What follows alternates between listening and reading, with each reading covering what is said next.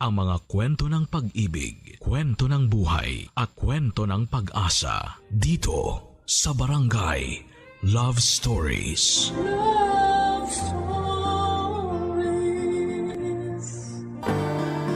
Wala raw pinipiling lugar, panahon o kalagayan ang pag-ibig. Basta na lamang itong dumarating at handa nitong suungin ang lahat. Mapatunayan at masunod lamang ang tapat na hangarin. Ikaw, kabarangay, naranasan mo na bang magmahal ng laban sa lahat ng hadlang? Dear Papa Dudut, ako po si Anding, lumaking mahirap sa probinsya ng La Union. Nagtapos ako ng elementarya at high school pero hindi ko naipagpatuloy ang kolehiyo dahil sa sobrang hirap ng buhay. Malinaw pa sa alaala ko ang mga panahong nag-aaral ako sa elementarya. Kahit may uniforme, halatang halata pa rin ang kahirapan namin. Luma ang suot ko, bigay lang ng naging amo ng mga magulang ko. Hindi rin ito na ipaayos sa mananahi kaya sobrang luwang. Kaya't nahihiya ako sa mga kaklase ko. Madalas pa nila akong pagtawanan dahil mukha raw akong nakaduster imbis na naka-uniforme. Sa mga panahong yon ay kinikimkim ko ang sakit ng loob kung bakit kailangan ganito ang buhay namin. Kahit simpleng lapis at papel ay hirap na hirap pa rin ibigay ng mga magulang ko. Ganon po kami kahirap, Papa Dudut. Siguro dahil na rin marami kaming magkakapatid. Ako ang panganay, wala ring kaalaman sa family planning sina nanay at tatay. Pero believe pa rin ako sa kanila. Kasi kahit salat kami ay pinilit nilang mapagtapos kami sa elementarya at high school. Ang sabi nila ay bahala na raw kami sa kolehiyo kasi alam nilang hindi na talaga kakayanin. Noong nakapagtapos ako ng high school ay agad akong namasukan bilang taga-bantay sa isang tindahan. Maliit lang ang sahod, halos walang naiipon. Pero nagpapasalamat na rin ako dahil may trabaho ako. Hindi ko maiwasang mainggit sa mga dating kaklase kong may kaya kasi nasa Maynila na sila para mag-aral ng kolehiyo. Ang iba naman ay nasa San Fernando City. Madalas kong isipin kung may sapat lang akong pera at talino, sana'y nakapag-aral din po ako. Pero sinampal ako ng realidad. Isa lang akong hampas lupa at nananatiling malaking panaginip para sa akin ang makatungtong sa kolehiyo. Isang araw may nag-alok sa akin na maging kasambahay. Pinsan siya ng amo ko kaya pumayag ang amo ko na iwan ko ang pagtitinda kung tatanggapin ko ang trabaho at saktong 18 years old na ako. Lumawas ako ng Maynila, Papa Dudut. Dala-dala ang pangarap ko na ito na ang panahon ay tutulong sa akin upang mag-iba ang buhay ko. Pagsusumikapan kong maging maayos na kasambahay para hindi ako mapagalitan ng amo ko. Doon ko nakilala ang anak ng bago kong amo na si Kevin, Papa Dudut.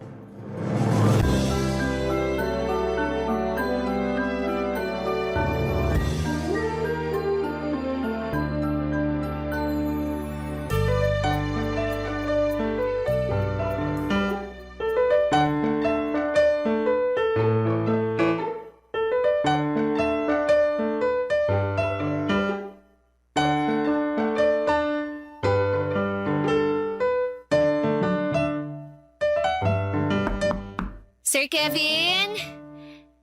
Sir Kevin, kumain na po kayo. Kanina pa po nakahanda yung pagkain nyo. Sir Kevin? Sir, gumising po muna kayo para makakain. Bilin po ng mami nyo na on time daw po kayo pakainin kahit walang pasok. Sir! Sir! Sorry. Medyo masama ang pakiramdam ko eh. Pwede bang dito na lang ako kakain sa room ko? Sige po sir. Dadalhin ko na lang po. Ay, sir! Sir, okay lang po ba kayo? Masakit ang ulo ko. Ano nga ulit ang pangalan mo? Andeng po, Sir Kevin. Andeng, pasensya ka na ha. Pwede mo ba akong alalayan pabalik sa kama ko? Medyo nahihilo rin kasi ako eh. Sige po, sir. Ali po kayo. Ay, naku, sir. Sobrang init niyo po. Baka nasobrahan lang ako sa pag-gym. Akala ko kaya ng katawan ko eh. Naku, sir. Kailangan niyo pong uminom ng gamot. Tama, para humupa tong init ng katawan ko. Sir, saan po ang mga gamot niyo para sa lagnat? Meron ako sa drawer. Sige po, kukunin ko na. Naku, alin kaya rito? Nakita mo ba? Ito pong para sa lagnat. Oo. Sandali, sir ha. Baka kailangan niyo munang kumain. Pwede naman yung gamot na yan kahit walang laman ng tiyan ko. Sige po. Heto po. Salamat, Andeng. Naku, sir. Sobrang init niyo po talaga. Tawagan ko na ba ang mami niyo? Kasi binilin ka niya sa akin eh. Ito talagang si Mami. Ginawa na naman akong baby. Huwag mo nang tawagan. Nakainom naman na ako ng gamot. Pero hindi po biro yung init niyo, sir.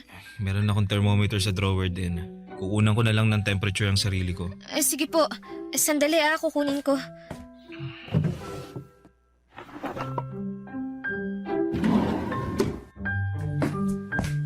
Ito po, nahanap ko na, sir. Ito po. Salamat, Andeng. Welcome po. Trabaho ko po na alagaan ko kayo.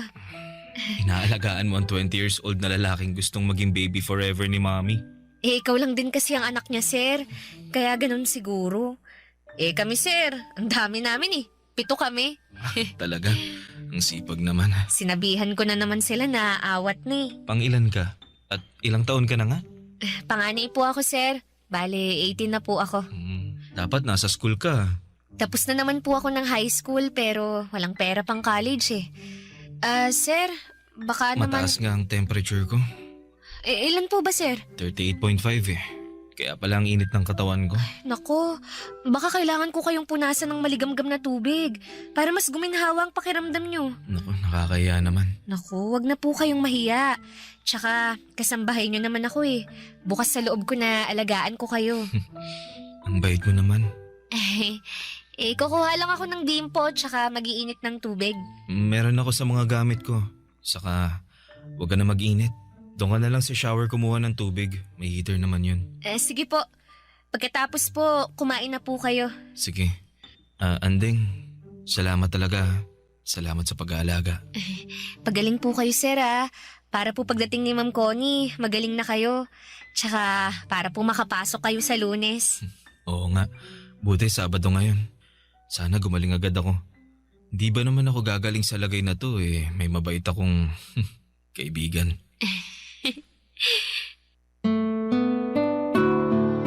Papadudot, nakakaawa talaga kapag may sakit ang isang tao. Sa kaso ni Kevin ay lagnat lang naman, pero labis ang pasasalamat niya dahil inalagaan ko raw siya. Medyo nahihiya pa nga ako habang pinupunasan ko ang katawan niya. Pero kailangan kong gawin para kahit papaano ay gumaan ang pakiramdam niya. Naisip ko na lamang na parang ganun din ang ginagawa ko kapag may lagnat ang mga kapatid ko. Gwapo po si Sir Kevin. Matangkad at matipuno ang katawan dahil nagji-gym. 3rd year college na siya noon sa isang kilalang university sa Maynila. Kaya alam kong maliwanag ang magiging kinabukasan niya. Siguradong makakahanap siya ng maayos na trabaho. Hindi tulad ko na hindi man lang nakatungtong ng kolehiyo. Pero papadudot, kung gaano kabait si Sir Kevin sa akin, gano'n naman kaiba ang ugali ng nanay niya. Sobrang madam talaga. Parang mga karakter na napapanood ko sa TV o naririnig sa inyong programa sa radyo. Mataray at nakakatakot kapag nagsalita siya. Hindi ka pwedeng magkamali sa harapan niya dahil siguradong tatalakan ka. Kaya naman sobra ako naging maingat sa trabaho ko, papadudot, Pero kahit na anong ingat ay may mga pagkakataong sumasablay din ako. O hindi niya gusto ang ginagawa ko, Papa Dudut.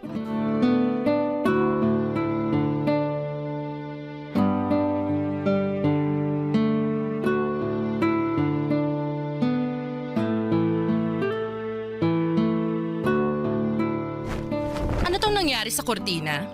Hindi ganito yon. Ma'am, sinunod ko lang po ang sabi niyo. Mali ang paglagay mo ng drapes. Hindi maayos. Tatanga-tanga. Nasaan na ba si Christina? Nasa palengke po, ma'am. Kapag hindi mo alam kung paano gawin, magtanong ka kay Christina. Opo, ma'am. Sorry po talaga. Aayusin ko na lang po. Hindi ka kasi nakikinig. Tapos sasabihin mong sinunod mo lang ang sinabi ko. Ako pa ngayon ang may kasalanan? Hindi po, ma'am. Wala po kayong kasalanan. Bakit ba kasi isang katulad mong pinadala sa akin? Para ako nagtitrain ng isang aso. Pasensya na po. Nakakairita yung pasensya mo ha. Gawin mo na lang kaya ng tama ang mga pinagagawa ko sa'yo. Pati ang pag-vacuum hindi mo pa rin kabisado. Ano ako? Teacher ng mga chimay? Ide-demonstrate ko isa-isa? Gamitin mo naman ang utak mo. Hindi ba sabi mo nakapagtapos ka ng high school? Opo, ma'am. Daig mo pang elementary. Ang tanga mo. At wag mong sabihin pati itong kape ko hindi mo pa rin maayos. Sinunod ko po yung sabi niyo. Nako, mukhang sablay na naman to. Ano to? Ma'am! Tanga! Tanga-tanga! Hindi ganito ang pagtitimpla ng kape.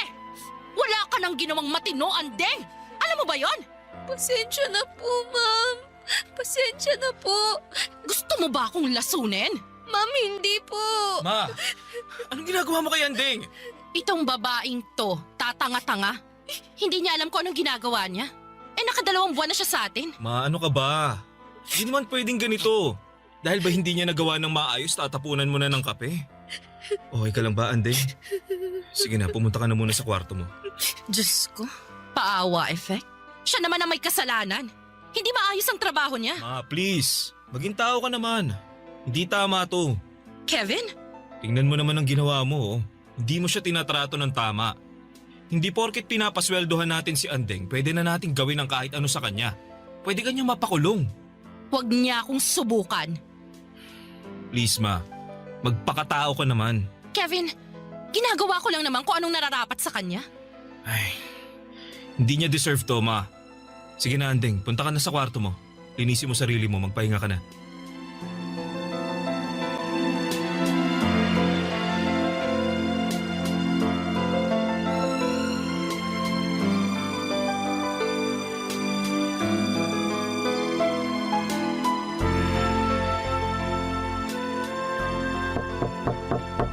Andeng, okay ka lang ba? Sir, opo. Okay lang po ako. Mukhang hindi. Medyo mapulay ang mukha mo. Oh. Sumusobra na talaga si Mama. Paano kung nalapnos yung mukha mo? Hindi na po ganun kainit nang tinapo niya sa mukha ko. Kahit na, pinagmalupitan ka pa rin niya. Kakausapin ko siya mamaya. Baka mas lalo lang siyang magalit sa akin kasi kinakampihan mo ko. Naku, mali naman talaga ang ginawa niya eh. Kahit may hindi ka nagawang tama sa trabaho mo, hindi pa rin makatarungan ang ginawa niya sa'yo. Kailangan niya humingi ng dispensa sa'yo. Sobra na yung ginawa niya. Salamat po, sir. Sana naging mas maaga ako kanina para hindi na nangyari yung pagbuhos niya ng kape sa'yo. Tana, nandito lang ako para sa'yo, Andeng. Sobrang bait ni Sir Kevin sa akin, Papa Dudut. Sabi nila ay nagmana raw siya sa ama niya na nasa ibang bansa. Kaya siguro ay hindi ko maiwasang hangaan siya. Si Ma'am Connie naman ay parang tigre kung makapagsalita. Lagi niya akong tinatalakan at mabuti na lamang at may kasama akong kasambahay din, si Christina. Siyang karamay ko sa bawat sermon ng amo naming mukhang mangkukulam. Si Christina ang nakapansin na may nararamdaman daw ako kay Sir Kevin. Pinagbintangan pa nga niya ako na si Sir Kevin daw ang dahilan kaya nagagawa kong pagtiisan si Ma'am Connie. Pero syempre, tumanggi talaga ako sa una. Pero sa totoo lang ay tama si Christine. Crush ko po si Sir Kevin. Ang gwapo niya kasi at mabait pa. Parang lahat ng hinahanap mo sa isang lalaki ay nasa kanya na. Pero hanggang pangarap lamang po ako kasi naman lupa lamang ako at siya naman ay langit. Hindi kami bagay, Papa Dudut. Ang kaya ko lang gawin ay mangarap at mag-imagine na baka sa ibang mundo ay pwede kaming dalawa. Pero sa realidad, hanggang tanaw lamang ako. Kasi alam kong hindi kailanman magiging kami ni Sir Kevin. Barangay Love Stories. Barangay Love Stories. Papadudot, naging simple lang naman ang pangarap ko noong magtrabaho ako bilang kasambahay. Ang makapagsilbi ng maayos kina Sir Kevin at Ma'am Connie. Mabait talaga si Sir Kevin. Gumagaan ang pakiramdam ko kapag nandyan siya. Ang hindi ko alam, Papadudot, ay may nararamdaman na rin pala siya para sa akin na mga panahon na yon. Madalas niya akong kausapin at para bang gusto niya akong mas makilala pa. Kapag naririnig niyang pinapagalitan ako ni Ma'am Connie ay lagi siyang nandyan para ipagtanggol ako at siya mismo ang sumasalo ng galit ng mami niya. Basta lang wag maulit yung pagtapo ng kape ni Ma'am Connie sa mukha ko. Bukod pa roon ay tinuturuan niya rin po ako para kung nagkaroon ng libreng tutor. Pinapaliwanag niya sa akin ang mga mahihirap na lesson sa math at English. Hindi lang basta turuan, Papadudot ha, kundi parang gusto niya talagang matuto ako para raw hindi ako habang buhay nakatali sa pagiging kasambahay. Sabi niya may mas malawak pang mundo para sa akin kung pagbubutihin ko ang aking pag-aaral. Ang mga pagre-review namin ay parang paghahanda na rin kung kukuha ako ng entrance exam sa kolehiyo. At habang tinuturuan niya ako, hindi ko maiwasang kiligin. Nakatingin siya diretsyo sa akin. Nakangiti at pakiramdam ko ay importante ako. Kahit alam kong hindi kami bagay, ngunit sa mga pagkakataong yon, parang wala kaming iniisip na agwat. Ako si Andeng na natututo at siya naman si Kevin na buong tiyagang nagtuturo.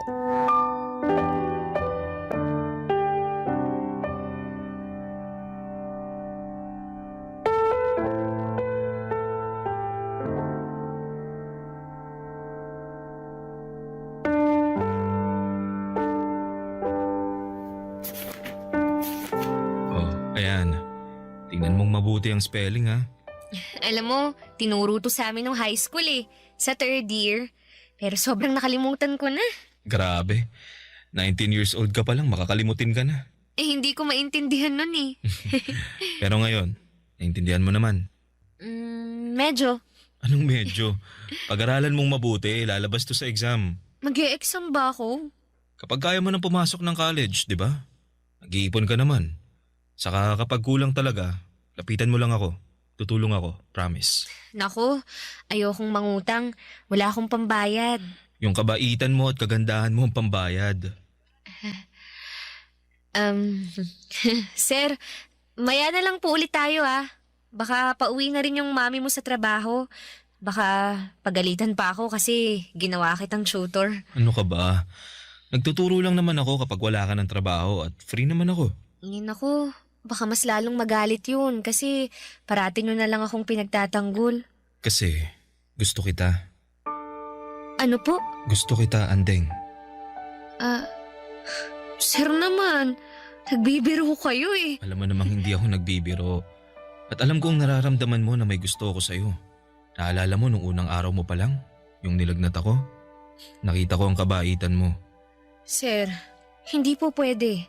Hindi po tayo bagay. Dahil ba anak ako ng amo mo? At kasambahay ka lang? Hindi po talaga tayo bagay. Andeng, sa totoo lang, ilang araw at gabi ko na rin tong iniisip Pero totoo ang nararamdaman ko sa'yo. Gusto kita. Mahal kita. Sir, Marami namang ibang babae dyan. Mga kaklase nyo, schoolmates nyo. Hindi ako pwede. Hindi pwede. Makinig ka. Hindi ko sila gusto. Ikaw ang gusto ko. Pero katulong lang ako. Mahirap lang po ako. Mayaman kayo. May pinag-aralan.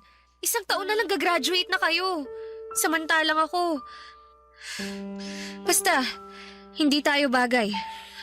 Andeng, wag mo namang maliitin ang sarili mo. Dahil lang ba sa kalagayan ng buhay natin kaya tayo hindi pwede? Kung lahat ng to, kung wala akong pera, kung hindi ako mayaman, pwede na? Ganun ba? Sir naman, sobrang layo po ng agwat natin. Tsaka ano na lang sasabihin ng mga magulang mo? Baka mas lalo akong hamakin ni Ma'am Connie. Poprotektahan kita. Naririnig niyo ba yung sarili niyo? Kaisa-isa kayong anak ni na Ma'am Connie. Tapos, sa isang chimay, sa isang maid, muchacha lang kayo mauuwi. Hindi kita nakikita bilang isang chimay, maid o muchacha. Ang nakikita ko isang totoong tao. Isang dalagang may magandang puso na alam kong mamahalin din ako. Gusto kong mahalin ka. Sir, hindi. Huwag na nating ipilit. Huwag na po. Andeng, Natatakot akong tanggapin ang pag-ibig mo. Kasi, sino ba ako? Wala akong karapatang umibig sa isang katulad mo.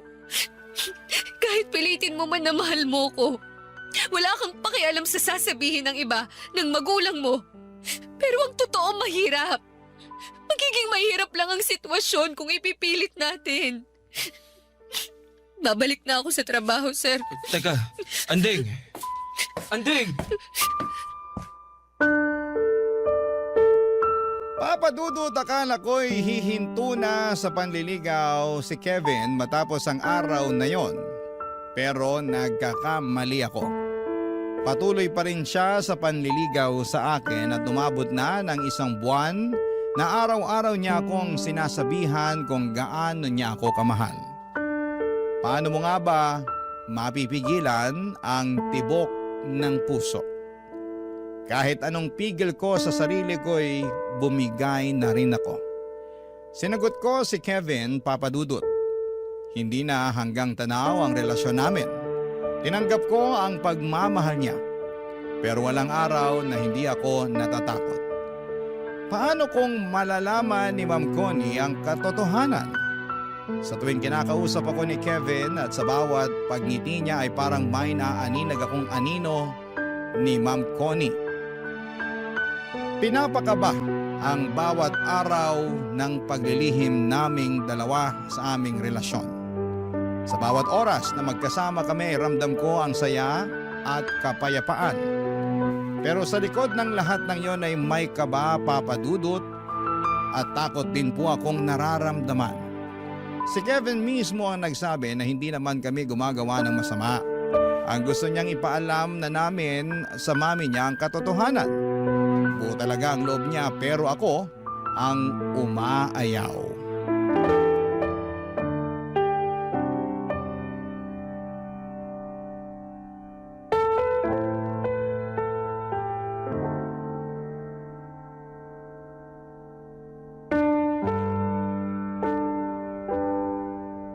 Dalawang buwan na nating nililihim sa kanila. Baka kailangan na talaga nating sabihin.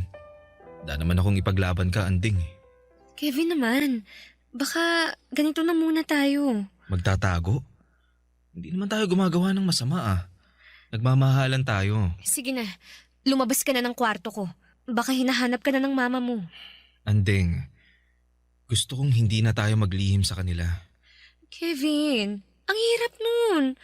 Kasi naman, kung ipagtatapat natin sa kanila, sa mama mo, ano na lang ang sasabihin niya sa akin?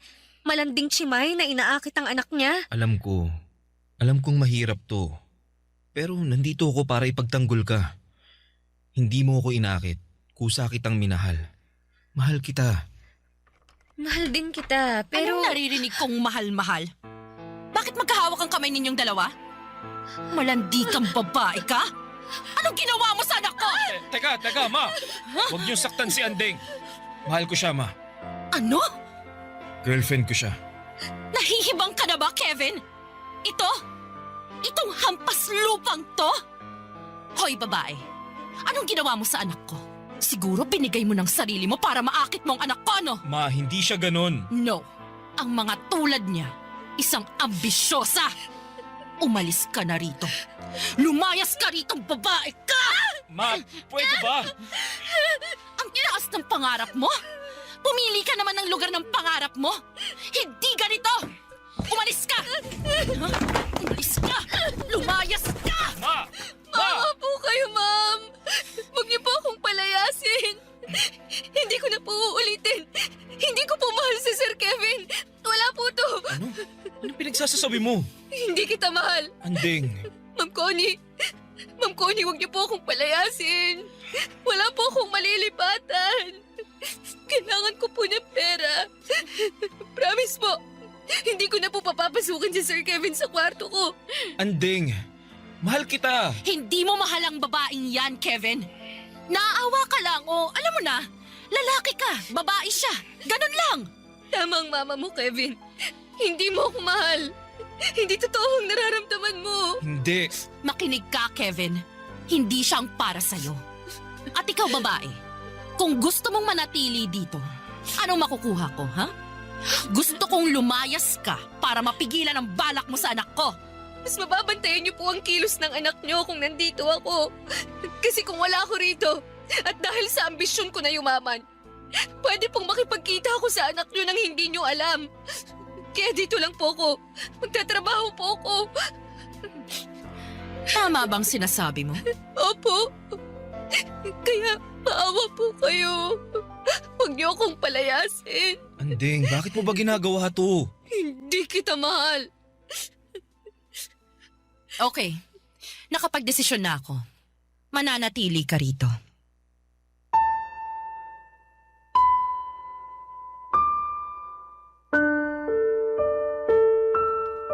Sa sobrang takot ko ay halos gumuho ang mundo ko sa mga pinagsasabi ko. Nagmakaawa ako, Papa Dudut, at humingi ng tawad. Lumuhod ako sa harapan ni Ma'am Connie dahil ang totoo ay ayaw kong malayo kay Kevin at ayaw ko ring masira ang buhay niya. Mabuti na lamang at pumayag si Ma'am Connie. Hindi niya po ako pinalayas agad. Pero nagtakda siya ng mabigat na kondisyon. Pinayagan niya akong manatili hanggang sa katapusan ng taon pero may malinaw na utos. Hindi ko dapat nilalapitan o kinakausap si Kevin. At pagkatapos ng taon ay kailangan ko nang umalis at hindi na muling bumalik sa bahay nila. Siyempre hindi naman pumayag si Kevin, Papa Dudut. Sa harap mismo ng mami niya ay pinaglaban niya ang pagmamahala namin. Pero matigas si Ma'am Connie. Sino ba naman ako para maging girlfriend ng anak niya? Ang sakit, Papa Dudut. Nandun na ang taong mahal ko handang ipaglaban ako. Pero kailangan kong tanggapin ang realidad na pinagtagpo man kami pero hindi kami tinadhana. Langit siya, lupa ako, ang isang katulad ko. Hindi kami pwedeng magsama, Papa Dudut. Ang sakit sa puso at alam kong sobrang nasaktan si Kevin sa mga sinabi ko. Pero lahat ng yon ay hindi totoo. Hindi ko inambisyon na maging mayaman sa paraan na ganito. Hindi ko niloloko si Kevin. Mahal ko siya at nasasaktan ako sa lahat ng ito, Papa Dudut. Para bang sinasaksak ang puso ko sa sobrang sakit. Parang hindi ako makahinga sa sobrang sakit. Ganito pala kapag ang isang mahirap ay umiibig sa isang mayaman. Kailangang ilugar ang sarili sa tamang kalagyan. Barangay Love Stories. Barangay Love Stories. Papa Dudut, hindi naging madali ang mga sumunod na araw sa pamamalagi ko sa bahay.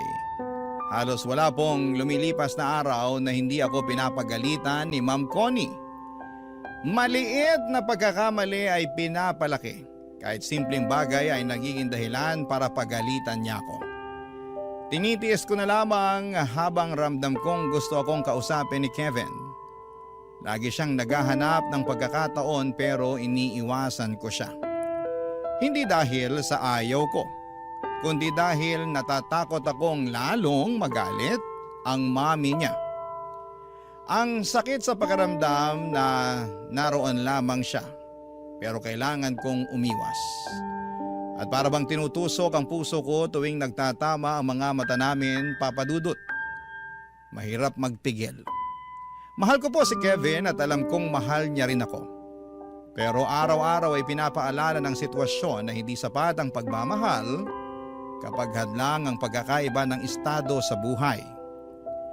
Para po sa akin, ito lang ang paraan ko para kahit papaano nakikita ko si Kevin kasi mahal ko siya. Kaya kong tiisin ang pangahamak ni Ma'am Connie sa akin.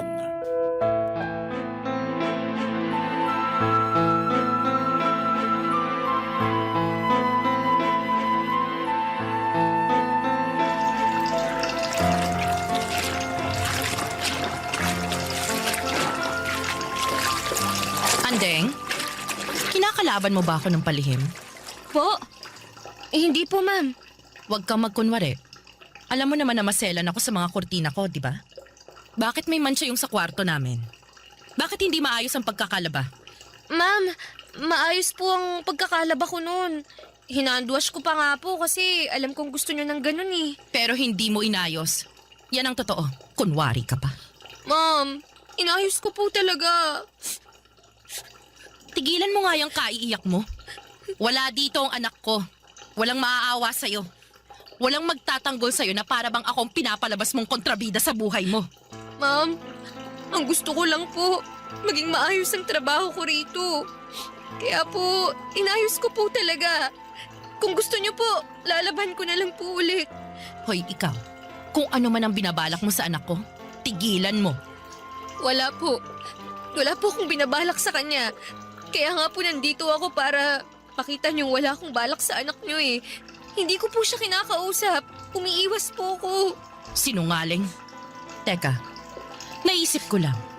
Siguro ikaw rin yung nagnakaw ng pera ko na naiwan ko sa bulsa nung nakarang araw, no? Matapos mong labhan, wala kang sinole. Po? Ma'am, wala po akong perang nakita. Hindi po ako magnanakaw. Talaga lang? Ang sinungaling ay kapatid ng magnanakaw? Siguro pinadala mo na sa mga magulang mo yung ninakaw mo. Hindi ka na nahiya? Ma'am, hindi ko po gawain ang magnakaw. Sinungaling? Ha? Tama na po, ma'am. Ang iya ka talagang babae ka! Masama kang tao! Wala po akong ninakaw. Wala po. Ikaw, huwag na huwag mong sasabihin sa anak ko na sinaktan kita ha. Kung hindi malilintikan ka sa akin. Tigilan mo yung paawa effect mo na yan. Kung hindi ako makakatiis, papaalisin na kita. Opo, hindi po ako magsusumbong. Kasi kung magsusumbong ka, isusuplong din kita sa pulis dahil ninakawan mo kami. Naiintindihan mo ba? Opo. Paano mo kaya inakit ang anak ko? Ibang klase ka talaga, no? Akala mo dahil ang sipag-sipag mo kunwari ay matutuwa kung ikaw ang mapapangasawa ng anak ko. Nagpapatawa ka ba? O iniinis mo ko? Sinabi ko naman po sa inyo na wala na po akong balak sa anak niyo. Ah, so may balak ka dati. Tapos noong nalaman kong totoo at muntik kitang kalad ka rin sa labas, ay nag-ibang ihip ng hangin. Wala ka ng balak. Ganon ba? Magsalita ka! Umayos ka. Dumating ng anak ko. Umayos ka! Pahiran mo yung mga luha mo. Hindi niya pwedeng mahalatang umiyak ka. Opo. Huwag mo akong subukan, Andeng. Masisira ang buhay mo. Opo, Ma'am Connie. Umayos ka.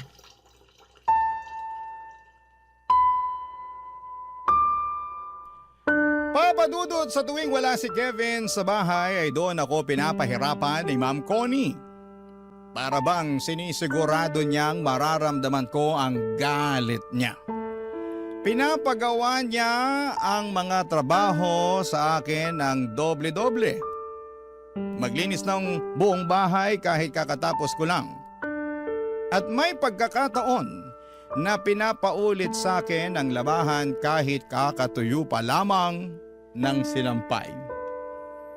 At madalas din akong pinapahiya ni Ma'am Connie sa harapan ng ibang mga tao, Papa Dudut.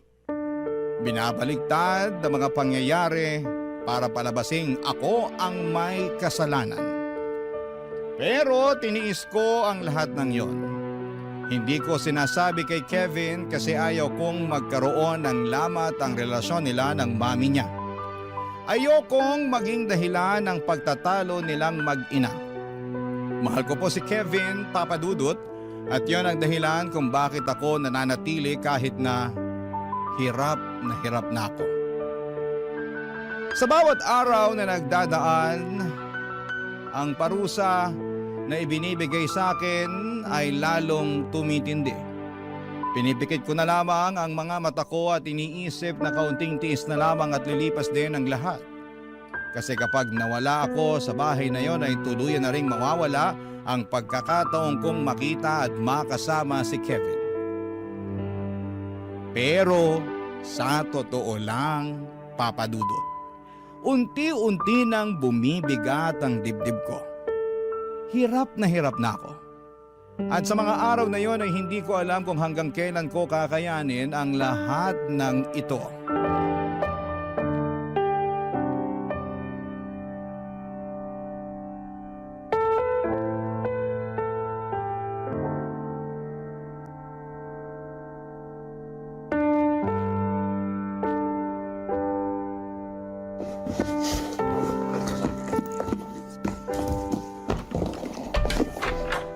Anding, anong ginagawa mo? Naalis na ako. Ibig sabihin, iiwan mo na ako? Sana noon ko pa ginawa to eh. Anding, alam kong nagsinungaling ka lang kay mama na hindi mo ako mahal. Dahil ramdam kong gusto mong manatili sa bahay kasi ayaw mong malayo ako sa'yo. Ayaw mong masira din ang buhay ko. Gusto mong makatapos ako ng college. Alam ko yun. Hindi kita mahal.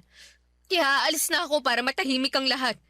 Ang gusto ko lang, magkaroon ng trabaho. May maipadala akong pera sa pamilya ko. Mahal kita, Anding. Huwag mo naman ako saktan ng ganito. Kevin, kailangan ko nang umalis. May nahanap na akong ibang trabaho. Sasama ako sa'yo. Ano? Nahihibang ka ba? Hindi kita mahal. At wala kang mapapala sa akin. Kasi mahirap ka lang. Hindi ka nakapag-aral, ganun ba? Buo na ang loob ko. Buo na ang loob kong umalis na akong mag-isa. Dito ka lang. Ayokong sirain ang buhay mo. Mag-aaral ka. Tapusin mo ang pag-aaral mo. Kaya ba ayaw mong aminin na mahal mo ako dahil natatakot kang masira ang buhay ko? Andeng, kaya ko ang sarili ko. At wag mong iisipin na masisira ang buhay ko dahil sa'yo. Kasi ikaw nga ang inspirasyon ko sa lahat ng ginagawa ko. Huwag mo na akong pahirapan pa. Wag mo rin akong pahirapan. Wag mong pahirapan ang puso ko. Hindi ko kayang iwan mo ko. Hindi ko kayang mawala ka. Mahal kita. Hindi ko ikakahiya na ikaw ang minahal ko, na ikaw ang makakasama ko habang buhay. Kevin naman. Sasama ako sa'yo. Sasama ako, Andeng. Dahil mahal kita. Mahal na mahal kita. Buo na ang loob ni Kevin na iniwan niya ang lahat para samahan ako. Umalis kami ng magkasama, dala ang takot at kaba. Pero higit sa lahat, Papa Dudut, dala ang pag-ibig na matagal na naming pinaglalaban. Hinahanap kami ng mga magulang niya pero nanindigan si Kevin at pinili niya ako sa hirap man o sa ginhawa. Pinili niyang magsimula ng mahirap kasama ako, kesa ang mabuhay ng marangya pero wala sa tabi niya. Doon ko lalong napatunayan, Papa Dudut, na totoo ang pagmamahal niya. Nagsimula kami sa wala except doon sa naitabi niyang pera. Pareho kaming nagbanat ng buto. Si Kevin nagtatrabaho habang pinagpapatuloy ang pag-aaral niya. Kahit na anong hirap ay hindi siya sumuko hanggang sa makapagtapos siya sa isang state university. At nang siya naman ang nagsimula ng magtagumpay, ako naman ang kanyang pinagtapos. Papa Dudut, hindi madali, maraming luha, maraming gabi ng gutom at pagod. Pero lahat ng yon ay nalampasan namin dahil sabay naming hinarap. Unti-unti ay gumanda ang buhay namin. Hindi man marangya pero puno ng kasiyahan at pagmamahalan. Ngayon, Papa Dudut, ay masasabi kong tama ang naging desisyon ko. Ang lumaban para sa puso ko. Kasi lahat ng sakit, lahat ng parusa at hirap na tiniis ko noon ay napalitan ng magandang bagay. At higit sa lahat ay natupad ang pangarap kong dati hanggang panaginip lamang. Na makasama at mahalin si Kevin hanggang sa dulo ng lahat. Parang Cinderella story pero pareho kaming nagsumika para umangat. Ang prinsipe ay buwaba sa kanyang palasyo para sa akin at mamuhay na normal para lamang ipaglaban ang puso niya. Sobrang mahal ko po si Kevin, Papa Dudut. Hindi man ako tanggap ni Ma'am Connie ay wala na siyang magawa kasi ako na ang pinakasalan ni Kevin. Ang mahalaga, I am made to be with my Prince Charming. Ang mahal ko, si Kevin. Kasama ang aming 3 anak. Maraming salamat po sa inyo, Papa Dudut, at sana'y forever po itong programa ninyo. Ang inyong forever kapuso at kabarangay, Andeng. Nakakaantig naman talaga ang ating kwento. Ikaw ba, kabarangay? Nakarelate ka ba sa story natin ngayon? Kwentuhan naman tayo dito sa comment section. Ang mga kwento ng pag-ibig, kwento ng buhay at kwento ng pag-asa dito sa Barangay Love Stories. Love Stories.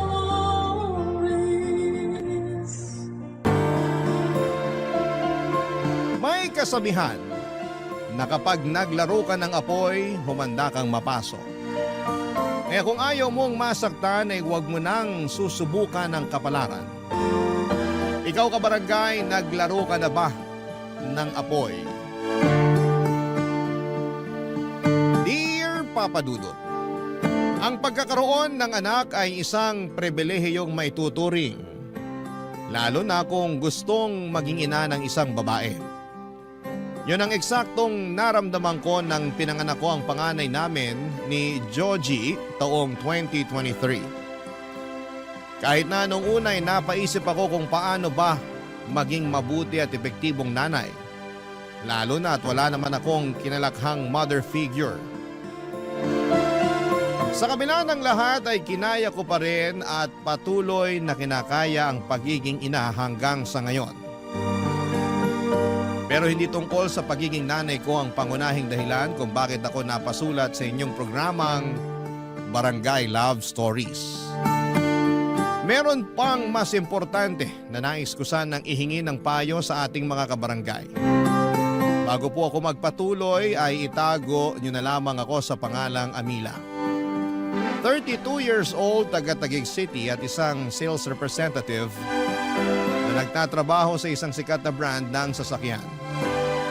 Dati kong katrabaho si Georgie at nagkaroon kami ng isang anak.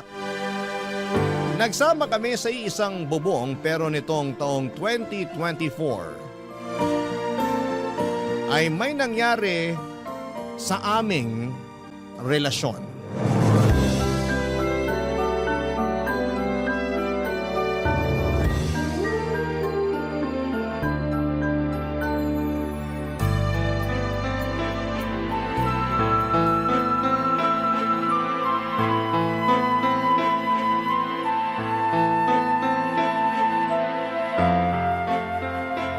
Sigurado na ako sa desisyon ko.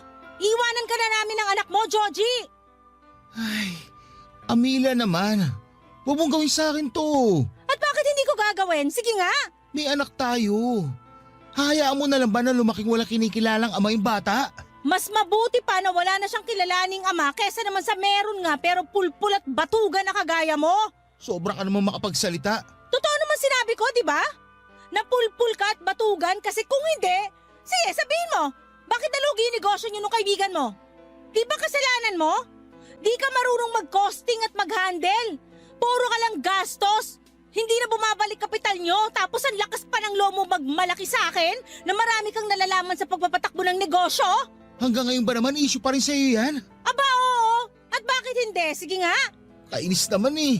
Ikaw pa talaga may ganang mainis? Dapat nga ako yung mainis dito. Imbes kasi na maghanap ka ng mapagkakakitaan mo, pagkatapos malugi ng negosyo nyo, naging batugan ka na. Palibasa may trabaho ako kaya sa akin mo na inaasa lahat-lahat. Maghanap naman ako pero nagpapalipas lang ako ng sama ng loob dun sa nangyari sa negosyo namin. Ilang buwan ka na nagpapalipas ng sama ng loob? Hindi pa rin ba tapos yan? Kasi Alam mo, para sa akin, nagdadahilan ka na lang. hindi ako nagdadahilan ha. Hindi raw. Pero bakit hanggang ngayon wala ka pa rin matinong trabaho? Naghahanap pa nga lang. Naghahanap daw kahit puro mobile games lang yung inaatupag mo? Akala mo siguro di ko nakikita, no? Ano ba kasi nirereklamo mo dyan? Inaalagaan ko naman yung anak natin pag nasa trabaho ka. Saka, wala naman tayo binabayarang upa. Kung sa pagkain naman, nakikihati tayo kina mama at papa. At proud ka pa talaga na hanggang ngayon nakikipisan pa rin tayo rito sa mga magulang mo? Hindi naman sa ganun. Pagiging practical yung tawag doon. Ibang klase. Pagiging practical daw. Sabihin mo, masyado ka nalang naging kampante na umasa sa kanila kahit na matanda ka na. Matanong nga kita, di ka man lang ba nakakaramdam ng kahihiyan dyan sa katawan mo dahil hanggang ngayon umaasa ka pa rin sa mga magulang mo? Bakit naman ako mahihiya? Sabi mo nga, mga magulang ko naman sila. So ibig sabihin wala nga? Meron pala. Nahihiya rin ako sa kanila. Kung nahihiya ka, sana nagsisikap ka. Kaya lang sa nakikita ko walang hiya ka talaga, Joji. Grabe naman. Totoo naman eh. Oo, grabe ako. Wala ka bang pangarap sa amin ng anak mo? Ni minsan ba di pumasok dyan sa utak mo na ibukod kami para makapagsimula tayo ng buhay natin bilang pamilya? Nangarap naman ako pero... Puro ka pero. Wala ka talagang pangarap hanggang salita ka lang. Kaya diyan ka na. Bahala ka na sa buhay mo. Please, Amila. Huwag mo kong iwanan. Parang awa mo na. Wala na akong awa. Ubos na. Mahal na mahal ko kayo ng anak natin. Kayo ang buhay ko. Wow ha? Ngayon may pasabi-sabi ka pa ng ganyan? Akala mo ba mauto mo pa ako? Kung noon, oo. Kasi naniwala at nagtiwala ako na magbabago ka. Na marirealize mo mga pagkukulang mo sa amin ng anak mo bilang padre de pamilya. Pero ngayon, nek-nek mo. Hindi mo na mabibilog-ulo ko, Joji. Ano gusto mong gawin ko? Sabihin mo, gagawin ko. Wala. Di ba gusto mo ako maghanap ng trabaho? Sige, maghanap ako ngayon din. Wag na. Baka manghingi ka pa sa akin ng pamasahe at pangkain mo pag nagutom ka sa labas. Mapagastos pa ako sa'yo. Oy, Amila, sumusobra ka na talaga ha? Ikaw nga sobra-sobra na yung katamaran at kapulpulan mo. Nagreklamo ba ako? Ngayon lang, dahil punong-puno na ako. Isipin mo na lang kung anong magiging future namin ng anak mo sa'yo. Wala. Kaya mabuti pa ako na lang mag-isa magpalaki sa kanya. Magkanya-kanya na tayo. Bahala ka na sa buhay mo. Papadudot naging magkatrabaho kami ni Joji at doon kami nagkakilala taong 2021. Naging magkaibigan kami lalo at iisa lang ang grupo namin. Kami lang yung single ng mga panahong yon kaya sinimulan kaming tuksuhin ng mga kasamahan namin sa isa't isa. Noong una ay sinakyan ko lamang ang pang-aasar nila dahil baka tumigil din sila kinatagalan. Lalo na at nagpahayag na rin ako na wala pa akong interes na pumasok sa relasyon matapos ang breakup namin ng ex-boyfriend ko noong pandemic. Matagal din kasi kaming naging mag-on at umabot din ng 7 taon kaya sinabi ko sa sarili ko na gusto ko munang enjoyin ang pagiging single ko. Kaya lang ay hindi pa rin tumigil ang mga kasamahan namin sa trabaho sa panunukso sa amin ni Joji. Hanggang sa napansin ko na lamang na kinagiliwan na niya yon.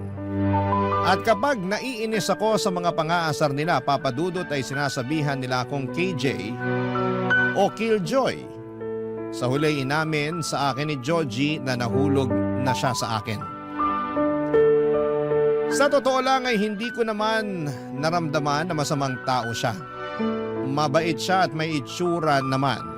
At kahit na noong sinabi kong hindi pa ako ready makipagrelasyon, ay nirespeto niya yon. Kinatagalan, tinanong niya kung pwede akong ligawan. Sa isip ko ay ligaw pa lang naman. Hindi pa sigurado kung sasagutin ko na siya. In short ay pumayag ako Kaya lang dala ng kalasingan at bugso ng damdamin noong isang beses na nagkayaan kaming uminom ng mga katrabaho namin ay doon na may nangyari sa amin ni Georgie. Bali nag-check-in kami noon sa isang motel sa Pasig para magpalipas ng gabi. Alam ko naman na kasalanan ko rin dahil naging mapusok ako ng gabing yon. At laking takot at pagsisisi ko nang mabuntis ako ni Georgie. Pinanagutan naman niya ako at binahay. Tumira kami sa kanila kasama ang parents niya at 2 nakatatandang kapatid na lalaki. Pero sa loob lang ng ilang buwan hanggang sa makapanganak ako ay hindi na talaga kami naging okay ng dati kong kinakasama. Lalo na at 2 buwan bago ako manganak ay nag-resign siya sa trabaho namin para makipag-business partner sa kaibigan niya. Pero makalipas lamang ng 2 buwan ay nalugi ang negosyo nila. Hindi na bumalik ang drive ni Georgie sa pagtatrabaho hanggang sa makapanganak ako. At nung matapos ang maternity leave ko ay ako na ang naghanap buhay sa amin. Makalipas ang 6 na buwan simula na maghiwalay kami ni Georgie ay hindi sinasadyang nag-cruise naman ang landas namin ng panganay niyang kapatid na si Bernie Papadudut.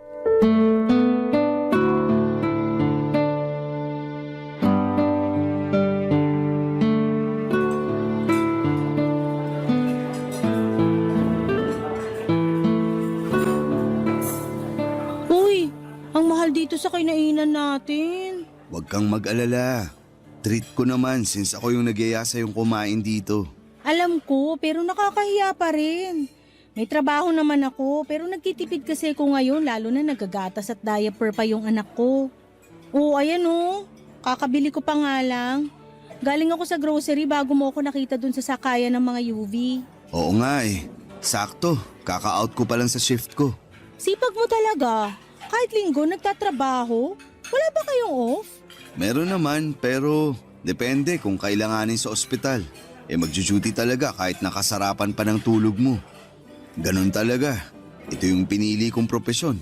Hindi ba mahirap maging nurse dito sa Pinas? Mahirap.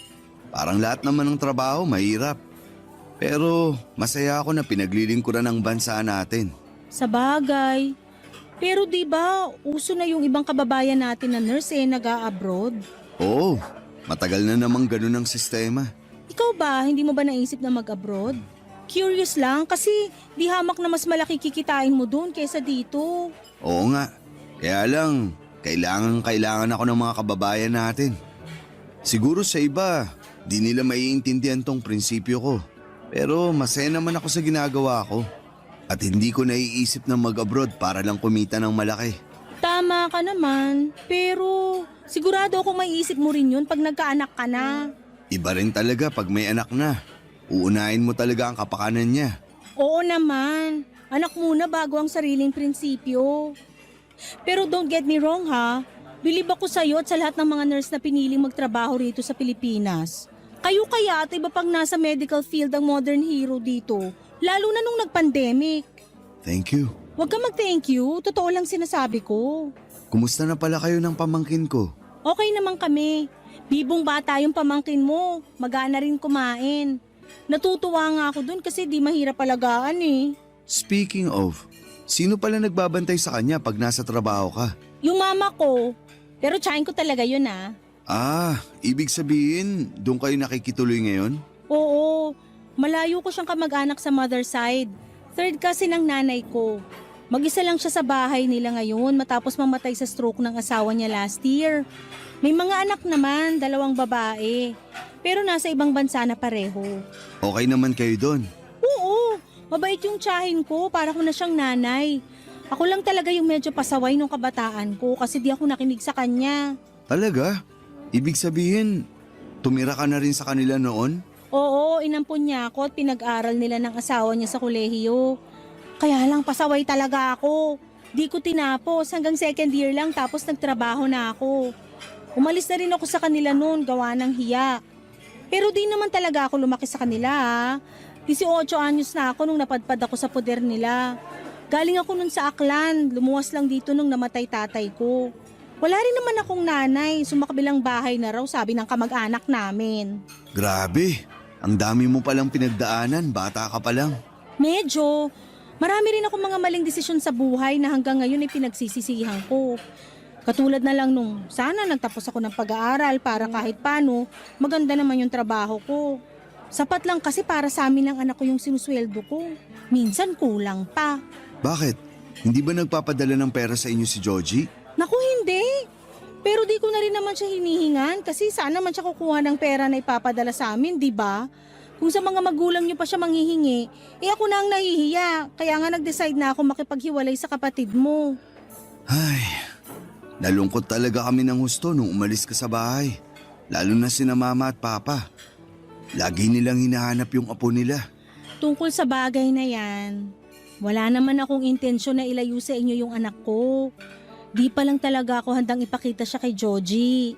Pero sa nakikita ko naman, nagbago na si Georgie. Sa ngayon, nagsisikap siya na makapaghanap ng trabaho para raw may mukha na siyang ihaharap sa inyo. Ilang buwan na kaming hiwalay, hindi pa rin ba siya nakakahanap ng bagong trabaho? May nahanap at napasukan naman pero di nagtatagal. Ewan, sabi niya depressed daw siya.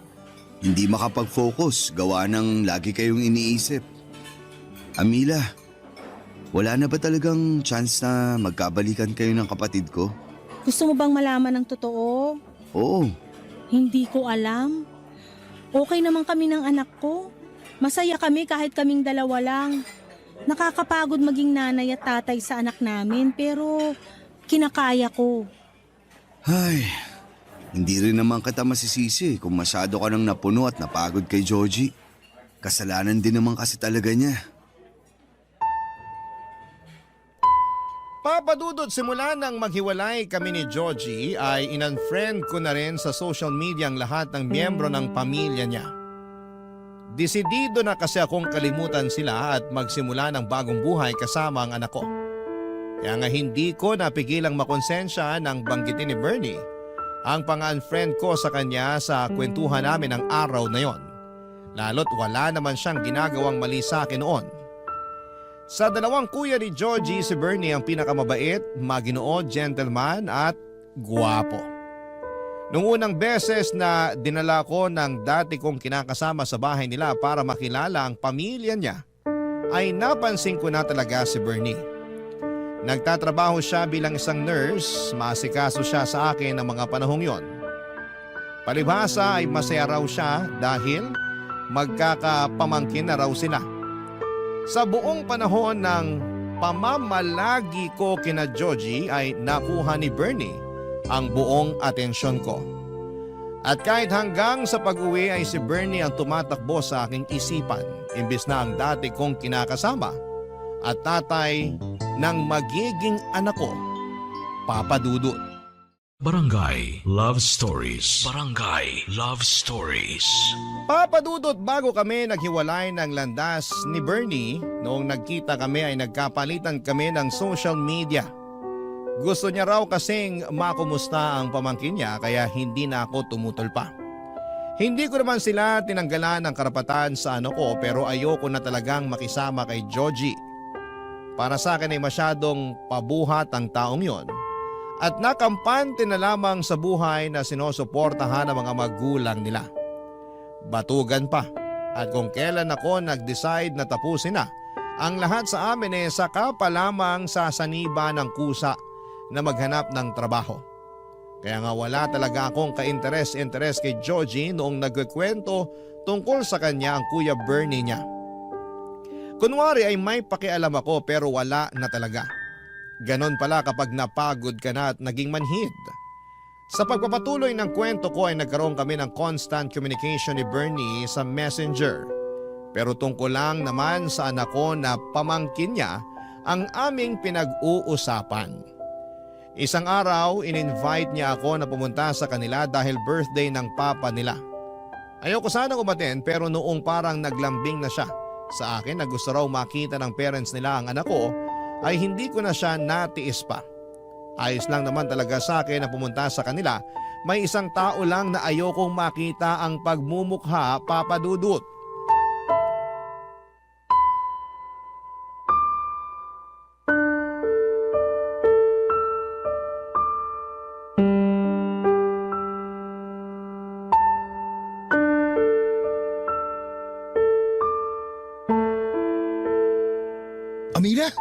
ginagawa mo rito?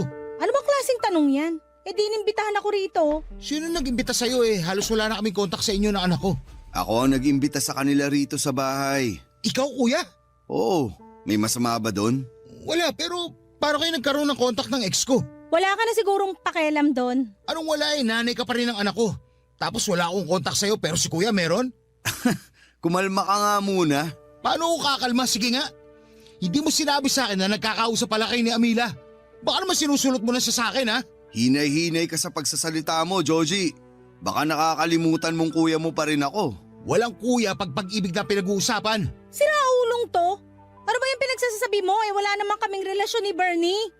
Saka nung nakaraang araw lang naman kami nagkaroon ng contact dahil aksidente kaming nagkita matapos kong mamili sa grocery.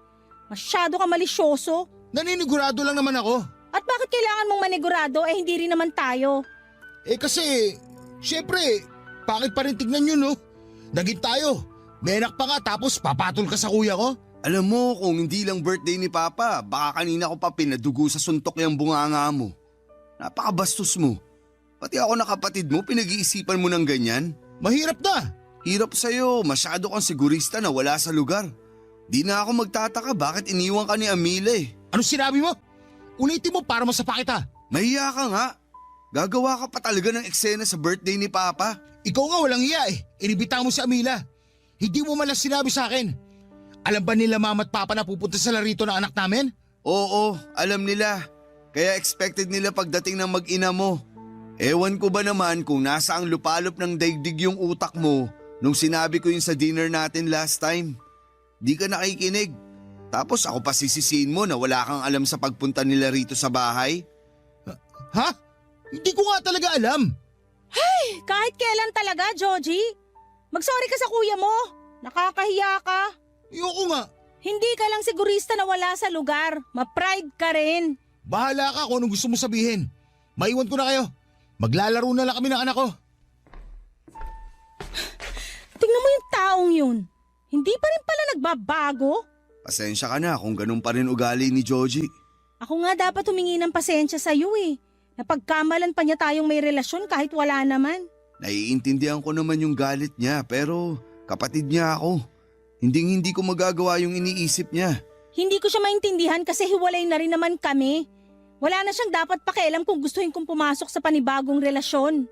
Bakit? May bago ka na bang nagugustuhan? Ha? Wala pa pero in the future ba? Okay. Pero tingin ko, kaya nagkakaganon si Joji dahil mahal ka pa rin niya. Talaga? Oo. Sabi mo nga, ma-pride siya. Kaya di niya talaga kayang aminin yung nararamdaman niya. Pero halatang halata siya masyado. Anong masasabi mo? Ewan ko, di ko alam kung matutuwa ako o maiinis. Mabuti pa, kalimutan mo na lang yung tinanong ko. Ayoko namang masira yung mood mo. Pumunta kayo rito para sa birthday ni Papa at hindi sa kung anong family drama. Tama ka. Ayoko magpaka-stress kaya sana lubayan ako ng kapatid mo. Para kasi siyang stress na nagkatawang tao. Sa tono mo, parang wala ka na talagang natitirang pagmamahal sa kapatid ko Para sa akin, tatay pa rin naman siya ng anak namin. Pero hindi ko na alam kung may lugar pa siya sa puso ko, kung sakaling plano niyang makipagbalikan. Hindi naman sa pinangungunahan kita pero baka nasasabi mo lang yan sa ngayon. Hindi ako sigurado. Depende kung mag-iiba ang ihip ng hangin. Sabi mo nga, di ka na magtataka bakit kami naghiwalay ni Joji. Oo, kitang-kita ko na napaka-immature ng kapatid kong yan. Nakakahiya. Ewan ko ba dyan? Walang minana sa inyo ng isa niyo pang kapatid. Ang layo sa ugali niyo. Papadudot na sira na ang buong panahon na nandun ako sa bahay nila Bernie nang dahil kay Joji. Walang minuto na hindi niya ako pineste ng mga tanong kung bakit nag-uusap kami ng kuya niya.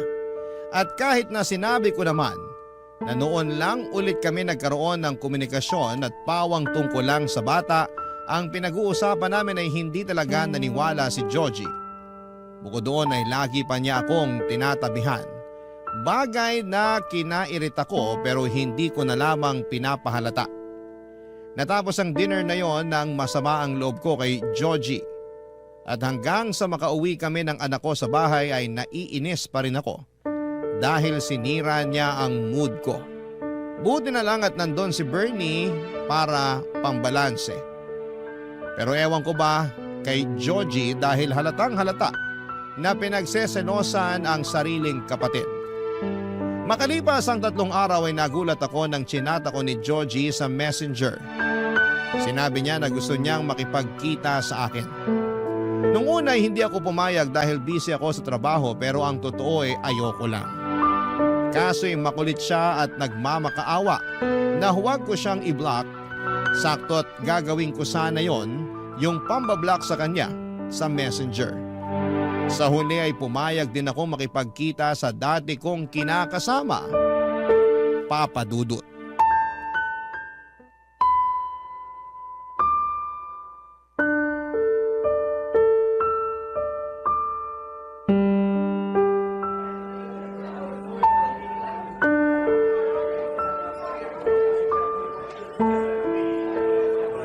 Natatandaan ko, paborito mo rito sa cafe na to kaya dito kita dinala.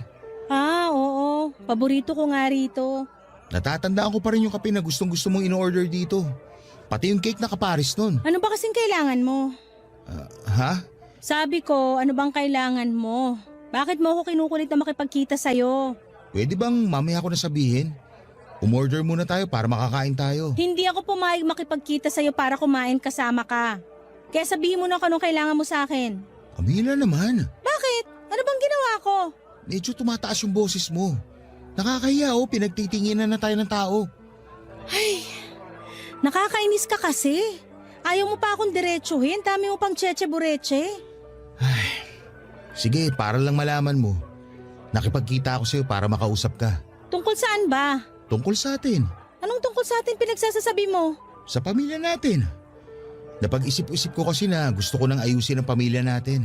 Hindi ako naniniwala na bigla mo lang yan naisip. Kilala kita, Joji. Wag ako. Napag-isip-isip ko nga. Pero mas lalo ko lang na-realize nung kinausap ako ni Kuya Bernie. Ha? Anong pinag-usapan niyo ni Bernie? Marami pero nagsimula yun nung tanungin niya ako kung mahal pa ba kita. Sabi ko, oo, mahal pa kita. Ang totoo, hindi naman nawala yung feelings ko sa'yo kahit na naghiwalay na tayo. Tapos sinundan niya ako ng tanong na kung bibigyan ako ng isa pang pagkakataon para ayusin ang pamilya natin, susunggaban ko raw ba? Sabi ko, oo naman. Kaya hiningi ko sa kanya yung pangalan mo sa messenger at naglakas loob akong i-chat ka. Ah, o tapos? Anong gusto mong gawin ko ngayon? Ayaw mo ba na maayos pa ang pamilya natin? Ayaw mo bang lumaki na may kinikilalang tatay yung anak natin? Sino ba namang ayaw nun? Siyempre gusto ko pero... Pero ano? Nag-aalangan ako. Alam mo naman kung bakit, di ba? Nakakatakot sumugal sa'yo tapos sa dulo matatalo lang uli ako. Pangako, hindi ka na matatalo dahil gagawin ko ang lahat para may panalo tong pamilya natin. Magiging matino akong padre de pamilya, tatay sa anak natin at kinakasama sa'yo. Bigyan mo lang ulit ako ng isa pang pagkakataon para mapatunayan kong sarili ko sa inyo ng anak natin. Hindi ko alam, Joji. Hindi naman din kasi biro yung mga pinagdaanan ko noon kasama ka. Ngayon na nakaalis na ako sa sitwasyon na yon, gugustuhin ko pa bang bumalik? May parte sa akin na gustong tanggapin yung inaalok mo kasi sino ba namang magulang na naghahangad na magkaroon ng wasak na pamilya ang anak niya, di ba? Wala. Napagdaanan ko na yan eh. Alam ko yung pakiramdam pero may isa pang parte sa akin na nagsasabi na baka mag-aksaya lang ako ng panahon pag pinayagan pa kitang makabalik uli sa buhay namin ng anak ko. Pero hindi naman ako masamang tao. Nagkulang lang ako sa inyo ng anak natin. Lang? Kailan naging lang ang pagkukulang? Ewan, pero isang beses lang naman yun. Anong isang beses? Maraming beses na yun, hindi ko lang sinabi sa'yo. Sana sinabi mo para alam ko kung saan ako nagkulang sa inyo. Ay, wow ha? Kailangan ba talagang sabihin sa'yo ang lahat? Hindi ba pwedeng makiramdam ka? Sobrang manhid mo naman yata. Ay, di sorry. Akala mo siguro maaayos ng sorry mo ang lahat, no? Alam ko na hindi maaayos yung mga bagay na nagawa ko na. Nagawa ko na nga, hindi ba? Nasa nakaraan na. Pero meron pa namang ngayon at hinaharap. Yung ngayon at hinaharap na sinasabi mo, kaya ko nang ayusin ng mag-isa. Kailangan mo pa rin ng katuwang lalo na sa pagpapalaki ng anak natin. Kung ngayon nakakaya mo pa dahil hindi pa siya nag-aaral, paano na pag lumaki na siya? Sige nga.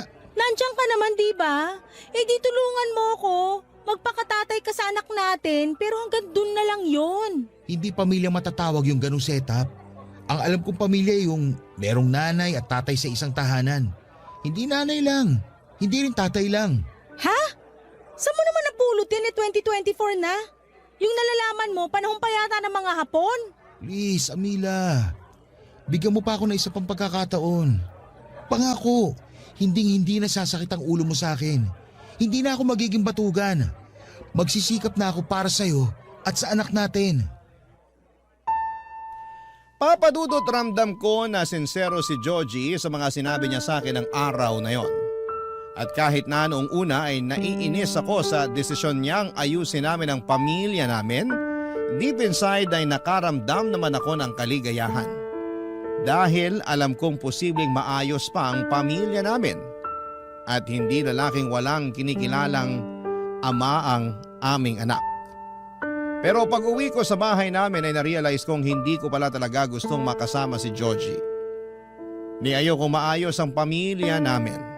Masyado lang akong nadala sa paiyak-iyak at paawa effect niya noong magkausap kami.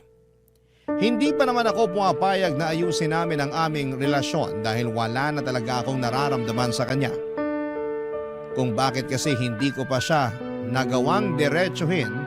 Noong panahong yon, edi sana'y wala na akong problema, papadudot. Ayokong lumabas na pinapaasa ko siya. Gayong alam ko sa sarili ko na hindi ko na siya gusto. Dahil ang totoo ay meron na akong ibang gusto. At yun ay walang iba, kundi ang Kuya Bernie niya, papadudot. Barangay Love Stories. Barangay Love Stories. Papadudot, napansin ko noong simulang ayusin ni Georgie ang relasyon namin ay dumalang naman ang pangungumusta sa amin ni Bernie. Aaminin kong nakaramdam ako ng tampo sa kanya kahit na hindi naman niya kami responsibilidad ng anak ko. Masyado lang siguro akong nasanay na mabilis siya na mag-reply kapag nagchat-chat ako. Pero kahit marami na akong sinend na picture at video ng anak ko, ay hindi man lang niya magawang isin. Doon ako tuluyang nainis kay Bernie pero alam ko naman sa sarili ko na wala siyang ginawang mali sa akin. Meanwhile, kapag si Georgie naman ang nagchat-chat sa akin ay hindi ko naman siya kaagad nire-replyan. Nagdadahilan na lamang ako pero minsan ay nagtatampo siya. Kaya nga kahit napipilitan ay chinachat ko na lamang siya pero puro anak lang namin ang pinag-uusapan namin. One time, in-invite ako ni Georgie na pumunta sa kanila dahil wedding anniversary ng parents nila at may pa-dinner sa bahay. Walang pag-atubili akong umuo dahil naisip ko ay makikita ko doon si Bernie. Excited akong maghanap ng sexy na maisusuot at agad akong nagpaganda, papadudot.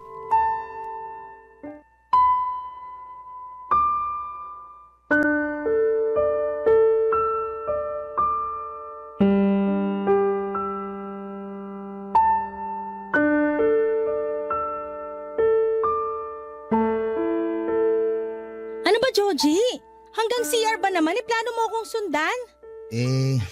Naisip ko lang naman na baka gusto mo. Gusto kong gumamit ng CR. Ano bang kababuyan yung nasa isip mo? Grabe ka naman, kababuyan agad. Oo, bakit? Hindi ba? Kitang-kita dyan sa mukha mo yung kamanyakan. Hoy, below the belt na yun ha. Kung ayaw mo nasasabihan nun, lubay-lubayan mo ko. Hindi ko lang mapigilan na lubayan ka. Kasi ang sexy mo dyan sa suot mo. Tapos, ang ganda-ganda mo pa ngayon.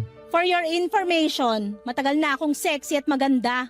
Ay, totoo rin naman yan. Pwede ba? Huwag mo nga akong utuin. Hindi naman kita inuuto. Sinasabi ko lang yung totoo. Basta, naalibadbaran ako sa pinagsasasabi mo. Sige na, doon ka na. Naihihina nga yung tao, dinadaldal mo pa ako. O sige, pero bilisan mo lang ha. Sino ka para sundin ko? Di mo hawak oras ko, no? Sungit naman. Sige na, alis na sabi. Ito na nga aalis na. Lalakad na paalis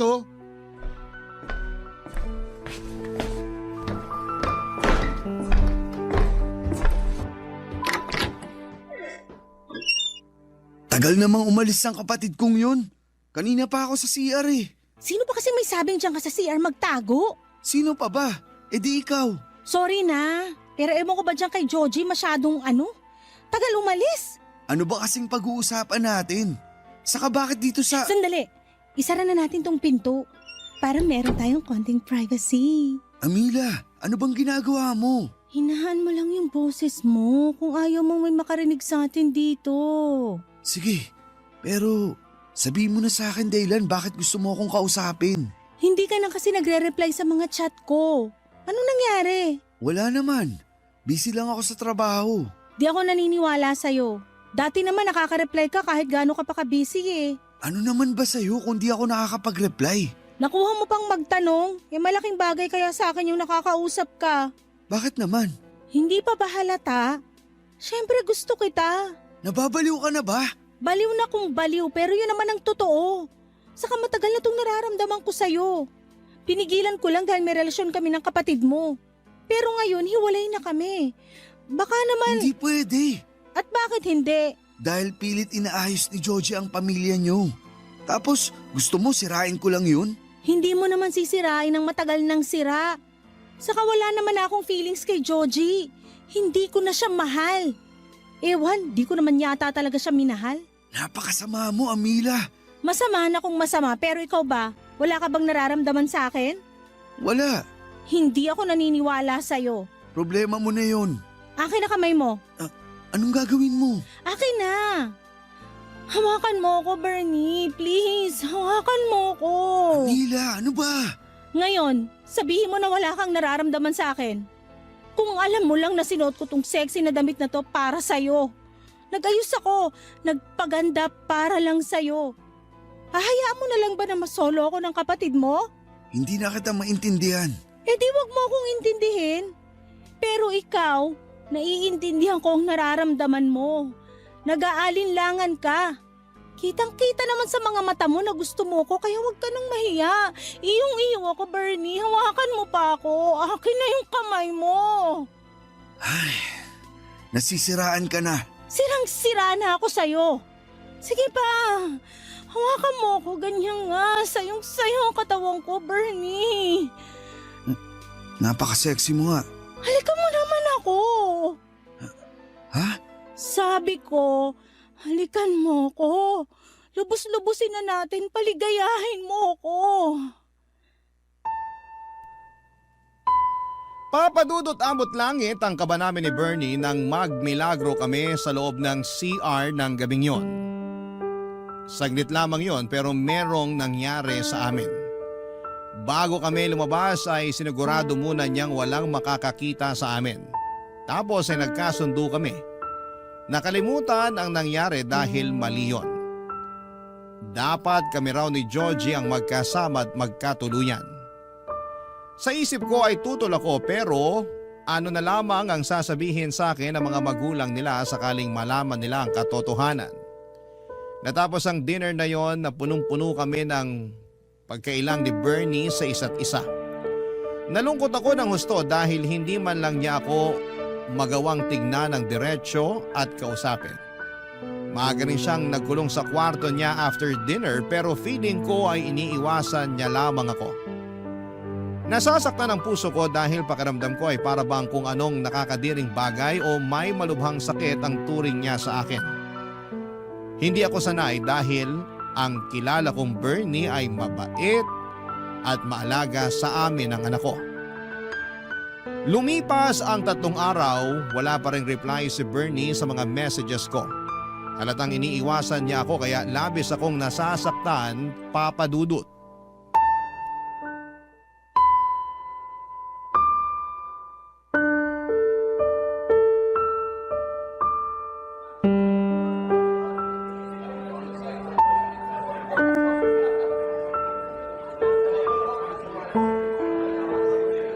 Ayos ka lang ba, Amila?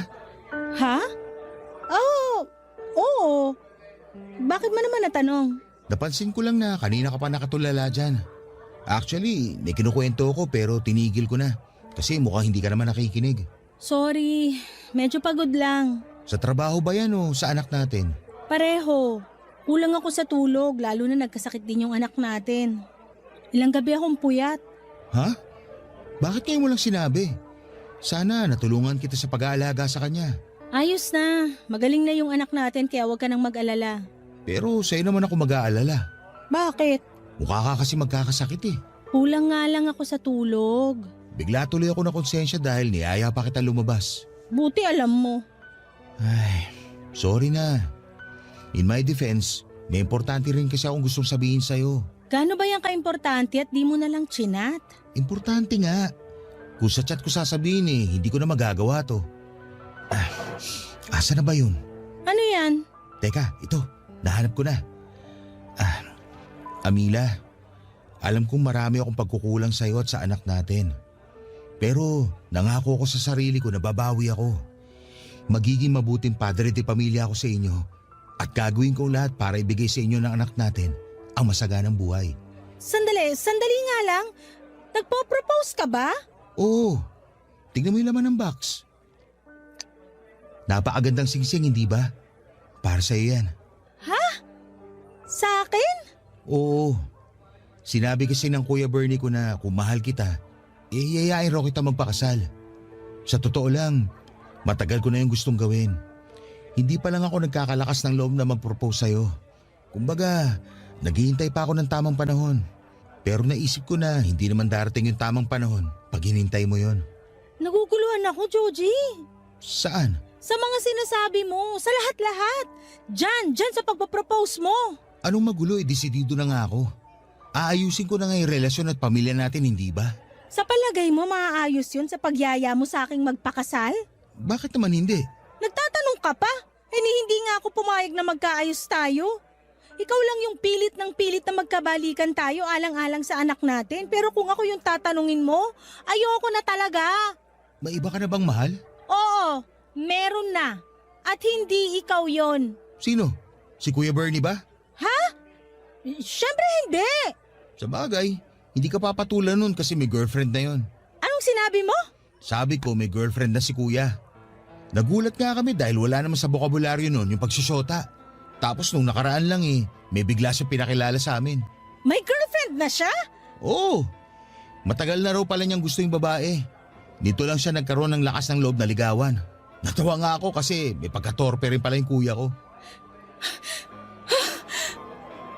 Oh, ano nangyari sa'yo? Bakit parang naluluha ka dyan? Wala. Napuwing lang yung mata ko. Sigurado ka? Oo nga. Sabihin mo kay Bernie, congratulations ka mo. Makakarating. Paano naman yung tungkol sa atin? Anong tungkol sa atin? Ito, yung singsing. Anong gusto mong gawin ko dyan? Uulitin ko ha. Nagpo-propose ako sa'yo ngayon, Amila. Gusto ko na maging asawa ka. Tinatanggap mo ba? Hindi. Ano nangyayari sa'yo? Ayos ka lang ba? Iabot mo na lang yung tubig kesa magtanong ka na kung ano-ano dyan. Sige. Oo, yan. Ayun na yung tubig.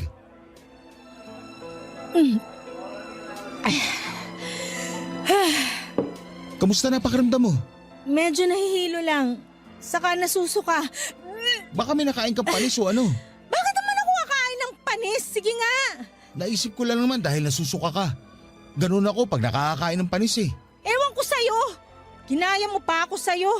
Hindi ako makain ng panis katulad mo, no? Grabe ka naman. Aksidente lang naman yun. Hindi ko kasi napasingaw yung pinabaon na kanin ni Mama. Mainit pa. Dapat pinalipas ko muna ng ilang minuto bago tinakpan. Ayun, napaalis tuloy. Hindi ko naman tinatanong. Hindi rin ako interesado sa kwentong panis mo. Mabuti pa uwi na lang ako. Ang sama-sama na ng pakiramdam ko, binubwisit mo pa ako. Papadudot, hinatid ako ni Georgie sa bahay namin noong gabing yon na masamang-masama ang pakiramdam. Ewan ko pero kakaiba talaga ang nararamdaman ko ng mga panahong yon. Parang hindi simpleng puyat dahil kung ganun lang yon, bakit ako masusuka? Parang may kumakayod na kung ano sa sikmura ko dahilan para maduwan ako. Nagpahinga ako buong gabi at nag-leave sa trabaho kinabukasan. Pagkagising ko noong umaga ay nakita ko ang padalang bulaklak at mga prutas ni Georgie. Natouch naman ako sa ginawa niyang yon at aaminin kong napagaan ng mga magagandang bulaklak ang masama kong pakiramdam. Lumipas ang 2 araw at hindi pa rin nawala ang sintomas ng pagsusuka ko. Doon ako kinabahan dahil huling beses na naranasan ko yon ay noong nagpositibo ako sa pagbubuntis sa anak namin ni Georgie. Bukod doon ay doon ko lang din napagtanto na delay ang menstruation ko. Kaya nga kahit kabado ay ginawa ko ang alam kong dapat kong gawin para malaman kung tama ang hinala ko. Nag-PT ako at lumabas doon na positibo. Buntis ako sa anak namin ni Bernie. Imbis na magtatalon sa tuwa ay napahagulhol ako ng iyak. Takot na takot ako at hindi ko alam ang gagawin ko. Gusto kong sabihin kay Bernie ang katotohanan pero alam kong wala na siyang pakialam sa akin, Papa Dudut. May girlfriend na nga siya, hindi ba, at ayoko namang makagulo sa relasyon nila. Pero paano ko kakayaning dalhin na mag-isa ang baby na nasa tiyan ko? Hindi ko kaya. Hindi ko alam kung kakayanin ko pa. Alanganin din naman akong sabihin kay Georgie dahil sigurado magagalit siya ng husto sa akin. Sa ngayon ay siya lang ang inaasahan kong dadamay sa akin. Sana po ay mapayuhan ako ng ating mga kabarangay. Hanggang sa mga pagkakataong ito ay nalilito pa rin po ako.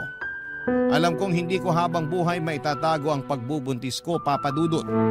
Gusto kong gawin ng tama pero natatakot ako sa pwedeng kahinatnan. Kung bakit kasi sa dinami-rami pa ng taway si Bernie pa na kuya ng dati kong kinakasamang si Georgie.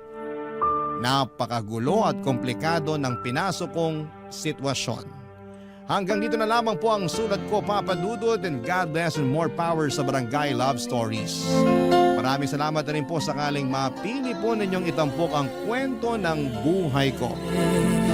Ang inyong forever kapuso at ka-barangay, Amila.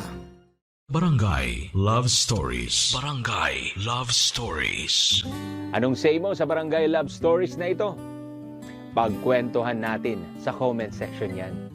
Nagustuhan ng iyong napakinggan? Ituloy yan via live stream sa www.gmanetwork.com/radio. Barangay LS 97.1 forever.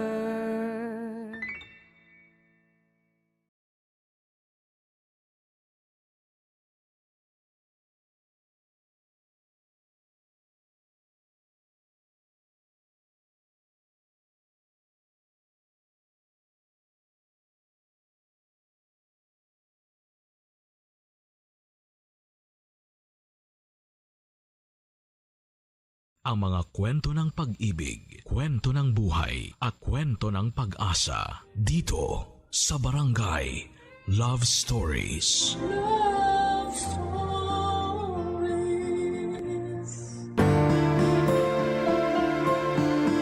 Ang mga nanay natin, ang mga taong inaasahan nating magpoprotekta at mag-aalaga sa atin.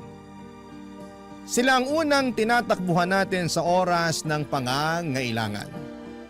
Pero may mga pagkakataon na sila din ang magdudulot ng pinakamatinding sugat sa ating puso dahil sa mga pinili nila sa buhay.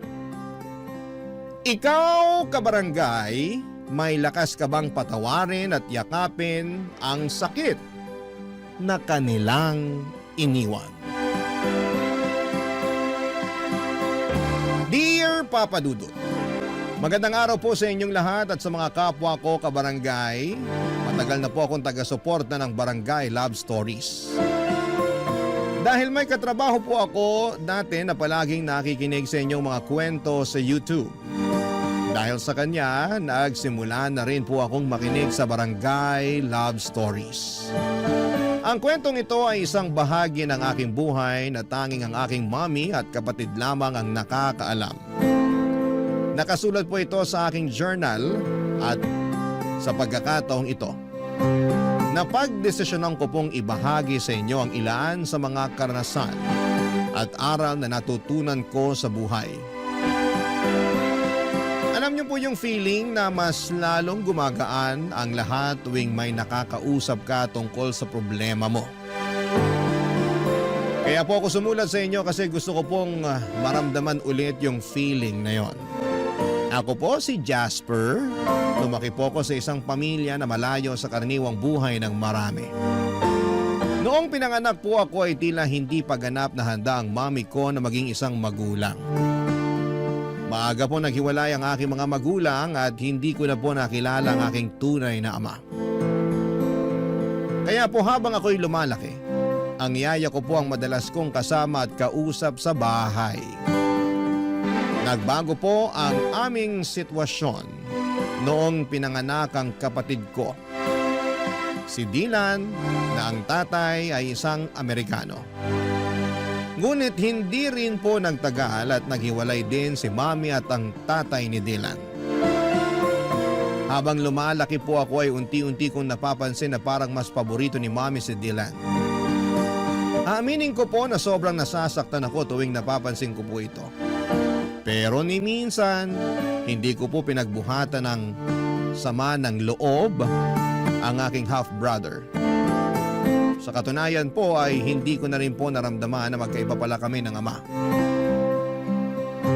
Para sa akin ay si Dylan ang kapatid ko at wala po akong ibang nararamdaman kundi ang pagmamahal at pagkalinga sa kanya, Papa Dudut.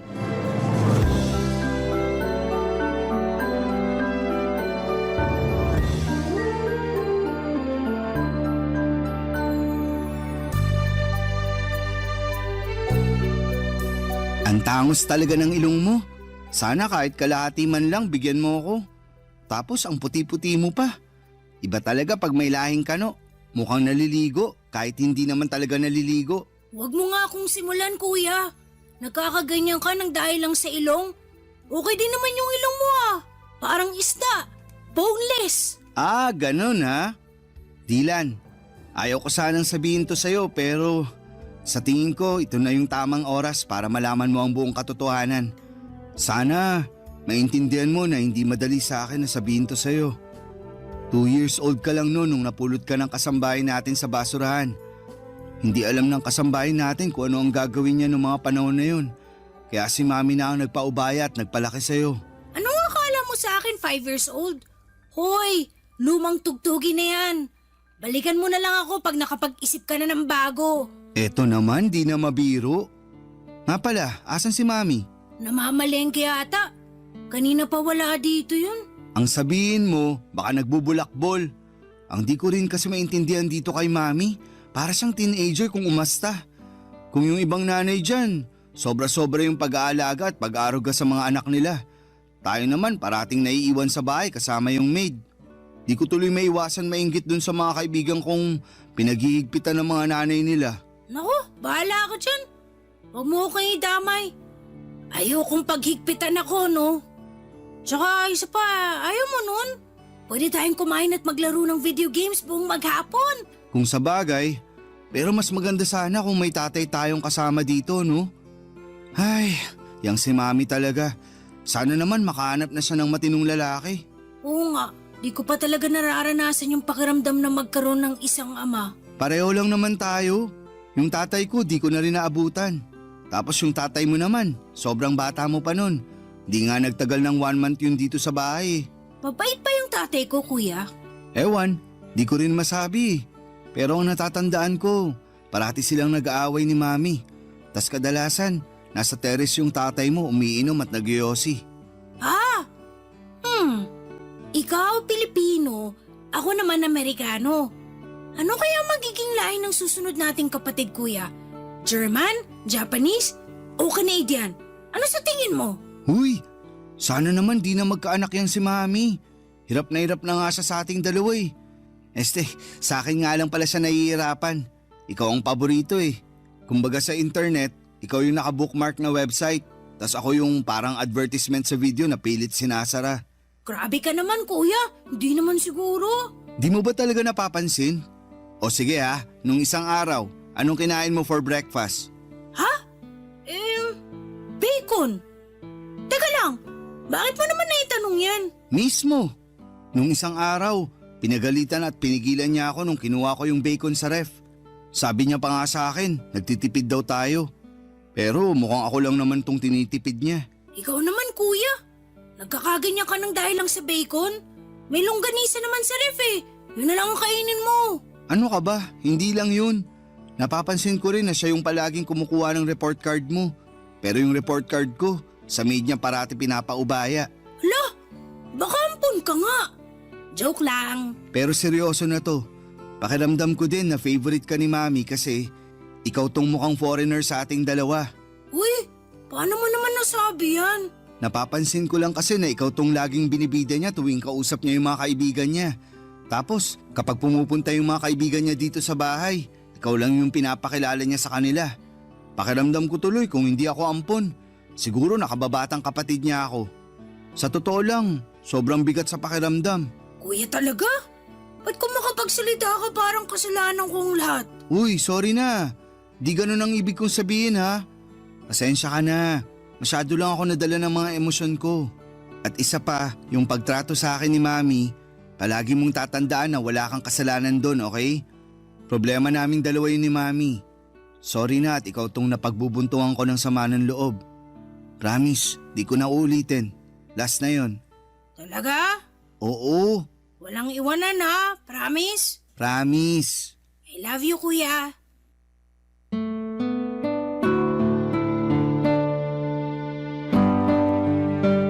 Ganyan kami ng kapatid ko, Papa Dudut. Laging nag-aasara, nag-aaway pero grabe. Sobrang mahal namin ang isa't isa.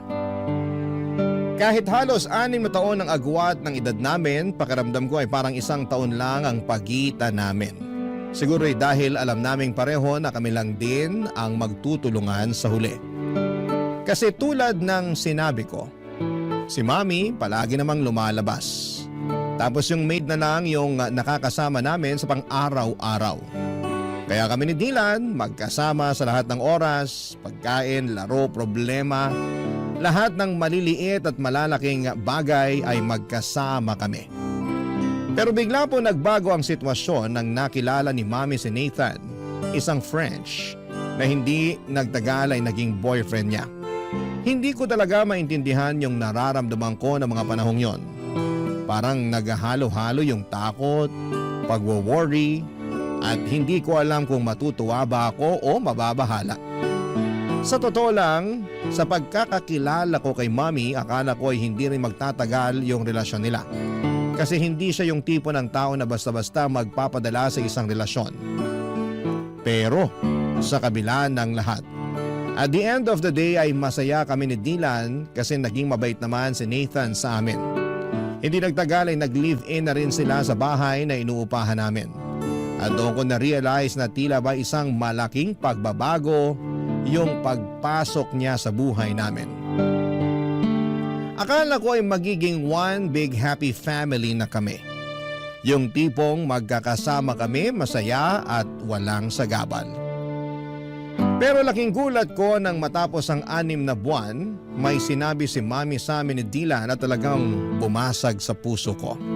Yung tipong hindi ko alam kung papaano tatanggapin. Kasi parang lahat ng pangarap at inaasahan ko ay bigla na lamang nawasak. Ipinagtapat ni Mami sa amin ni Dylan na balak niyang ikasal kay Nathan sa France. Nung una'y natuwa pa ako para kay Mami kasi syempre masaya akong makita siyang masaya. Lalo na't si Nathan naman ay naging mabait sa amin.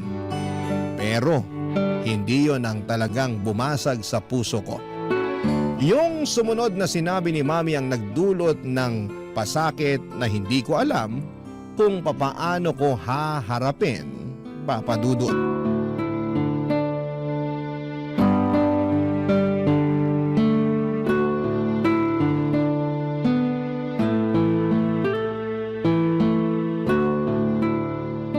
Sige na naman, kuya. Pahiram na ako ng cellphone mo. Sandali lang. Hindi mo ba nakikita na naglalaro pa ako? Manood ka na muna ng TV dun sa sala. Kanina ka pa naglalaro eh. Okay na yan. May kailangan tayong pag-usapan. Bakit? Ano po yun? Mukhang seryoso to ha. Patay. Kung may nabasag dito sa bahay, malamang kasalanan ni kuya yan. Basagin ko kaya mukha mo, gusto mo? Tumigil na nga kayong dalawa. Tungkol to sa napag-usapan namin ng Tito Nathan nyo. Bakit po? Magpapakasal na kami. At napagdesisyonan namin na doon na kami sa France magpapakasal. Ibig niyo po ba ang sabihin, Sa ibang bansa na tayo titira? Astig! Sa wakas, makakakita na ako ng snow. At napagkasunduan rin namin ng Tito Nathan nyo na si Dylan na muna ang dadalhin namin. Ano? Dylan, lumabas ka na muna. Pero kuya... Sige na, please. Sige na anak, iwan mo na muna kami ng kuya mo. Okay po.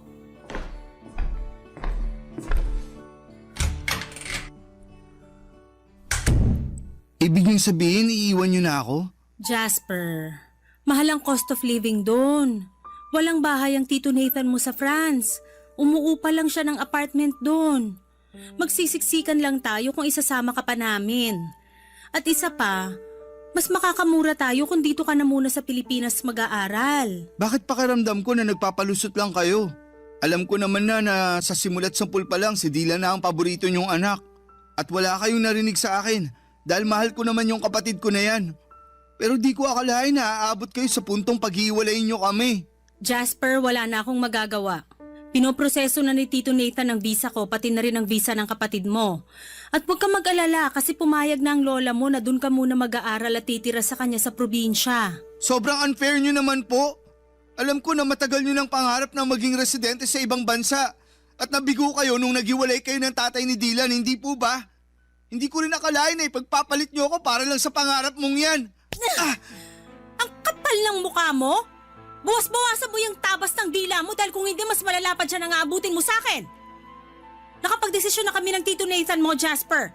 At wala ka nang magagawa doon. Huwag kang mag-alala. Dadalaw kami dito pag naging residente na kami doon. Hindi ka naman pababayaan ng lola mo dito sa Pilipinas. Pero kayo po ni Dylan ang kailangan ko. Hindi niyo ba naiintindihan yun? Ang tigas naman ng puso niyo sa akin. Para niyo na rin pinamukha sa akin na parang kasalanan ko pa na nabuhay ako sa mundong to. Kung ganito lang din naman ang kahinat na ng lahat ng to, sana pala iniwan niyo na lang ako kay Lola nung ipinanganak niyo ako. Bakit niyo ba ako kinupkup kung hindi niyo rin naman pala kayang panindigan? Anong klase kayong ina? Isa pa, Jasper, at tatamaan ka na talaga sa akin. Umayos ka, hindi kita pinalaking bastos. Kung tutusin, hindi niyo naman ako pinalaki, di ba? Buong buhay ko, lagi kayong wala. Ano po ba ang naging kasalanan ko sa inyo para tratuhin niyo ako ng ganito? Kuya? Kuya, ano bang sinabi ni Mami sa'yo? Nagbago ba ang isip niya? Mukhang buo na ang desisyon niya. Kung ganon, hindi ako sasama sa kanila. Dito lang ako sa tabi mo, Kuya. Dylan, wag. Ha? Anong ibig mong sabihin? Mas magiging maganda ang buhay at kinabukasan mo pag sumama ka papuntang France. At dun, mararanasan mo na rin ang pakiramdam ng magkaroon ng isang buong pamilya. Kaya ipangako mo sa akin na magpapakabait ka dun, ha? Buong pamilya? Anong buong pamilyang pinagsasasabi mo dyan? Hindi ka nga kasama, di ba? Dylan, pinapangako ko sa'yo na magkikita pa tayo. Isipin mo na lang na pareho tayo nagbabakasyon sa ngayon. Susunod ako sa France at magsasama ulit tayo sa isang bubong, promise. Kuya, mamimiss kita. Ako rin.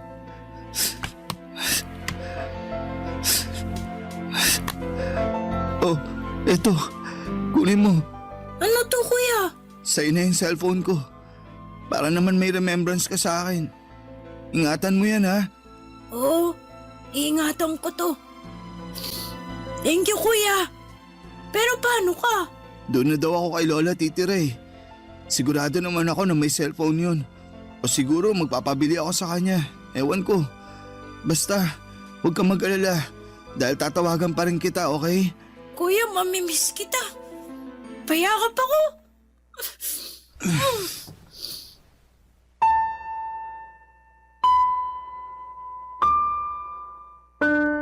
Papadudod, sobrang nasaktan ako sa naging desisyon ng nanay ko.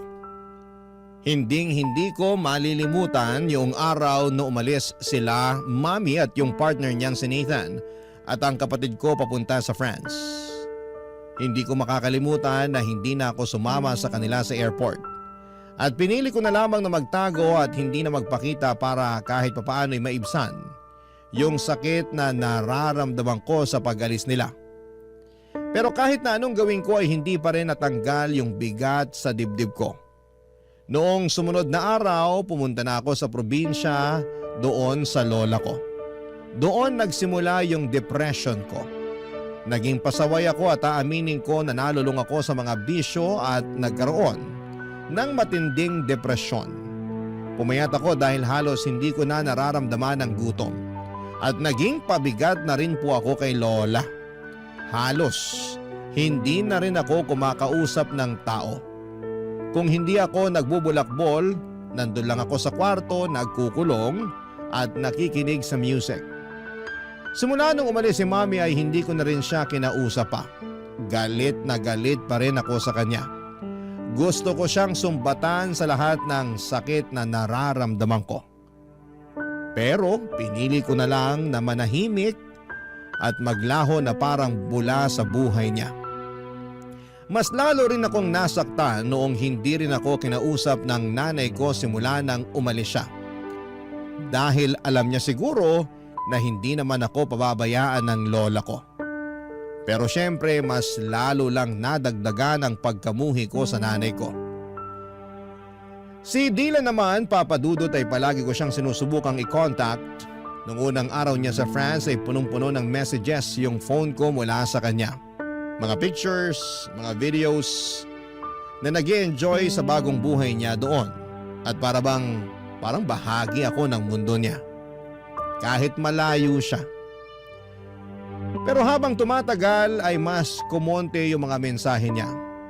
Kung minsan, ilang araw na akong hindi makakatanggap kahit isang text mula sa kanya. At yon, hindi ko maiwasang mag-isip na baka nakalimutan na niya ako. Nasaktan ako noon syempre at mahirap tanggapin, pero iniisip ko na lamang na baka abala ako sa bago niyang buhay kasama sina Mami at si Nathan, Papa Dudut. Barangay Love Stories. Barangay Love Stories. Yung empathy ng lola ko ang naging gabay ko, Papa Dudut. Kahit na siguro naging pasakit ako sa kanya, ni minsan ay hindi ko naramdaman at tinataboy ako ni lola. Laging pinaparamdam ni lola na naiintindihan niya ako. Ikinuwento sa akin ni lola na gusto raw akong ipalaglag ni Mami noong ipinagbubuntis pa ako nito, pero siya ang tumutol at ipinaglaban akong ipanganak. Nalaman ko rin na siya ang may gustong lumayo kami ni Mami para lumaki ako sa piling ng tunay kong ina. Pero hindi alam ni lola na sobrang iba pala ang trato sa akin ni Mami habang lumalaki ako. Masakit mang marinig ang mga revelasyon ni lola ay hindi ako nawala ng pag-asa. Dahil sa pagmamahal ni lola ay nagpatuloy ako sa pag-aaral at nakapagtapos ng Bachelor of Science in Software Engineering. Niyaya ko pa siya na tumira sa syudad, pero mas gusto niyang manatili sa probinsya. Tinanggap ko na lamang ang desisyon niya, pero araw-araw pa rin siyang kinukumusta sa pamamagitan ng cellphone. Bumalik ako ng syudad at pinalad na makapasok sa isang kilalang kumpanya at nag-ipon. Isa sa mga layunin ko noon ay makita si Mami at si Dylan. Aaminin ko na may mga hinanakit pa ako kay Mami, pero handa na akong lunukin ng pride ko, Papa Dudut. Matagal na kasi ang mga nangyari. At ang tanging hangad ko na lamang ay magkaayos kami at makasama sila, lalong-lalo na po si Dylan, Papa Dudut. Sinubukan kong mag-message kay Dylan, pero madalang na lamang talaga siyang mag-reply. Kaya naman nag-decide akong kontakin si Mami sa social media tungkol sa bala kong kumuha ng tourist visa papunta sa France. Nagulat ako sa mainit na pagtanggap niya. Ang sabi niya ay miss na raw niya ako at humingi pa siya ng sorry sa mga pagkukulang niya. Pinatawad ko siya at naramdaman ko na parang naghilom na ang mga sugat ko. Nag-file ako ng 3-week leave na approve at natuwa pa ako nang ma-approve ang visa ko. Kaya makakapunta na ako sa bansang bahagi ng Europa kasama na ang France. Agad ko itong binalita kay Mami at sobrang saya niya para sa akin, Papa Dudut. Si Dylan ay hindi pa rin ako nireplyan. Pero sinabi ko na lamang sa sarili ko na mas okay siguro kung magkita na lamang kami ng personal. At dumating na nga ang matagal ko nang hinihintay, Papa Dudut. ang makatungtong sa airport ng France.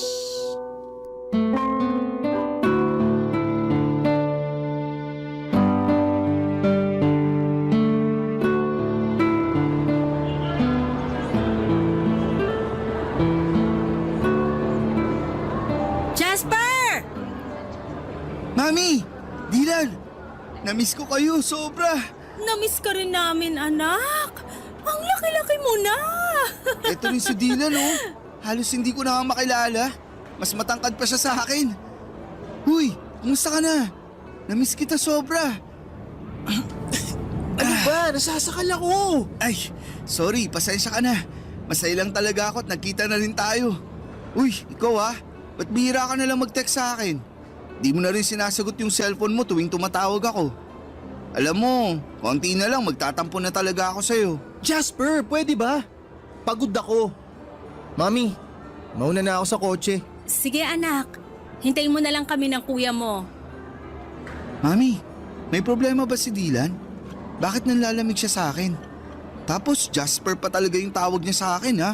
Naku na, hayaan mo na muna yung kapatid mo na yon. Pagod lang yun kasi late na natulog.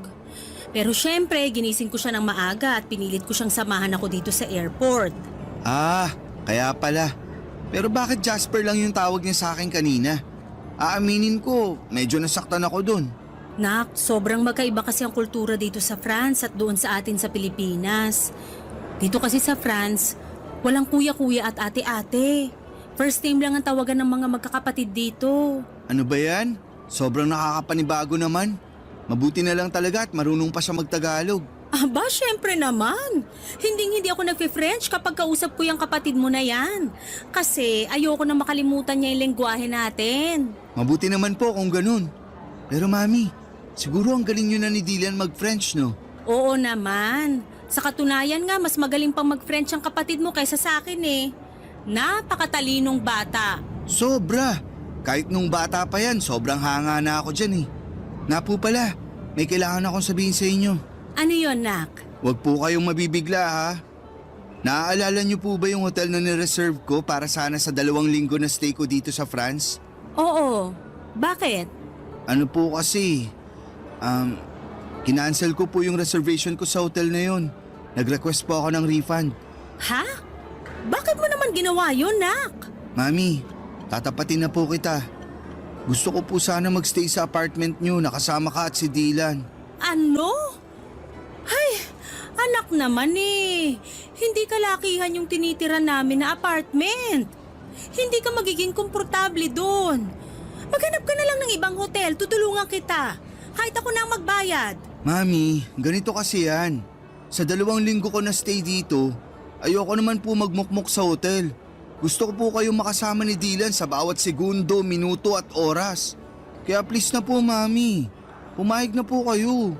Ay, kahit kailan ka talaga, oo. Napaka-independent mo na pero parang bata ka pa rin kung umasta. So, ibig sabihin ba niyan pumapayag na po kayo? May magagawa pa ba ako? Salamat po, Mami. I love you. Pero ipapaalala ko lang sa'yo na wala kaming guest room sa apartment na yon. Doon ka na matutulog sa kwarto ni Dylan pero single bed lang yon. Okay lang sa akin kahit sa saig na po ako matulog. Loko-loko ka talagang bata ka. May extra foam naman dun eh. Yun na munang ipapagamit ko sa'yo. Thank you po.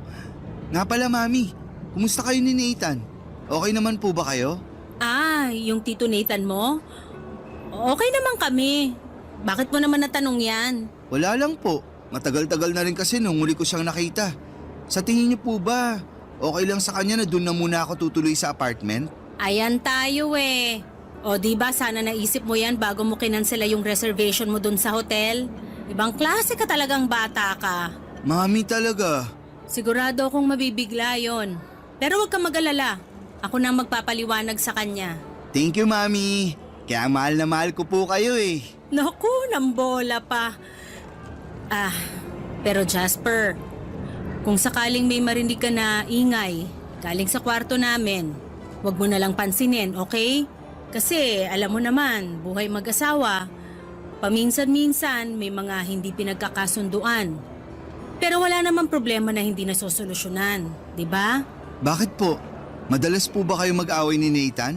Alam mo naman mga French, ang tatapang. Tapos kapag may pinaniniwalaan sila, talagang pinaninindigan nila.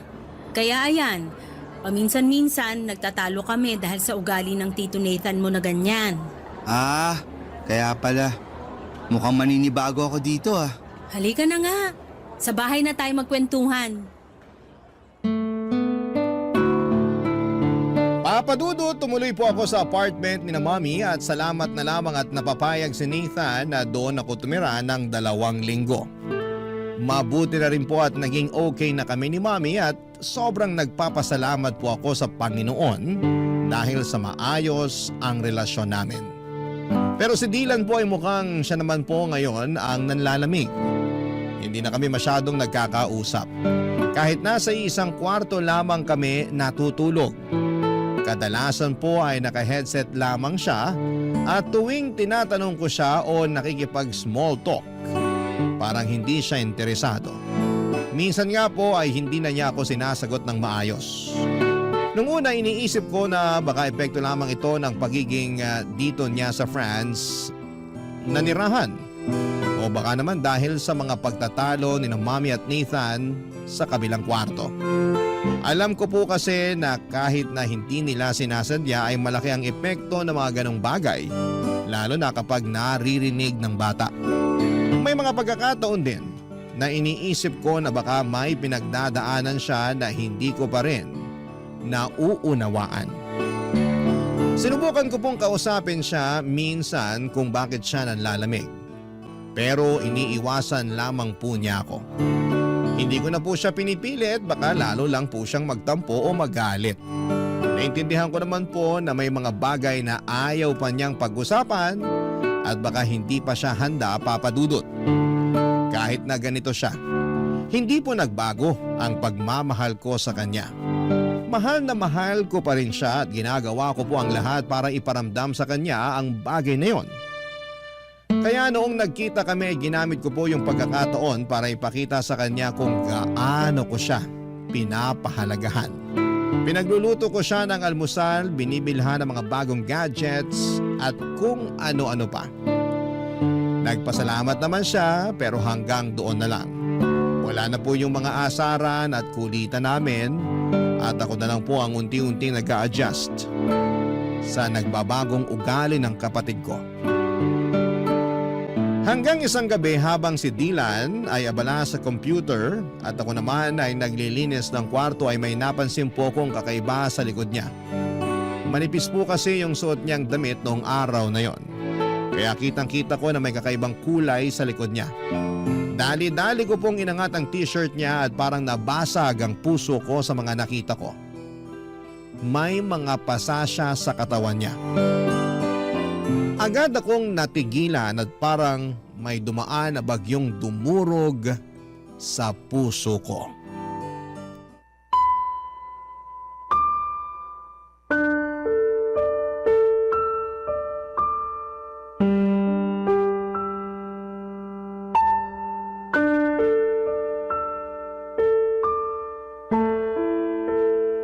Dylan, ano yan ha? Ba't ang dami mong pasa? Ang OA mo naman, pwede ba huminahon ka? Wala to. Nadulas lang ako sa CR nung isang araw. Dylan, wag mo akong gawing tanga. Alam ko yung pinagkaiba ng pasa na galing sa aksidente at pasa na sinadya. Sino may gawa nito sa'yo ha? Magsalita ka. Ano bang pakialam mo, ha? Ipapaalala ko lang sa'yo, Jasper, hindi kita kapatid. Hindi tayo lumaki sa iisang bahay. At higit sa lahat, magkaiba tayo ng tatay. Kaya utang na loob, lubayan mo na ako, tigilan mo na yung pagpapanggap mo na concern ka sa akin. Seryoso ka? Talaga ba, Dylan? Ang sakit mo naman magsalita. Ganyan na ba talaga kasama ang tingin mo sa akin?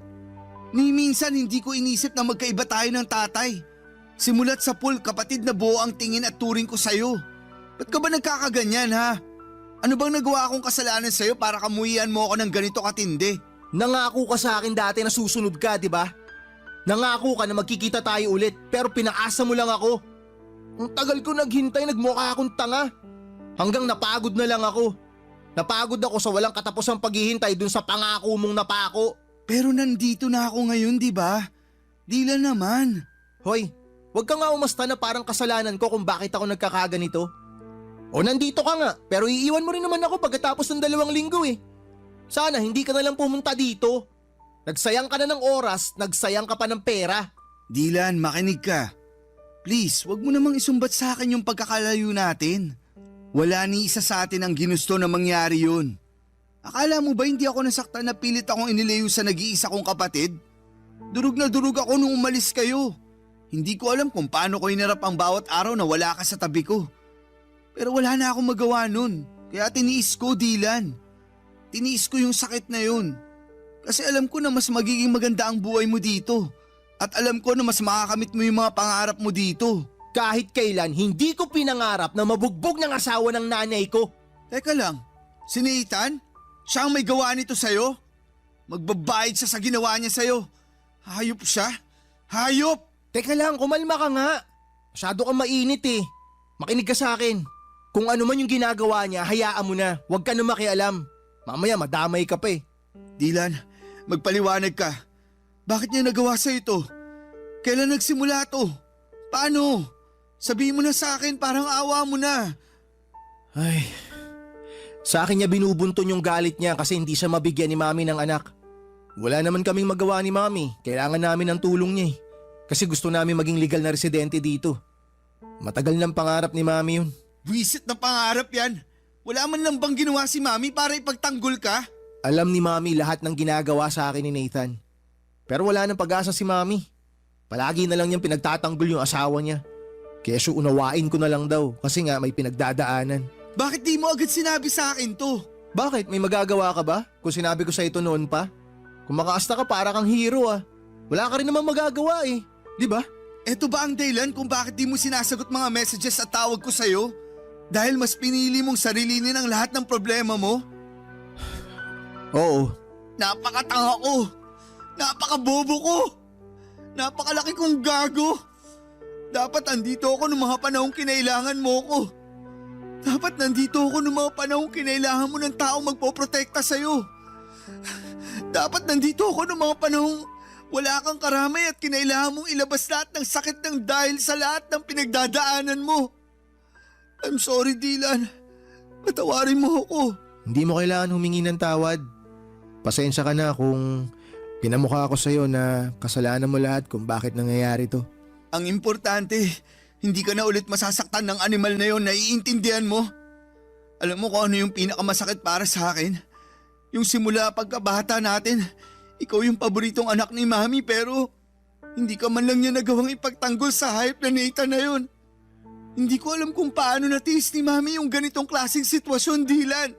Hindi ko na talaga kaya dito. Sasama na ako sa'yo. Parang awa mo na isama mo ko. Sorry kung hindi kita pinakitunguhan agad ng maayos.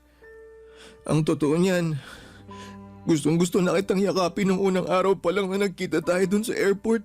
Pero nilamon kasi ako ng inggit eh. Nilamon ako ng lungkot.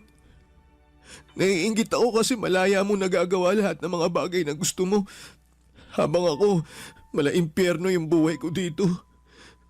Kung akong papipiliin, mas gugustuhin ko na ako na lang sana'y naiwan sa Pilipinas eh. Dylan, alam kong alam mo na kung may paraan lang para pagbaligtarin ko ang sitwasyon nating dalawa. Matagal ko na yung ginawa. Mahal na mahal kita, kuya. Mahal na mahal kita, Dylan. Sobra. Huwag kang mag-alala. Iuwi na kita sa Pinas. Kayo ni Mami. Wala nang dahilan para manatili pa kayo dito. Hindi na ako makakapayag na saktan ka pa ng hayop na yon. Salamat, kuya.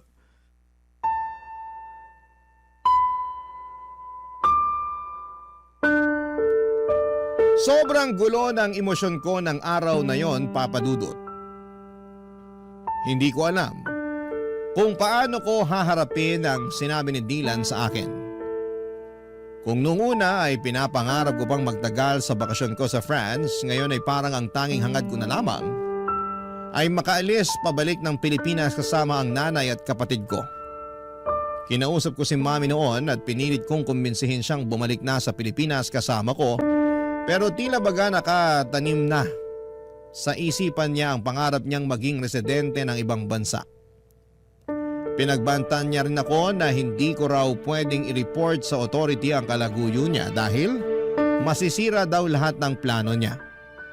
Tinutulan niya ang tulong ko at sa mga mata niya ay parang isang malaking pagkatalo na lamang ang bumalik sa Pilipinas. Sobrang sakit ng pakiramdam ko. Kahit na anong pilit ko ay nagmatigas siya, Papa Dudut. Kitang-kita ko na ang toxic na ang relasyon nila ng asawa niyang Frances. Pero hindi pa rin siya tumitigil sa pangarap na makapagtuloy sa ibang bansa. Ang hirap, Papa Dudut. Ipinaglaban ko si Mami sa paulit-ulit na paraan, subalit sa kanya ay tila wala ng saysayang lahat. Kaya't gumawa ako ng paraan at sa huli ang tanging magagawa ko na lamang ay iligtas at dalhin si Dylan pabalik ng Pilipinas. Pagdating namin sa Pilipinas ay parang isang milagro. Ang dating pagkatao ni Dylan, pati na rin ang relasyon namin ay muling nabuhay. Parang ang mga piraso ng aming koneksyon na matagal nang nawalay ay unti-unting nagsimulang magdikit muli. Naramdaman ko ang pagbabalik ng tiwala, bukas siya sa akin at sa bawat araw ay tila mas nagiging malapit kami sa isa't isa, Papa Dudut. At ngayon, dito na rin siya tumitira kasama ko sa kondo na inuupahan ko. Lahat ng mga pangangailangan niya ako na ang nag-aalaga at nag-aasikaso. At si Mami naman kahit nalabag sa puso ko na iwanan siya sa France, ay wala po akong magagawa. Pakiramdam ko noon kung patuloy ako magmamatigas at ipagpipilitan ang gusto ko ay baka si Mami na mismo ang magtulak sa akin papalayo at ayoko mawala pa siyang muli. Hindi ko kayang masira pa ang natitira naming relasyon. Kaya kahit na ang sakit ay sinabi ko na lamang sa kanya na tawagan ako kaagad kung umabot na sila sa punto ng pisikala ng asawa niya. Binigay ko na rin sa kanya lahat ng mga phone numbers na mga pwedeng magbigay ng tulong doon kung sakasakali. Papa Dudut, gulong-gulo po ako noon. Para akong naiwan sa gitna ng isang bagyong hindi ko kayang kontrolin. Hindi ko matanggap na nanatili siya sa poder ng lalaking yon. Yung lalaking nanakit sa kapatid ko. Yung lalaking unti-unting tinatanggal ang kanyang peace of mind. Sobrang hirap at sa kabila ng lahat ng mga nangyari, parang hindi ko kayang tanggapin na patuloy niyang pinipili ang lalaking yon. Parang isang sugat na hindi mo kayang hilumin. Isang pighati na paulit-ulit na bumabalik. Barangay Love Stories. Barangay Love Stories. Papa Dudut, naging maayos naman po ang buhay ni Dylan dito sa Pilipinas. Lalo na at magkasama kami. Maliit lang ang inuupahan kong kondo pero komportable at magaan sa pakiramdam. Natustusan ko naman ang mga pangangailangan namin at sa bawat araw ay natututo rin si Dylan sa pag-a-adjust sa simpleng buhay dito sa Pilipinas. Ako na rin ang nag-aasikaso sa lahat ng papeles ni Dylan para makapag-stay siya ng maayos dito at higit sa lahat ay pinili kong ipagpatuloy ang kanyang edukasyon dito sa Pilipinas. Papa Dudut, masaya ako na naging mapayapa ang buhay namin kahit sa simpleng paraan. Ang mga maliliit na bagay na dating hindi namin binibigyang halaga, mga magaan na araw, tahimik na gabi ay ngayon ay nagiging malalaking bagay para sa amin. Ngunit sa kabila ng lahat ng ito, hindi pa rin nawawala ang matinding pagwo-worry namin kay Mami, lalo na si Dylan. Paminsan-minsan ay binabangungot pa siya parang ang mga masasakit na alaala mula sa France ay patuloy na bumabalik, Papa Dudut. Parang hindi siya makaalis sa mga trauma na iniwan sa kanya ng mga nangyari doon.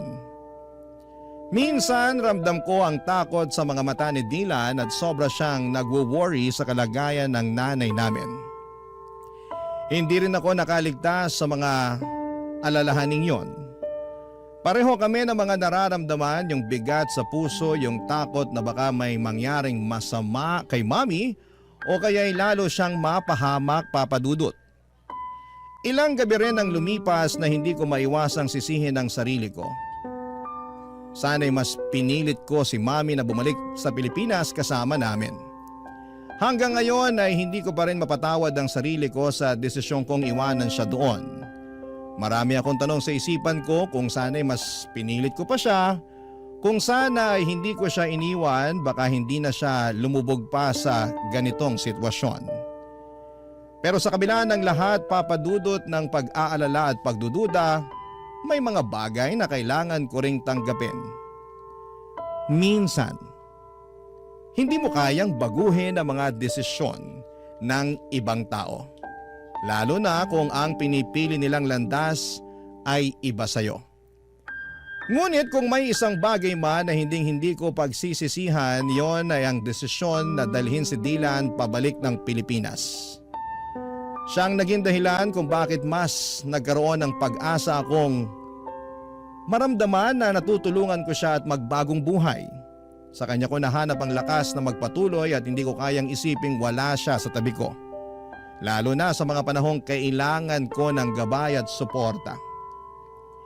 Mas ligtas siya sa akin dito at mas magaan ang pakiramdam ko na magkasama kami. Ang mga gabi namin ngayon ay tahimik, puno ng simpleng kaligayahan. At mas kontento kami sa buhay, Papa Dudut.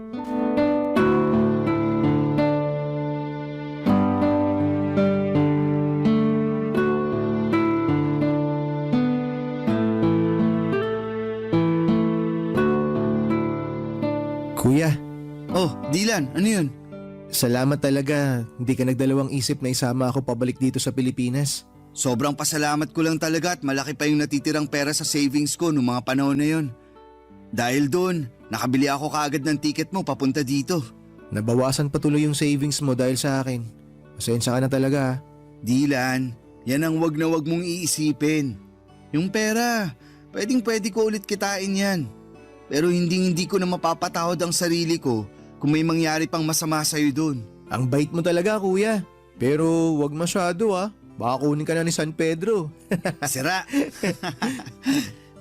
Nga pala, kumusta pag-aaral mo? Ayun, okay naman. Medyo nakakapanibago lang ng konti kasi nga magkaiba yung educational system dito sa Pilipinas dun sa France. Pero huwag kang mag-alala. Makaka-adjust din ako dito. Ikaw pa ba? Mas matalino ka pa nga sa akin eh. Kayang-kaya mo yan. Sure yan. Sana nga. Ay... Uy, mukhang may iniisip ka ah. Anong problema? Okay ka lang? Si Mami kasi, hindi ko maiwasang hindi mag-alala sa kanya. Okay lang kaya siya dun?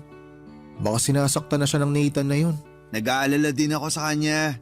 Pero parati naman kami nagtatawagan at mukhang okay naman siya. Ay, sana lang talaga okay siya ron. Huwag ka nang mag-alala. Alam mo naman si Mami, matapang yun.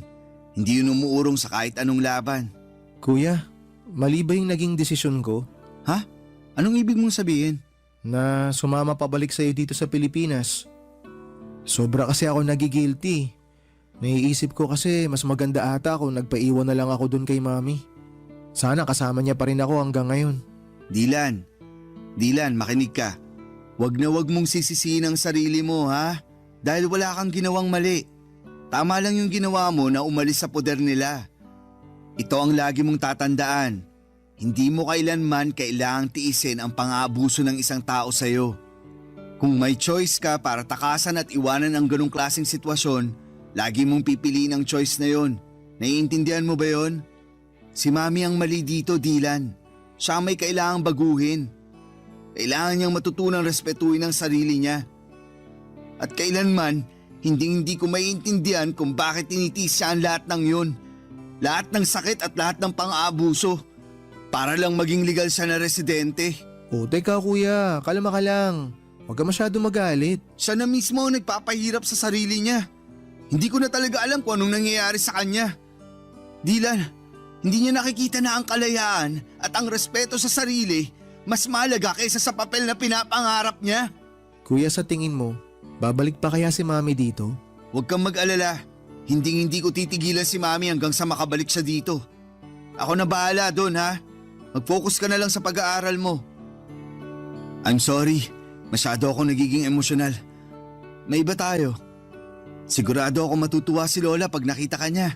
Pupunta tayo kay na Lola this weekend, okay? Sige, tara! Nakaka-excite! Baby pa ata ako nung huli ko nakita si Lola eh. Oo. Sigurado ako magugustuhan mo dun sa probinsya. Sariwang hangin, maraming puno, at higit sa lahat, walang traffic. Hindi na ako makapaghintay. Alam mo kuya, hindi ko akalain na darating pa pala tong panahon na to. Ako din, Dylan. Alam ng Diyos na ilang beses kong pinagdasal na sana magkita tayo ulit. At ngayon na magkasama na tayo, babawi ako sa napakaraming taon na nawala sa atin. Tama kuya, sangayon ako dyan. Pero alam mo, pwede ka namang bumawi sa akin ngayon eh. Bila mo ka ng bagong cellphone kuya, bawi ka na. Ayan tayo eh. Sige na kuya, ugod-ugod na tong phone ko eh. Ang bilis na malobat. Tsaka kailangan na talagang palitan. Kuya, please naman. Bila mo na ako ng bago. Ay, sige na nga. Buksan mo yung drawer ko. May cellphone ako doon na hindi ko na masyadong nagagamit. Sa'yo na yun. Nice! Salamat kuya, the best ka talaga. Ayos, may bago na akong cellphone. Ay kuya, sandali lang. Diyan ka lang ha, may papakita ako sa'yo. Ano yan? Oh, naalala mo pa ba to? Teka lang, ito yung bigay ko sa'yo na cellphone bago ka pumunta ng France ha. Buhay pa pala to? Oo kuya, talagang tinago ko na maigi to. Medyo matagal-tagal ko nang hindi nagagamit kasi sobrang luma na. Pero inalagaan ko to. Grabe! Hindi ko akalain na naitabi mo pa pala yan. Akala ko matagal nang nasira o nawala yan eh. Kasi tong cellphone na to, hindi lang basta gamit to. Ito yung alaala na naitago ko na kahit na malayo tayo sa isa't isa, kahit na anong mangyari, may mga bagay na hindi talaga magbabago. Dylan, thank you at hindi mo kinalimutan ang pagiging magkapatid natin. Salamat din kuya. Kasi dahil sa'yo, natutunan ko kung paano maging matatag. Ikaw rin yung nagturo sa akin kung paano lumaban. Kung wala ka, baka hindi ko rin nahanap yung lakas para makausad ako sa mga nangyari. Na-realize ko rin na walang laban ang hindi natin kayang pagtagumpayan basta magkasama tayo. Ikaw talaga. Isa na lang at maniniwala na talaga ako sa'yo. Kanina pa tayo nagdadramahan dito eh. Pahag na nga lang. I love you kuya. Love you too. Sa mga panahong yon, Papa Dudo, talagang naghilom ang mga sugat namin ni Dylan. Mas naging matatag ang aming pagsasamahan bilang magkapatid. Tahimik na ang buhay namin at sa wakas ay nakaramdam kami ng kapayapaan, isang uri ng katahimikan na matagal na naming hinahanap. Hindi na rin kami palaging nag-aalala kay Mommy kasi parati kaming nagtatawagan at mukhang okay naman siya. Kahit nasa malayo siya, pero kahit na medyo mas tahimik na ang lahat, hindi ko pa rin kayang alisin sa puso ko ang pag-asa na balang araw ay ilalayo ko si Mommy sa kinakasama niyang French. Hindi ko talaga kayang patawarin ang ginagawa ng asawa ni Mommy sa kapatid ko. At kahit gaano kalayo or katagal ay hindi ko pa rin makakalimutan ang lahat ng sakit na idinulot niya sa aming pamilya. Masaya na rin ako na parang hindi ko na masyadong napapansin na may trauma pa si Dylan. Hindi na kagaya ng mga unang araw niya dito sa Pilipinas na talagang kitang-kita ko sa mukha niya ang mga bakas ng sakit at takot na iniwan ng asawa ni Mommy. Mga emosyon na parang hindi matitinag. Pero kahit na parang mas okay na siya ngayon, minabuti ko pa rin na dalhin siya sa isang psychologist. Kailangan niyang mailabas ang lahat ng mga negatibong emosyon na naipon niya mula sa mga pinagdaanan niyang trauma. Gusto kong matulungan siya na maghilom ng buo at sana'y magkaroon siya ng lakas na tanggapin lahat ng mga nangyari at makapagsimula ng panibagong kabanata sa buhay niya. Masaya na ako sa takbo ng buhay namin, Papa Dudut. Wala po akong naging problema sa trabaho at si Dylan sa wakas ay nakakapag-adjust na rin sa buhay niya sa school dito sa Pilipinas. Gumagala kami tuwing weekends at doon kami nakakahanap ng bonding, mga simpleng bagay pero puno ng halaga. Bawat araw na magkasama kami tila ba mas napapalalim ang aming samahan bilang magkapatid. At natututo kami na mas marami ng bagay tungkol sa isa't isa. Akala ko ay magiging ganito na lang ang cycle ng buhay namin, tahimik, masaya at magkasama. Hanggang isang araw, may narinig kaming katok sa pintuan ng kondo namin, Papa Dudut.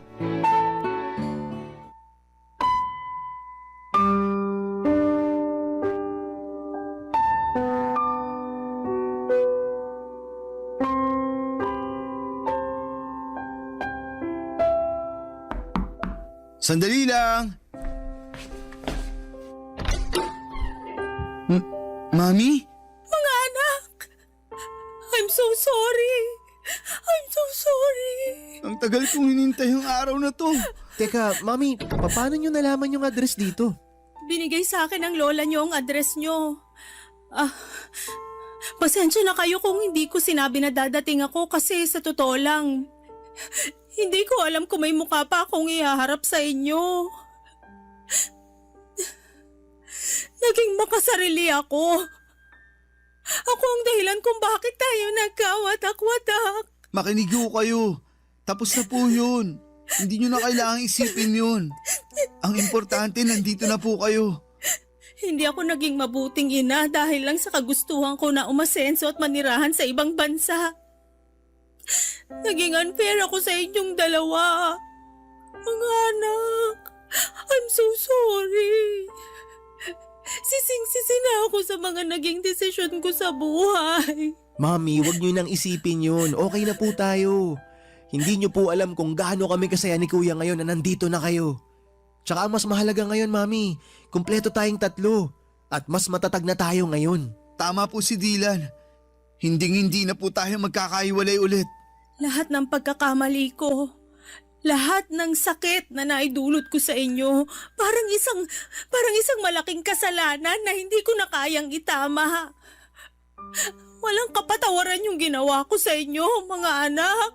Mami, napatawad ka na namin ni Kuya. Matagal na. Hindi ko alam kung paano ko mapapalitan yung panahon na nawala sa atin. Pero kung may pagkakataon pa, babawi ako sa inyong dalawa. Ang importante po, narito tayo ngayon. At nandiyan kayo sa tabi namin. Hindi na natin may babalik ang nakaraan pero sigurado ako na mas marami pang magagandang bagay na mangyayari. Lalo na ngayon na magkakasama na tayo. Salamat mga anak. Hindi ko alam kung anong ginawa ko para maging deserving pa ako ng pagmamahal nyo. Pero sobrang nagpapasalamat ako na may pagkakataon pa akong magbago at maayos ang lahat. Sobrang bigat ng kasalanan ko sa inyong dalawa. Mami, mahal na mahal ka po namin. Dylan, nagbulag-bulagan ako sa mga ginawang kahayupan sa iyo ni Nathan dahil lang sa pagmamahal ko sa kanya at sa kagustuhan ko na maging legal na residente. Naging impyerno ang buhay mo dahil hinayaan ko siya sa mga ginawa niyang kawalanghiyaan sa iyo, anak. Hindi mo deserve lahat ng nangyari sa iyo. I'm so sorry. Mami, aaminin ko po. Sobra ako nasaktan nang malaman ko na sinasaktan ni Nathan si Dylan. Akala ko po kasi noon, mas magiging ligtas si Dylan sa inyo. Lalo na't siya yung paborito niyong anak kahit noon pa man. Huwag niyo po sanang mamasamain pero wala naman pong problema sa akin kung siya ang paborito niyo. Ang sa akin lang po, sana pinrotektahan niyo siya laban sa hayop na yun. Pero sa sobrang dami na nang nangyari, hindi ko na po kayang magtanim ng sama ng loob laban sa inyo. Masaya lang po ako ngayon at ligtas kayo. Jasper, sobrang laki ng kasalanan ko sa iyo, anak. Nagkulang ako bilang nanay mo at hindi ko naparamdam sa iyo yung pagmamahal na karapat-dapat mong matanggap mula sa isang ina. Anak, maraming salamat dahil sa kabila ng lahat hindi ka nagdalawang isip na tulungan ang kapatid mo. Sobrang nagpapasalamat ako at nilayo mo siya kaagad sa malaimpyernong lugar na yon. Bakit, Mami? Ano nangyari? Nahuli ko si Nathan na ng bababae. Tapos nung kinumpronta ko siya tungkol dito, nagwala siya at muntik na niya akong mapatay. Sinira at binasag niya rin lahat ng mga natitirang gamit sa kwarto ni Dylan.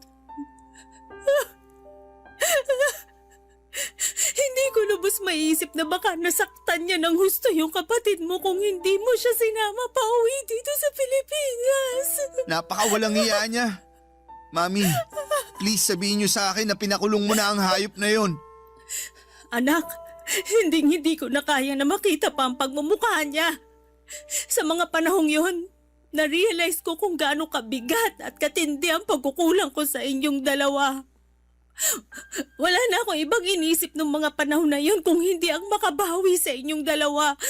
Kaya ginamit ko yung natitirang pera ko para makauwi dito sa Pinas. Mami, kailangan nyo na siyang hiwalayan ng tuluyan. Ayoko na magkaroon pa kayo ng kahit na anong ugnayan sa kanya. I-delete nyo na yung phone number niya sa phone nyo. I-block nyo siya sa lahat ng social media. Baka masundan niya tayo dito tapos saktan na naman niya ako. Ayoko na lang ganun, Mami. Hindi ko na kaya. Dylan, makinig ka sa akin.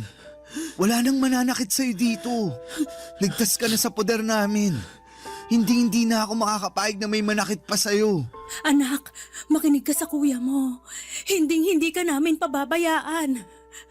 Mamamatay muna ako bago ka pa niya masaktan uli. Naiintindihan mo ba yon? Kuya, Mami, mahal na mahal ko po kayo. Mahal ka rin namin, Dylan. Huwag ka mag-alala, anak. Magbabago na ang lahat simula sa araw na to. Hindi na tayo maghihiwalay.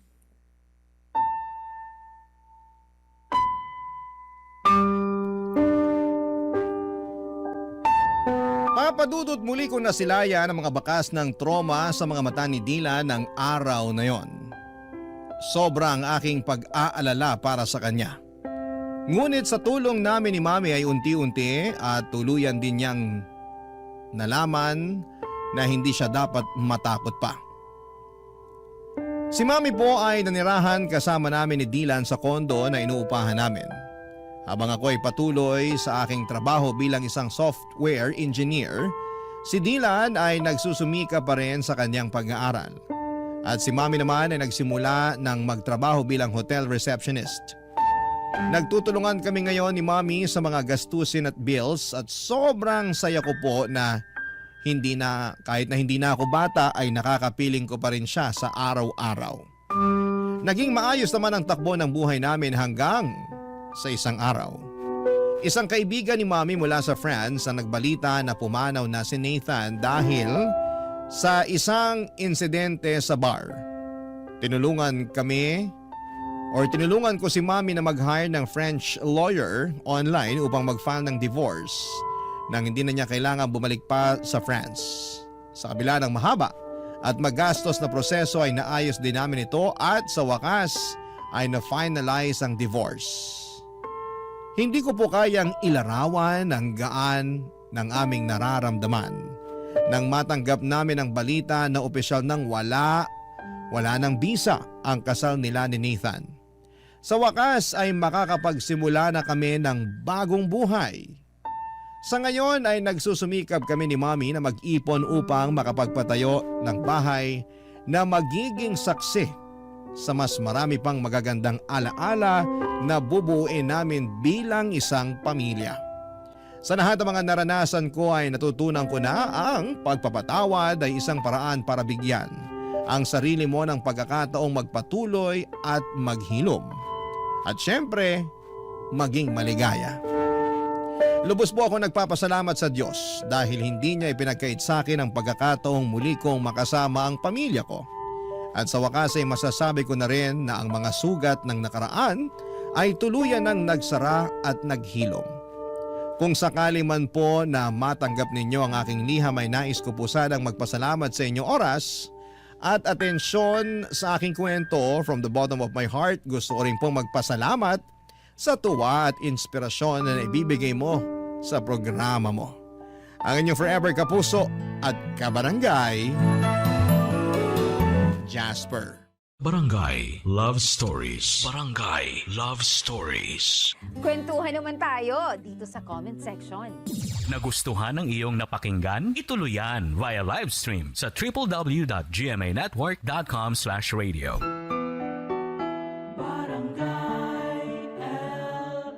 In Mega Manila, 97.1. Forever!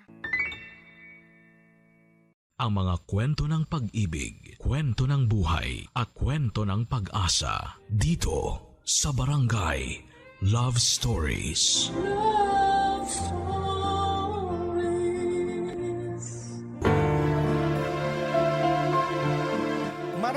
sa atin ang araw-araw na nakikipagsabayan sa agos ng kahirapan. Parang walang katapusang karera habang ang presyo ng bigas, gulay at pamasahe ay pataas ng pataas. Ang sahod naman ay tila nananatiling nakaidlip. Marami ang natutong humawak sa dasal at umaasang balang araw ay makakaahon din, matitikman din ang kahit kakapiranggot na ginhawa. Ikaw, kabarangay, kailan mo nasambit sa sarili mo na all is well pa rin? Kahit halos lahat ay tila hindi na maayos. Dear Papa Dudut, ako po si Boyet, 26 years old sa ngayon, pero yung ikikwento ko po sa inyo ay parang kailan lang nangyari sa buhay ko. Bata pa lamang po ako noon, nakatira po ako sa tiyahin ko sa Cavite. Simula sanggol pa lamang ako ay sa kanya na ako lumaki. Pasalamat ako at binuhay niya ako kahit medyo malupit po siya. Naalala ko pa nga mga sigaw niya sa akin na parang bangungot sa gabi, Papa Dudut. Kaya gusto ko noon na makita ko ang nanay ko. Gusto kong kunin niya ako at magising sa bangungot na yon. Pero wala pong nanay na dumating. Ang sabi nila ay prostitute daw ang nanay ko. Matapos akong iwan sa tiyahin ko ay hindi na ako binalikan pa. Kaya walang araw na hindi ko tinatanong ang sarili ko kung mahal ba ako ng nanay ko. Kasi wala naman sigurong nanay na iniiwan lang ang anak. Kaya naman tinanggap ko rin ang sinasabi nila na patay na siya para mapanatag ang kalooban ko. Na kaya ako hindi binalikan ng nanay ko dahil wala na siya sa mundo. Walang gabi na hindi ako umiiyak noon, Papa Dudut. Tinatago ko ang pag-iyak ko dahil tinutokso nila ako na mahina daw ako. Nang payatot at iyakin. Bakit ba kapag lalaki hindi pwedeng umiyak? Tao naman tayo. Marunong tayong umiyak kung nasasaktan. Dahil sa mga dinanas ko sa tiyahin ko ay nag-ipon ako ng pera galing sa pangangalakal ko. Gusto kong makaipon ng pamasahe. Gusto kong pumunta ng Maynila, oo nga't gusto kong paniwalaan na patay na ang nanay ko para mapanatag ang loob ko na mahal niya ako at hindi iniwan. Pero may parte pa rin sa puso ko na nagsasabing buhay siya at gusto ko siyang hanapin sa syudad. Lumuwas ako ng Maynila kahit na 10 years old pa lamang ako. Daladala ko ang mga pag-asa na sana'y makita ko ang nanay ko. Nang makarating ako sa Maynila ay sobrang takot ang naramdaman ko. Ang laki-laki, ang lawak at ang lahat ng tao ay parang hindi ko mapagkakatiwalaan. Unang gabi ko ay tumambay lamang ako sa labas ng simbahan. Hindi ko na matandaan kung anong simbahan yon. Pero nagdasal ako na sana'y gabayan niya ako. At sana'y walang mangyaring masama sa akin at makita ko ang nanay ko. Nagdaan ang maraming araw, linggo at buwan hanggang sa nakilala ko si Manong sa isang squatter sa Makati, Papa Dudut.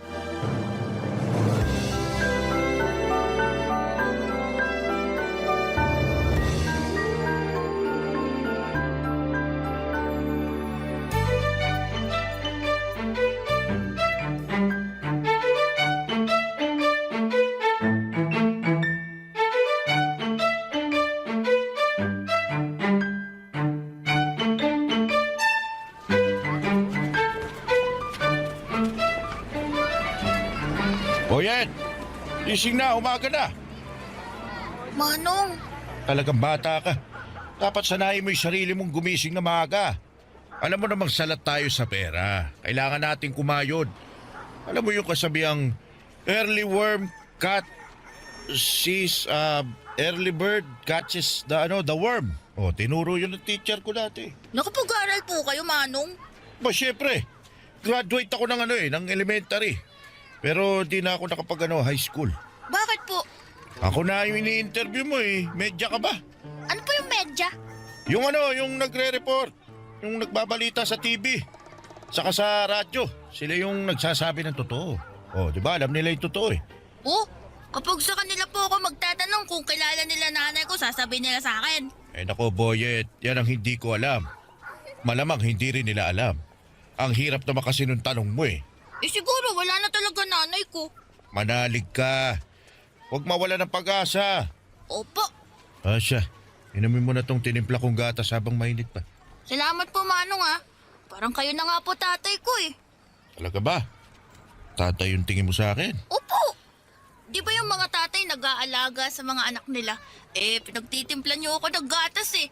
Ginising niyo ako para lang ipainom sa akin to. Ay nako, sige na. Ako na tatay mo. Pero Manong pa rin yung itawag mo sa akin ha. Baka pagkamalan talaga akong anak kita. Hindi na ako makapanligaw niyan.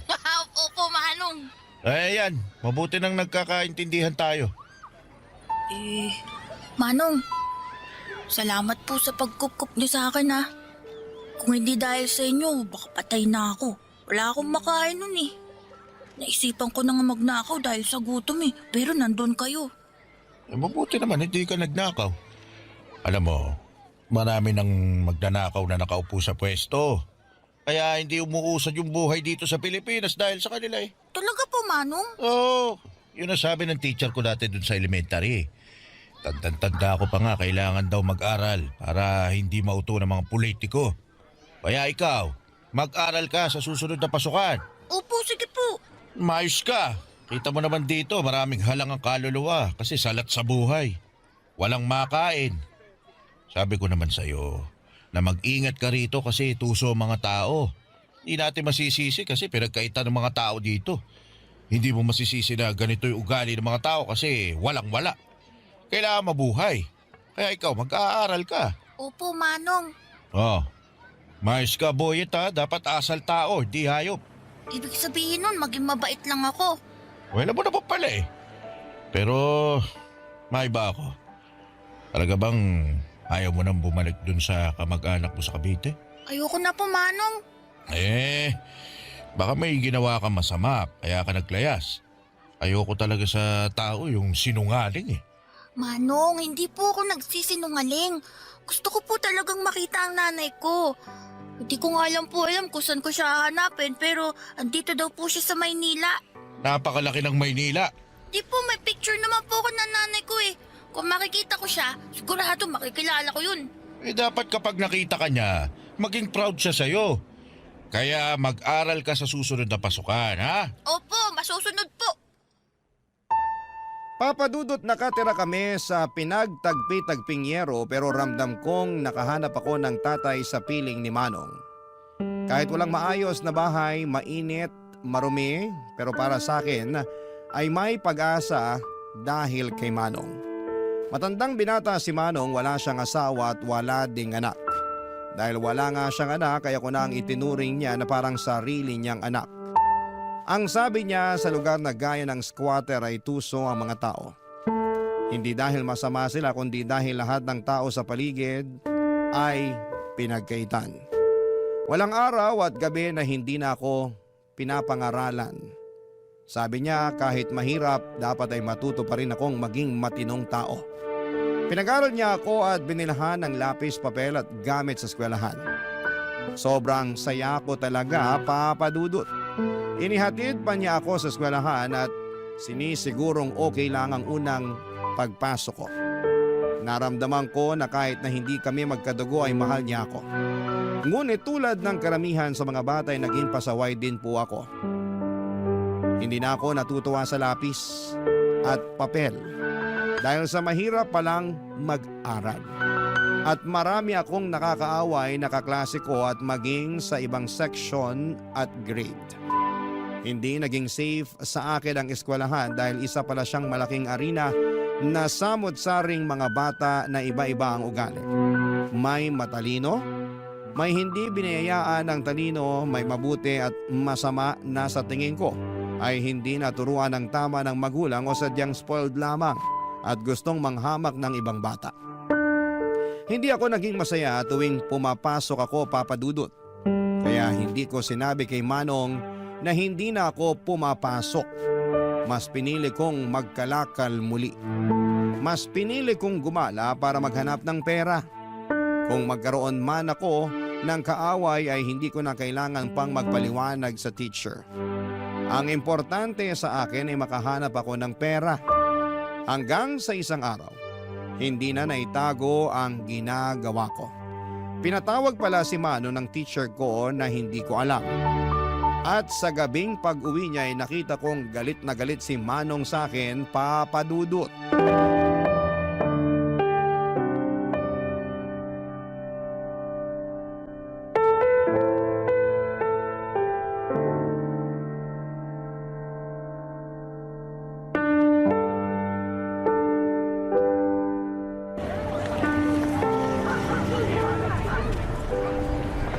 Ano tong ginagawa mo, Boyet?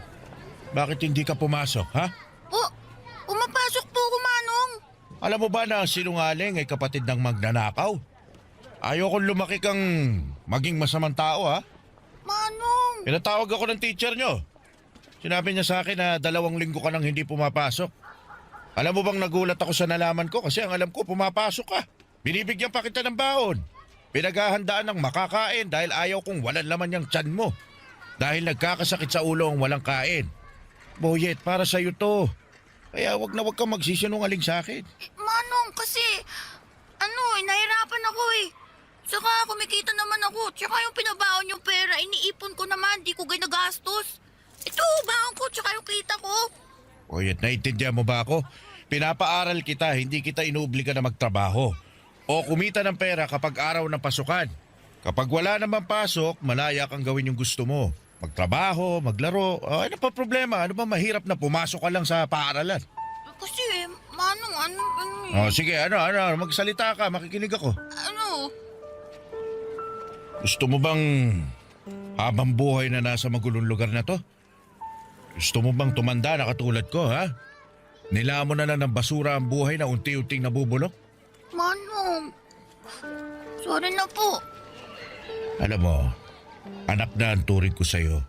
Naging responsibilidad na kita. Hindi na kita pwedeng pabayaan, Boyet. Hindi ako nagkaanak. Ayaw kong magkaanak, kaya hindi ako nag-asawa kasi takot ako eh. Takot ako sa responsibilidad. Kita mo naman, ano may bibigay ko magandang buhay sa pamilya ko? Sa magiging anak ko na mahirap pa ako sa daga. Ayoko maghirap ang magiging pamilya ko, ang magiging anak ko. Pero nung dumating ka, naisip ko, ako na ang pamilya mo.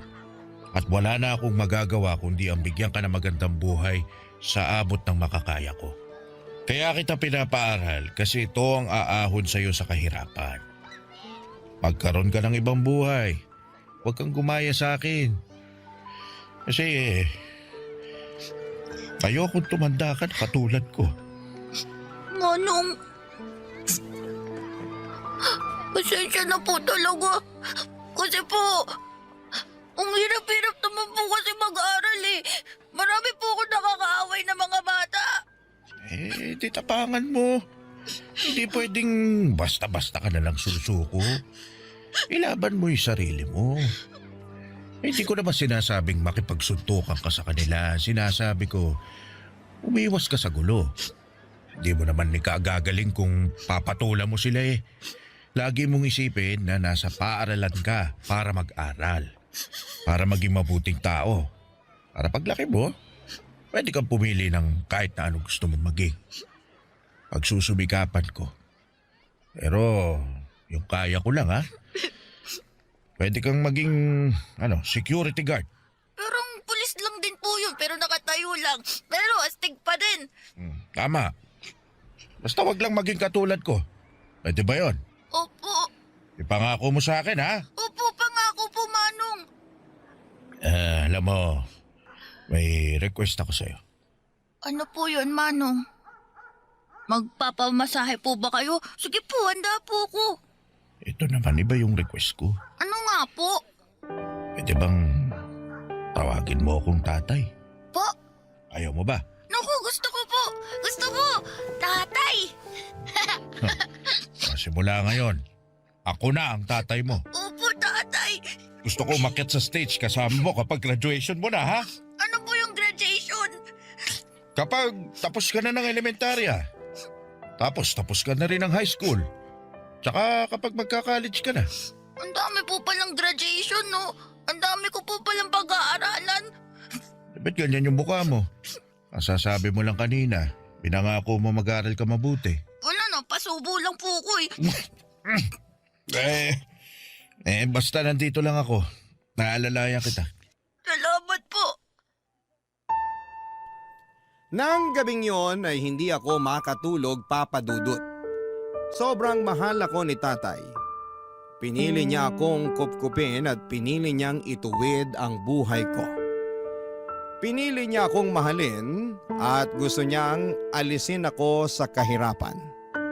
Kaya naisip kong hindi ko dapat sayangin ang pagkakataon na ibinigay sa akin ni tatay. Doon ko ipinangako sa sarili ko na magbabago ako dahil gusto kong maging proud siya sa akin. Gusto kong mapatunayan sa kanya at sa sarili ko na kaya kong lumaban. Kahit mahirap, kahit galing sa basura, ay may mararating din sa buhay. Noon ay hindi pa talaga malinaw na ang mga ginagawa ng mga bata sa akin ay isang klase ng pambubuli. Pero sabi ni tatay ay iiwasan ko na lamang ang mga yon at dapat ay mag-focus ako sa pag-aaral. Kaya naman sinunod ko yon, Papa Dudut.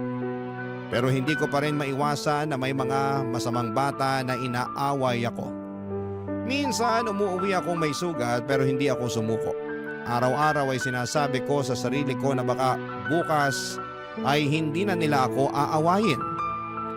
Bawat pagpasok ko sa school ay parati akong nagdarasal na sana'y walang mambubuli sa akin at sana'y hindi ako pagagalitan ng teacher dahil hindi ko na naman naintindihan ang mga itinuro niya. Gusto kong maging mabuting estudyante. Gusto kong makatapos para sa pangarap ni tatay na makaakyat sa stage kasama ko. At syempre, naging pangarap ko na rin talagang makagraduate, Papa Dudut. Barangay Love Stories. Barangay Love Stories. Papa Dudut, araw-araw kong pinapatatag ang sarili ko. Ang nasa isip ko na lamang ay huwag biguin ang sarili ko at ang tatay na matupad ang pangarap naming dalawa. Kahit na walang araw na hindi talaga ako nilalapitan ng mga bully ay tuloy lamang ako sa pagsusumika para makuha ang diploma sa elementarya. Paunti-unti lang ang goal at doon ako nakafocus. Tinapangan ko talaga sa bawat pagsikat ng araw at sabi ko na sa gabi, wala na naman ang mga bully at kasama ko naman si tatay. Pero ayun na nga, sa school ay sobrang hinahamak talaga ako. Kesyo nakatira ako sa basura, sa squatter, nangangalakal at ang baon ko ay galing daw sa basura. Kahit ano pang sabihin nila, iniisip ko na lamang na may pera naman sa basura at may pupuntahan itong pagsusumikap ko sa pag-aaral. Ngunit isang araw, ibang bully naman ang dumating. Nagkasakit si tatay, ibang klase palang bully ang sakit. Kailangan mo ring tapangan at buksain para magpatuloy sa buhay. Ilang linggo na siyang nangihina at kahit sinasabi niyang pumasok ako sa paralan ay mas pinili kong alagaan siya. Hindi pwedeng basta-basta ko na lamang pabayaan siya dahil alam kong hindi madali ang buhay kapag may dinaramdam, Papa Dudut.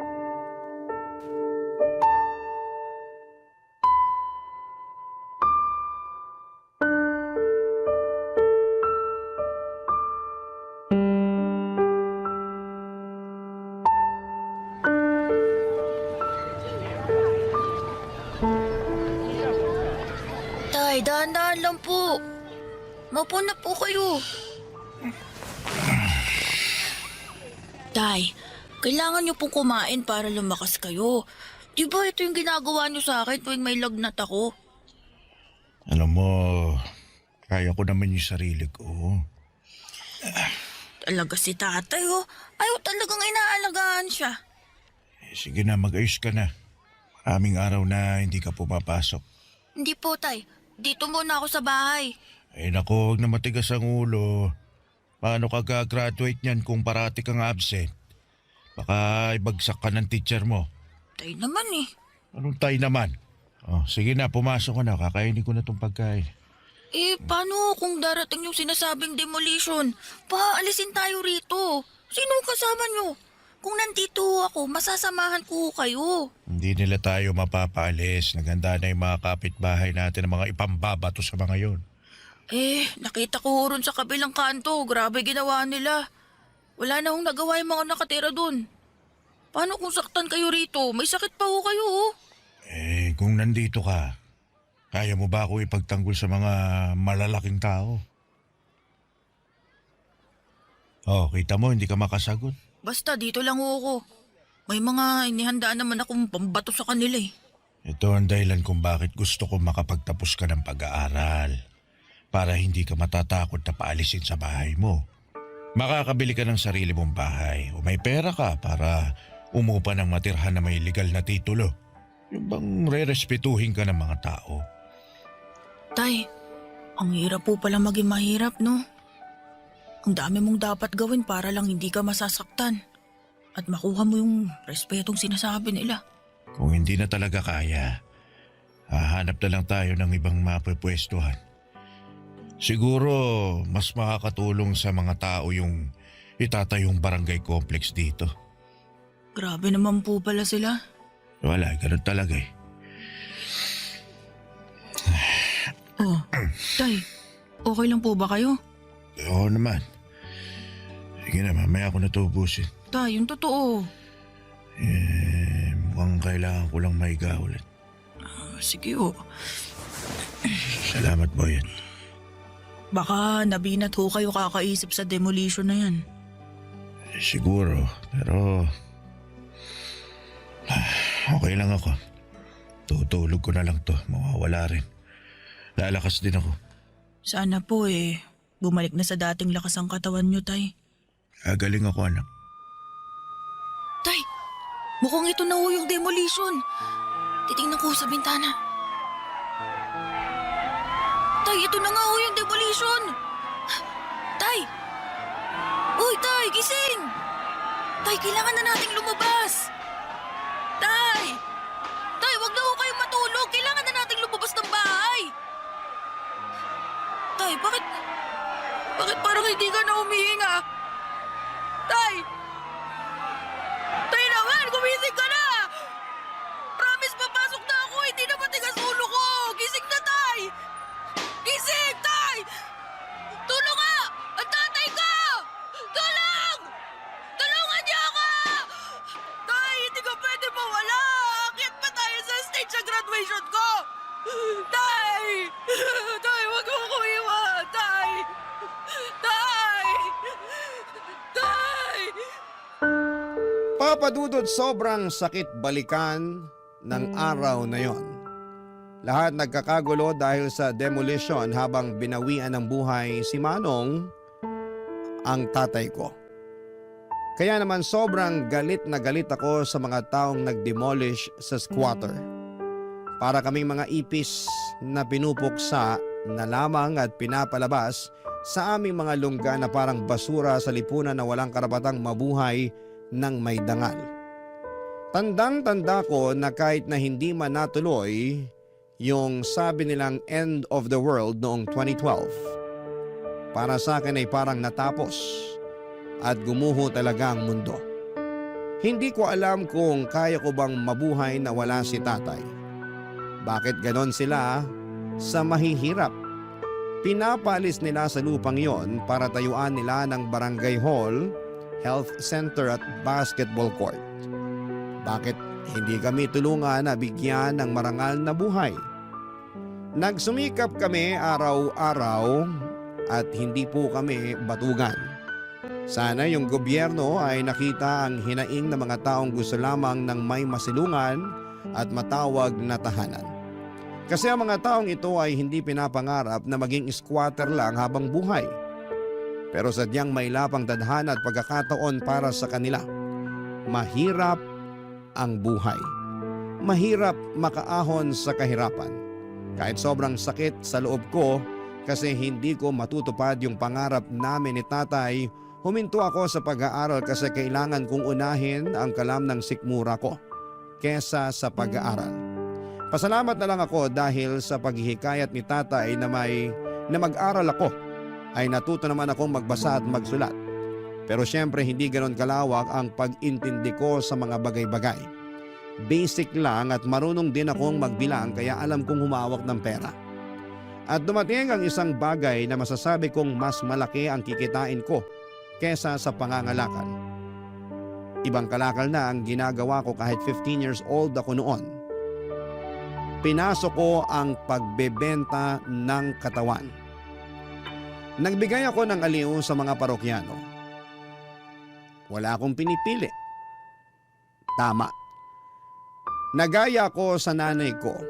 Ang kaibahan lang ay hindi ako nabubuntis kasi lalaki ako.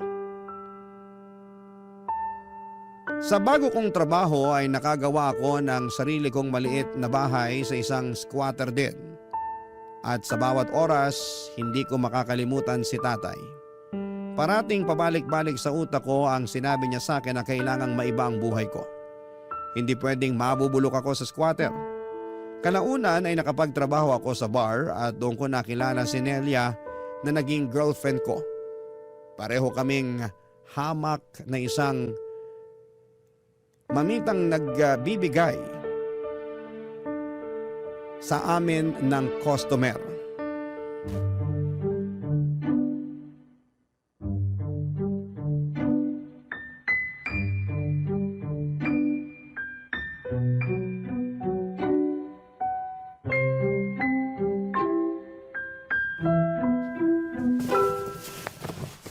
Talagang ganyan ang susuotin mo?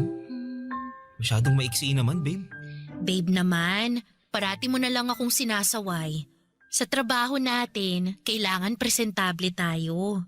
Alam mo naman, puhunan natin ang ating mga mukha at katawan. Dapat maayos ang forma natin, no? Alam ko naman yun, pero sana... Ay naku, sana naman kaya ito mapupunta. Ayokong makipagtalo sa'yo, ha?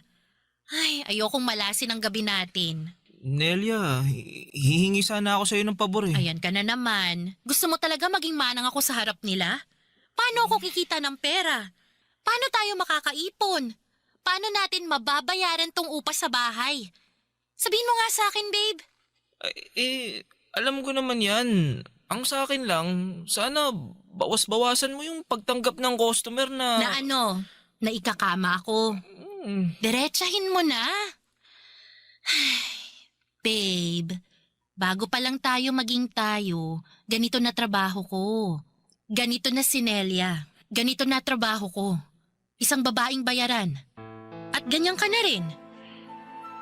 Ito talagang ayaw ko eh. Kapag ikaw pwedeng mangyalam, kapag ako hindi.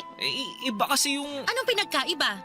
Pareho lang naman tayong nagbebenta ng katawan, Boyet. Kailangan natin to kasi hindi tayo nakatapos ng pag-aaral. Wala tayong makukuhang ibang trabaho na magbibigay sa atin ng malaking datong. Wala! Kaya wag na nating pag-usapan to. Ang mahalaga, mag-ingat tayo sa ginagawa natin. Pasensya na talaga. Hindi ko lang maiwasang magselos eh. Nako, hindi nakakain ng selos-selos na yan. At wag ka nga magselos. Trabaho lang naman lahat ng to eh.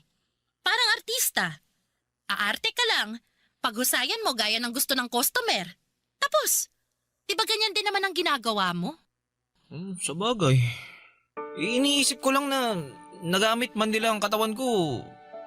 Pero hindi naman ang kaluluwa ko. Ang lalim naman nun, babe. Kaya sana maipasa ko yung exam ko. Para makatapos ako kahit senior high man lang. Para makahanap din ako ng ibang trabahong matino. Gusto ko na kung magkaanak man tayo balang araw, magiging maayos na ang buhay natin. Mabibigay ko sa magiging anak natin ang buhay na maganda. Yung hindi naghihirap. Yung kaya natin suportahan kung ano yung gusto niya. Pag-aaralin natin yun hanggang kolehiyo. Ang taas talaga ng pangarap mo, babe. Pero tama, ayaw ko rin maranasan ng magiging anak natin ang hirap sa buhay. Naghihirap na nga tayo, ipapamana pa ba natin sa kanilang ganitong buhay?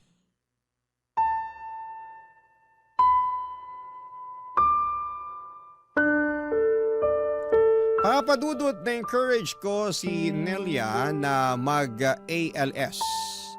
Sinubukan niya talaga, Papadudot. Maraming beses na parang gusto na niyang sumuko pero parati ko pa rin siyang sinasabihan na para ito sa aming dalawa. para pwede naming sabihin na may pinag-aralan kami. Pero dumating ang 2020, nagka-pandemic. Naging isang dagok ito para sa amin at maging sa mga kababayan natin. Naging mahirap ang buhay at nawalan kami ng customer kasi nga ay nasa bahay lahat ng tao. Ang daming restrictions. Pati ang ipon namin ay naubos dahil wala talagang trabaho.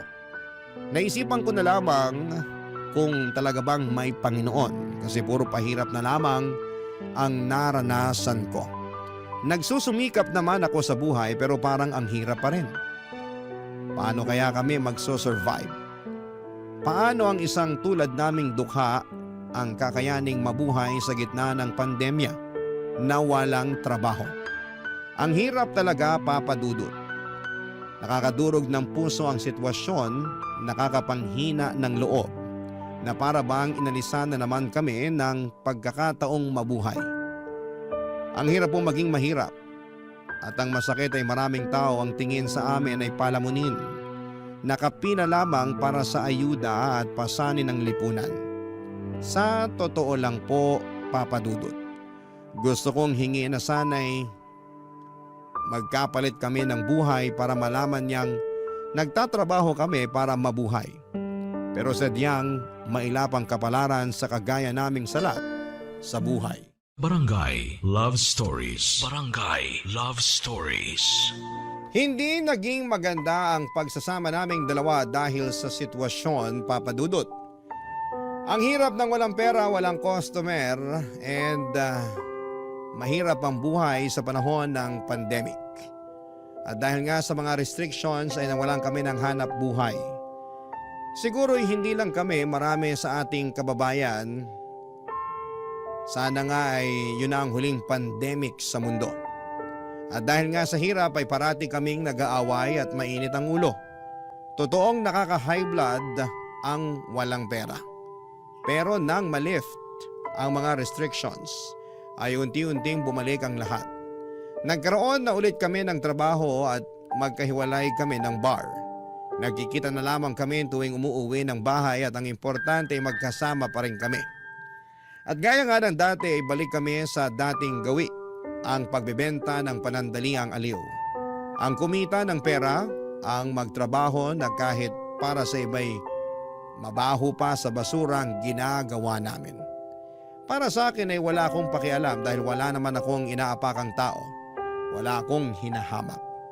Gusto ko lang kumita ng pera pero isang umaga'y nagulat ako nang umuwi si Nelia sa bahay, Papa Dudut.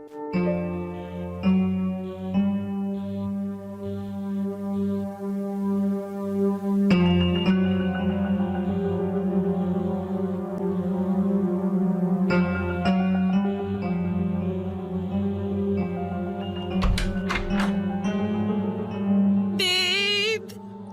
Babe! Anong nangyari sa'yo? Teka, may mga pasa ka. Sino may gawa sa'yo nito, ha? Babe, nakakatakot siya. Sinaktan niya ako. Sino? Ba't ganito ginawa niya sa'yo, ha? Yung customer ko. Matapos niya akong pabuyin, balak niyang hindi ako bayaran. Kaya umalma ako, pero sinampal niya ako ng malakas. Tumilapon ako sa kama. Tinadyakan niya ako. Pinagsusuntok. Ang sakit. Ang sakit-sakit, babe. Hayop siya. Kilala mo ba yon? Hindi. Hindi ko kilala. Pero kapag nakita ko siya, mamumukan kong demonyong yon. Bakit nangyari sa ito? Kung alam ko lang na ganun siya, hindi na ako sumama sa kanya. Ayoko na. Ayoko na sa lintik na buhay na to. Nakakapagod. Pasensya ka na, Nelia. Kung nandun lang sana ako eh. Naipagtanggol sana kita eh. Ang dami nitong mga sugat at pasa mo.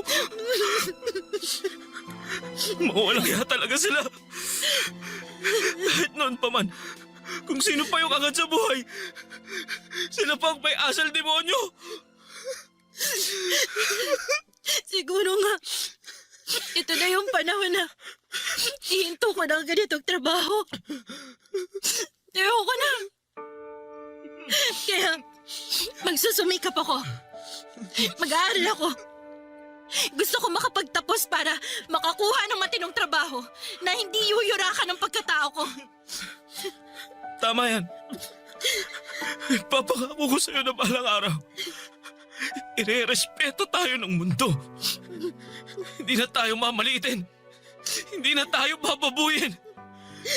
Magiging tao na ang tingin sa atin.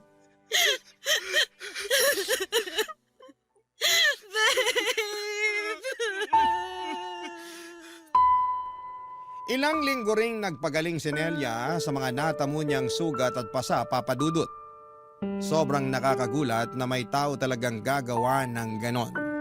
Pasalamat na lang ako at hindi niya tinuluyan. Nakakasama pa rin ng loob, bagamat masaya pa rin ako dahil nakakasama ko pa rin ang babaeng mahal ko. Pareho kami nag-aral sa ALS hanggang sa graduate ako ng senior high school. Kaya hindi pa rin ako makaalis sa trabahong pagbibigay aliw, Papa Dudut. Kailangan ko pa rin ng pera para sa training ko bilang security guard. Sabi ko sa sarili ko na malapit na talaga at makakawala na rin ako sa kadena ng kahirapan. Pero nagkaroon ng problema.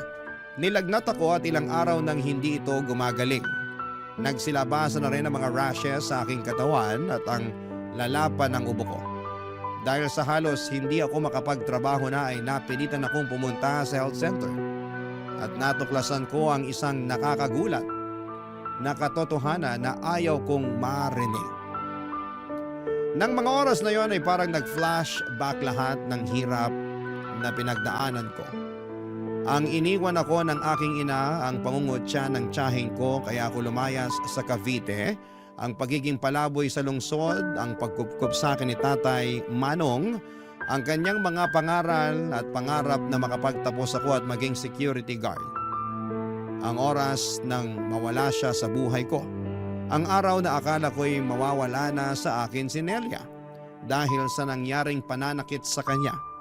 Nasabi ko na lamang sa sarili ko na sa dinami-rami ng tao sa mundo ay bakit ako pa?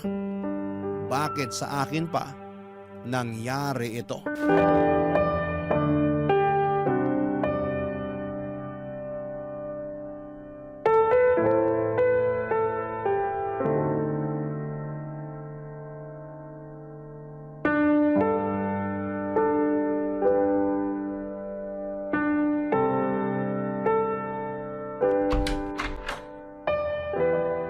Babe, ang tagal mo namang bumalik. Akala ko kung napano ka na. Halika, kumain ka.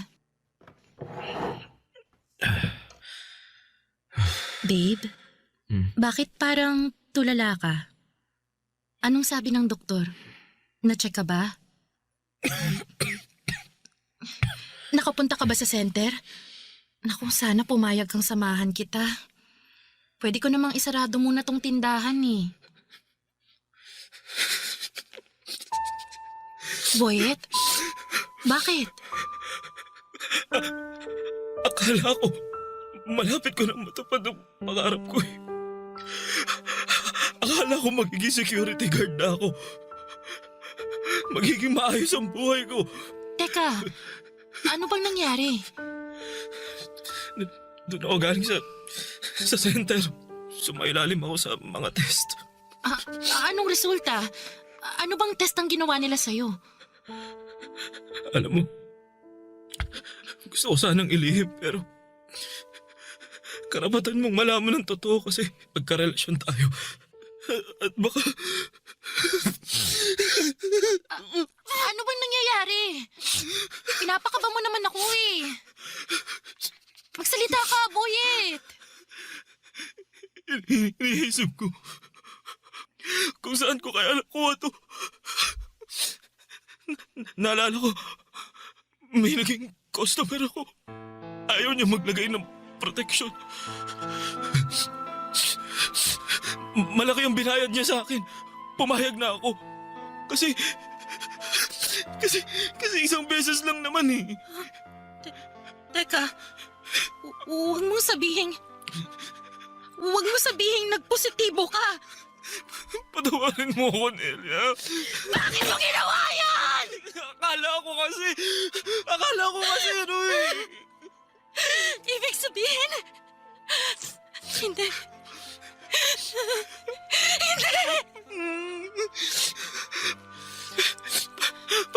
Patawad, Nelia. Patawad.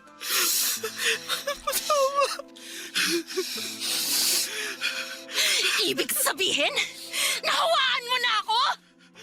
Buyat naman! Bakit ka pumayag makipagsiping na walang proteksyon? Ang tagal-tagal na natin sa trabahong to!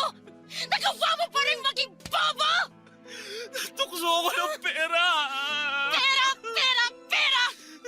Natukso ka sa pera! Pero ano naging kapalit, ha? Buhay natin!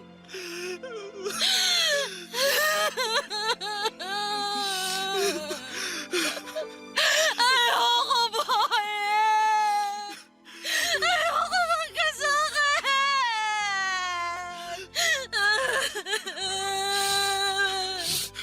Ayoko magka-AIDS! Ayoko! Nelia, patawarin mo ako. Nindig ka! Eh, magagawa mo yung pagiging mo ng tawad! Alam ko hindi madali ito. Pero hirap na ako eh. At kasalanan mo yun! Tanga! Nelia!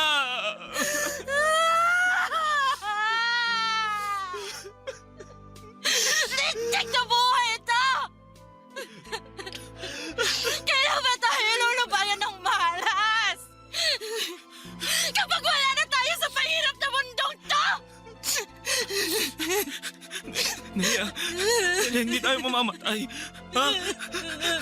Sabi ng doktor, hindi ito katapusan ng buhay natin.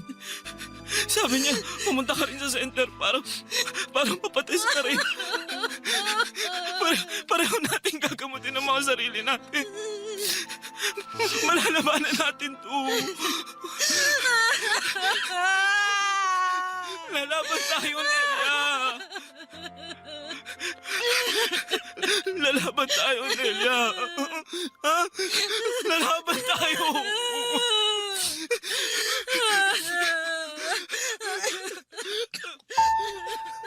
Parang teleserye ang naging buhay ko, Papa Dudut. Masalimuot, pero kahit ganito ang nangyari ay nagpapasalamat pa rin ako dahil may pag-asa pa rin. All is well pa rin ang buhay kahit minsan pakiramdam namin ay binigo kami ng kapalaran. Kahit na hindi kami gaanong guminhawa ay nagpapasalamat pa rin ako sa Panginoon dahil buhay kaming dalawa. Siguro ay baka hindi na kami magkakaanak kahit sabi ng doktor ay may chance naman basta under gamutan at alaga ng mga doktor. Pero tinanggap na rin namin ni Nelia kung hanggang dito na lamang kami. Masaya pa rin ako dahil kasama ko si Nelia at nagagawa naming mamuhay ng normal araw-araw. Ang mahalaga ay hindi namin nakakalimutan inumin ang gamot. Naging SG din po ako, Papa Dudut, at si Nelia naman ay nakapagtapos ng senior high school pero hindi na siya nagtatrabaho.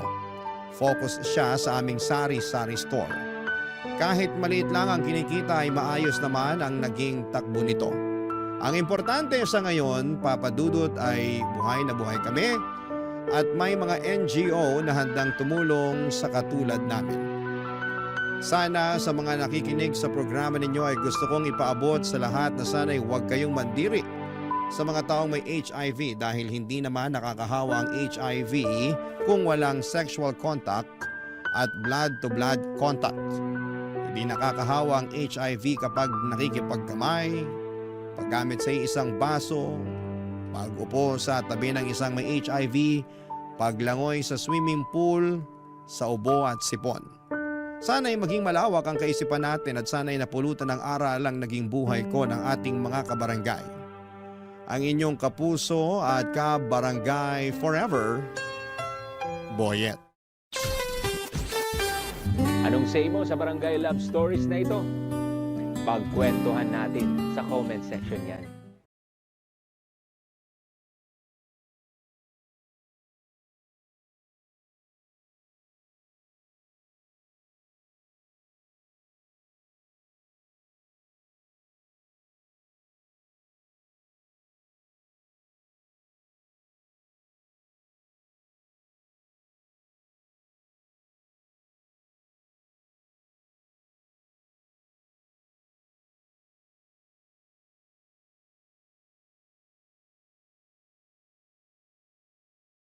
Ang mga kwento ng pag-ibig, kwento ng buhay, at kwento ng pag-asa dito sa Barangay Love Stories. Love Stories.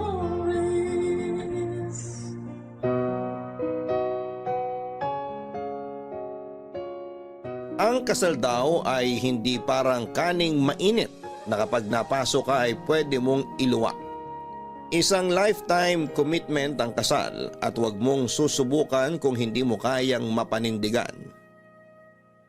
Ikaw, handa ka bang mapanindigan at respetuhin ang lahat ng nakabalot sa salitang kasal? Dear Papa Dudut, ako nga po pala si Jamie. 40 years old, isang wedding planner. Ito nang naging trabaho ko una pa lang. Pinasa lang to sa akin ng pinsan ko noong time na nag-retire na siya sa weddings at pinili na lamang na manirahan sa isang bansa kasama ng foreigner niyang asawa. Tinuruan niya ako kung paano humawak ng mga kasal. Hindi naging madali noong una, lalo't kailangang mabilis ang mga pitik at galaw mo. Dagdag pa ang haba ng pasensya na kailangan para sa mga pagbabago sa mga detalye sa kasal at sa mga bisitang hindi marunong makiramdam. Mahirap ang buhay ng isang wedding planner. Puro lakaran, puro pakikipag-usap, puro pagpapasensya, at puro pagpapatawad.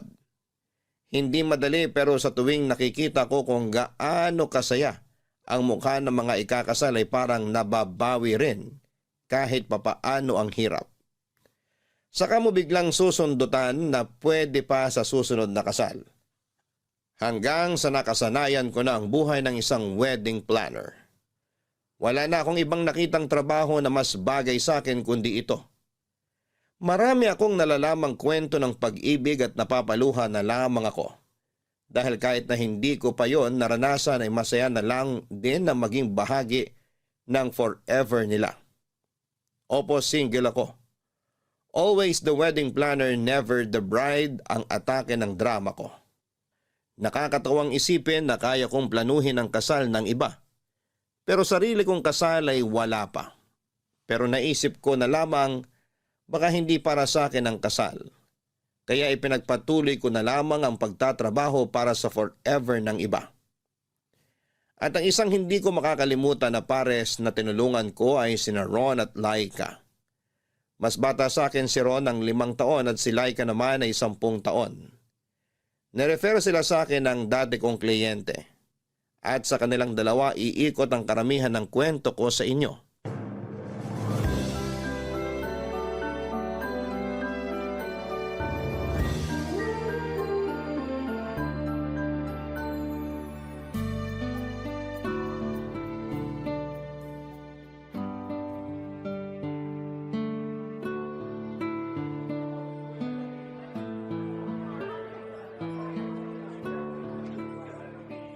Hi, ikaw si Jamie? Hi. Oo, ako nga. Ron? Yes. Asan pala si Laika? Mukhang malilate din. Hindi kayo sabay na pumunta rito? Ewan ko ron. Akala ko late na ako, mas late pa pala siya. Gusto mo ba hintayin natin siya o pwede na nating simulan yung usapan kahit na wala pa siya? Pwede namang introhan mo na lang ako sa mga plano. Pero wala rin naman akong say dyan. Si Laika pa rin ang masusunod. Siguro mas maganda na nandito na siya para hindi sayang ang laway ko. Okay. Magkwentuhan na lang muna tayo ng kahit na ano. Hindi naman siguro sayang sa laway yun, no? Pwede naman para komportable na tayo sa isa't isa. Matagal ka na ba sa trabaho mo? Oo. Halos 15 years na rin. Ang tagal na pala. Siguro umay ka na sa mga kasal, no? Sanay lang, pero hindi umay. Ang ganda kaya ng weddings, lalo kapag palitan na ng vows. Tapos kapag nagbibigay na ng messages ang mga mahal nyo sa buhay. Nakaka-touch. Magkaiba pala tayo. Ayoko ng kasal eh. Ha? Talaga ba? Eh bakit ikakasal ka ngayon? Sorry, na-late ako. May nakita kasi akong dress sa mall kanina. Natagalan ako mag-decide kung bibilin ko ba o hindi. Ang ending, binili ko pa rin. Pwede mo naman sanang balikan na lang yan damit after nitong meeting natin with Miss Jamie, di ba? Eh paano ko makuha ng iba? Tsaka wag ka nga. Pareho lang naman tayong late, no? Mas maaga ka nga lang ng konti sa akin. Di ba, Miss Jamie? Basta akong pinakamaaga sa inyong dalawa. Pasensya ka na ulit ah. Ayos lang yun. Basta wag lang kayo malilate sa mga susunod. Lalo na sa araw mismo ng kasal nyo kasi hirap na ako magpatawad nun.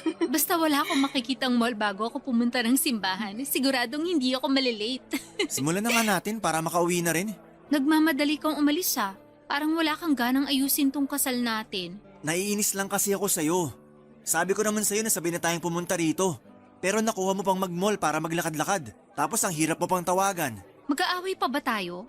Huwag mong sirain ang mood ko ah. Kinakabahan ako sa inyong dalawa. May kasal pa bang magaganap? Pasensya ka na, Miss Jamie ha.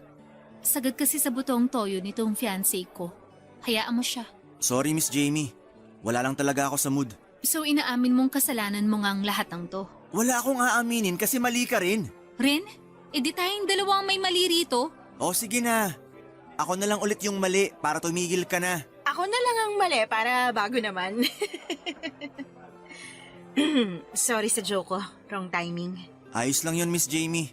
Kami ang dapat mag-sorry kasi unang beses pa lang na nagkaharap-harap tayo tapos ganito pa yung nangyari. Sorry Miss Jamie. Babawi na lang kami sa'yo. Promise, hindi kami tatawad sa mga i-offer mo na wedding package. Ay, bigla naman akong naging masaya sa sinabi mo. Sige, mag-away ulit kayo sa harapan ko next week, ah.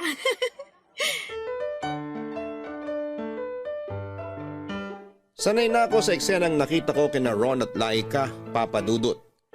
Kaya mahaba na rin ang pasensya ko sa mga ganong kaso. Gets ko naman na pressured ang mga ikakasal lalo at kapag malapit na ang wedding day nila. Sa dami ba naman ng nahawakan kong kasal, kina Ron at Laika pa ba ako may stress? Mukha naman silang maayos na dalawa. Siguro ay nataon lang na pareho silang wala sa mood, kaya mas lalong nag-init ang simpleng away lang sana. Bigla ko tuloy naalala yung ex-fiancé ko. Opo, muntik na rin naman akong ikasal noon. Isang gabi bago ang kasal namin, naramdaman ko ang stress sa kanya. Kaya nga ultimo yung medyas niya ay pinanghawakan pa naming dalawa. Bilang ako naman ang mahabang pasensya sa amin, kaya inunawa ko na lamang siya. Pinakalma, umepekto naman at kinabukasan ay excited na akong makaharap siya sa altar. Ang ganda ko noong araw na yon. Bumagay sa akin ang trahe de boda ko at ang hawak kong mapupulang rosas. Nasa bridal car pa ako noon, Papa Dudut. Hindi pa ako pinalalabas ng wedding coordinator para hindi ako makita ng mga bisita. Kaya lang napansin ko na parang nagkakagulo na sila sa labas ng simbahan. Panay din ang tingin nila sa akin. Parang may mali. Sinubukan kong kausapin ang coordinator namin at wala naman daw problema. Medyo malilate lang daw ang kasal dahil wala pa ang groom. Tumango ako pero nang pinagmasdan ko ang itsura ng coordinator namin, kita ko na nagwo-worry na siya. At nang umabot na ng 20 minutes ang paghihintay ko ay nagpa siya na akong lumabas ng sasakyan at pumasok ng simbahan. Doon ko nalaman na tinakasan na ako ng groom ko. Hindi na raw siya makontakt at nag-iwan ng note sa hotel na nagsasabing hindi niya raw ako kayang pakasalan. Hindi ako umiyak pero nawala bigla ang kagustuhan kong maranasan ang happily ever after tulad ng iba.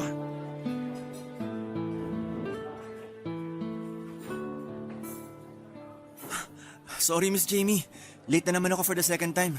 Sorry talaga. Naku, okay lang. Kararating ko lang din naman. Nauna lang naman ako ng 10 minutes sa'yo. Umupo ka na. Malilate din siguro si Laika? Hindi. Anong hindi? Hindi siya makakarating. Uy, Huwag mong sabihing hiwalay na kayo May mga nakausap na akong ibang wedding suppliers para sa kasal nyo. Hindi lang siya makakarating ngayon. Huwag kang kabado. May kasal pa rin na magaganap. Ay, akala ko naman kasi. May mga na-cancel bang kasal na hawak mo noon? Oo naman, normal yun. Paano yung bayad mo ron? Hindi ko na siningil. Masyado nang mabigat na hindi matutuloy yung kasal nila. Ayoko nang dumagdag pa sa mga pasani nila. Pero sayang naman ang effort mo sa pag-organize ng kasal nila. Tapos hindi matutuloy, di ba? May blessings pa rin namang dumarating pagkatapos noon, kaya okay na rin. Napakabait mo naman pala. Kung yung iba, baka i-post pa nila sa Facebook kapag hindi sila nabayaran. At naiintindihan ko rin naman sila ron. Siyempre, pinaghirapan din nila yung nalakarin. Masyado kang mabait. Baka kunin ka na sa itaas. Huwag mong sobrahan, ha? Huwag mo namang ipagdasal. Pag kinuha ako ng maaga, wala na kayong mabait na planner. Sorry nga pala nung first time namin na nakaharap ka, ha? Todo away pa kami ni Laika. Nakakahiya. Ayos lang yun. Normal yun sa ibang ikakasal. Ando na kasi yung pressure sa inyo Huwag na lang natin pag-usapan. Pero teka nga, asan nga ba si Laika? Bakit hindi siya makakapunta? May kailangan siyang i-close na deal sa trabaho niya Inuna niya yon. Pangdagdag din daw sa bayarin sa kasal namin. Sana pala nireschedule na lang natin tong meeting para naman may input din siya sa mapag-uusapan. Pinagkakatiwala naman niya sa akin tong meeting natin. I-guide mo na lang siguro ako. Wala akong alam sa ganito Gets kita. Kadalasan kayo mga groom, umattend lang sa kasal ang gagawin nyo.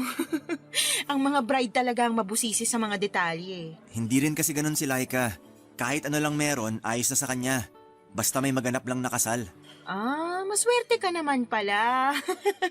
Hindi ka na mahihirapan sa kanya. Sana nga. So, simulan na natin? Paano ba? Ikaw bang mamimili sa isusuot na sapatos ni Laika? Ha? Hindi! Wala akong kinalaman sa sapatos niya. Natawa naman ako sa sinabi mo. Ay, sorry. Sabi ko naman sa'yo, wala akong alam sa ganito Banu talaga. Sorry. Alam mo, ganito na lang. I-reschedule ko na lang tong meeting natin. Dapat kasama na si Laika. Baka kasi kung ano pang masabi mo ngayon. Mas mabuti pa nga. Pero babayaran ko na lang tong araw na kinita mo ko. Wag na. Wala rin naman akong ginagawa sa bahay kaya gusto ko rin namang lumabas. Bayaran mo na lang ako ng kwentuhan. Nako, kung kwentuhan lang pala ang bayad sa'yo, yayaman ka sa akin. So, simulan na natin? Paano ba? Ano bang size ng sapatos mo? Palong-palo ang sense of humor ni Ron sa akin, Papa Dudut. Kaya nasulit ko rin na lumabas ng bahay kahit kinailangan kong i-reschedule ang meeting namin para sa kasal nila ni Laika. Aaminin ko nung una ko siyang nakilala dahil nga cold at stressed siya noon. Hindi ko natipuhang makipag-usap masyado sa kanya. Nadagdag pa yung away nila sa harapan ko. Pero dahil nga relax lang si Ron, noong second meeting namin ay kaya doon ko nakita na ayos din naman pala siya. Tulad ng ibang tao ay may mood lang siya na hindi maganda dala rin ng nakaka-stress na mga pangyayari sa paligid niya. Naintindihan ko na, napahaba nga ang usapan namin. Naparami pa ang orders namin ng pika-pika. Kahit busog na kami noon ay panay pa rin ang order niya. Libre na lang daw niya. Yun na lang daw ang kabayaran para sa pag-reschedule ng meeting. Sabi ko naman ay ayos lang talaga. Pero mapilit siya. Inabot kami ng ilang oras sa restaurant na yon. Kung ano-ano na lamang ang napag-usapan namin. Una, tungkol sa mga magagandang lugar na pwedeng mag-honeymoon. Hanggang sa mga magagandang plato na pwedeng bilhin kapag nag-asawa ka na. Nakakatawa na lang na napupunta na kung saan-saan ang usapan namin noon. Walang putol ang usapan namin. Walang hintuan. Laging may banad si Ron sa mga sinasabi ko at hindi na rin ako nahihiyang bumanat sa kanya. Sobrang komportable na namin sa isa't isa. Nakakala mo'y matagal na kaming magkakilala. Hanggang sa na-realize ko, unti-unti ay parang nafo-fall na ako sa kanya.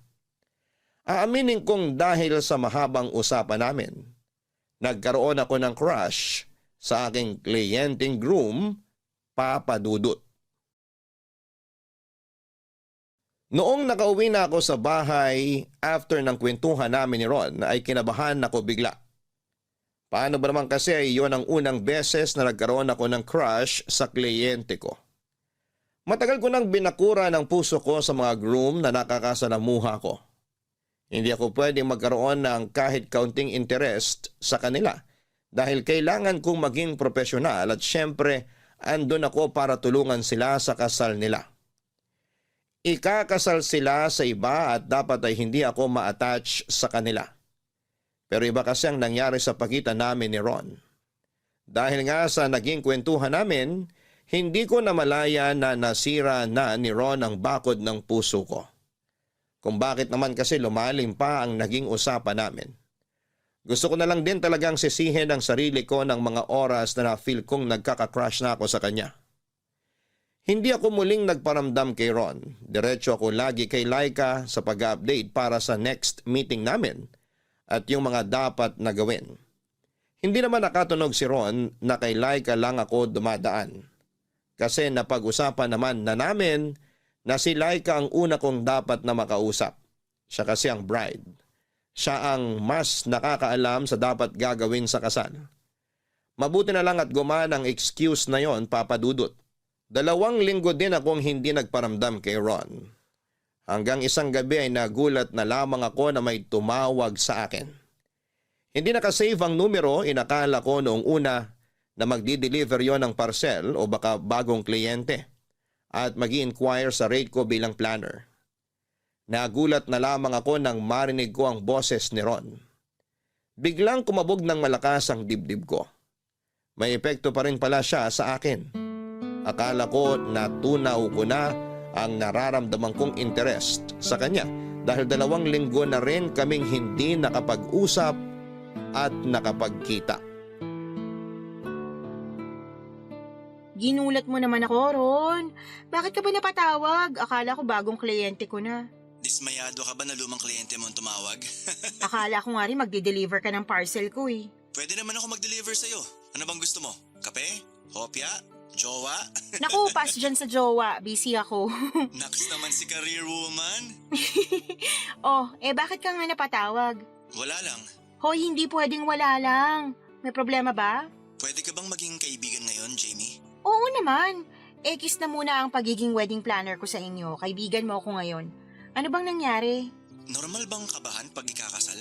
Oo naman. Wedding jitters ang tawag dyan. Wedding jitters? Parang tunog chichirya o gin ah. Sige, magpatawa ka pa. Kabado ka na nga dyan. Pero seryoso nga. Kabado talaga ako. Tsaka uy, atin-atin lang to ah. Parang gusto kong umatras sa kasal namin ni Laika. Okay lang na maramdaman mo yan. Isa yan sa mga senyalis ng wedding jitters. Pero utang na loob wag mong itutuloy na umatras. Ay nako, ikaw ang unang kliyente ko na sisingilin ko kapag makakancel ang kasal niyo. Ay, kasi naman. Kaibigan mo ako ngayon. Ano ba talaga nangyayari? Bakit bigla kang nakakaramdam ng ganyan? May aaminin ako sa'yo Pero atin-atin lang talaga to Oo na nga, hindi naman ako chismosa. Go lang. Alam mo bang biglaan lang ang kasal namin ni Laika? Paanong biglaan? 3 buwan pa lang kami magkarelasyon nang mabuntis ko siya. OMG! Buntis si Laika? Nabuntis. Nabuntis? Past tense? Anong... Nakunan siya. Ikwento mo nga ng buo. Nawiwindang ako sa mga revelasyon mo. Nabuntis ko nga siya nung 3 buwan pa lang kami magkarelasyon. Dapat nga hindi kasi sabi niya nagpipilis naman daw siya. Kaya lang nakalimutan pala niyang uminom ng 3 gabi na magkasunod. Nakalimutan o sinadya? Sa totoo lang ayokong isipin. O tapos? Sabi niya kailangan ko siyang pakasalan. Ayoko sana. Sabi ko, susustentuhan ko pa rin ang pinagbubuntis niya. Pero panay ang iyak niya. Nagsumbong pa siya sa mga kuya at tatay niya. Natrap ako. Pinilit nila akong pakasalan si Laika. Shotgun wedding pala tong ino-organize ko. Ganun na nga. So, hindi pala buo ang loob mo na pakasalan siya? Masama ba kung oo? So ano nangyari sa pinagbubuntis niya? Nakunan siya 1 buwan matapos niyang i-post sa Facebook namin kakasal na kaming 2. Wala na palang baby na involved. So bakit kailangan pa rin ituloy ang kasal? Kasi nakakahiya na raw kung babawiin yung imbitasyon at mga sinabi namin sa mga tao. Kaya ituloy na lang daw namin. Ando na rin naman daw kami.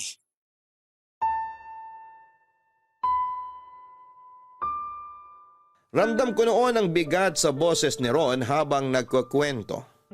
Ang hirap naman pala ng pinagdadaanan niya. Kaya naman pala noong unang beses ko silang nakilala ay napansin ko kaagad na parang wala siyang amor kay Laika. Kaya naman pala, napailing na lamang ako at lihim na nakaramdam ng inis kay Laika.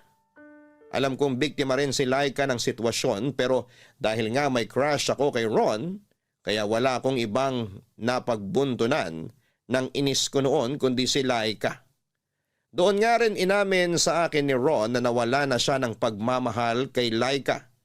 Lalo't nakikita na nito ang totoong ugali ng fiancé niya. Masyado raw possessive at lagi na lang nakikipag-away. Mapagmataas at palaging pinamumukha kay Ron na mas mataas ang pinag-aralan niya at trabaho. Never daw naramdaman ni Ron na equal sila ni Laika. Kailangang laging angat si Dalaga. Marami pang nakwento sa akin si Ron kung paano siyang hinaharas daw ng pamilya ni Laika. Pati nga raw mga kaibigan ni Laika, harap-harapang minamaliit siya. Hindi naman siya pinagtatanggol ni Laika. Pakiramdam pa nga raw ni Ron, natutuwa si Laika sa tuwing dinadown siya dahil ibig sabihin lang noon ay umaangat si Laika sa paningin nila.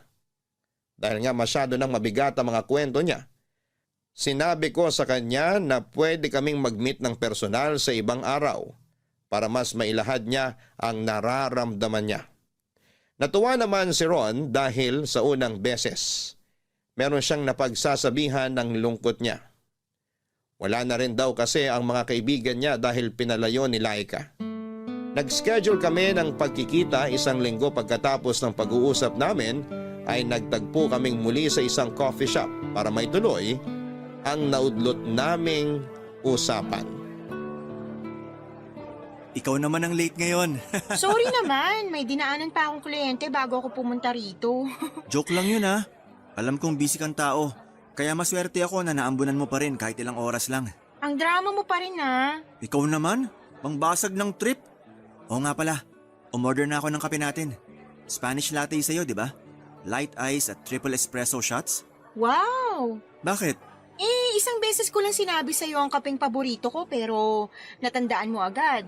Matandain talaga sa mga espesyal na mga tao sa buhay ko. Flattered naman ako. Espesyal ba talaga ako? Wedding planner nyo lang ako. Kapag tayong dalawa lang ang magkasama at magkaharap, kaibigan kita. Hindi ka wedding planner lang. Okay, kinilig ako ron ng slight. Kinilig? Kinikilig ka sa kaibigan mo? Friendzone pala ata ang hanap mo sa buhay. Hoy, hindi kainis to. Hindi ko tuloy ma-explain ng mabuti yung sasabihin ko. Feeling ko, i-judge mo ko. Hayaan mo na. Tinutokso lang naman kita. Ano bang gusto mong pag-usapan ngayon? Ikaw, ano bang gusto mo? Ikaw kaya nag-aya sa akin lumabas. Dapat ikaw ang may bangkong mga topic. Wala ako maisip bigla eh. Parang naubos na ata yung pwede nating pag-usapan. Ang daldal mo kasi sa chat. Nahawa lang ako sa'yo, no? Alam ko na. Pag-usapan na lang natin yung tungkol sa kasal nyo ni Laika. Pwedeng pass muna riyan. Gusto ko kasi munang makawala sa pressure ng kasal namin. Tsaka, nagkatampuhan nga kami bago ko pumunta rito eh. Bakit naman? Mansari pala kasi namin ngayon. Mansari nyo? Bakit ka nakipag-meet sa akin ngayon? Dapat siyang priority mo. Pero mas gusto ko makasama ka kaysa sa kanya. Mas nakakahinga ako kapag ikaw ang kausap at kaharap ko. Gusto ko makaramdam ng kilig sa sinasabi mo. Kaya lang mali eh. Kanina mo pa binabanggit niyang kilig ah. Totoo na ba yan? Kilig kaibigan ba yan o kilig crush? Grabe sa crush ha. 40 na ako. Ikaw lagpas 30 ka na. Dapat wala na yung ganyan. Lolo ko nga kinikilig pa rin sa paglalambing ng lola ko eh. Wala sa edad yan. So ano nga? O sige na, aamin na ako. May konti akong crush sa'yo. Konti lang talaga. Paano ko ba yun pararamihin ha? Huwag ka nga puro biro. Hindi naman ako nagbibiro. Basta, harmless naman tong crush ko sa'yo. Before kasal mo, mawawala rin to. Ipagdarasal ko talaga. Paano kung wag mo na lang ipagdasal na mawala yan? Kasi kinilig ako nung nalaman kong crush mo rin ako eh. Rin? Crush mo rin ako? Oo. At hindi ko ipagdadasal na mawala to. Nakatitig sa akin si Ron habang sinasabi niya noon ang mga katagang yon. Crush din niya ako. Naramdaman kong totoo ang sinabi niya. Kaya nakaramdam ako ng kilig, Papa Dudut. Sumobra pa nga. Natahimik kami ng ilang minuto dahil hindi namin alam kung paano babawiin ang usapan. Parehong namumula ang mga mukha namin. Akala mo'y nakainom kami ng alak. Kung hindi kami tinawag ng barista para sa mga kapeng in-order ni Ron, hindi kami makakahinga ng maayos. Noong nakahigop na kami ng kape ay medyo nawala na ang tensyon sa pagitan namin. Pasimple akong tumingin kay Ron, ganon din siya sa akin, hanggang sa nagkatitigan. Nagkatawanan at bumalik na muli kami sa pagiging komportable sa isa't isa. Hindi muna namin pinag-usapan ang tungkol sa crush na nafe-feel namin sa isa't isa. Random lang na mga bagay ang pinag-usapan namin. Basta hindi tungkol sa nararamdaman namin. Mula noong nagkaaminan kami, alam kong may nagbago na sa amin. Naramdaman ko ang kakaibang saya na first time ko ulit maramdaman after kong iwan sa altar ng fiancé ko. Palagi na kaming magkausap ni Ron, lagi na rin kaming nagkikitang dalawa. At dahil sa dalas na nagkakasama nga kami ay hindi ko maiwasan na ma-fall ng todo sa kanya. Ganon din siya sa akin. Wala pang formal na usapan sa kung ano ang meron kami, pero masaya kami sa ganon. Alam ko namang bawal, alam kong mali ang pinasok kong sitwasyon. Pero hindi ko mapigilan ang sarili ko na lumapit kay Ron, lalo't siya ang bumuhay muli sa puso ko. Ang tagal ko nang pinatulog ang puso ko. Laging takot na sumubok magmahal ulit. Pero pagdating kay Ron ay nagbago ang lahat. Kaya kahit mali ay sige pa rin ako. Masaya naman na nakabangon muli ang puso ko. Nagpatuloy ang maling ugnayan namin ni Ron. At nung tumagal ay naging klaro na ako sa sitwasyon namin. Naging magkarelasyon na kami at lihim nga lang syempre. At dahil nga may label na kami kaya kinailangan naming mag-ingat para hindi makaramdam si Laika. Siniguro namin na sa tuwing magkikita kaming tatlo ay walang mapapansin si Laika sa kakaibang kinikilos namin. Kumbaga kapag tatlo kaming magkakaharap, isa lang akong wedding planner. Professional lang.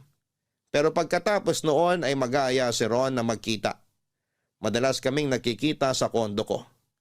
Malayo naman ang kondo ko sa bahay ni Laika kaya malabong magkahulihan doon.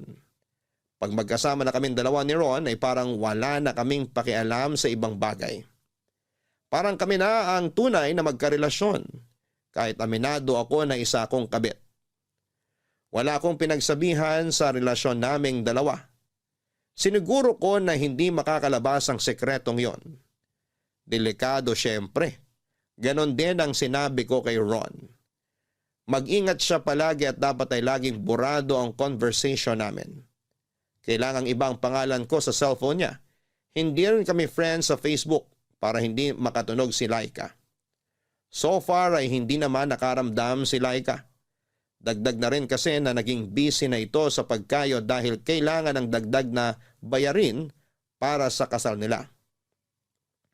Bala kasi nilang gawing engrande dahil uuwi raw ng Pinas ang mga kamag-anak ni Laika sa ibang bansa. Hindi naman ganun kalaki ang pera ni Ron kaya si Laika madalas ang nag-aabono sa lahat. Andun si Ron para sumuporta emotionally sa kanyang fiancé. Minsan nagkakaharap kaming muli sa coffee shop kung saan kami nagkaamina ng feelings ni Ron. Papa Dudut. Sa wakas, walang na-late sa amin ni Ron. Eh di congrats sa atin. Hindi nyo talaga makalimutan yung pagka-late nyo dati, ha? Hindi ko na nga maalala yun. Kasi naman, bukod sa late kami, nagbangayan pa kami sa harapan mo. Unforgettable yun. Hindi na yun mauulit, promise. Love na ulit namin ang isa't isa. Hindi ba, darling? Oo naman. I love you. I love you more. Sana pala, na-late na lang kayo para hindi ako nakakaramdam ng inggit ngayon. Balik ulit kayo sa away. Okay naman kasi talaga kami nitong si Ron. Minsan lang talaga hindi to makapalag sa toyo ko. Pero alam ko na love niya ako. Kung babawasan mo ang toyo mo, kahit sa kabilang buhay, mamahalin kita. Ikaw din naman may toyo, pero tanggap kita. Oo, tama na po. Nararamdaman ko na naman ang pagiging single ko. Single ka pala, no, Miss Jamie? Oo. 3 beses umuo? Sure na single ah. Wala naman kasi talaga akong boyfriend. Pwede ka bang ireto sa kuya ko? Single dad yon. Kung may daddy issues ka, siya ang perfect para sa'yo. Sinong kuya mo? Si Mitoy? Oo, siya lang naman yung single dad sa mga kuya ko.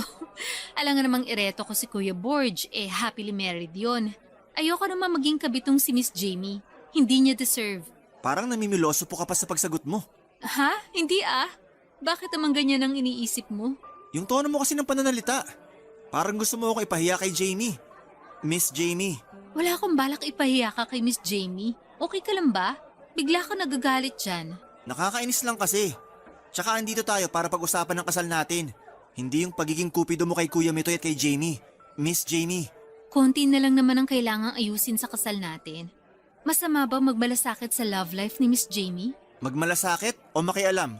Aray ha? Sino ngayon ang namamahiya sa harapan ni Miss Jamie? Teka, nag-aaway na naman kayong dalawa. Kala ko ba love nyo na ulit ang isa't isa?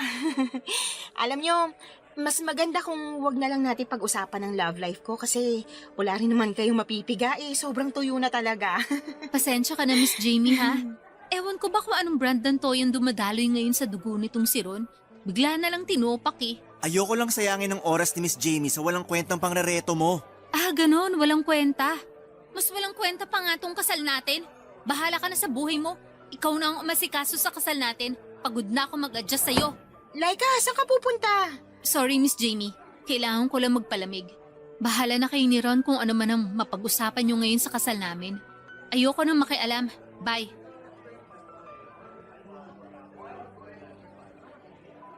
Bakit naman ganun ang trato mo kay Laika? Nagselos ako Masisisi mo ba ako? Nirereto ka niya sa kuya niya. Ayoko nun. Akin ka lang.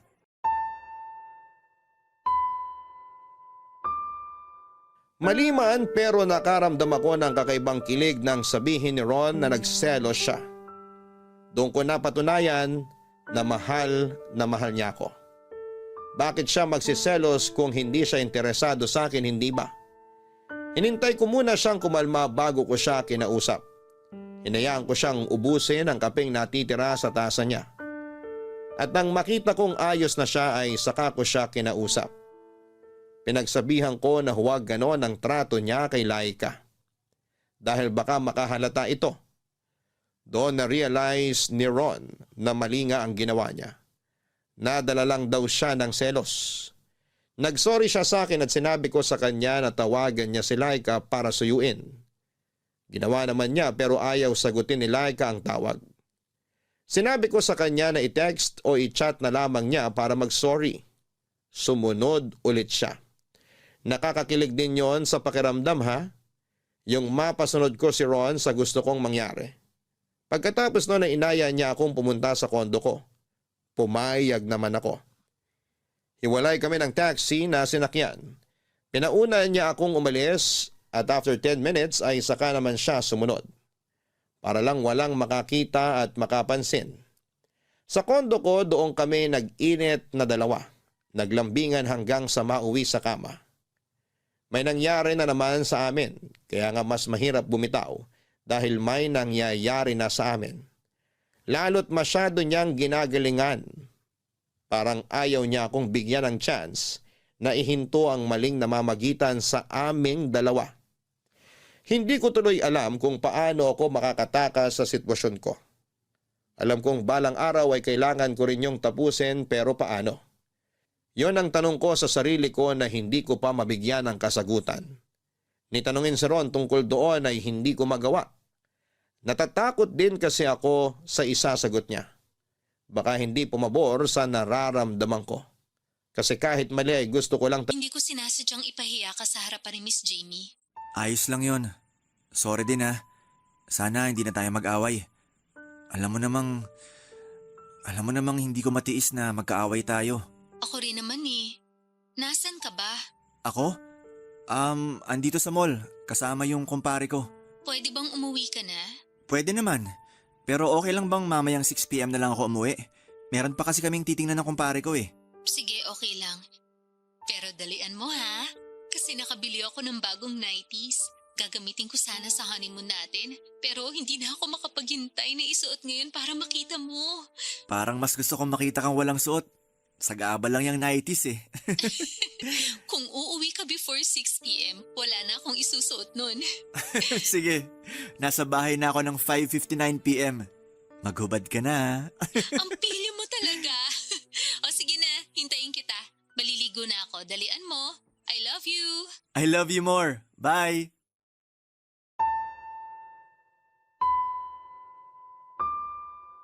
Para kong sinasaksak ng punyal sa dibdib sa mga narinig kong usapan ni na Ron at Laika. Hindi nakatulong na naka-loudspeaker pa si Ron. Narinig ko patuloy kung paano sila magharutan. Wala namang masama roon. Engaged na sila. Sino ba naman ako, hindi ba isa akong kabit? Kahit sinabi pa ni Ron na ako ang mahal niya, pero hindi pa rin yon sapat para ako ang piliin niya. Hindi ko pinahalata kay Ron na nasaktan ako. Nakangiti pa rin ako sa kanya, ako pa ang nag-utos na mag-ayos na siya para makaalis na. Sinabi ko na traffic kaya dapat ay maaga na lang siyang umalis sa kondo ko para makarating siya ng maaga sa bahay nila ni Laika. Ayaw pa sana niya pero pinilit ko. Ako na naman ang nasunod. Bago siya umalis ay niyakap niya ako ng mahigpit. Humingi siya ng sorry sa pagkaipit ko sa sitwasyon nila ni Laika. Kung pwede lang daw ibalik ang nakaraan, sana lumihis na siya ng daan patungo kay Laika at hinanap na lang niya ako. Hindi na ako nagsalita noon. Huli na para ibahin ang nakaraan. Nasa kasalukuyan na kami at yun na ang dapat harapin. Nang makalis na si Ron ay saka ako nagbalik sa kama para umiyak. Ang tagal kong pinigil na huwag tumulo ang luha sa mga mata ko. Pero noong mag-isa ko na lamang ay doon ko ibinuhos ang lahat. Naalala ko pa noon naging kabit din ako sa fiancé ko. Matagal naman silang sira ng dati niyang karelasyon nang pumasok ako sa eksena. Mas naging klaro lang ang lahat para sa dati kong fiancé, ang lahat ng sumulpot ako sa buhay niya. Ako ang pinili niya at pagkatapos noon ay pinili rin niya akong pakasalan. Isang bagay na umaasa akong gagawin din ni Ron sa akin. Pero mukhang malabo na. Oo, at naging kabit din ako noon. Pero pinili niya ako. Pero ngayon may pag-asa pa kayang maulit ang sitwasyon na pipiliin pa rin ako. Palapit na nang papalapit ang kasal ni na Ron at Laika Papadudot at mas lalo lang din kaming napapalapit sa isa't isa ni Ron. Mas lalong lumalalim ang namamagitan sa amin. Maingat kami at wala pa ring nakakahalata pero nakakapagod din pala. Nakakapagod na palagi ka na lang nagtatago at palagi kang itinatago. Kailan nga kaya kami malayang makakalakad sa harapan ng mga tao?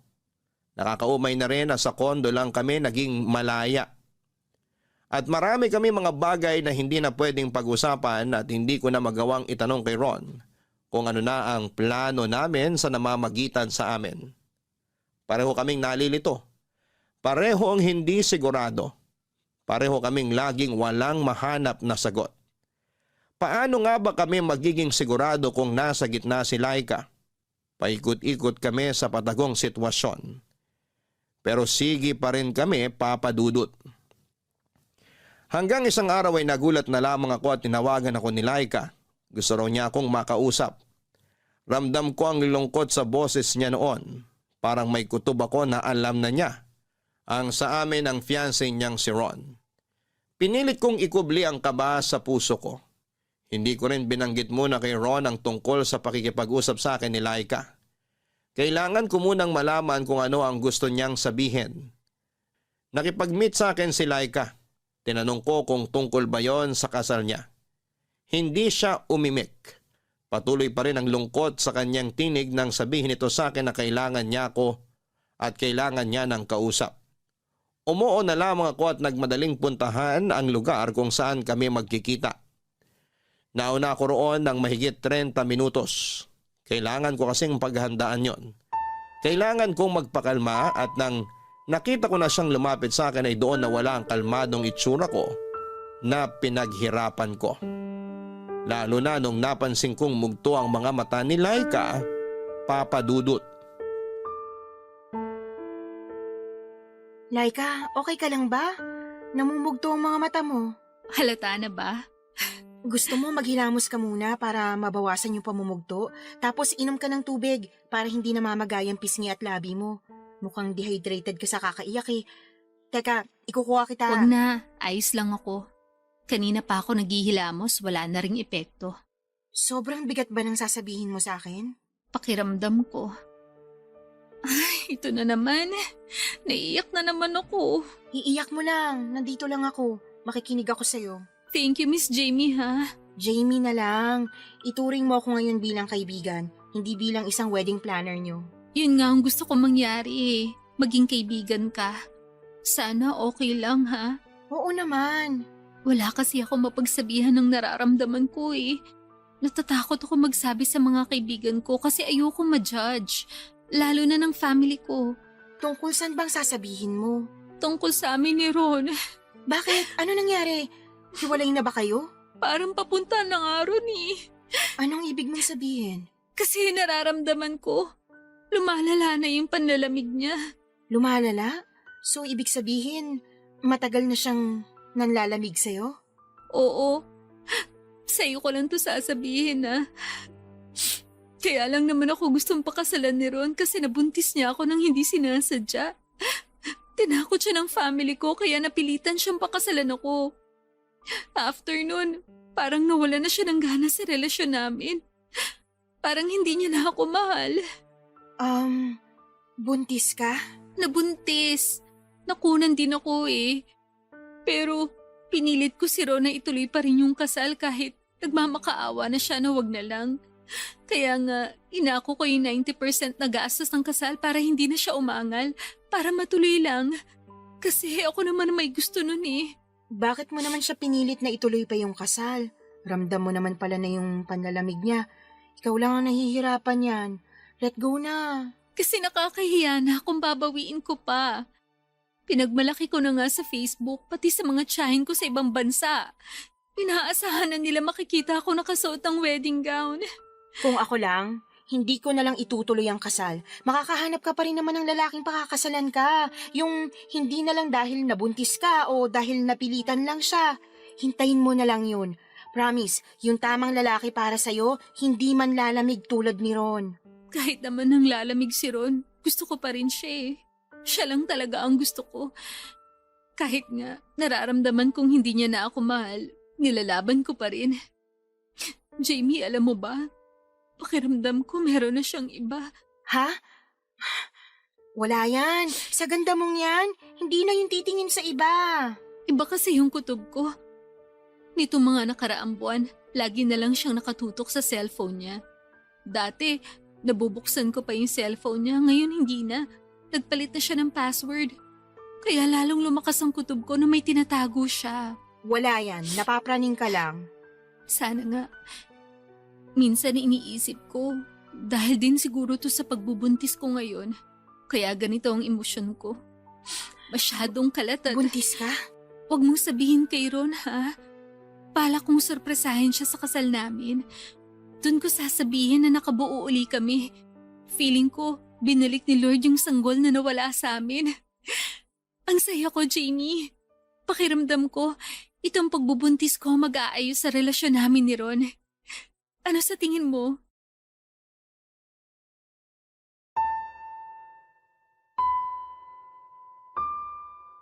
Nadurog ako sa sinabi ni Laika. Buntis pala ito. Ang daming nakwento ni Laika sa plano niya para sa magiging anak nila ni Ron. Doon ko nakitang nagliwanag muli ang mukha niya. Masaya siya, excited na siyang maging isang ina. Kinausap din niya ako na kung pwedeng magpadagdag ng gimmick para sa reception kung saan ay ilalantad ni Laika na buntis na siya. Doon pa lang daw niya sasabihin na buntis na ulit siya. Normally, mabilis lang ang utak kong makaisip ng mga gimmicks sa kasal. Pero nang mga oras na yan ay parang ang foggy ng utak ko. Parang walang ibang pumapasok kundi sakit. Sakit na talagang malabo nang maging kami ni Ron sa huli. Ayokong maging dahilan kung bakit may isang batang hindi lalaking kumpleto ang pamilya. Dahil minsan nawala na rin ako ng anak. Nangyari yon ilang araw nang talikuran ako ng fiancé ko sa altar. Pinalaglag ko ang anak ko ilang araw pagkatapos akong talikuran ng fiancé ko. Magulo ang isip ko noon at aaminin kong nagsisisi ako pagkatapos. Nadala kasi ako ng emosyon. Ayoko na ulit umabot sa ganon at ayoko nang magpadaig sa emosyon ko dahil alam kong may maling kasunod yon. At alam ko sa kasalukuyan ko, nagpapadaig ako sa emosyon ko dahil kay Ron. Doon pa lang ako natauhan, kaya naman nagpasya na akong iwasan ng walang paalam si Ron. Hindi na po pwede, lalo't nagbunga muli ang relasyon nila ni Laika. Ayokong may madamay na naman na inosenteng sanggol. Sa pag-iwas ko kay Ron ay hindi pa rin ito tumigil. Panayang tawag pero mas pinili kong huwag yung sagutin. Hanggang sa sumapit ang gabi ng kasal. Nagulat na lamang ako nang madatnang ko si Ron sa hallway ng kondo ko. Nakaupo at mukhang problemado ang mukha niya. Sa gilid niya ay merong dala itong malaking bag. Na sa hula ko ay damit ang laman, Papa Dudut.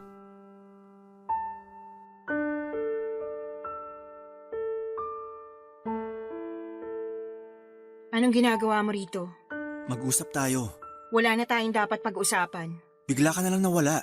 Kasi ikakasal ka na. Bisperas ng kasal mo ngayon, oh. Dapat nandun ka kasama si Laika, hindi dito. Ayoko. Dito ang gusto ko. Ron, tapos na to. Bakit ba hindi naging klaro sa'yo tong pag-iwas ko? Ginagawa mo lang komplikadong lahat eh. Hindi na to magiging komplikado. Kasi ikaw ang pinipili ko. Nahihibang ka na. Umalis ka na nga. Hindi ako aalis. Hindi ko kayang mawala ka. Narealize ko lang lahat to nung hindi ka na nagpaparamdam sa akin. Para ko nababaliw. Huli na ang lahat, Ron. Binigyan kita ng ilang buwan para maging sigurado sa akin pero hindi mo ginawa. Duwag ka. Naduwag lang ako kasi hindi ko alam kung maibibigay ko sa iyo yung pag-ibig na kailangan mo. Hindi na ako marupok na madadala sa ganyang rasunan. Kung gusto mo ako may paraan. Kung ayaw mo, maraming dahilan. Oo. At nagdahilan ako noon kasi naguguluhan talaga ako. Ayoko masaktan kayo pareho ni Laika. Pero gusto mo safe ka. Kaya pinagsabay mo kaming dalawa. Hindi ko naman kasi intensyon na gano'n na mangyari. Wala nang mapupuntahan tong usapan natin. Hayaan mo akong kumbinsihin ka. Hindi na magbabagong isip ko. Bukas ng huling beses na makikita mo ko. Pagkatapos nun, ayusin mo ng relasyon mo kay Laika. Ayokong makasal kay Laika. Ikaw ang gusto kong pakasalan. Ikaw ang mahal ko, maniwala ka. Handa akong talikuran at kalabanin ng lahat. Huwag ka lang mawala. Wedding jitters. Nasabi ko naman sa'yo yun, di ba? Kabado ka lang at pressured sa kasal yun ni Laika kaya ka ganyan mag-isip pero lilipas din yan. Hindi na to wedding jitters, Jamie. Alam ko sa sarili ko na ikaw talaga ang pinipili ko. Alam mo kung sino dapat mong piliin? Ang mag-ina mo. Mag-ina? Sorry na lang kay Laika kung nasira kong sorpresa niya para sa kasal niyo bukas. Pero buntis si Laika. Buntis ang fiancé mo. Tumakas na lang tayo. Andito na lahat ng gamit na kailangan ko. Magsimula tayo sa malayo. Doon tayo bumuo ng sarili nating pamilya. Doon kita papakasalan. Magbabagong buhay tayo malayo sa nakaraan. Halika na, Jamie. Di ba mahal mo ako? Oo, mahal kita, Ron. Maniwala ka, mahal na mahal. Pero hindi na dapat eh. Meron kang ibang dapat mahalin. Sinalay kayo at ang magiging anak ninyo. Silang may karapatan sa'yo at sana tanggapin mo yun kasi ako tanggap ko na eh. Wedding planner nyo lang ako. Hanggang doon lang ang pwede nating maging koneksyon. Pagkatapos ng kasal nyo bukas, magbabalik na ako sa mundo ko at ganun din kayo. Huwag na nating gawing komplikado to. Palayain mo na ako. Ayoko nang gumawa ng mali. Jamie, wag naman ganyan, please. Hindi ko kaya na mawala ka. Sa una lang tayo mahihirapan. Pero balang araw, hindi ka magsisisi na pinili mo ang mag-ina mo kaysa sa wedding planner nyo. Paalam, Ron. At best wishes sa'yo.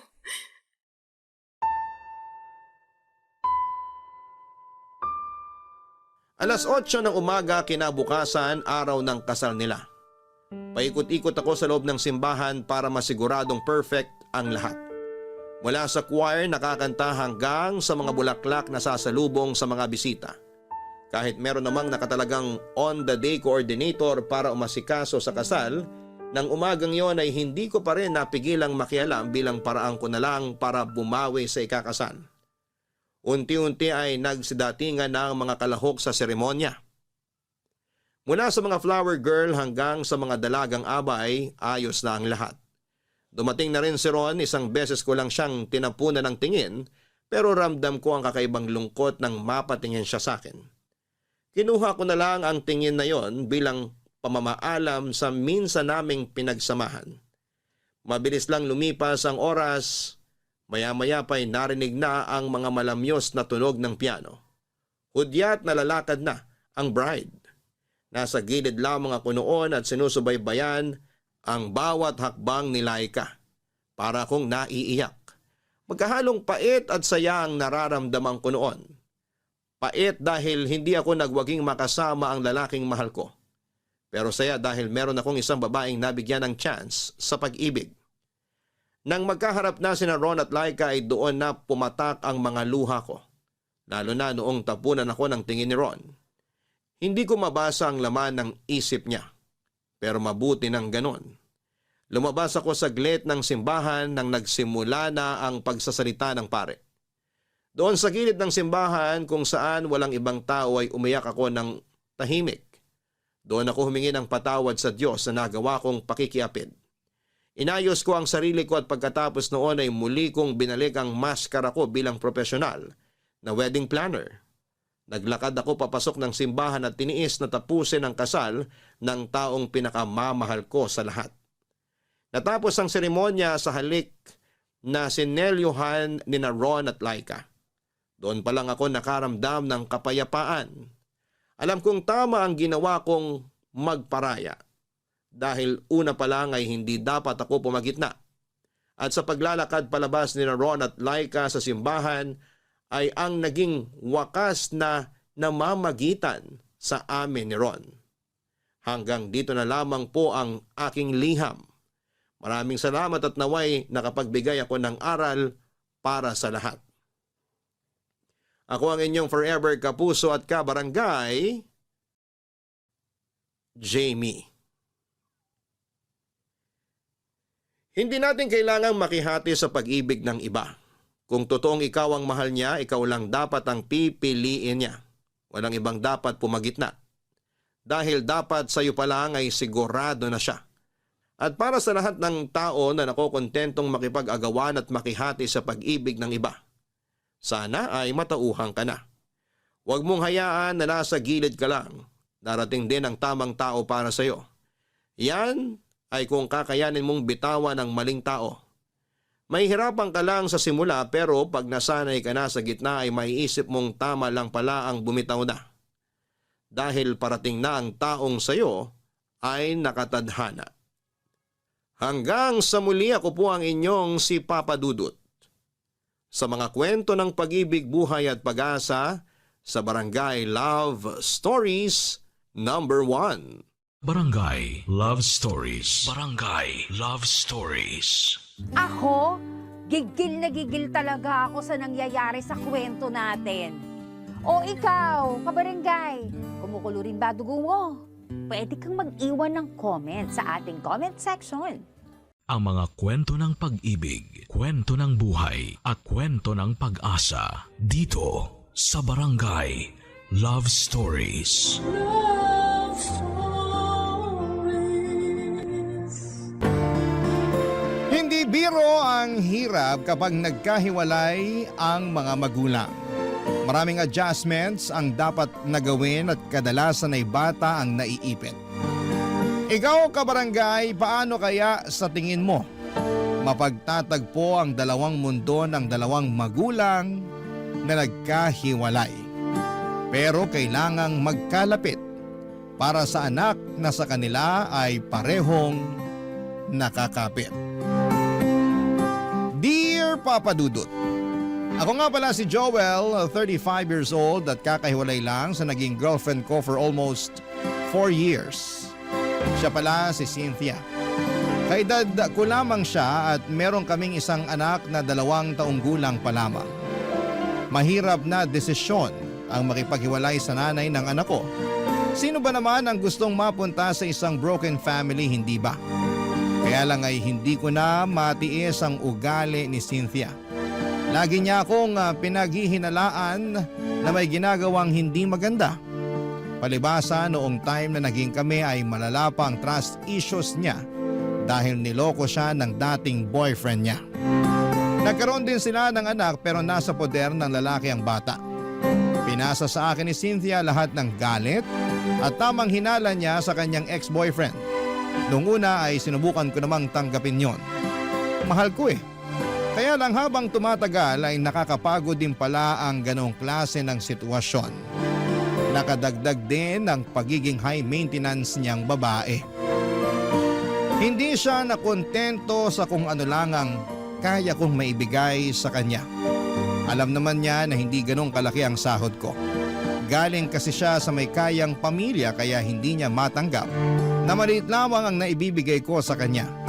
Yun madalas ang nagiging away din namin dahil nasasaktan ang pagkalalaki ko sa tuwing pinamumukha niya sa akin na hindi sapat ang naibibigay ko. Hanggang isang araw ay nakipaghiwalay na ako sa kanya, Papa Dudut. Biglaan lang ang lahat dahil napundi na ako sa pagbubunganga niya sa mga pagkukulang at mali ko. At dahil nga sa pakikipaghiwalay ko ay nagtanim siya ng galit sa akin at nakaapekto yon sa anak namin, Papa Dudut.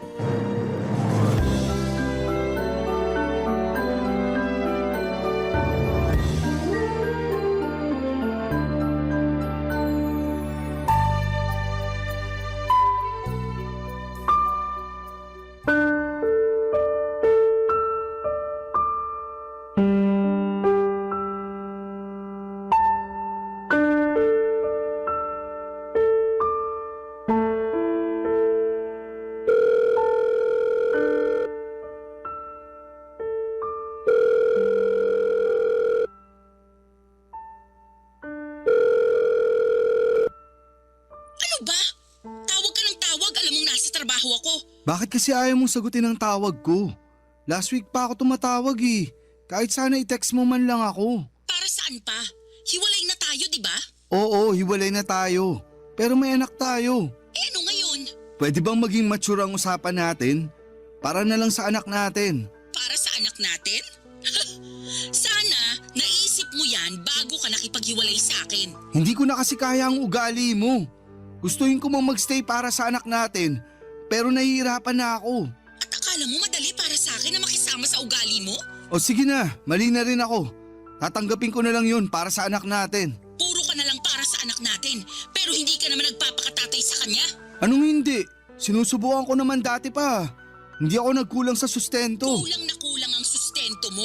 Hindi sapat ang binibigay mo. Yan mismo ang dahilan kung bakit umayaw ako sa'yo. Hindi ka marunong makontento. Sino bang makukontento sa maliit na sustento mo? Alam mo kung magkano lang ang kinikita ko. Maliit na nga lang ang natitira sa akin. Sakto lang para may pangbili ako ng toothpaste at deodorant ko. Halos sa inyong mag-ina na pupunta lahat ng sahod ko. Dapat lang namang mapunta sa amin yun dahil obligasyon mo kami.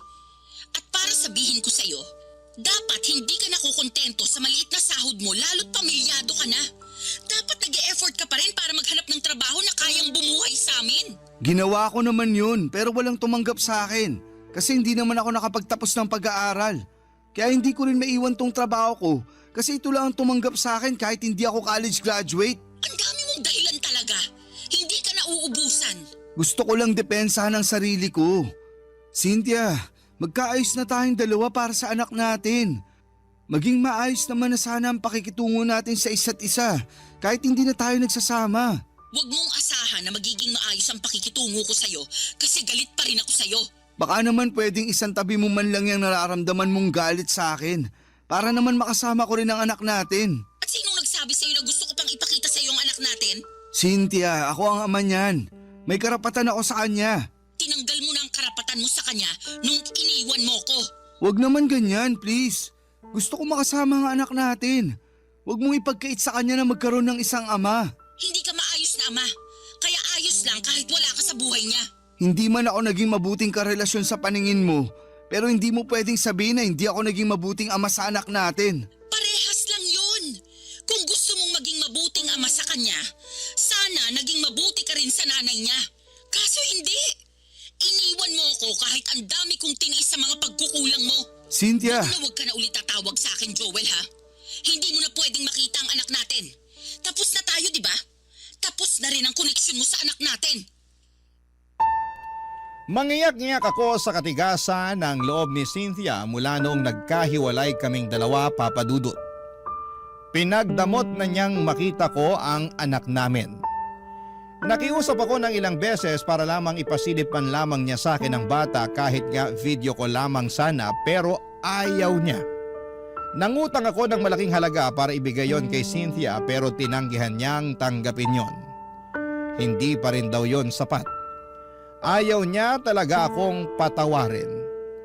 Alam kong pinipersonal na lamang niya ako dahil sa pakikipaghiwalay ko sa kanya.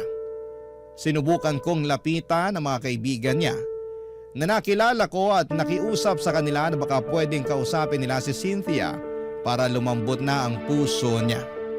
Lahat sila'y walang nagawa, naging dahilan din yon para kagalitan niya ang mga kaibigan niya. Kaya mula noon ay hindi ko na sinubukang lapitan pa isa man sa mga malalapit sa kanya para maging tulay sa muling pagkikita namin ng anak ko. Napakasakit na hindi makita ang anak ko, siya na lamang ang buhay ko. Siya ang dahilan kung bakit nagawa kong tiisin ang ugali ni Cynthia dahil gusto kong buo kami. Pero may limitasyon din ang pasensya ng isang tao at sa huli mas pinili kong lumayo na lamang kay Cynthia kaysa naman sarili kong peace of mind ang mawala. Mas naging payapa ang buhay ko noong nagkahiwalay kaming dalawa.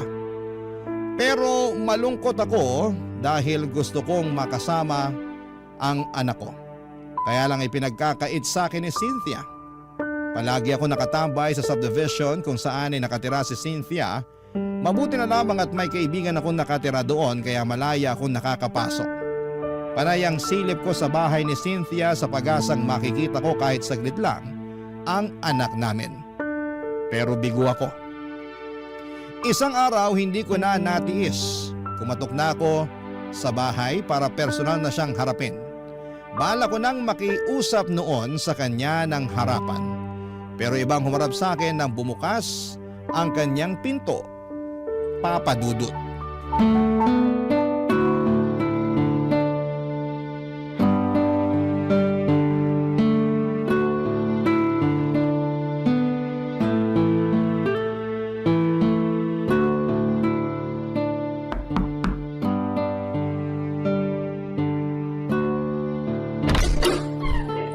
Sino po kayo?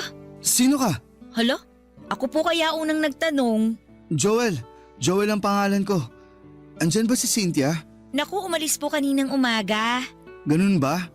Mga anong oras kaya siya makakabalik? Baka po hapon na yon kasi dadaan daw muna siya sa bahay ng parents niya bago po siya bumalik dito. Ah, sino ka nga pala? Ay, pasensya na, hindi po agad ako nakapagpakilala. Ako nga po pala si Mara, ang yaya ng anak ni Ma'am Cynthia. 30 years old at mula sa lugar ng mga matatapang, Etivac, Cavite!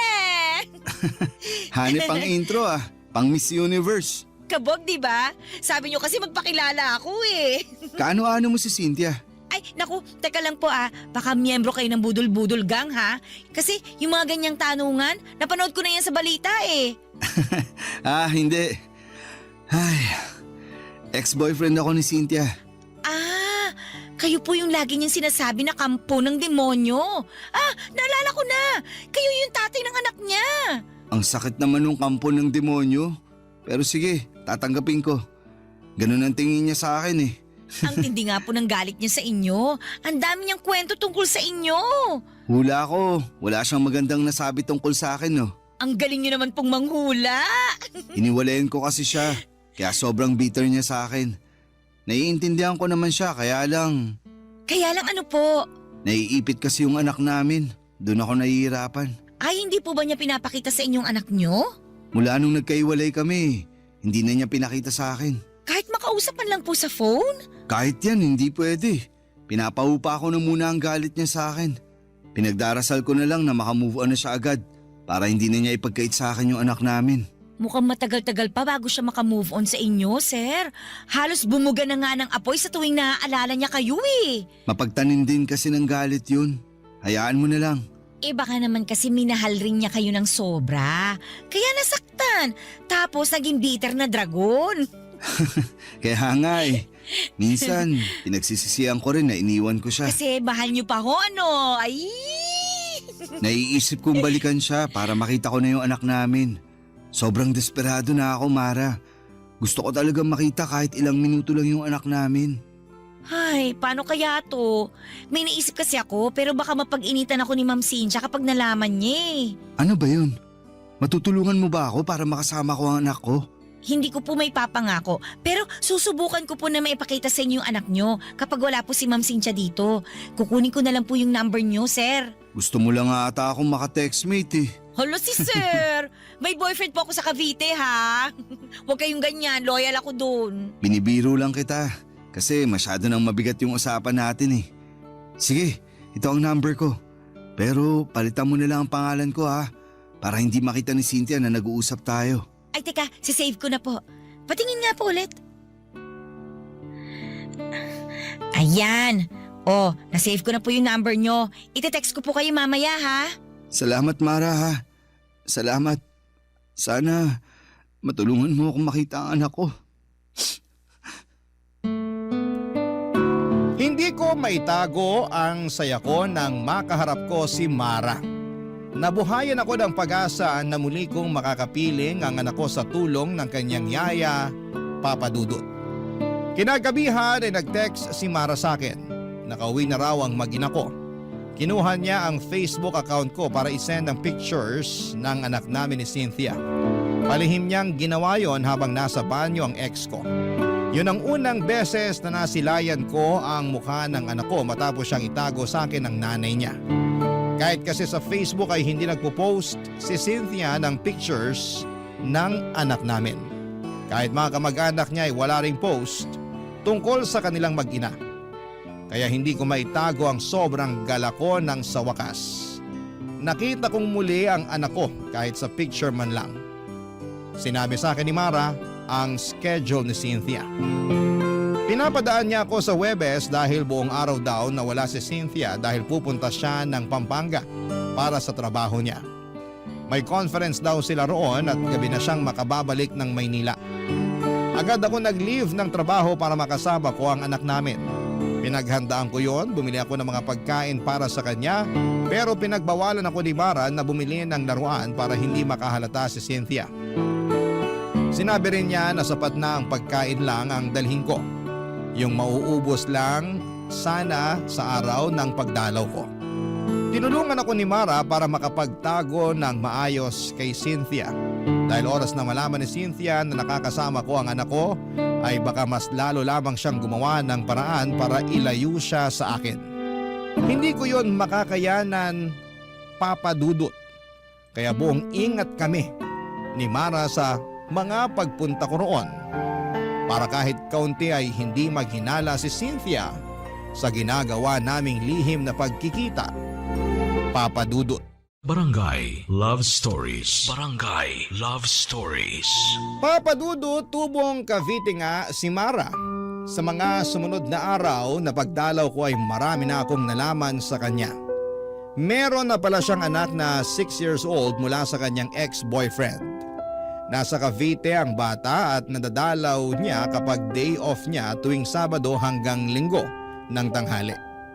May boyfriend din siya na kasama na niya sa bahay nila sa Cavite.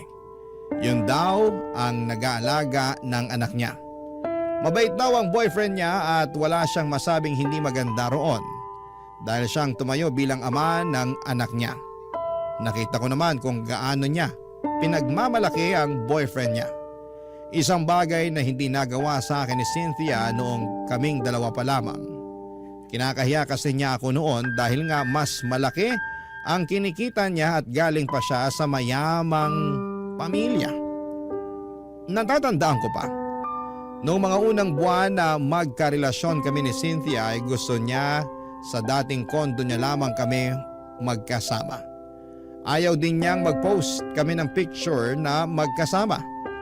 Nasasaktan ako noon pero prangka naman niyang inamin sa akin na hindi ako gusto ng pamilya niya dahil may kaya nga sila sa buhay.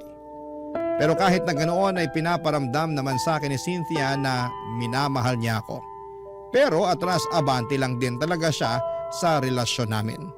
Dahil bukod sa sulsol ng kanyang pamilya ay dumagdag pa ang trust issues niya sa akin kahit na wala naman akong ginagawang kalokohan. Kahit na hindi naging maayos ang trato niya sa akin ay never ko siyang niloko. Yun naman ang may pagmamalaki ko sa kanya hanggang dulo. Kaya lang ay hindi naman niya yon pinakinggan dahil para sa kanya, pare-parehas ng lahat ng mga kalalakihan.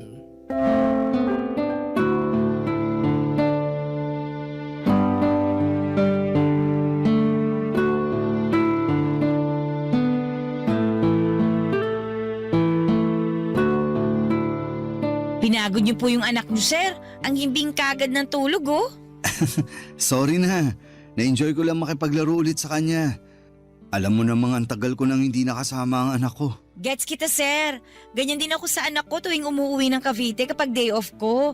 Parang ayoko nga patulugin para hindi matapos yung bonding naming dalawa eh. Ang sarap maging magulang, no? Mahirap pero masarap. Sinabi niyo pa, sir. Wag mo na nga akong tawaging sir. Halos magkaedad lang naman tayo. Tsaka close naman na tayo eh. Eh naku, nakakailang naman kung tatawagin ko lang kayong Joel. Hindi ako sanay. Tatay kayo ng inaalagaan kong bata. Pero hindi naman kita pinapasahuran. Kaya tanggalin mo na yung sir ha. O sige na nga, susubukan ko. Mara, salamat talaga ha. Naging tulay ka para makasama ko ulit ang anak ko. Alam mo, ilang beses ka nang nagpasalamat. Okay na nga yun. Masaya akong makatulong. Tsaka kailangan talaga ng bata na makasama din ang tatay niya. Sana ganyan din ang mindset ni Cynthia. Ay, kaso hindi eh. Dinamay niya yung personal na galit niya sa akin para hindi ko makita ang anak namin. Hintayin na lang nating makamove on si Ma'am Cynthia. Lalambot din yun. Parang hindi ko na nga inaasahan yan. Yung ex nga niya bago ako, hanggang ngayon sinusumpa pa rin niya. May mga ganong tao lang po talaga, mapagtanim ng galit. Kahit maliliit na pagkakamali, hindi niya kayang patawarin. Isang beses, alam mo ba, nakalimutan ko lang siyang batiin para sa mansari namin. Aba, hindi na niya yun pinalagpas. Lagi niyang sinusumbat. Keso wala raw akong pakialam sa relasyon namin. Eh isang beses lang naman nangyari yun. Eh teka, may ganyang experience din ako kay Ma'am Cynthia. Minsan, nakalimutan ko ilabas yung basura. Ayun, mula noon may trust issues na siya sa akin. Halos oras-oras bago matulog, pinapaalala niya sa akin yung basura. Kahit hindi naman na naulit yun.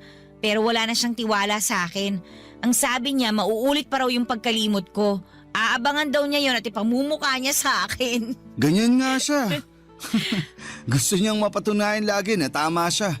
Kaya babantayin niya lahat ng galaw mo para makahanap ng butas. Gusto niyang may paglaban na hindi siya nagkakamali ng iniisip tungkol sa'yo. Ay, nakakapagod yun. Buti nga natiis niyo eh. Ikaw din naman, natiis mo siya. Eh wala naman po akong choice kundi magtiis. Malaki kasi ang pasahod niya sa akin eh. Hindi naman alagain yung anak niyo. Si Ma'am Cynthia na lang talaga yung kailangan kong pagpasensyahan. Sana balang araw, ma-realize niya yung ugali niyang ganun. Mauubusan talaga siya ng taong iintindi at magtitiis sa kanya kapag hindi pa siya nagbago. Eh, matanong ko lang Joel, wala ka na bang nararamdaman na pagmamahal sa kanya? Mahal ko pa naman siya. Hindi naman yun agad-agad na nawawala. Napagod lang talaga ako nun kaya ako nakipaghiwalay. Pero andun pa rin yung love ko sa kanya. Huwag mong sasabihin ha, papalakpak na naman ang pride nun kapag nalaman niya. Naku, ayoko na rin kayo magkabalik ang dalawa. Ha? Bakit naman? Eh kasi kapag pinag-uusapan natin siya, ramdam ko yung lungkot at stress sa'yo. Pero kita ko pa naman sa mga mata mo na may feelings ka pa rin naman sa kanya. At okay lang yun. Hindi naman basta-bastang nawawala yun eh. Nanay kasi siya ng anak mo. Salamat sa pag-intindi ha. Sobrang bigat lang kasi talaga ng pinagdaanan ko sa kanya.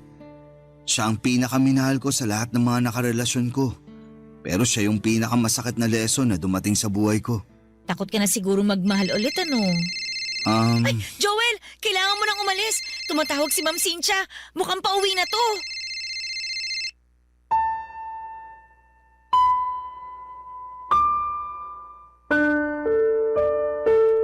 Nagpanik kaming dalawa ni Mara dahil nabaga ang pag-uwi ni Cynthia. Pinagdadampot ko na lamang lahat ng kalat at pagkain na pinagsaluhan namin ni Mara at ng anak ko bago ako lumabas. Nagmadali akong pumunta sa bahay ng kaibigan ko sa subdivision na yon. Doon muna ako magpapalipas bago ako mag-book ng masasakyan. Kailangan munang makauwi ni Cynthia bago ako lumabas ng subdivision para hindi kami magkasalubong na dalawa. Ganon na kasi ang sistema namin. Napakiusapan ko naman ang kaibigan ko. Naintindihan niya ang sitwasyon ko, lalo't saksi siya sa naging relasyon namin ni Cynthia. Tinitext na lamang ako ni Mara kung nakarating na ba si Cynthia sa bahay niya at saka na ako aalis ng subdivision. Ilang buwan na rin na naging ganon ang kalakaran namin. And so far ay hindi naman kami nahuli. Madalas kaming nagkakausap ni Mara para humingi ng update sa anak ko. Ang sabi nga ni Mara, halos hindi rin maharap na asikasuhin ni Cynthia ang anak namin dahil subsob ito sa pagtatrabaho kaya madalas silang dalawa ni Mara ang magkasama. Laging nagkukulong si Mara at ang anak ko sa kwarto niya at doon nagvi-video call kami ng palihim. Habang naglalaro ang anak ko, naka-on lang ang video para makita ko siya. Mabuti na lamang at tahimik ang anak ko kapag nakaka-video call ko siya. Araw-araw ay gano'n ang mga nangyayari. Siguro isang pasasalamat din na naging busy si Cynthia sa trabaho niya para kahit sa video call man lang ay makita ko ang anak ko. At syempre, hindi siya makakahalata sa sitwasyon namin. Isang Sabado, nag-message si Mara sa akin. Hindi raw siya nakauwi ng Cavite dahil may bigla ang meeting si Cynthia. Kaya pinapunta niya ako doon. Sakto namang day off ko kaya may oras ako para pumunta doon. Bumili ako ng pagkain para sa anak ko at rosas naman para kay Mara bilang thank you ko sa kanya sa mga ginagawa niya para sa aming mag-ama Papa Dudut.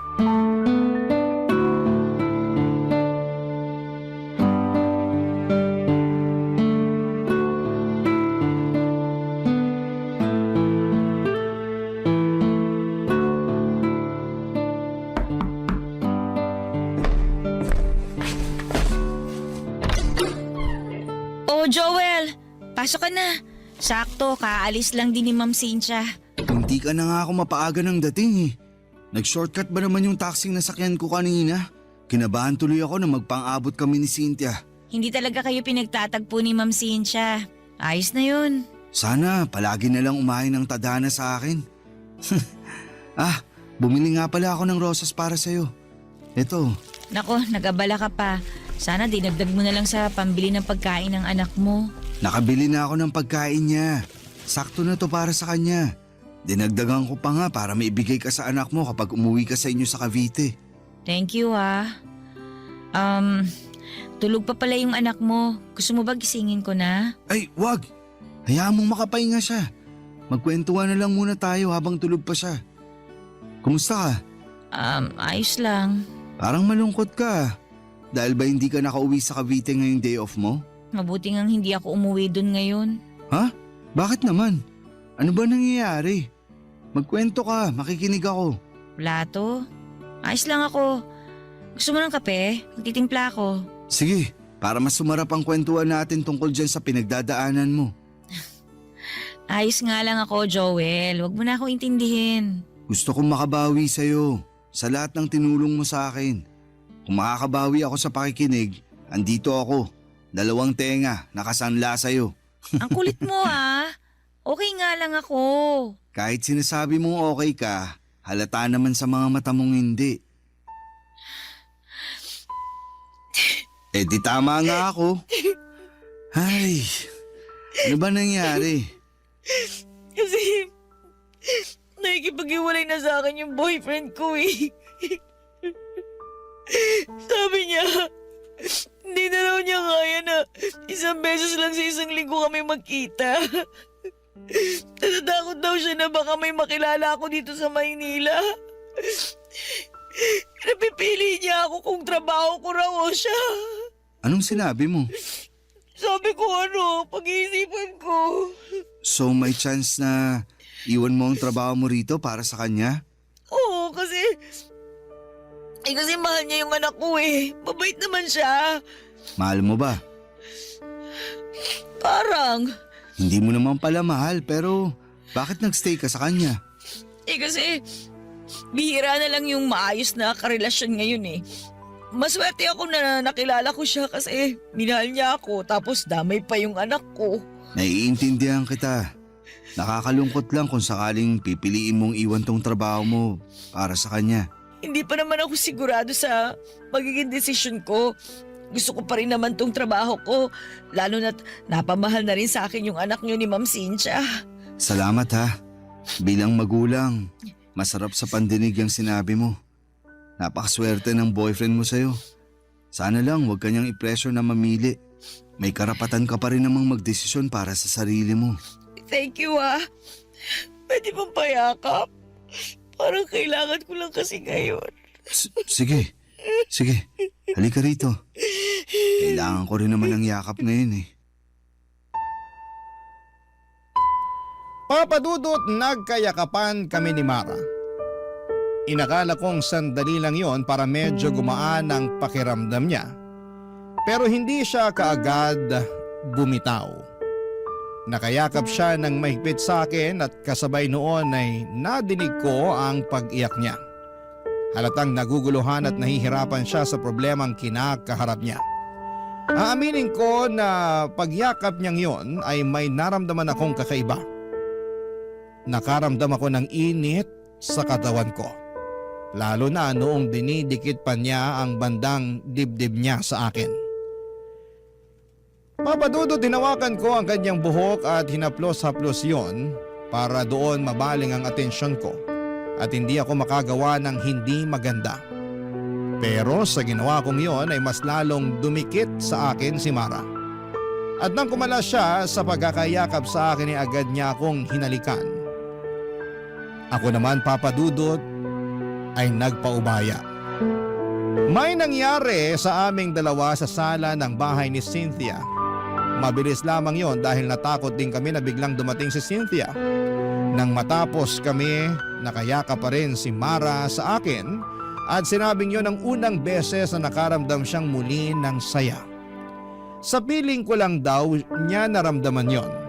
Napangiti ako at aaminin kong magaan din ang loob ko kay Mara at nakikita ko siyang mabuting tao base na rin sa kanyang pananalita at kung paano niya kami asikasuhin ang anak ko. Pagkatapos noon ay tinawagan niya ang boyfriend niya at sinabing hindi na niya iiwan ang trabaho niya sa Maynila. Nakaramdam ako ng tuwa sa mga nalaman ko. Dahil kahit papaano, may magiging paraan pa rin ako para makasama ang anak ko. Dahil syempre oras na umalis si Mara ay mapuputol na ang pagkikita namin ng anak ko, Papadudot. Barangay Love Stories. Barangay Love Stories. Nakipaghiwalay na nga ang boyfriend ni Mara sa kanya, Papadudot. Mabilis lang naman yung tinanggap ni Mara dahil alam niyang hindi naman niya mahal ang lalaking yon. Alam niyang nadaan lamang siya sa kabutihan nito at sa ipinakita niyang pagmamahal sa anak niya. Doon na kami malayang nagkaroon ng lihim na relasyon. Yun nga lang ay nilihim namin ang lahat ng yon hanggat hindi pa natatanggap ni Cynthia ang hiwalayan naming dalawa. Hindi ko pwedeng sabihin sa iba ang namamagitan sa pagitan namin ni Mara. Alam kong mas lalo lang magtatanim ng sama ng loob sa akin si Cynthia kapag nalaman niyang kasambahay niyang pinatos ko. Naintindihan naman yon ni Mara at sinabi sa akin na walang problema sa kanya kung patago muna kami dahil alam niya ang ugali ng ex-girlfriend ko. Napadalas na ang pagpunta ko kina Cynthia. Kahit andon si Cynthia ay nagagawa ko pa rin makipagkita kay Mara. Doon nga lang kami sa bahay ng kaibigan ko nagtatagpo kapag tulog na si Cynthia.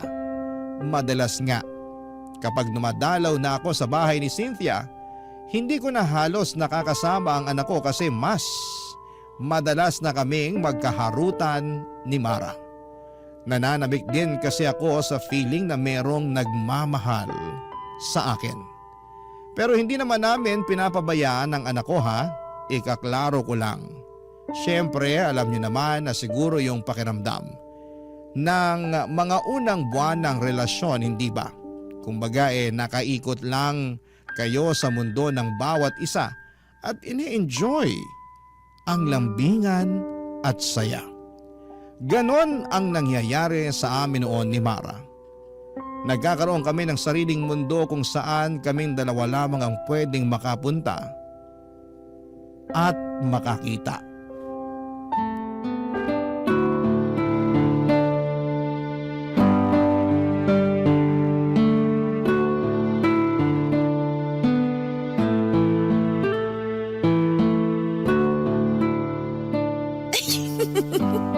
Huwag mo naman masyadong pisilin yung tabako sa tiyan. Huwag mo na akong pigilan.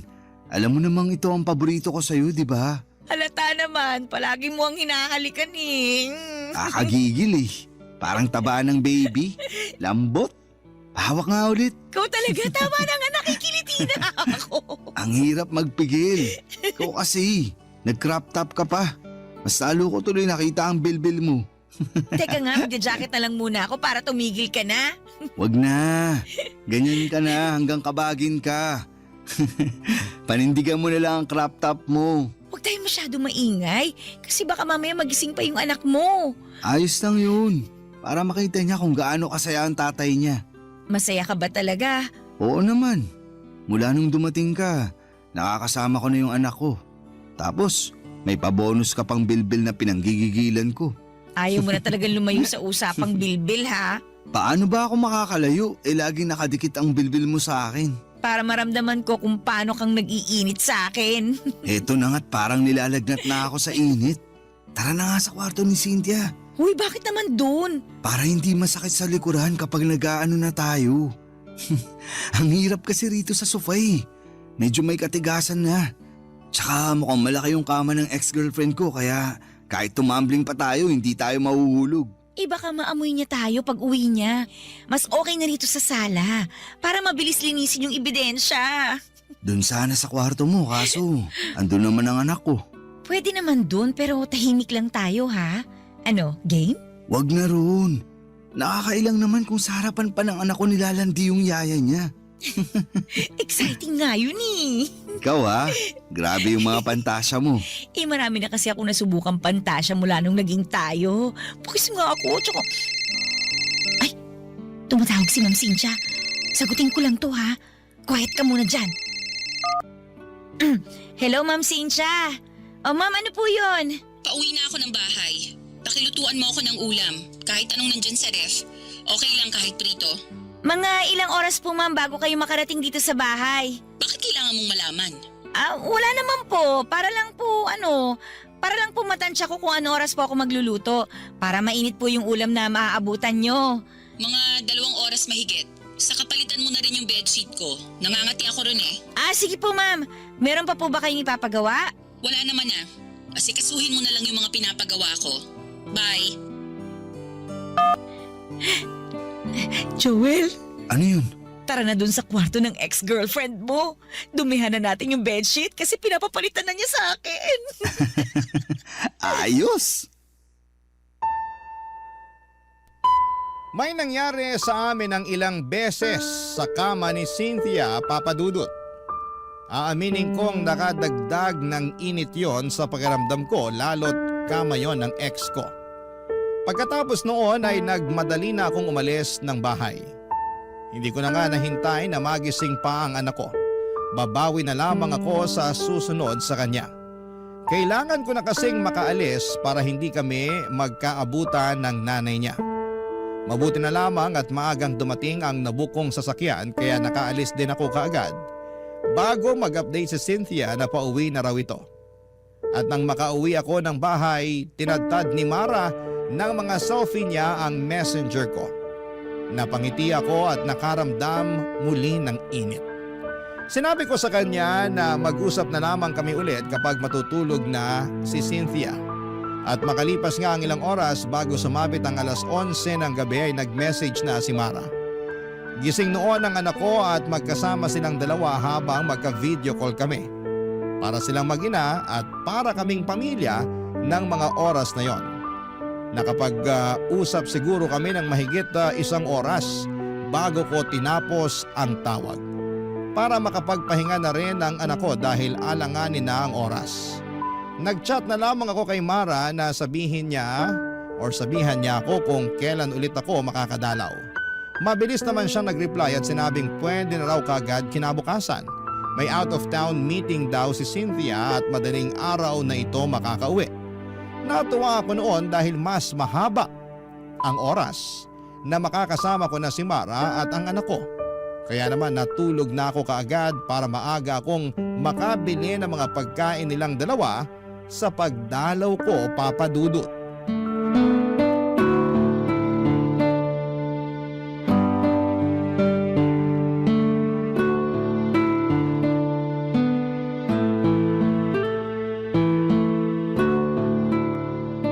Uy, ang dami mo namang biniling pagkain. Gusto mo talagang kumapal pang bilbil ko, ha?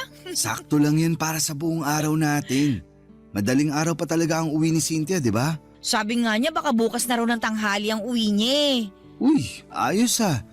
Baka pwede pa ako makatulog dito nun.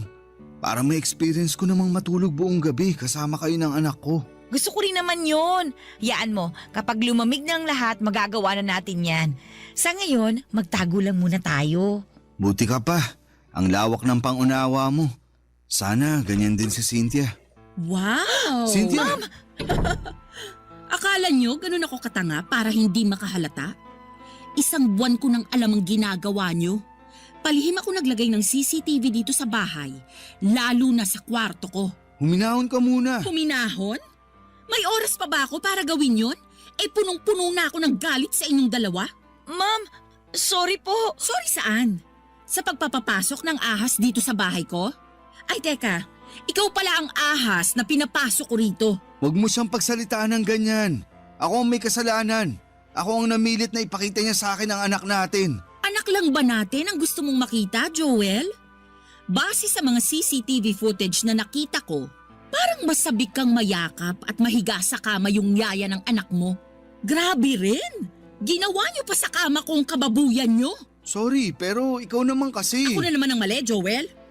Nakikita mo ba kung anong ginawa mo?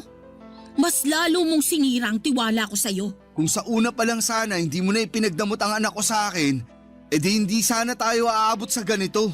Pinapatikim ko lang sa'yo ang epekto ng pag-iwan mo sa akin. Sinabi ko naman sa'yo na huwag mong idamay ang anak natin sa problema natin pero… Sa ayaw at gusto mo, madadamay talaga ang anak natin. Lalo na ngayon, ang bababoy nyo. Habang nasa kabilang kwarto ang anak natin, nagawa mo pa talagang patungan ng yaya niya, Joel? Anong klaseng pag-iisip ang meron ka? Bakit init ng katawan ang pinapairal mo? Kasalanan ko po, Ma'am Cynthia. Huwag niyo pong sisihin si Sir Joel. At ngayon, Sir Joel ang tawag mo sa kanya? Patapos kang maghubad sa harapan niya? Iba ka rin, ha? Nagmamahalan lang po kaming dalawa. Walang masama sa ginagawa namin. Nagmamahalan? Walang masama? Sigurado ka? Habang wala ako sa bahay na to, pinagkatiwalaan kita, Mara. Ang bilin ko sa'yo, wag na wag kang magpapapasok ng ibang tao. Pero sinunod mo ba yon? Hindi. Sabihin mo ngayon sa akin kung walang masama sa ginawa mong yon. Hindi mo na nirespeto ang bahay ko. At hindi mo rin ako nirespeto. Sorry po, Ma'am. Hanggang sorry ka lang talaga, no? Tama na, Cynthia. Pag-usapan na lang natin to. Sige, pag-usapan natin to. Kasi ang dami ko nang naipon sa puso kong galit sa'yo eh. Baka sakaling gumaan kapag sinumbat ko na sa'yo lahat. Kapal ng mukha mo, Joel. Ang dami mong pagkukulang sa akin noon. Pero pinilit kong tanggapin ka. Kasi naniniwala ako na ikaw yung makakabuti para sa akin. Lalo na nung nabuntis mo ko. Pero anong ginawa mo? Nung time na gulong-gulo ko sa mga nararamdaman ko, iniwan mo ko. Pinabayaan mo ko. Hindi mo alam kung gaano kasakit sa akin na isipin yung future na hindi ka namin kasama ng anak mo. Hindi mo alam kung gaano kasakit sa akin na isipin na nagmamahal ka na ulit ng iba tapos makakalimutan mo na kaming mag-ina. Hindi naman mangyayari yun. Nagkaiwalay tayo pero hindi naman ibig sabihin ipababayaan ko na kayo. Mag-ina ko pa rin kayo at parte na kayo ng buhay ko. Mahal kita, Cynthia. Kahit ano pang nangyari sa atin, hindi na yun magbabago. Kung mahal mo ko, piliin mo ko ngayon. Anong ibig mo sabihin? Kung gusto mo pang makita pa ang anak mo, ako ang pipiliin mo. Cynthia. Kami ng anak mo o ang katulong ko? Mamili ka. Hindi ako makagalaw sa sinabi ni Cynthia, Papa Dudut. Hindi ko nga rin matignan si Mara dahil alam kong nasasaktan siya sa narinig niyang sinabi ng ex ko. Kahit ako ay naguluhan, lalo na noong pinangtakot na ni Cynthia sa akin ang anak namin. Sinabi niyang lilipat na raw sila ng lugar at hindi ko na sila kailanman makikita. Ang bigat ng loob ko habang iniisip ang posibilidad na mangyari yon. Nang hindi pa ako sumagot ay sinabi niyang pwede kaming magkabalikang dalawa, total ay mahal ko pa naman daw siya. Ayusin na lang daw namin at susubukan niyang baguhin kung ano man ang mga naging pagkakamali niya. Hindi pa rin ako nakapagsalita noon. Parehas kami ni Mara. Nang wala siyang makuhang sagot sa akin ay pinalis niya ako ng bahay. Pero bago niya ako paalisin, binigyan niya ako ng palugit na 1 buwan para pag-isipan kung sino ang pipiliin ko sa kanila ni Mara. Tahimik pa rin si Mara at kabado dahil anak ko na ang pinangsasangga ng nanay niya. Pinalis na rin ni Cynthia si Mara at umuwi muna si Mara sa Cavite at sinabi niyang hihintay na lamang niya kung anuman ang magiging desisyon ko. Sobrang hirap ng pinasok kong gulo. Sana ay matulungan niyo po ako. Oo, at may nararamdaman na ako para kay Mara. Nakikita ko siya bilang mabuting tao at mabuting karelasyon. Pero aaminin kong mas mahal ko pa rin si Cynthia. Pero ang hirap na makasama pa siya. Pero paano ang anak namin kung sakaling hindi ko siya piliin na balikan? Higit sa lahat ay anak ko na ang pinakagusto kong makasama. Pero tulad ko ay ipit din siya sa sitwasyon. Sana po ay matulungan niyo po ako. Ako ang inyong kabarangay forever, Joel. Barangay Love Stories. Barangay Love Stories. Nalilito pa rin sa life ang ating kabarangay. Ano kaya ang maipapayo mo sa kanya? Ibahagi mo yan sa ating comment section para mabasa rin niya. Nagustuhan ng iyong napakinggan? Ituloy yan via live stream sa www.gmanetwork.com/radio. In Mega Manila, 97.1. Forever!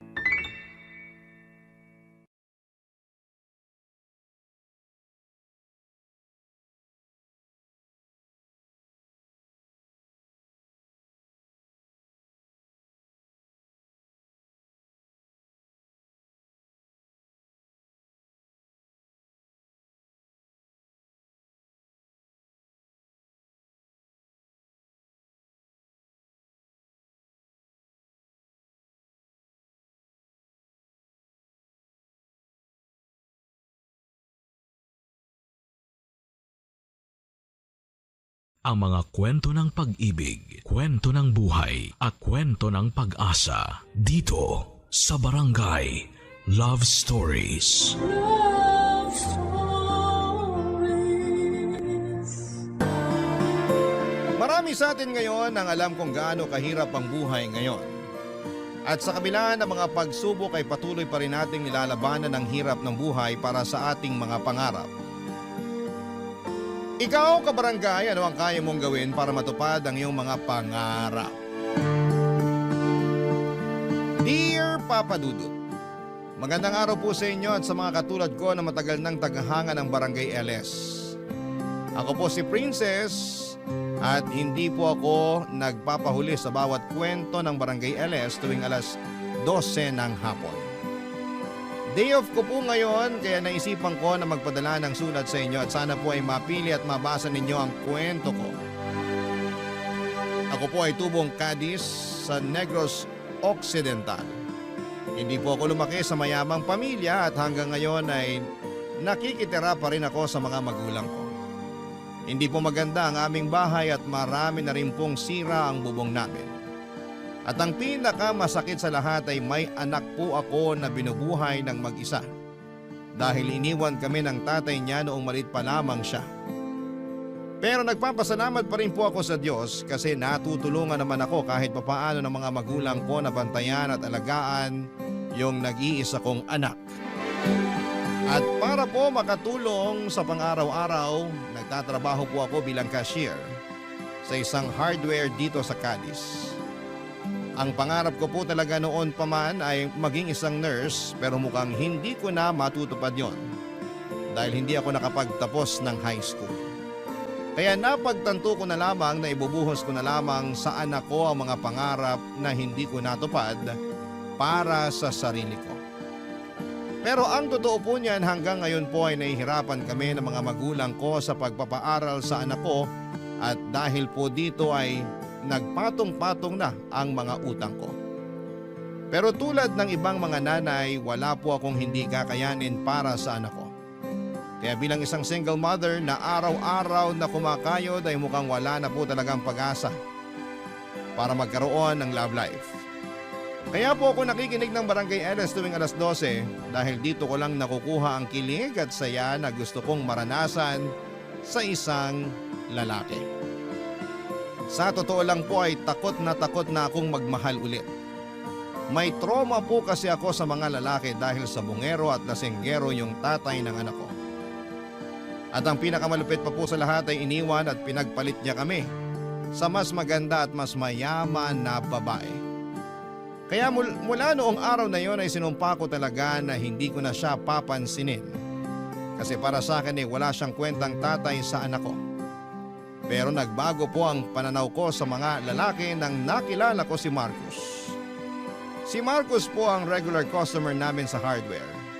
Sobrang bait at gwapo niya at tuwing dumadaan siya, talagang naaamoy ko yung perfume niya na napakabango. At alam ko po na may kaya siya kasi iba't ibang kotse ang dala-dala niya tuwing pumupunta siya sa hardware na pinagtatrabahuhan ko.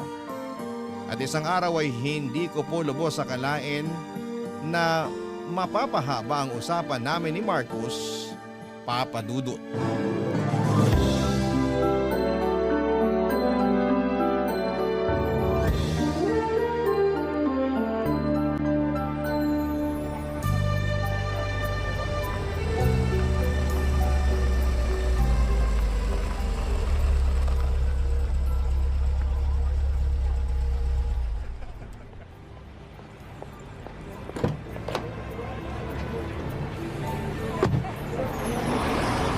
Princess, Good afternoon po, Sir Marcos.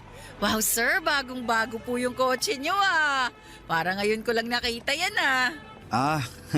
oo, kakabili ko lang kahapon. Naku, mapapasana all ka na lang talaga. Nakakaingit naman po kayo. Anong dinadrama mo dyan? Wala lang po. Naisip ko lang po kasi na sobrang unfair pala ng buhay. Siguro kung kasing yaman ko lang kayo, hindi na ako mahihirapan sa pagpapaaral sa anak ko at sa pagbibigay ng pera sa mga magulang ko. Eto talaga oh. Eto may aaminin ako sa'yo. Ano po yun?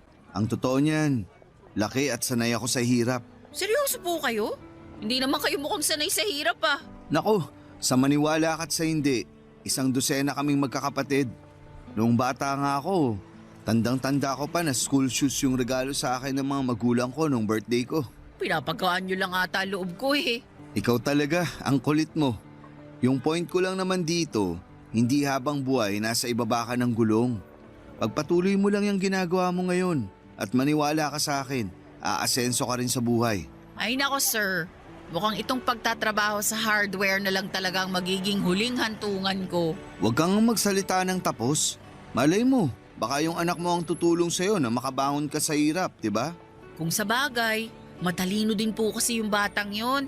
Kaya hindi po ako magtataka kung aasenso yun sa buhay. Ay, sana lang talaga hindi niya ako makalimutan kapag nangyari yun. Huwag kang mag-alala. Sigurado ako na hindi ka pababayaan ng batang yun. Nakita ko yun dito sa hardware nung nakaraang Sabado. Mukhang mabait naman siya. Tama, pilyo nga lang. Ay naku po, pasensya na kayo. Ang daldal ko talaga. Nga pala, ano pong kailangan nyo? Ano ka ba? Okay lang yun. Pabili ako ng 3 extension cord. Sige po, saglit lang. Eto po, 3 yan. Salamat ha. Ito yung bayad ko. Resibo nyo po. O nga po pala, ba't ang dami nyo naman atang pinamili na extension cord? Namili kasi ako ng appliances nung isang araw. Tapos kinulang ako sa outlet, kaya yan. Wow naman. Samantalang kami, iisa na nga lang yung ref namin tapos kinakalawang pa. Uy, tamang-tama. May ref ako sa bahay na hindi ko na ginagamit. Ibibigay ko na sa'yo yun. Ano? Eh naku! Oh, ba't parang gulat na gulat ka dyan? Huwag mong sabihin tinatanggihan mo ako. Nakakahiya po kasi. Ano ka ba? Hindi ka naman na ibang tao sa akin eh. Ikaw kaya tong palaging tumutulong at nag-a-assist sa akin tuwing may binibili ako dito sa hardware. Sige po. Nakakahiya man pero tatanggapin ko na yung inaalok nyo kasi mukhang hindi na po magtatagal yung ref namin eh. Bigay lang din kasi nung kamag-anak namin yung ref na yun at hindi na rin masyadong lumalamig yung freezer nun. Oh, yun naman pala eh. Huwag ka na rin mag-alala. Kasi ako na mismo ang pupunta sa bahay nyo para iatid yung ref na ibibigay ko. Uy sir naman, wag na po. Makikiusap na lang ako sa kapitbahay namin na tulungan akong kunin yung ref sa bahay nyo. Para saan pa yung bago kong kotse? Kung hindi ko rin naman mapapakinabangan ng maayos, di ba? Kaya sige na, huwag mo na akong tanggihan. Ibigay mo na lang sa akin yung address nyo. Sige po, sandali kukuha lang po ako ng papel.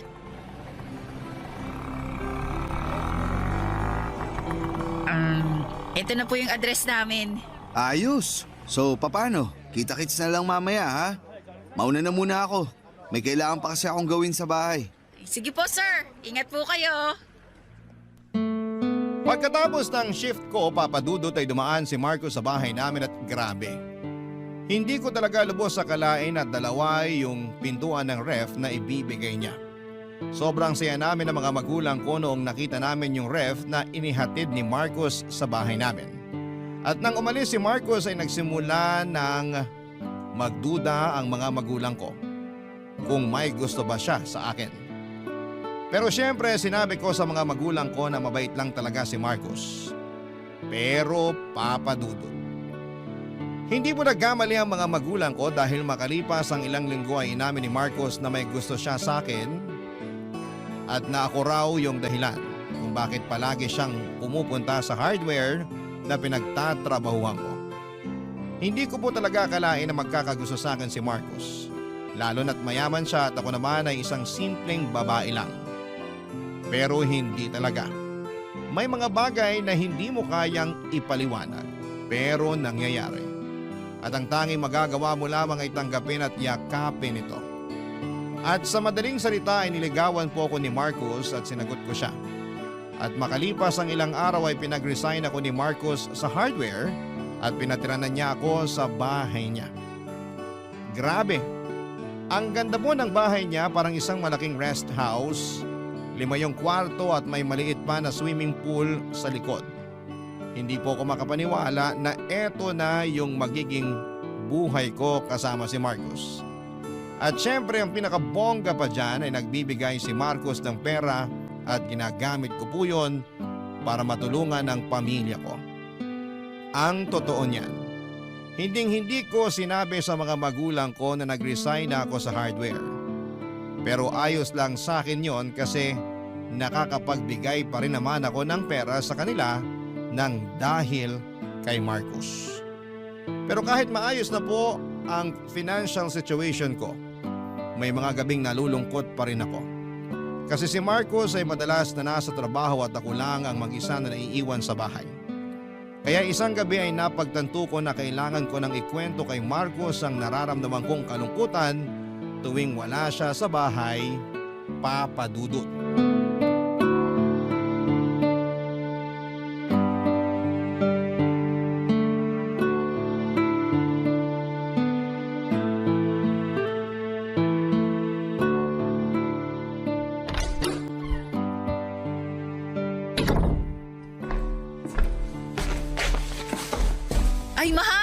Mabuti naman at nakauwi ka na. Hi, mahal. Mukhang nanghihina ka ah. Okay ka lang ba? Kumusta yung trabaho mo? Ay, Hoy, ano ba? Di ka naman nakikinig sa akin eh. sorry. Ayun, nakakapagod. Pero ayos lang naman. Nga pala, pinagluto kita ng paborito mong pagkain. Pinagtimpla na rin kita ng iced tea. Nasa mesa na lahat, nakahain na. Sige na, kumain ka na doon. Salamat. Pero bukas na lang siguro. Pagod na ako eh. Gusto ko nang matulog. Uy, nga pala, bago ka matulog, may aaminin muna ako sa'yo. Pero sana huwag kang magalit ha. Bakit? Ano ba yun? Nagpapasalamat ako sa'yo kasi nakakapag-abot pa rin ako ng pera sa mga magulang ko kahit wala na akong trabaho. Pero ang totoo niyan, nalulungkot ako tuwing wala ka dito sa bahay eh. Aba, natural. Kasi nagtatrabaho ako para sa ating dalawa. Alam ko naman yun, pero ang tagal na kasi simula nung huli tayong alam mo na. Utang na loob naman, princess. Anong gusto mo? Huminto ako sa pagtatrabaho at hayaan kong mamatay tayong dalawa sa gutom? Uy, kumalma ka nga. Ang kulit-kulit mo kasi. Yung sa akin lang naman, miss na kita. Kaya... Princess, tumigil ka. Uy, sige na naman oh. Hindi ka ba talaga nakakaintindi? Ano bang problema mo? Bakit mo ako tinulak? Ba't ka ba nagkakaganyan? Ano, may nagawa ba ako masama sa'yo? Pagod ako sa trabaho. Yun lang yun. Alam mo, ang ganda-ganda nitong bahay mo at malaki yung perang na ibibigay mo sa akin. Pero may mga ibang pangangailangan din naman ako. Sige, kulitin mo pa ako at hindi lang yung pagtulak ko ang aabuti mo sa akin. Ang sama-sama mo naman. Alam mo, hindi ko maintindihan kung bakit mo pa ako niyaya makipag-live-in dito kung hindi mo naman pala ibibigay mga pangangailangan ko. Bakit? Hindi pa ba sapat sa iyo nakapag-resign ka sa hardware? Nakatira ka sa magandang bahay at nasusustentuhan mo yung pamilya mo nang dahil sa tulong ko? Siyempre, sapat na sa akin yun kasi alam mo namang hindi kami mayaman na tulad mo. Pero hindi ko na rin maiwasan na tanungin ang sarili ko kung mahal mo pa ba talaga ako.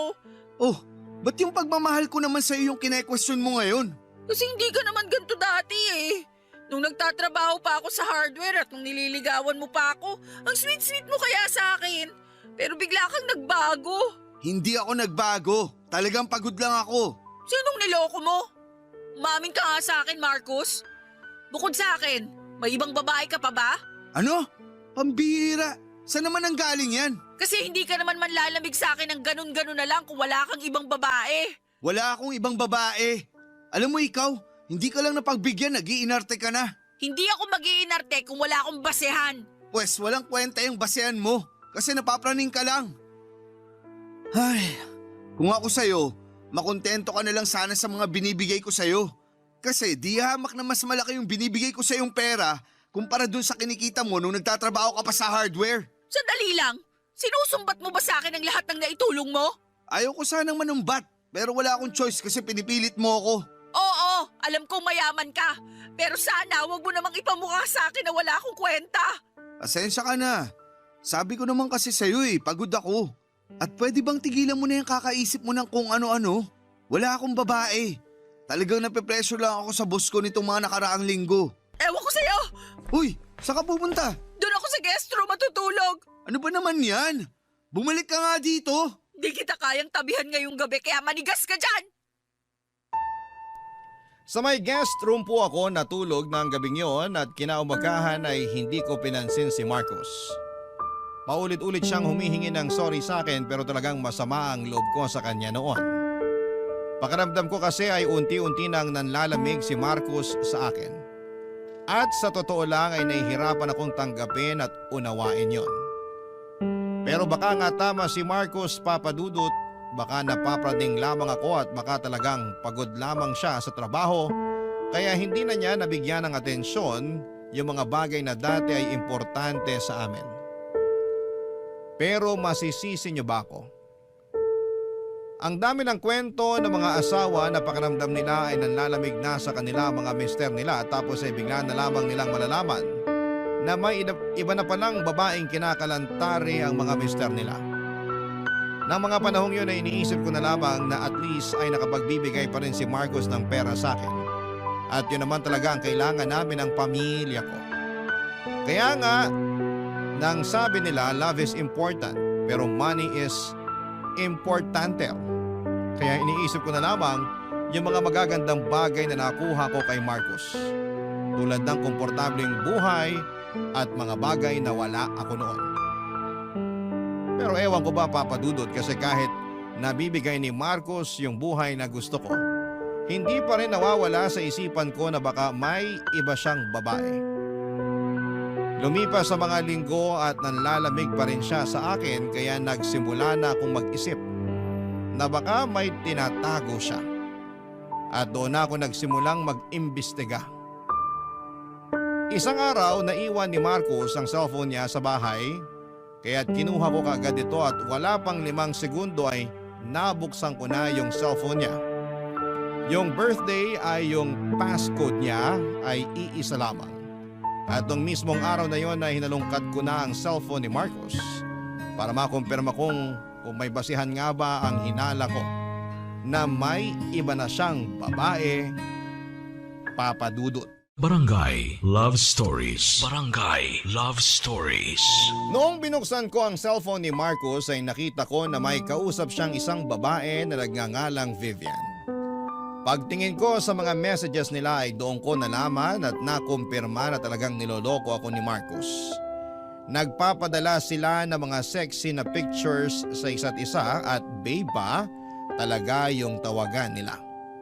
Sobrang galit ako noong mga panahong yon Papa Dudut at gusto ko na talagang ipamukha kay Marcos na tama yung hinala kong niloloko niya lamang ako.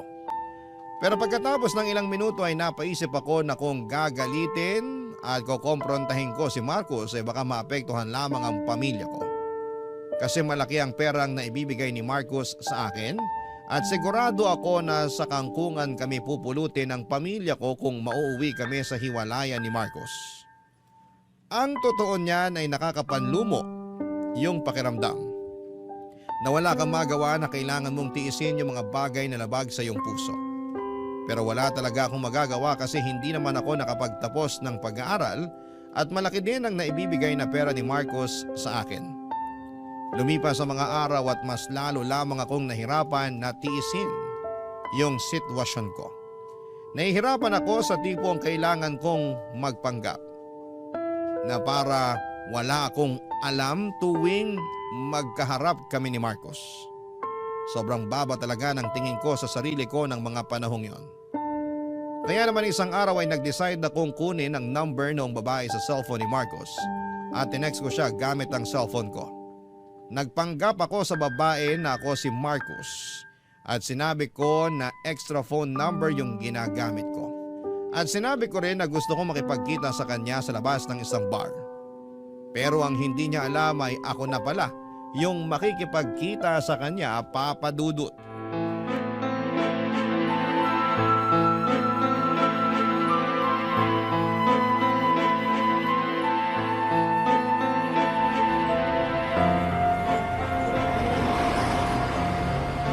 Hoy! Ikaw ba si Vivian? Hoy, Karen! Teka lang, kilala ba kita?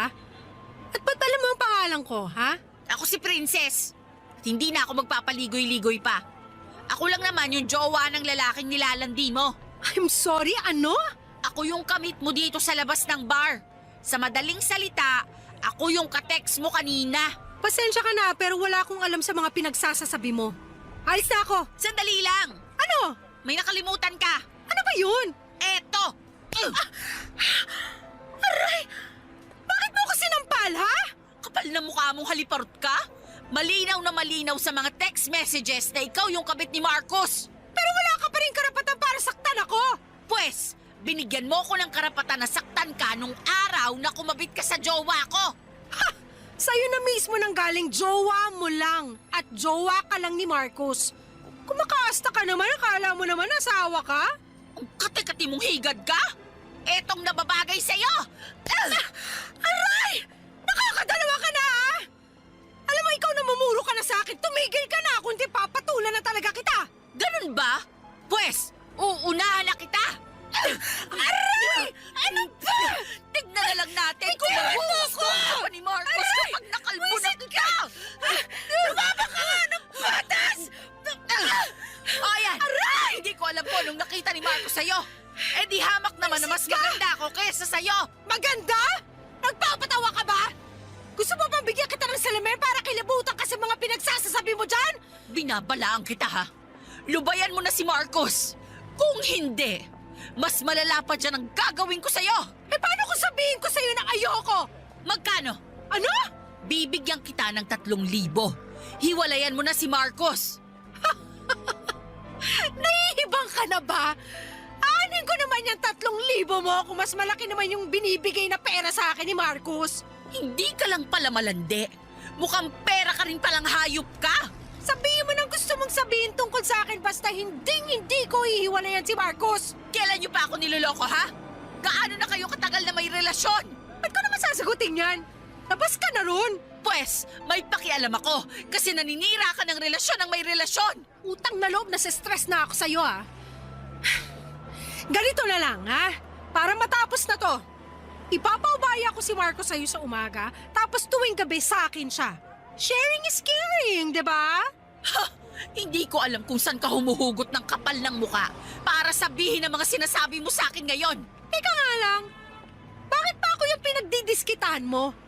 Bakit hindi si Marcos yung kausapin mo? Kasi ayoko na magkasira kami dahil lang sa isang haliparot na tulad mo. Ano nakakatawa? May nakakatawa ba sa sinabi ko? Tama ba itong naiisip ko? Feeling ko kasi tama talaga eh. So ano? Magsasalita ka o bibigyan kita ng round 2? Gusto mo talaga malaman kung ano yung nasa isip ko? O pues sige. Sa tingin ko, ako tong sinugod at pinagdidiskitahan mo kasi tulad ko, pineperahan mo rin si Marcos. At ayaw mo siyang mawala, tama? Hoy! Huwag mo akong itulad sa'yo! Hindi ako ganong klaseng babae! Eh, Josera! Princess nga ang pangalan mo pero mukha ka namang hampas lupa! Kaya hindi na ako magtataka kung pineperahan mo lang si Marcos. Nakapustahan tayo! Yung 3,000 na inalok mo sa akin kanina? Galing yun sa bulsa ni Marcos, no? Ang kapal din naman pala ng mukha mo! Ay nako! Huwag mo na kasing i-deny. Aminin mo na kasi pareho lang naman nating pinagkakakitaan si Marcos.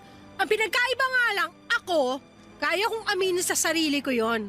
At ikaw naman, patuloy ka pa rin naka-enroll sa maang-maangan School of Acting. Ha! Diyan ka na nga! Nang gabing yon ay marami ang nakakita sa amin ni Vivian sa labas ng bar habang nag-aaway kami. At nagmukha po kaming sirkos papadudot. Wala ni isa na nagtangkang umawat sa amin kasi natatawa at natutuwa sila sa mga eksena namin. Nang natapos na yung away namin ni Vivian ay saka ko lang na-realize na sobrang nakakahiya pala nung ginawa namin sa harapan ng maraming tao. At pag-alis ni Vivian ay malinaw na sa akin na ginagamit lamang niya si Marcos para sa pera. Nakakahiya mang aminin papadudod pero parang tama na rin naman yung sinabi ni Vivian na parang pera lang din ang habol ko kay Marcos. Oo, gwapo si Marcos at may pagmamahal ako na nararamdaman para sa kanya. Pero pakiramdam ko ay mas malakas pa rin ang hatak ng pera kaya ako nanatili sa relasyon namin. Kasi kung wala siyang pera malamang ay iniwanan ko na lamang siya noong nalaman ko na may ibang babae siya. Sobrang naiinis po ako sa sitwasyon kaya noong gabing yon, hindi na muna ako umuwi. Pumasok ako sa bar, nagpakalasing at doon ko rin naisipang i-stalk si Vivian sa Facebook. At doon ko nalaman na pareho kami ng sitwasyon. Tulad ko ay may anak din pala na binubuhay si Vivian. Ang totoo niyan dapat ay magalit ako sa kanya kasi kabit siya ni Marcos. Pero sa totoo lang, mas naawa lang ako sa kanya. Siguro kasi pareho kaming nanay at malambot yung puso ko pagdating sa mga bata. Pagkatapos kong uminom sa bar ay umuwi na ako. Pero hindi ko pa rin sinabi kay Marcos yung nangyari sa amin ni Vivian. Hindi ko po talaga kayang i-process lahat ng kaguluhang nangyayari sa buhay ko. At kasabay noon ay ang patuloy ko na paglilihim kay Marcos tungkol sa mga nalaman ko. Ngunit ilang linggo ang lumipas ay nagulat ako nang makatanggap ako ng text mula kay Vivian. Niyayaya niya ako makipagkita sa isang coffee shop at sobrang nagulat ako noong natanggap ko yung text ni Vivian kasi hindi ko akalain na isi-save niya yung number ko. Sa totoo lang, Papa Dudut ay ayaw ko sanang makipagkita sa kanya. Pero dahil na curious ako, ay pumayag na rin ako na makipagkita kay Vivian.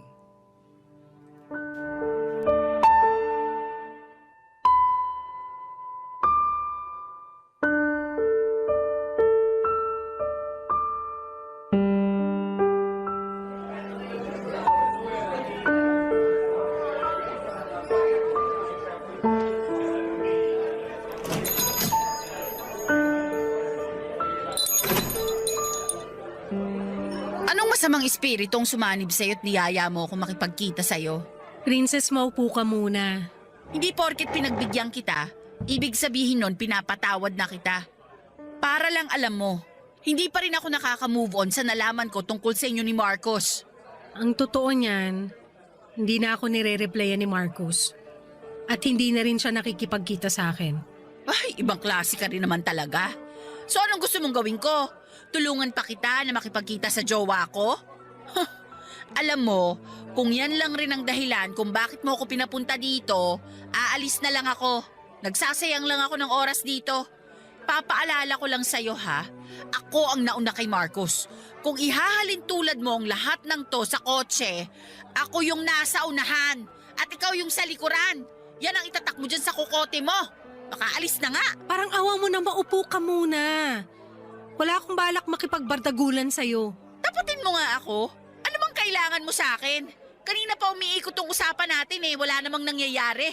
Kailangan ko ng pera para sa pampaospital ng anak ko. Ano? Isinugod ko yung anak ko sa ospital kahapon, Princess. At ngayon ko kailangan yung pera ni Marcos. O kung ganun, bakit ako yung nilalapitan mo? Hindi ka ba nakikinig? Hindi nga ako nire-replyan ni Marcos. Kaya parang awa mo na. Tulungan mo ako na kumbinsihin siya na bigyan ako ng pera. Hindi! Alam kong patibong mo lang ang lahat ng to. Hindi ba't inamin mo na sa akin noong nakaraan na pineperahan mo lang si Marcos? At sigurado akong may masama kang binabalak para paghiwalayin kami ni Marcos. Utang na loob! Kung hindi nakaratay sa ospital yung anak ko ngayon, hindi kita lalapitan. Pero wala akong choice. Kasi alam kong ikaw itong malapit kay Marcos. At ikaw ang makakatulong sa akin para kumbinsihin siya na tulungan yung anak ko. Pasensya ka na pero hindi kita matutulungan. Wala ka na ba talagang puso? Pag may nangyaring masama sa anak ko, pinapangako ko sa iyo na ikaw ang sisisihin ko. Hoy! Hindi ko kasalanan kung pabaya kang ina. At malay ko ba kung nagsasabi ka ng totoo? Ayaw mo talaga maniwala? Teka lang, kukunin ko lang yung cellphone ko. Tingnan mo to. Picture yan ng anak ko na nasa ospital. Tignan mo yung date. Kahapon ko lang kinunan yan. Susme, anong nangyari sa kanya? Na-dengue yung anak ko, Princess. Pwede mo akong husgahan sa lahat ng bagay. Pwede mong sabihin na malandi at mukha akong pera, pero alam ko sa sarili ko na hindi ako masama at pabayang ina. Ang totoo niya, matagal ko nang alam yung tungkol sa inyo ni Marcos. Pero tiniis ko maging kabit dahil kinailangan ko yung pera para sa anak ko. Sa maniwala ka't sa hindi, naiintindihan kita kasi may anak rin ako. Pero hindi ko kayang manira ng relasyon para lang magkapera, Vivian. Nangyari na ang nangyari at wala na ako magagawa ron. Kaya parang awa mo na, tulungan mo na lang ako na makausap si Marcos. O eto, 5,000 yan. Sana makatulong. Salamat dito ha. Makakatulong na to sa pampaospital ng anak ko. Pero Vivian, pakiusap lang. Kung may natitira ka pang konting kahihiyan dyan sa katawan mo, lubayan mo na kami ni Marcos. Tatapatin na kita. Sa tingin mo ba hindi ako nandidiri sa sarili ko tuwing nakikipagsiping ako sa lalaking may jowa na? Sa tingin mo ba talaga pinangarap ko maging kabit? Hindi. Pero wala akong magawa. Kasi salat na salat ako sa buhay.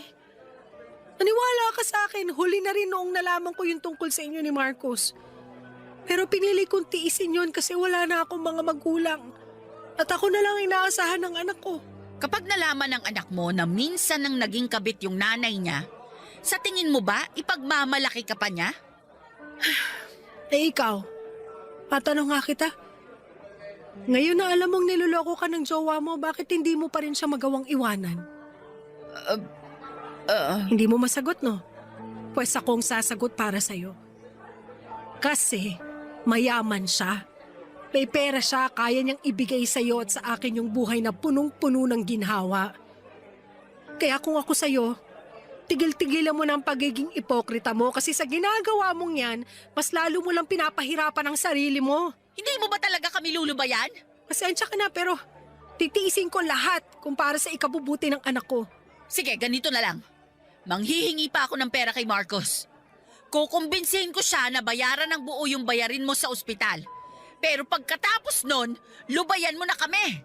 Maliit pa ang anak ko, Princess. Sa tingin mo ba sa bayarin ng ospital natatapos ang responsibilidad ko sa kanya? Ayoko matulad sa akin yung anak ko.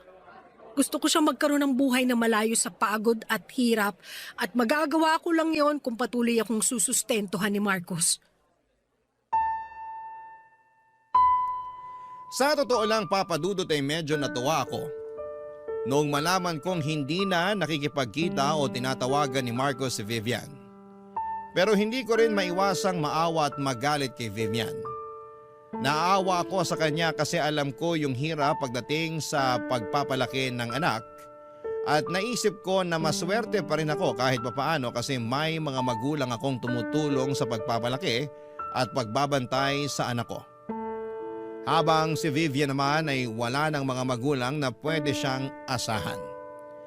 Pero sa kabilang banda ay nagagalit pa rin ako sa kanya kasi harap-harapan niyang sinasabi sa akin na hindi na niya kami lulubayan ni Marcos. Gulong-gulo talaga ang isipan ko ng mga panahong yon. At ang totoo niyan ay sobrang natamaan ako sa mga sinabi ni Vivian na nagpapaka-ipokrita ako. Ayaw ko mang aminin, Papa Dudut, pero may point talaga yung sinabi ni Vivian sa akin. Pera ang pinakamalaking dahilan kung bakit ako patuloy na nananatili sa relasyon namin ni Marcos. Pero ang pinagkaiba nga lang namin ni Vivian ay hindi ako kabit katulad niya. Lumipas sa mga araw at pinili ko pa rin ang manahimik at magsawalang kibo sa lahat ng kababuyan ni Marcos. Pero syempre hindi na muling naibalik yung tiwala ko kay Marcos. Kaya palihim ko pa rin at tinitignan at hinahalungkat ang cellphone niya tuwing iniiwan niya ito sa mesa. At doon ko nakumpirma na hindi na nga nagte-text o tumatawag si Marcos kay Vivian. Naisip ko na mga panahon na yon na baka nagbago na talaga si Marcos at unti-unti niya nang pinuputol ang ugnayan nila ni Vivian para sa kapakanan namin. Hindi ko maiwasang maging masaya pero may kaunting awa pa rin sa puso ko. Naawa pa rin ako kay Vivian, Papa Dudut, lalo na para sa anak niya. Siguro kailangan niyang matutunan na panahon na para tigilan na niya yung pagiging kabit ng jowa ko, Papa Dudut. Barangay Love Stories. Barangay Love Stories. Naging tahimik at mapayapa na ang relasyon namin ni Marcos at sa wakas pakiramdam ko ay nagkaroon ako ng tunay na peace of mind. Parang naisip ko na okay, tapos na yung lahat ng gulo, pwede ko na talagang ilibing sa limot yung tungkol kay Vivian. Hindi ko na kailangang kumprontahin si Marcos kasi gaya nga noong nalaman ko ay hindi na naman nagpaparamdam si Marcos kay Vivian. Pero Papa Dudut, yung peace of mind ko na yon ay biglang nabasag. Noong isang araw ay nakatanggap ako ng message galing kay Vivian. Naloka ako. Parang may balak pa yata siya na gawin akong textmate kasi hindi ko lubos akalain na magpaparamdam na naman siya sa akin. Tapos ayon, nag-text siya ulit at sinabi niya na kailangan daw namin na magkita at mag-usap. Nung una talaga ay duda na ako na baka manghihingi na naman siya ng pera para sa anak niya. Kaya tinanggihan ko siya kaagad sa kagustuhan niyang makipagkita sa akin. Pero iginit ni Vivian na may mahalaga raw siyang kailangang sabihin sa akin at kailangan ko daw itong malaman sa lalong madaling panahon. Kaya sa pangalawang pagkakataon ay nagpadala ako sa curiosity ko at nagkita kami ni Vivian sa isang mall, Papa Dudut.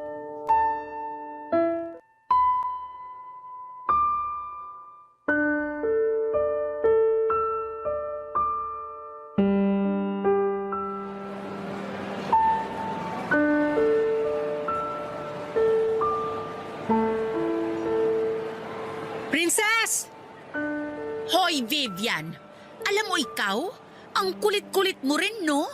Ngayon palang sasabihin ko na sa'yo na wala akong perang maibibigay o maipapahiram sa'yo. Huling-huli na yung 5,000 binigay ko sa'yo noong huli nating pagkikita. Huwag ka mag-alala, wala akong balak manghingi ng pera sa'yo. Kasi nailabas ko na ng ospital yung anak ko. Nakahiram na rin ako ng pera sa kakilala ko. At dahil doon, nabayaran ko na ng buo yung bayarin ko sa ospital. Kung ganun, ba't mo pa ako pinapunta-punta rito? Siguro kukumbinsihin mo na naman ako na kausapin si Marcos para bayaran yung perang hiniram mo, no? Nakuutang na loob, Vivian. Sobrang payapa at tahimik na ang mga buhay namin simula nung hindi na nagpaparamdam sa'yo si Marcos.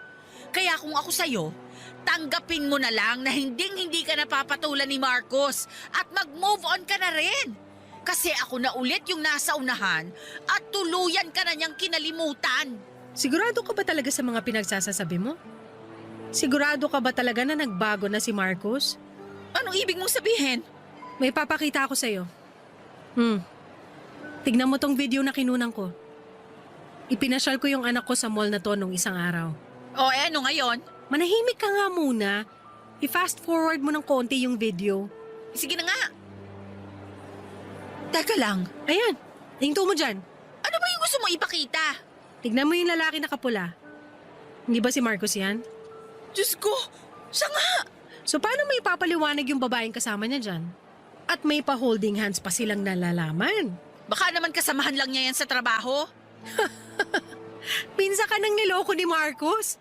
Tapos ngayon magpapakamartir ka pa rin. Minsan niya nga akong niloko ng dahil na rin sa'yo. Hindi yun yung point dito. Ang point dito, hindi lang tayo ang mga babae sa buhay ni Marcos.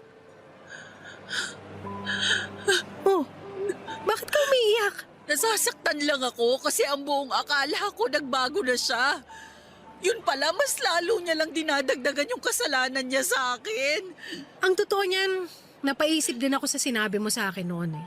Sigurado ako na ikakahiya lang ako ng anak ko kapag nalaman niyang naging kabit ako.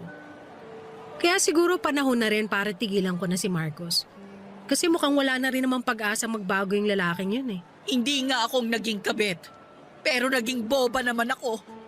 Aaminin ko na tama yung sinabi mo na pera lang yung dahilan kung bakit patuloy akong nagpapakatanga kay Marcos. At sa totoo lang, pagod na rin ako sa ganitong klaseng sitwasyon. Hindi na matutumbasan ng pera yung sama ng loob na binibigay niya sa akin tuwing naglilihim at nangangaliwa siya.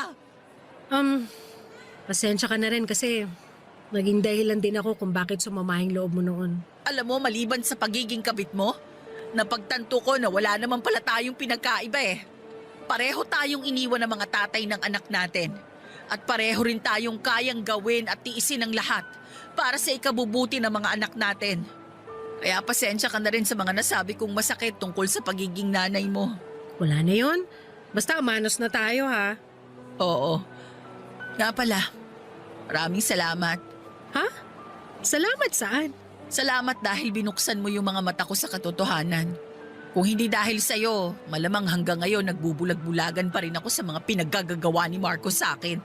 Alam mo, narealize ko rin kasi na hindi ka masamang tao at may puso ka rin naman pala. Paano mo naman nasabi yan? Nung huli tayong nagkita, hindi ka nagdalawang isip na bigyan ako ng pera para sa anak ko. Kasi kung tutuusin, hindi mo naman kinailangan gawin yun.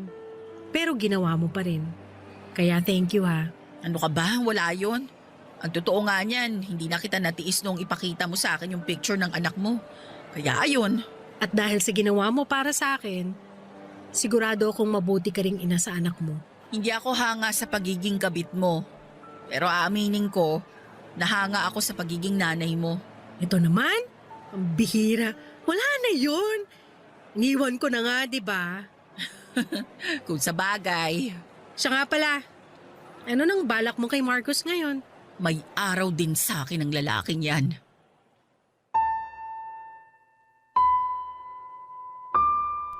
Nasaktan ako ng sobra nang malaman ko na hindi lang pala kami ni Vivian ng babae sa buhay ni Marcos Papadudut.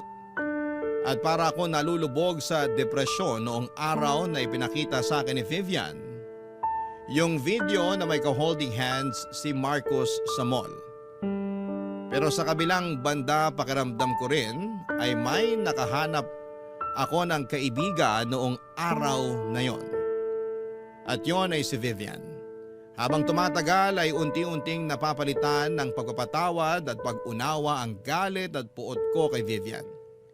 Kasi kung hindi dahil sa kanya malamang hanggang ngayon ay nagpapakaloko pa rin ako kay Marcus. Ang totoo nga niyan ay hindi niya kailangan pang ipakita sa akin yung video pero ginawa pa rin ni Vivian yon dahil pakiramdam ko ay may malasakit siya sa akin.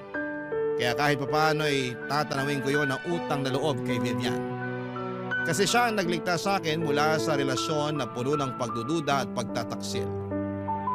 Lumipas sa mga araw at hindi ko pa rin inamin kay Marcus yung mga nalaman ko kasi gusto ko pa rin siyang gantihan sa lahat ng panloloko niya bago ko siya tuluyang iwanan at hiwalayan.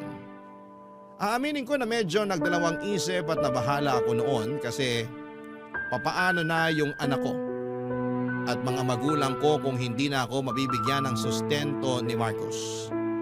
Pero napagtanto ko na kinaya ko naman palang buhayin ang pamilya ko noong nagtatrabaho pa ako sa hardware. At isa pa akong nagawang iwanan ni Vivian si Marcus, sigurado ako na kaya ko rin gawin yon. Kaya mas lalo ako nagkaroon ng lakas ng loob na maghanda para sa hiwalayan namin ni Marcus. Papadudot pagkatapos ng ilang araw ay naisipan ko na rin kung ano yung pinakamagandang gawin bago ko tuluyang hiwalayan si Marcus. Nang maisip ko yung plano ko na yon, agad kong tinawagan si Vivian at sobrang saya ko nang sumang-ayon siya sa plano ko. At nung handa na ang lahat ay niyaya ko si Marcus na dalhin ako sa isang seafood restaurant, Papadudot.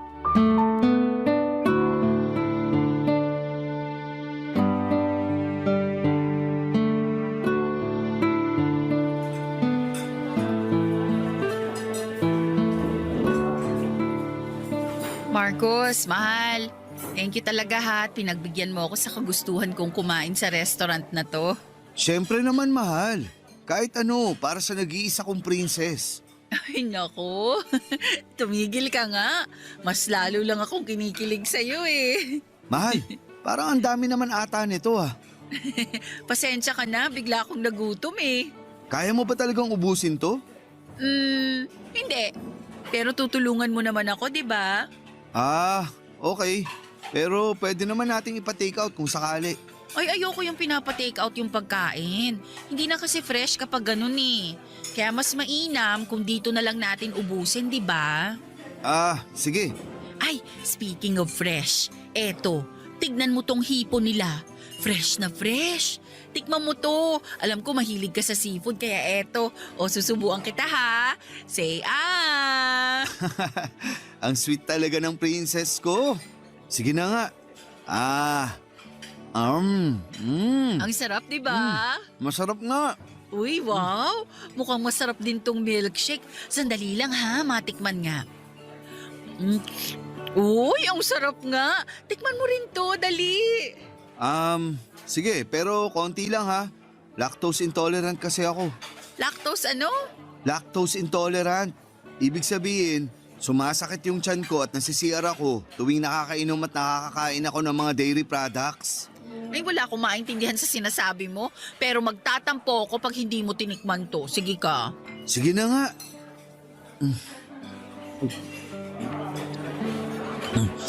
Ang sarap nga ng milkshake nila. Sakto lang yung tamis. Mismo. Kaya ubusin mo yan para sulit yung babayaran mo dito. Sige.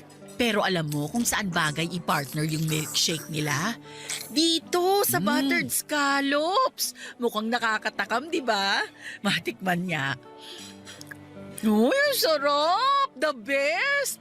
Mahal, hindi mo pwedeng palampasin to. Tikman mo na, dali! Pasa ko sa buttered scallops. Mukhang hindi nakakayanin ng tiyan ko kapag kinain ko pa yan. Ang dami-dami kasing butter eh. Tapos kakaubos ko lang sa milkshake na pinainom mo sa akin. Naku, eto naman. Try mo lang. Sige na, kahit isa lang. Ay, sige na nga.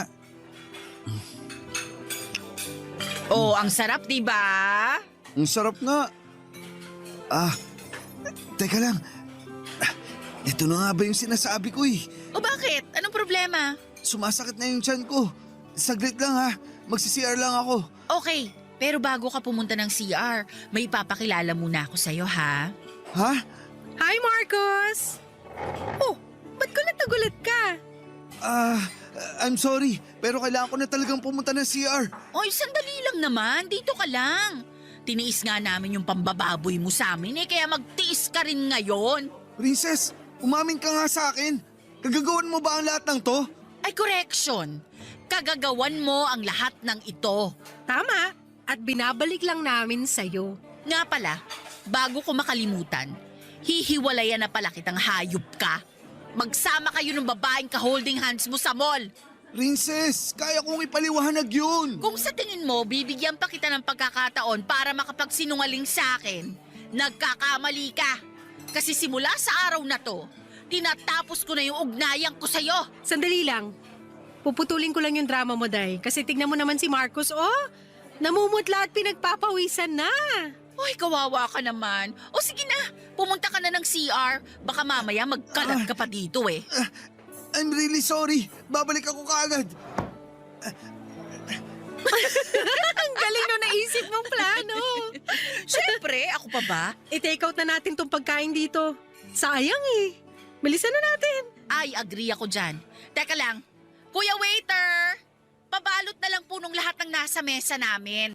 Tapos ibigay nyo na lang po yung bill sa lalaking kasama namin dito kanina.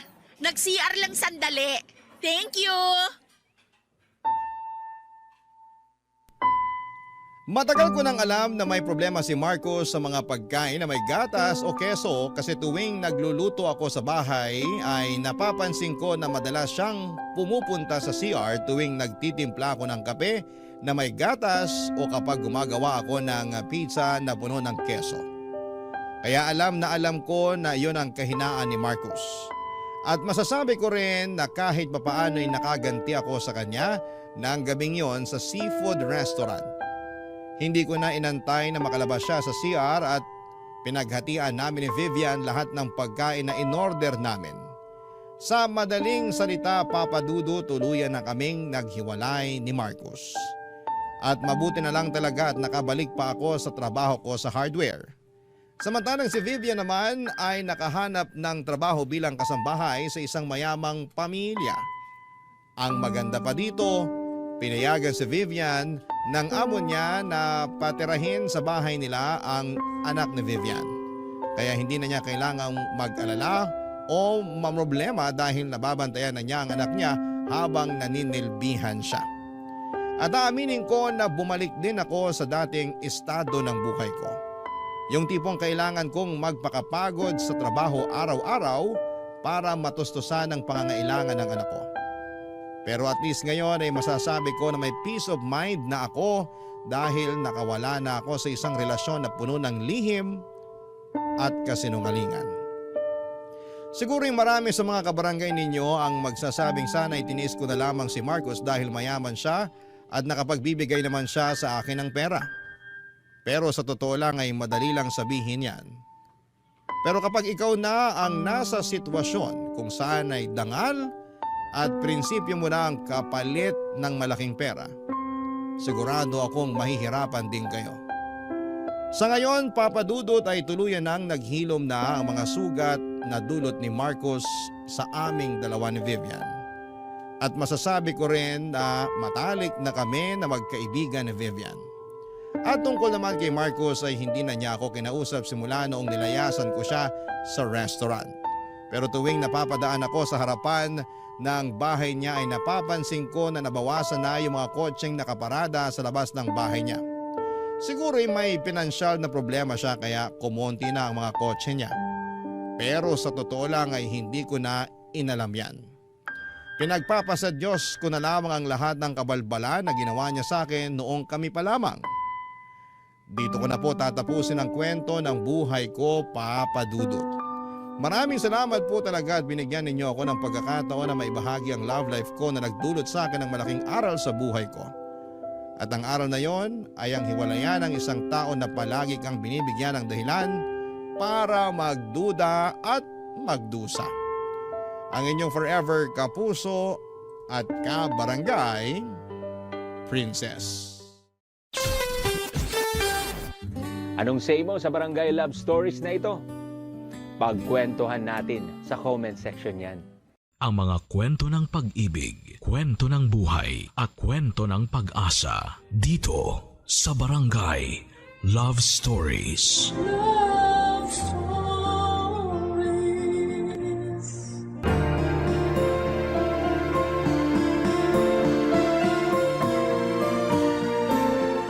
Sa buhay, dumarating talaga tayo sa punto na kailangan nating magkaroon ng matatag na puso at matalas na isip upang pangatawanan ang gusto nating maging. Hindi man natin agad-agad makikita ang resulta ng mga pagsasakripisyo natin ay lagi pa rin. May nangyayari at meron pa ring nagbabago. Ikaw, kabarangay, anong handa mong gawin para sa ikabubuti ng iyong sarili? Dear Papa Dudut, naranasan niyo na bang maging aberya o dahilan ng pagkaantala ng isang sitwasyon? Ako kasi oo, at masakit pala sa loob na maging dahilan noon. Akala ko noong una ay ayos lamang. Kumbaga sa isip ko, mga kaibigan ko naman sila. Kaya naiintindihan nila ako. Pero sa huli ay hindi rin nangyari yon, Papa Dudut. Ang una kong naramdaman ay galit at matinding pagtatampo. Lalo at kilala akong ma-pride at mataas ang tingin sa sarili. Pero bago ko ituloy ang kwento ko ay gusto ko munang bumati ng isang mapagpalang tanghali sa inyong lahat. Matagal na akong avid listener ng programa ninyong Barangay Love Stories. Lagi kong inaabangan ang mga uploaded stories ninyo online at isang araw ay nag-decide akong magpadala ng email sa inyong istasyon. Tawagin niyo na lamang po ako sa pangalang Colette. Nagtatrabaho sa Pasig bilang finance staff at nasa 32 years old na ako. Kaka-birthday ko lamang nitong January 1 kasabay ng bagong taon. Sa kasalukuyan ay nasa journey ako ng healing at weight loss. Malaking factor kasi ang mga pinagdadaanan ko sa nakaraan. Kaya lumobo ang timbang ko at pumalo ng lagpas na sa 100 kilo sa edad ko pa lamang na 30 years old.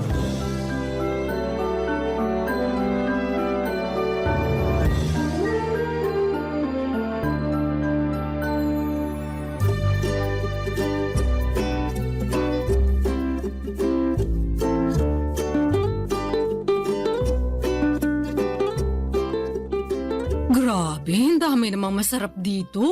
Lalaki ba yan? Sira!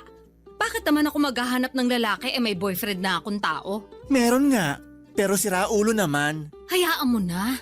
Ako nga hindi na masyadong ini-stress ang sarili ko sa kanya eh. Hindi ko lang mapigilan. Di mo kasi deserve na harap-harapang pagmukaing tanga, lalo nung pinaghintay ka niya dun sa date nyo. Nagkausap na naman kami. Sabi niya sinugod daw sa ospital mama niya. At sa taranta niya hindi nakapagsabi sa akin. Ay, ganun ba? Oo, kaya wag ka namang gigil dun sa tao. Kumusta na raw ba mama niya? Okay naman, nakalabas na sa ospital. Inatake lang ng high blood kakakain ng maalat at matabang pagkain. Nag-birthday kasi yung ate niyang umuwi from US, kaya naghanda sila ng bongga.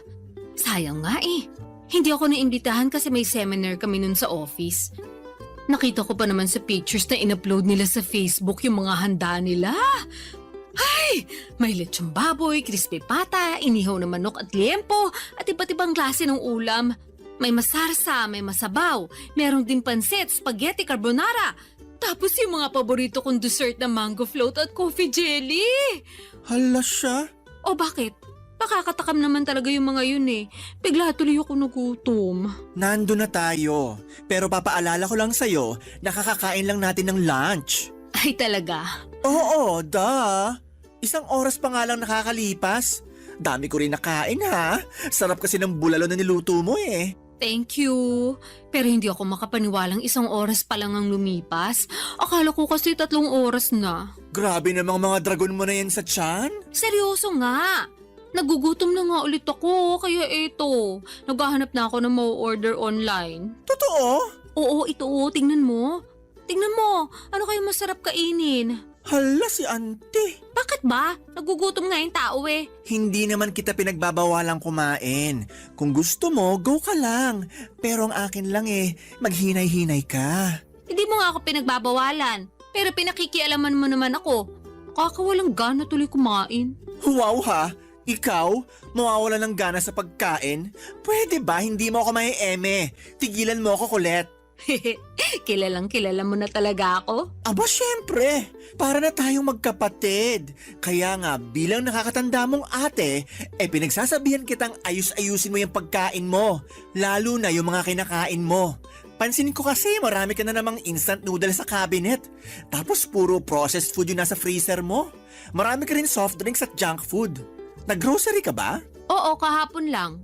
Lumagpas nga ako sa budget ko kasi marami akong kinuwang hindi naman kasama sa listahan ko. Nakaka-tempt naman kasi. Pero okay lang naman. Wala rin naman pagkain na nasasayang sa akin. Kaya pala nagulat ako. Kasi pang 5 tao yung supply mo kahit mag-isa ka lang dito sa apartment mo. Baka nakakalimutan mo. Pumupunta ka rin dito at pinagluluto kita katulad na lang nung kinain mong bulalo kaninang tanghalian. Oo, pero di ka tulad mo. Para lang akong pusa kumain. Kape-kape lang sa umaga, wala pang asukal. Tapos half rice lang sa tanghali at dasal na lang sa gabi. Ang boring naman ang buhay mo. Hindi kaya boring yun, no? Ikaw lang nagsasabi niyan. Basta, for me, boring yon. Kung ako siguro nasa sitwasyon mo, baka nategi na ako. Ay, ang OA naman? Tegi talaga agad? Oo. Sa bilis ko magutom, hindi ko kaya magdasal na lang sa gabi. May lang naman yung dasal. Pero alam mo namang di na ako nagdi-dinner, di ba? Oo. Tamang water na lang ako. Kasi bakit pa ako kakain? Gabi na rin naman. Hindi na ako magugutom noon dahil tulog na ako. Buti ka pa hindi nagugutom. Ako kasi kahit tulog, mas nananaig yung kalam ng sikmura kahit kumain naman ako ng pagkarami-rami bago matulog. So, no choice. Babangon talaga ako para mag-midnight snack. Grabe naman yung kahit kumain ng pagkarami-rami.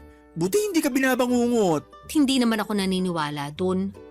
At saka, mas babangungutin lang ako pag hinayaan ko magutom ako. Ay, iba rin. Kaya mabuti pa, tulungan mo na lang ako mamili ng masarap na merienda. Pasa ko dyan. Ako nga lang, di ba? Ako lang ang kakain, wag ka na. Papadudot, bata pa lamang ay tabain ako. Ako yung tipo na mahanginan lamang tumataba na. Malakas din kasi akong kumain at aaminin ko ng pagkain ang naging takbuhan ko kapag stress ako sa personal kong buhay at sa trabaho. Katulad na nga lang noong nasa bingit ng alanganin ng relationship ko sa aking long-time boyfriend. Bukod sa pinsan kong si Percy ay wala akong masyadong ka-close sa mga kaopisina ko. Kaya wala rin akong mapagkwentuhan sa kanila. Para sa akin ay malaki ang tutulong ng pagkain upang gumaan ang nararamdaman ko. Nagsimula ang hilig ko sa pagkain at minsan ko pangang binansagan ang sarili ko na certified foodie. Pangarap kong matikman ang lahat ng pagkain sa mundo. Meron akong obsession sa pagkain na nagsimula noong bata ako kung saan ay pribilehiyo sa akin ang makakain ng masarap lalo na at mahirap lamang kami. Maaga pang namatay ang nanay ko at nung nagkaroon ulit ng kinakasama ang tatay, nuknukan naman ang kadamutan sa pagkain ng madrasta kong yon. Sa kanya ko naranasang magutuman kaya ang ginagawa ko ay nagtatago ako ng pagkain at palihim na kinakain yon. Sa pagpapatuloy ng hindi maayos na relasyon ko sa aking boyfriend, itinuong ko sa pagkain ng lahat ng sama ng loob at hinanakit ko sa mga pagkukulang niya sa akin. Kaya nga makalipas lamang ng halos 2 linggo, nadagdagan ng 5 kilo ang timbang ko. Pumalo na ako noon sa 115 kilogram.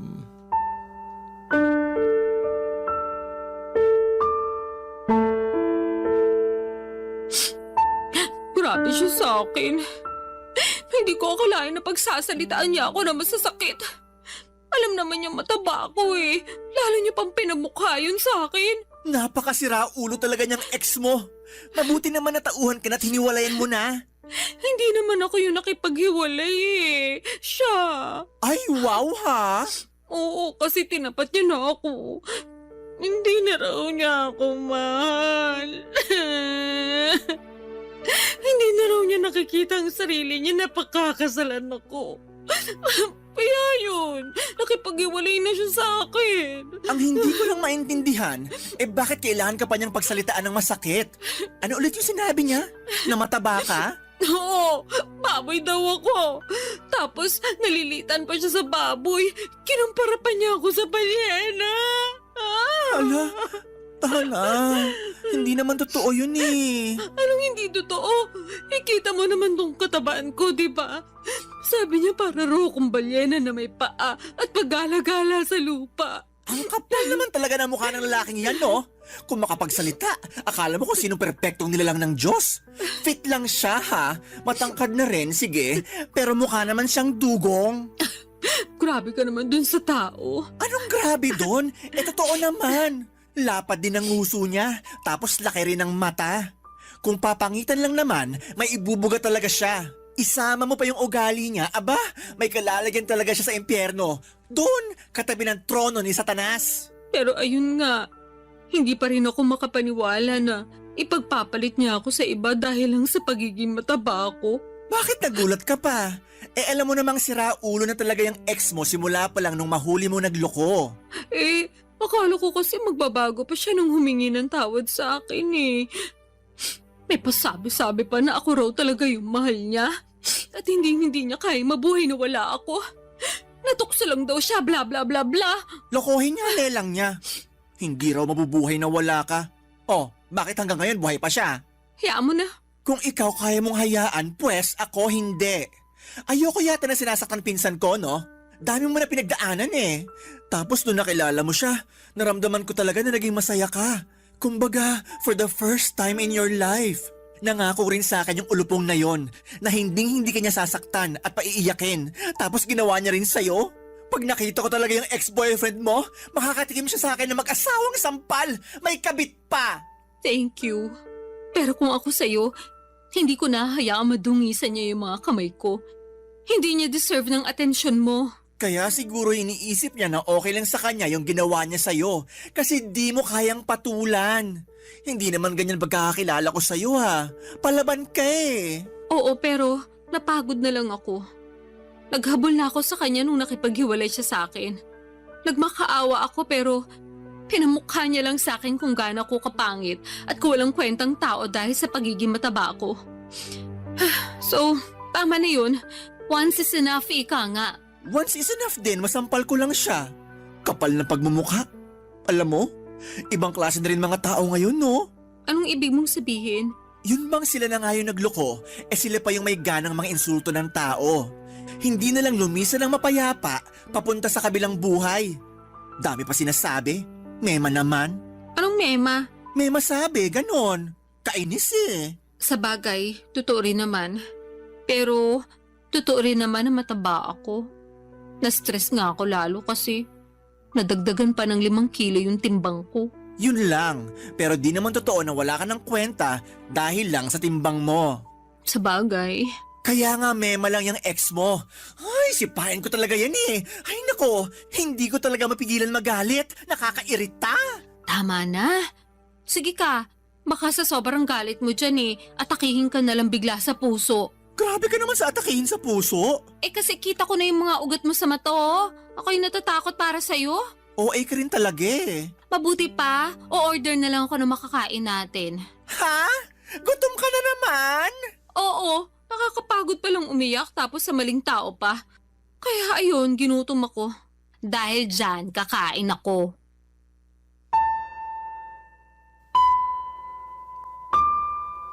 Papadudot, sobrang sakit maloko ng taong pinakamamahal mo.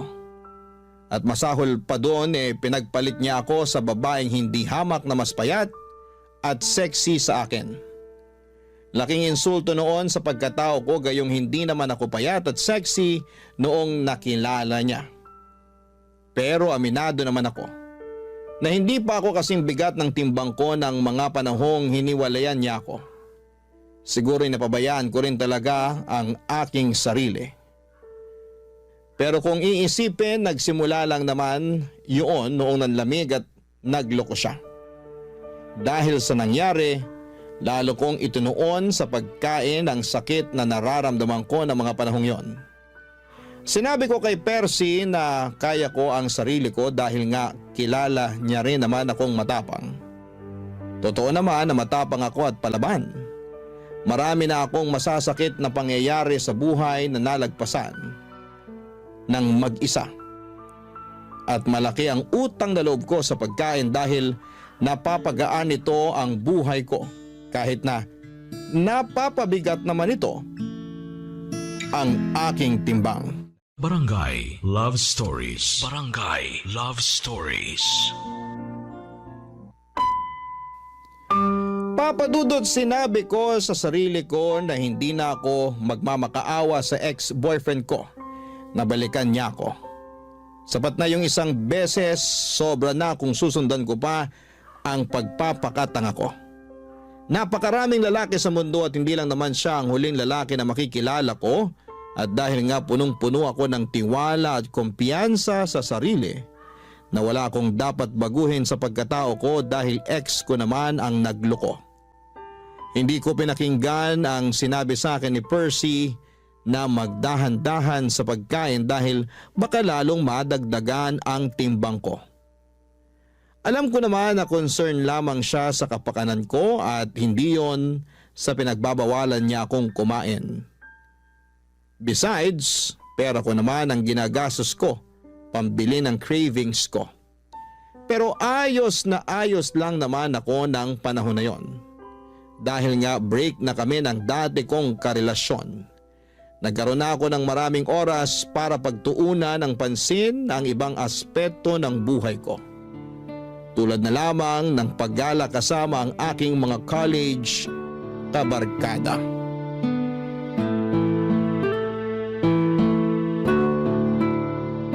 Oh, eto, pasalubong ko sa'yo. Wow, keychain! Thank you! Matadagdagan na naman ang koleksyon ko. Ref magnet nga sana kaya lang wala naman dun sa hinintuan namin. Tapos hindi na ako nakapamili ng design kasi hindi na ako bumaba sa sasakyan. Nagpabili na lang ako sa isa naming kaibigan. Hayaan mo, sa susunod, ref magnet na ang ibibigay ko sa'yo. Okay na yon. Thank you ulit. Welcome! So, ano pa? Anong ano pa? Pasalubong ko? May dala ko dung pagkain, kainin mo. Ayoko, busog pa ako. Tsaka di naman yun yung tinatanong ko eh. Ano nga uli yun? Nakalimutan ko na kasi. Di ba nagpapakwento ko sa'yo bago mo inabot sa akin tong pasalubong mong keychain? Ay oo, kaya lang, nasa na nga ba tayo sa pinag-uusapan natin? Ay nako, nasa 30 ka pa lang pero ulyanin ka na. Sabihin mo na lang kaya, kaysa inaano mo pa ako. Inaano ka dyan? Wala akong ginagawa sa'yo, no? Ay, bahala ka na nga dyan. Eme lang, ikaw naman, di ka na mabiro. Kilala mo ko, hindi talaga ako mabibiro. Kaya sabihin mo na lang sa akin kung ano yung tinanong mo bago ko ibigay sa iyo yung keychain. Oo na, kamahalan. Pero ayun nga, tinatanong ko kung ano pang ginawa niyo ng mga barkada niyo dun sa resort. Sabi mo lang kasi maganda. Tapos nag-swimming kayo. Yun lang? Eh di ba beach resort yun? Tas alam ko maraming bar dun. Di kayo lumabas? Ha, oo. Tama ka naman na beach resort yon at maraming bar. Pero sila lang yung lumabas, hindi ako sumama. Ay bakit? Hindi naman ako umiinom eh. Ngek, di mo naman kailangan uminom ng hard drinks. Meron naman mga ladies drinks doon. Kung ayaw mo pa rin, sana nag-juice ka na lang for the sake of party-party. Pagod ako noon, kaya nagpaiwan na lang ako sa tinuluyan namin. At saan ka naman napagod? Saan pa ba? E di sa biyahe. Tsaka after ng dinner na yun, nakapag-swimming na kami nung hapon hanggang gabi nung nagkayayaan sila. Kaya nga dapat mas lalo mong sinulit yung stay nyo doon. Di ka ba nakikinig? Pagod na nga ako.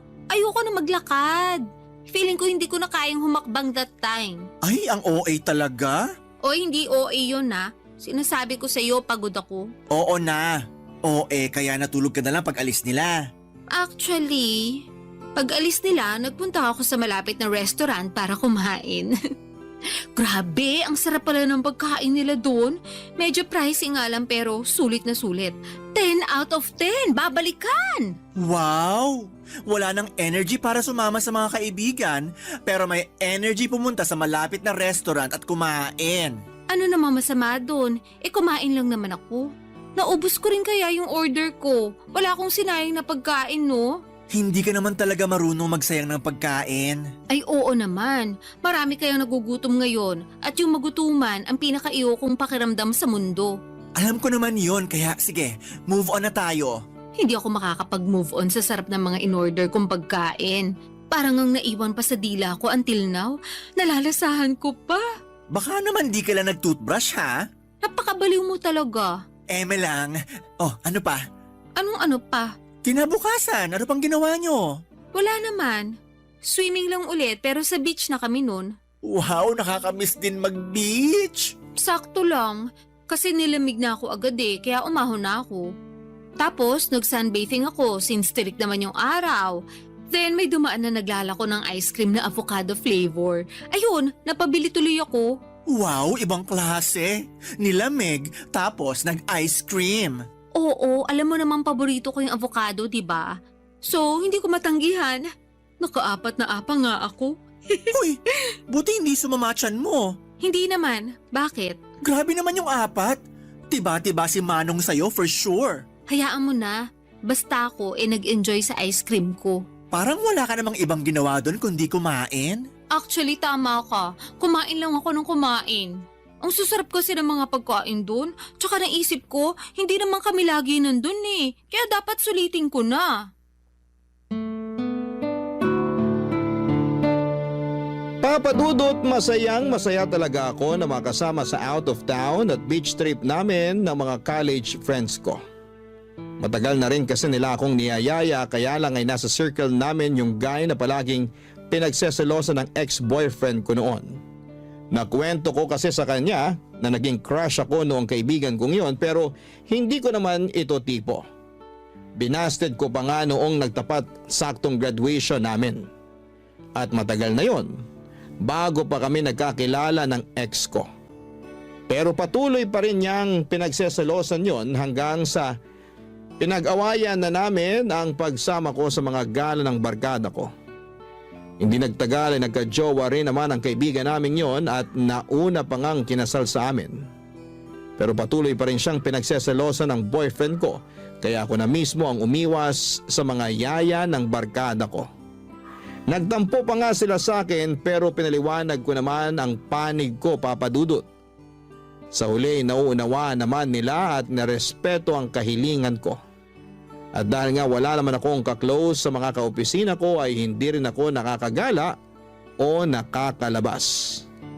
Masasabi ko na malaking bagay sa healing journey ko ang mga travel namin. Pangarap ko rin kasing makarating sa iba't ibang panig ng Pilipinas, lalo na kumikita na ako ng pera at wala pa naman akong sariling pamilya. Kaso aminado ako, na sa tuwing gumagala kami mabilis akong mapagod at hapuin. Kahit nga ilang minutong paglalakad hinihingal na ako. Kaya mas gusto ko na lamang na magstay sa hotel at kumain. Bagay na sa tingin ko ay unti-unting kinainisan sa akin ng mga barkada ko. Kaya nga kinuwento ko yon kay Percy at ang solusyon niya ay simulan ko na raw ang Oplan Balik Alindog program. Bilang unang hakbang ay nag-enroll ako sa gym kung saan ay matagal na siyang miyembro, Papa Dudut.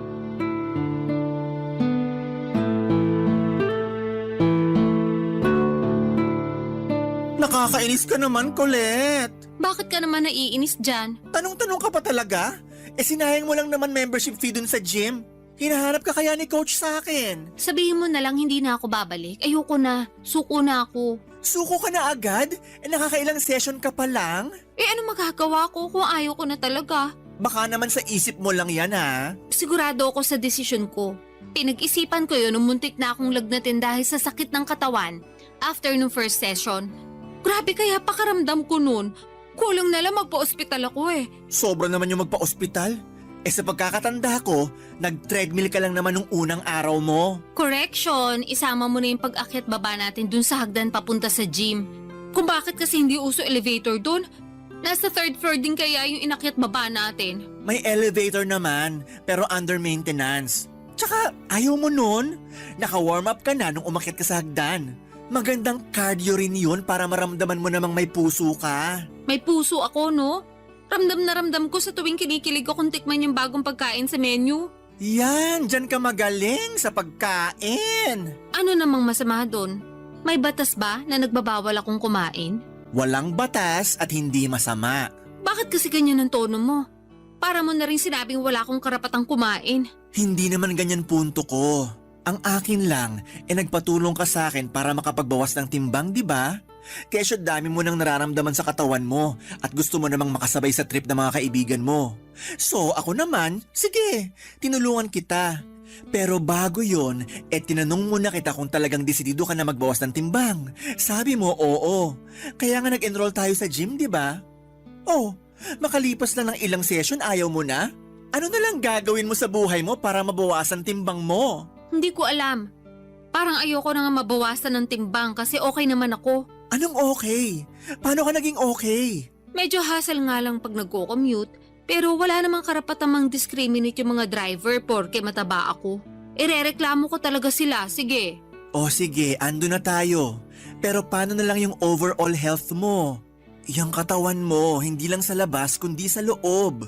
Sabi mo, mabilis kang hingalin, di ba? Oo, kaya nga sinabi ko sa sarili ko na iiwasan ko na lang yung mga bagay na hihingalin lang ako. Hindi ganun yun. Ano bang pinagsasasabi mo dyan? Hindi mo iiwasan. Dapat solusyonan mo. Ganun yun. Yang hingal mo, resulta yan ng hindi mo pag-e-exercise at sobrang pagkain. Dinamay mo na naman yung mga pagkain ko. Wala naman sa yung ginagawa yung mga pagkain. Tsaka mas hinihingal nga ako sa pag-e-exercise. Kulang na nga lang lumaylay dila ako nung nagte-treadmill ako. Tapos yung machine na parang umaakit ka sa hagdan. Stair climber? Oo, yun nga. Grabe, tagapawis ko dun ah. Ewan ko ba, umakit na nga ako ng hagdan na hanggang 3rd floor tapos pagkaganunin pa ako ni coach. Ano yun? Naglolokohan na lang ba kami? Hiyang-hiya naman sa'yo si coach. Palitan mo na kaya siya, no? Pag pinalitan ko siya, sigurado magsasara ang gym kasi papalitan ko ng restaurant business. Mas marami kita ko doon for sure. Alam mo, ewan ko sa'yo. Kinain ka na ng sistema. Hindi sistema ang kumain sa akin. Tsaka nagsasabi lang naman ako ng totoo. Hindi naman ako masaya sa pagpunta ng gym na yan eh. Sakit ang katawan ng inabot ko. Alam mo kung saan ako masaya? Oo, parang alam ko na kung saan. Sa pagkain? Tama! Ay, pag kumakain ako, parang nakalutang sa alapaapa mga paa ko. Lalo na syempre kapag masarap yung kinakain ko. Tsaka mas nai-enjoy ko yun. Mas nagiging masaya ako. Delusional ka lang. Akala ko ba walang masama sa pagkain? Wala nga. Pero yung pagiging matakaw mo sa pagkain, yun ang masama. Sobra ka naman. Hindi ako magsasorry. Duwag. Mabuti pa, order na lang ako ng merienda. Ay nako. Bagay talaga sa yung pangalan mong Colette. Masyado kang makulit.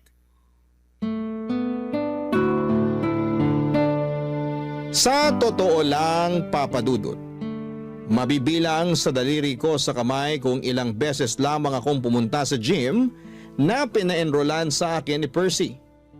1, 2 o 3 lang yata, tapos ay ayoko na. Totoo naman na sayang yung pera na binayad ko sa membership fee, pero hindi na lamang ako nang hinayang doon dahil ayoko na. Suko na ako. Unang session pa lamang namin ay sobrang sakit na ng katawan ko. Halos hindi na ako makakilos na para bang akala ko ay mamamatay na ako ng mga panahong yon. Pero dahil sinabi ng pinsan ko na normal lang naman daw yon, nagpatuloy pa ako ng ilang session pa. Kaya lang ay hindi ko talaga kaya, Papa Dudut. Ako pa naman yung klase ng tao na hindi nagtitiis kapag nasasaktan na. Well, siguro ay nagawa kong tiisin yung pagiging unfaithful sa akin ng damukol kong ex-boyfriend. Pero pinangako ko sa aking sarili na yun na ang huling bagay na titiisin ko. Kaya kahit naiinis sa akin si Percy dahil sa hindi ko pagiging desidido na magpapayat ay wala na akong pakialam pa. Dahil doon ay natuon ulit ang atensyon ko sa labis na pagkain upang mabawasan ang aking stress. Barangay Love Stories. Barangay Love Stories. Papadudot, mabilis na lumipas ang 3 buwan mula sa dati kong timbang na 115 kilo ay pumalo na ako sa 150 kilograms. Sobrang taba ko na at ang bigat-bigat na ng katawan ko. Dagdag pa yung palagiang pagsama ng aking pakiramdam. May mga araw na ayoko nang bumangon sa higaan para pumasok sa trabaho dahil nakakapagod mag-asikaso. Bukod doon ay nahihirapan din ako mag-commute dahil sa timbang ko. Kita ko na rin sa salamin na lumolobo talaga ako ng husto. Lumaki ang mga braso ko at hita at nadagdagan ng isang layer ang bilbil ko sa tiyan at sa leeg ko. Umumbok din ang aking mukha at hindi ko na makita dahil sa dagdag na taba ng aking leeg. Doon ako nagsimulang ma-frustrate habang binabalikan sa isipan ko kung ano-anong klaseng pagkain ang kinain ko noong nakaraang 3 buwan. Na-realize ko na sobrang daming carbohydrates, maalat at matatamis na pagkain ng walang pasubali kong nilantakan. Malala kapag magkaka-period na ako dahil nandun yung magkikrave talaga ako sa iba't ibang unhealthy food and drinks. Tapos nung isang beses ay hindi ako dinatna ng menstruation ko. Akala ko'y delay lang pero dahil praning ako ay nagpakonsulta na ako sa isang OB gynecologist. Doon ko napag-alaman na may PCOS ako o Polycystic Ovarian Syndrome. Bilateral din. Ibig sabihin po nun ay 2 ovary ko ang merong cyst na nakakaapekto sa aking hormones. Bukod doon ay lumabas sa laboratory exam ko na may type 2 diabetes din ako. Dahil sa mga sakit ko ay lalo akong na-frustrate. At imbes na gawin ng payo sa akin ng mga doktor na magbawas ng timbang ay kabaliktaran noon ang ginawa ko. Mas lalo akong nagpaka-lango sa pagkain, papadudot.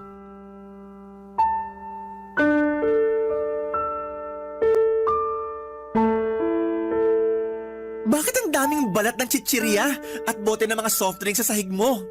Pati dun sa kusina, meron ka pang iniinit na ewan ko kung ano sa microwave. Ano ba yun ha? Ah, yun ba? Tirang spaghetti yun. Ilang araw na sa ref ko kaya ininit ko na. Yun lang trip kong kainin ngayon eh. Pwede bang makisuyo? Pakikuha pagtapos ng initin. Hirap na kasi akong tumayo eh. Akala ko ba wala kang ganang kumain dahil may sakit ka? Kaya nga ako pumunta rito sa apartment mo kahit na naiinis pa rin ako sa'yo. Thank you. Pero naisip ko ayoko magpatalo sa sakit ko. Kaya kakain pa rin ako. Kinain mo rin ba yung lahat-lahat ng mga chichirya na yan? Tsaka ikaw din uminom ng mga soft drinks na yan? Oo. Wala naman akong kasama dito eh. Ako lang. Kulit naman. Ano? Sisermonan mo na naman ako kasi kumain ako ng unhealthy food. O sige, kung hindi ako kakain, baka lalo ako magkasakit niyan. Yang mga pagkain na kinakain mo, yung dahilan kaya ka nagkakasakit. Pero sa mga pagkain na yan lang naman ako nagiging masaya. At least kapag kumakain ako, nabubusog ako. At saka yung mga pagkain na yan hindi nang iiwan. Hindi katulad ng mga barkada ko. Ayaw na nila akong isama sa mga gala nila. Ha? Bakit daw? Kasi pabigat lang daw ako. Literal ha? Tapos aberya. KJ din daw ako at mareklamo lalo na sa mga gusto nilang gawin at puntahan. Kasalanan ko ba yun? Mabilis ako mapagod. Tapos baka hindi paligtas sa akin yung mga trip nilang gawin. Alam naman nilang mataba ako. Pinipilit ka ba nilang gawin yung mga ayaw mo? Hindi naman. Pero ramdam ko yung disappointment nila sa akin. May isa pa nga na nagsabi na sana hindi na lang ako sumama kung magstay lang din daw ako sa hotel. Sobra naman. Pero totoo rin naman Nakakapanghinayang naman talaga. Lalo bihira lang kayo pumunta dun sa lugar. Kaya dapat sulitin nyo na. Sinusulit ko naman kaya nga kinakain ko lahat ng pwede kong kainin. Kaya lang hindi nila yun maintindihan. Palibhasa, hindi sila ang nasa posisyon ko. Alam mo, gusto kitang kampihan kasi pinsan kita. Pero may point din naman yung mga barkada mo. Siguro nga mas mabuti pa na hindi ka na nila isama kaysa naman ganun palagi yung tingin nila sa'yo. Yun bang pabigat tsaka aberya? Kasi masakit din naman sa part mo yun. Pero yun nga, di ko rin sila masisisi. Hindi mo ba talaga nakikita na dapat may baguhin ka rin sa sarili mo? Di na muna para sa iba, kahit sa sarili mo na lang. Alam ko namang meron pero hindi ko alam kung paano mag-uumpisa. At saka natatakot ako na baka huli na ang lahat, lalo na meron na akong nararamdaman sa katawan ko. Nakapagpa-check up ka na ba? Oo, sa OB-gynecologist at saka sa endocrinologist. May PCOS ako at saka type 2 diabetes. Mataas din ang creatinine ko at saka blood pressure. Santisima! Bata-bata mo ba pero napakarami mo ng sakit. Kaya nga eh. Kailan ka pa ba nagpa-check up? Last week lang. Bakit ngayon mo lang sinabi sa akin? Nahihiya ako sa'yo eh. At saka natatakot ako na baka sabihin mo kasalanan ko rin naman kaya nangyari sa akin to. Naaalala ko kasi na sinabi mo masama ang pagiging matakaw. Oo, pero kailangan mo nang makakaramay. Lalo na sa sitwasyon mong yan. Okay lang naman ako. Karamay ko naman yung mga pagkain. Alam mo, hindi tama yan. Baka lalo ka lang mapasama sa ginagawa mong yan eh.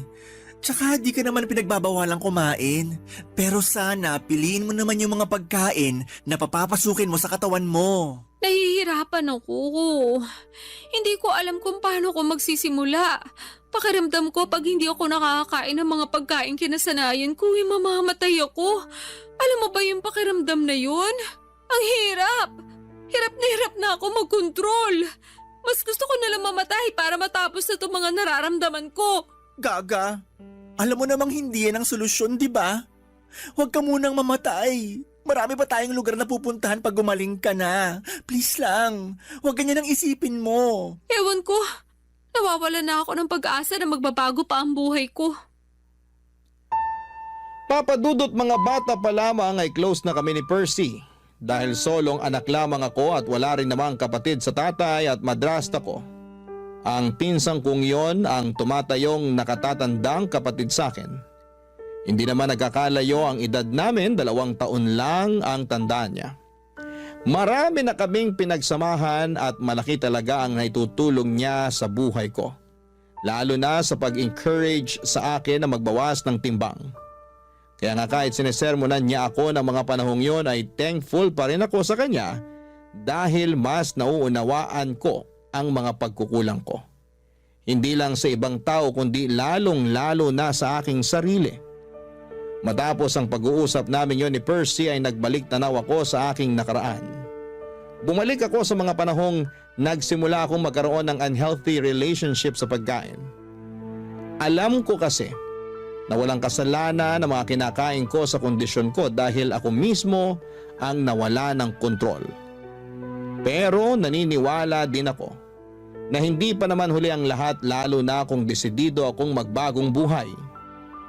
Kaya nga noong 2024 lang ay pinatapos ko muna lahat ng mga handaan bago ko pangatawanan ang New Year's resolution kong magpapayat ng tuluyan. Bilang unang hakbang, nagbawas ako ng kinakain lalo na yung unhealthy katulad ng junk food, soft drinks at sugary treats. Sobrang hirap. Lalo na at umabot na ako sa puntong naglalaway ako, makakita lamang ako ng mga paborito kong pagkain. Pero sa tulong ni Percy at ng aking dietitian ay kinaya ko naman. Sunod kong binawasan ay ang mga consumption food ng carbohydrates. Ang mga halimbawa noon ay kanin, tinapay at mga pasta. Pero hindi ko naman kagad inalis sa sistema ko lalo na at meron akong mga sakit. Bukod doon ay nag-invest din ako ng treadmill. Ginagamit ko lang naman yon pag maulan, pero pag hindi naman ay sinasamahan ako ng pinsang kong maglakad-lakad sa gabi. Nagbabadminton at volleyball din kami, pampapawis. Kaya sa loob ng 2 buwan, nabawasan na ang timbang ko ng halos 10 kilo.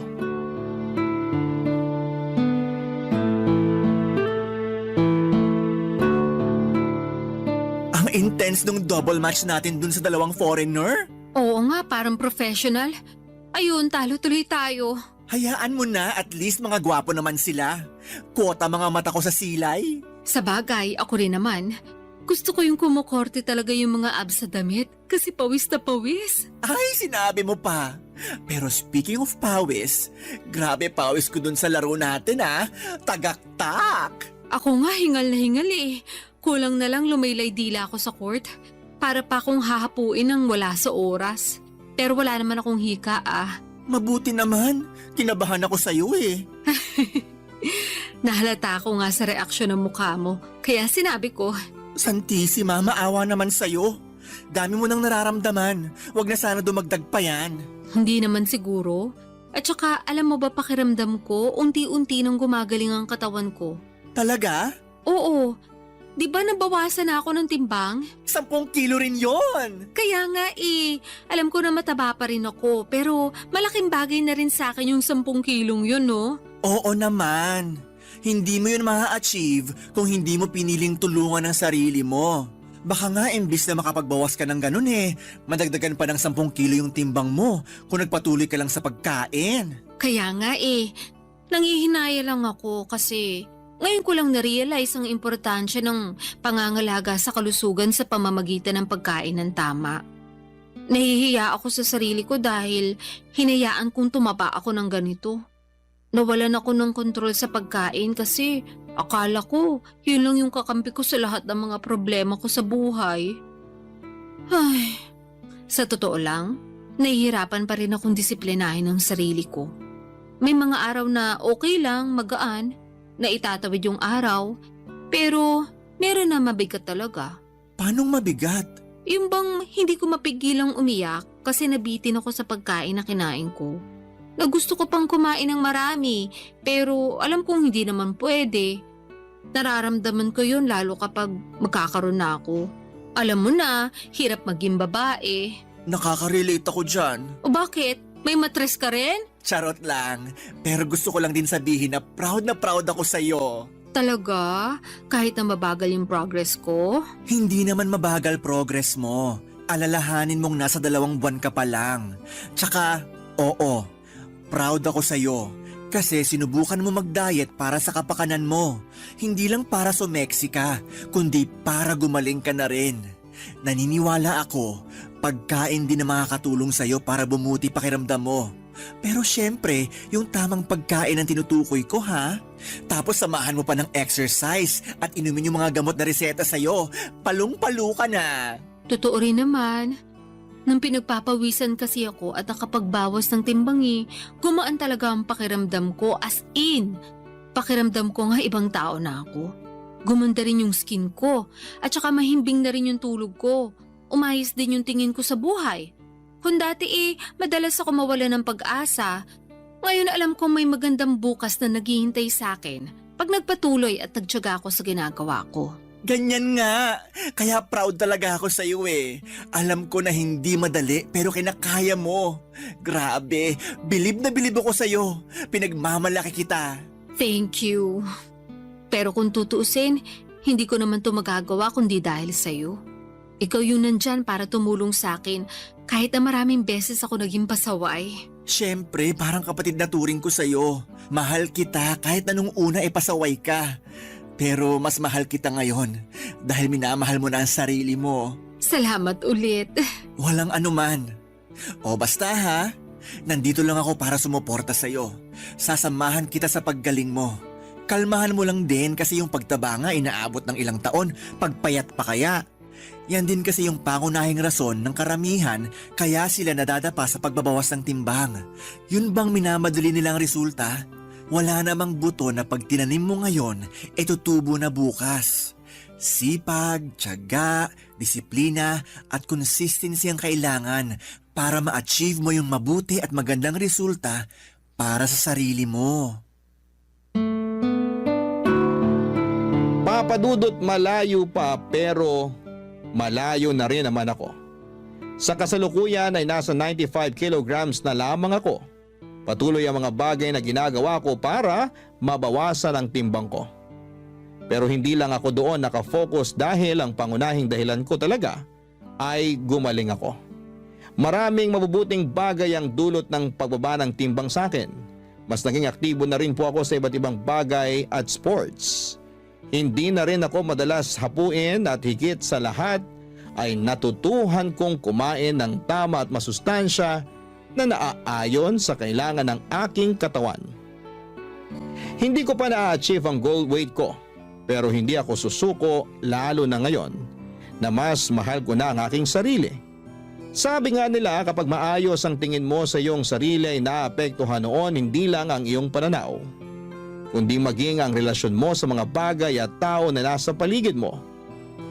Bilang nasa paglalakbay pa ako ng paggaling at pagbabawas ng timbang, sinama ko na rin po sa bucket list ko ang makapag-counseling upang ipakonsulta ang mga karanasan ko na naging dahilan para maging obsessed ako sa pagkain.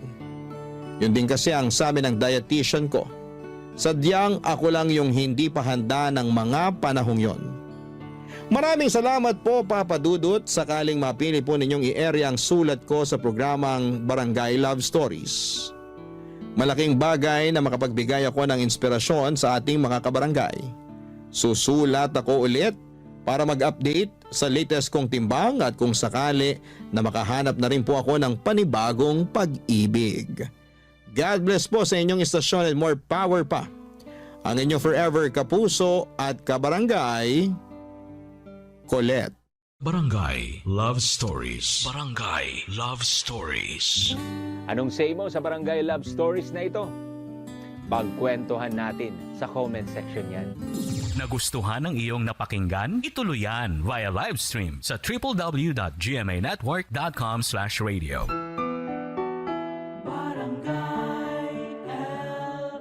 In Mega Manila, 97.1. Forever.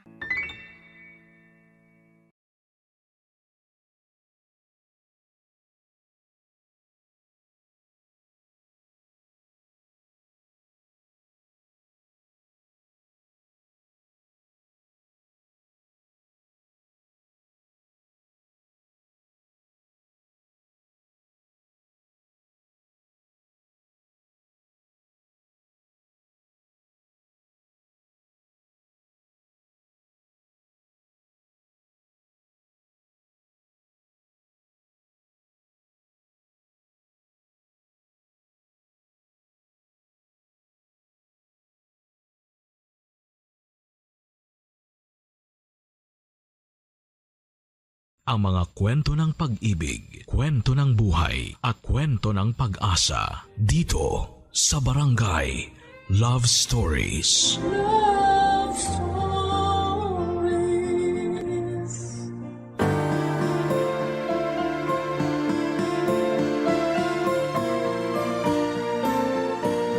May kanya-kanya talaga tayong preference kung kanino natin gustong ibigay ang puso natin. Pero madalas ang gusto natin ay hindi tayo gusto.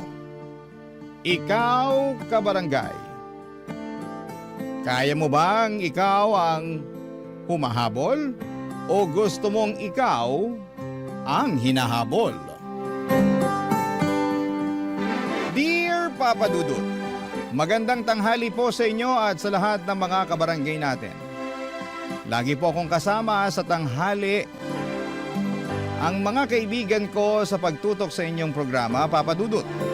Kaya naman naisipan kong isulat din ang kwento ko para marinig ng mga fans mo at makapulot sila ng aral sa karanasan ko. Gusto ko pong simulan ang lahat noong teenager pa lamang ako. Ako po si Shirley, kikay po talaga ako. Noong uso pa po ang mga paru-paro ni Jolina Magdangal sa kanyang buhok ay marami rin po akong collections. Ginagayo ko po ang fashion niya kasi ang ganda at sobrang in na in. At in fairness, maayos naman ang buhay namin sa probinsya. Parehong may trabaho ang parents ko kaya nakakaipon ako para makabili ng kung ano-anong pampaganda at borloloy sa katawan ko. At feel ko talaga na beautiful ako, Papa Dudut. At hindi lang feel ha, maganda po talaga. Kasi nagiging news rin ako sa klase at sa liga sa amin. Kahit parang ang saya-saya ko na, at nabibili ko na ang gusto ko ay may isa akong hindi maaabot-abot. Walang iba kundi si Marco. Ang gwapo niya talaga, Papa Dudut. Ang kaso'y mukhang ayaw niyang tumingin sa kagandahan ko. Schoolmate ko siya, same year level kami pero nasa ibang section siya. Crush na crush ko talaga siya. Ang tangos ng kanyang ilong, ang tangkad, ang kulot na buhok, at ang galing pa niyang pumorma. Hindi lang ako ang may crush sa kanya at parang halos lahat ng girls sa campus. Pero sa isip ko talaga ay ako ang magwawagi. Mapapasakin din si Marco. Kung gaano ko kagusto si Marco ay gano'n naman ako kagusto ng kaklase kong si Leo. Crush na crush niya ako. At super kulit naman ligaw. Kaso hindi ko talaga siya gusto. In fairness, hindi naman siya pangit. Pero hindi siya kulot at hindi rin kasing tangkad ni Marco. Ang panlaban niya ay nasa first section siya kasama ko. Kaya matalino si Leo parati, nakasama po siya sa top 10 sa klase. Kahit na hindi ako honor student ay hindi ibig sabihin na mapurol ang utak ko. Kasi nasa section 1 pa rin po ako. Matalino pa rin ako kaya minsan ay naiisip ko na baka pwede kong i-offer kay Marco na ako ang maging personal tutor niya. Ang problema ay hindi ko po magawa kasi parating umaaligid si Leo sa akin na parang security guard ko, Papa Dudut.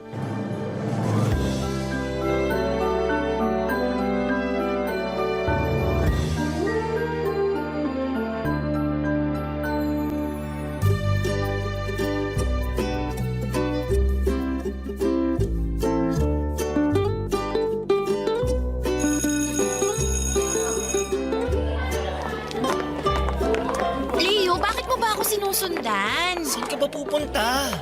Bakit pumunta ka dito sa likod? Sandali nga. Sino ka ba? Grabe naman, may amnesia ka na. Huwag mo akong buwisitin ha. Sinisira mo plano ko eh. Plano? Anong plano, Shirley? Matalino ka, di ba? Pero hindi mo makuha. Okay, fine. Alam kong pumupunta ka dito para sumilip na naman sa classroom ni na Marco. Alam mo naman pala eh. Sa tagal ba naman na naging security guard kita? Grabe ka sa akin. Ay, Leo, wag mo na nga akong sundan. Kainis ka. Huwag mo sirain ang araw ko. Hindi ko naman sinisira. Pinapaganda ko nga eh. Ewan ko sa'yo. Ay, teka, Shirley. Ito, kunin mo. Ano ba? Para sa'yo. Ano to? Buksan mo. Pinili ko talaga yan para sa'yo. Alam ko magugustuhan mo yan. Dito pa talaga? Ayokong parang ewan kang kakasilip kay Marco. Wala kang pake? May paki ako kasi gusto kita. Ewan ko sa'yo. Buksan mo na yung paper bag. Ano bang laman nito? Hindi mo malalaman kung hindi mo bubuksan. Binili mo to? Oo naman. Kasi mahilig ka sa hair accessories, di ba? Binili ko na lahat ng hair clip na nakita ko. Bagay sa'yo lahat yan. Kasi maganda ka, Shirley. Hindi naman masyado pero thank you ah. Teka, huwag ka muna mag-thank you. Kung nagustuhan mo yan, meron pa akong ibibigay sa'yo. Alam mo naman na matagal na kitang crush at nililigawan, di ba? Gusto talaga kita, Shirley. Sandali, wait lang ha. Ito, para sa itong chocolate at bulaklak. Itago mo nga yan, baka makita ako ni Marco. Mapurnada pa plano ko. Shirley naman, ako na nga itong nag-e-effort na ligawan ka oh. Mukhang bibig mo pa rin yung kulot na yun. Sa type ko ang kulot eh. Ay talaga? Tigilan mo na nga ako. Ibabalik ko na tong mga hair clip mo. Meron na ako niyan. Tinitingnan ko kaya araw-araw yung mga nasa buhok mo. Wala ka pa kaya niyan. Meron na sabi. Kunin mo na to. Ibigay mo na lang sa iba. Shirley, nag-effort ako para dito tapos hindi mo man lang tatanggapin. Hindi naman kita inutusan para gawin to eh. Mahal nga kita eh. Nako, hindi kita matatanggap. May nagmamay-ari na ng puso ko. At walang iba kundi ang Prince Charming ko. Si Marco. Puro ka Marco. Pinapansin ka ba? Hoy, problema ko na yun no. Kaya umalis ka na. Huwag mo akong ligawan kasi kahit kailan hindi kita magugustuhan. Ayoko sa pa-hair clip mo na yan. At ayoko sa binigay mong tsokolate at bulaklak. Grabe naman. Kaya alis na. Masasayang lang lahat ng pagod mo kakasunod sa akin. Kasi wala talaga, Leo. Hindi kita gusto. So, tsupi!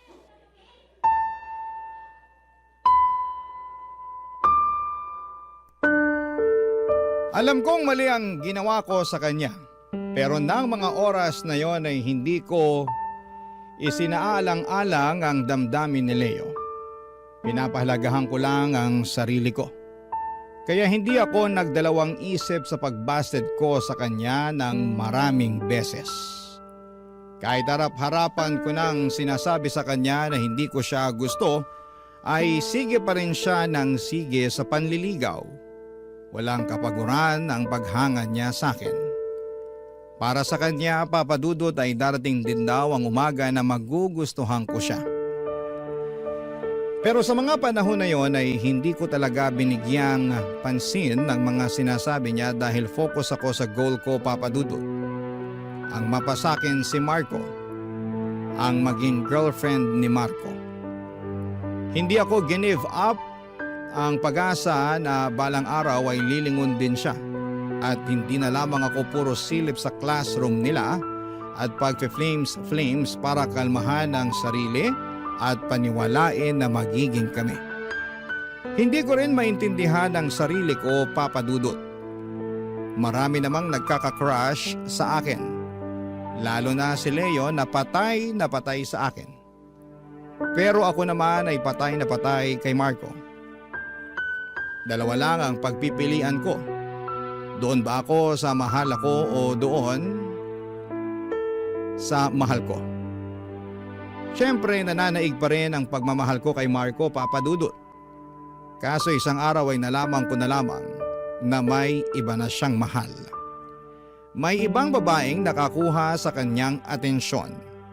Ang kaklase niyang si Tina na hindi naman kagandahan at baduy pang pumorma.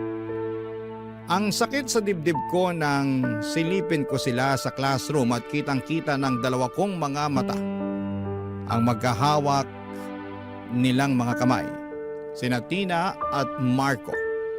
Magjowa na sila at ako'y inggit na inggit sa babae na parang gusto kong sabunutan.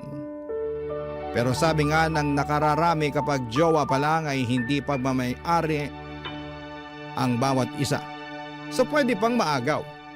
Kaya patuloy lamang ako sa mga plano sa pang-aakit kay Marco at umaasang hihiwalayan niya si Tina at ako ang ipapalit dito. Kami naman dalawa ang totoong bagay kasi, Papa Dudut.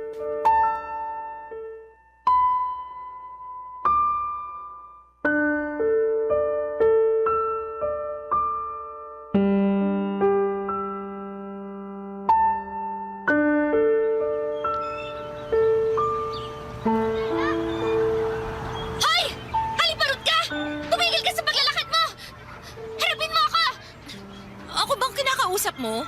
Ay, may iba pa bang haliparot sa school natin? Di ba ikaw lang? Tigilan mo ako ha, section 1 ako. Wala akong pakialam kung section 0 ka pa. Bakit mo nilalandi ang BF ko? Anong nilalandi pinagsasabi mo?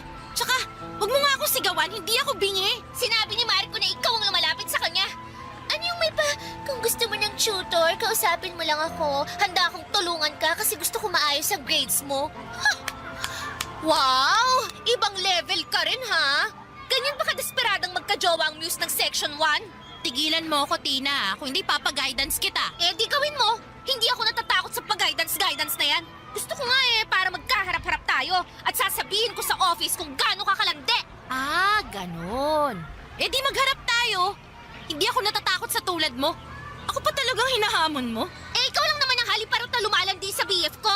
Huwag mo akong tawaging malandi. Maganda lang ako kaya lumalapit si Marco sa akin. Ay, talaga? O sige na nga, maganda ka na. Kasi parang paso ng bulaklak yung ulo mo sa dami ng paru-paro. Ang sabihin mo, wala ka lang fashion sense. Ay, ang sabihin mo, hindi ka type ni Marco. Sana liparin ka na ng mga paru-paro na yan sa ibang mundo. Dun sa pantasya mo. Kasi never mo makukuha ang BF ko. Hindi ka nakakasiguro dyan. Ay, talaga lang ha? May balak kang agawin siya, ha? Hindi ko sinabi yan. Gusto mo yata ng sampal. Ay, kung sigurado ka sa pagmamahal ng BF mo, hindi mo ako pagseselosan. Inggitera, dapat sa'yo mag-ayos-ayos eh.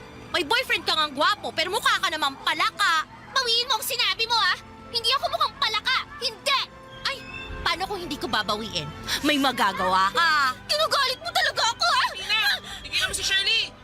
Ay, ang aso mo nakasunod pala. Pero pagdating sa kalandian ng amo, hindi niya nabantayan. Pwede ba, Tina? Lubayan mo nga si Shirley. Malis ka na. Bakit? Hindi ba totoo ang sinabi ko? Kala mo hindi masakit yung pinagsasasabi mo na aso ko? Bakit? Hindi ba yun masakit, ha? Tama! Ikaw nga, daig mo pa aso na tahol ng tahol eh.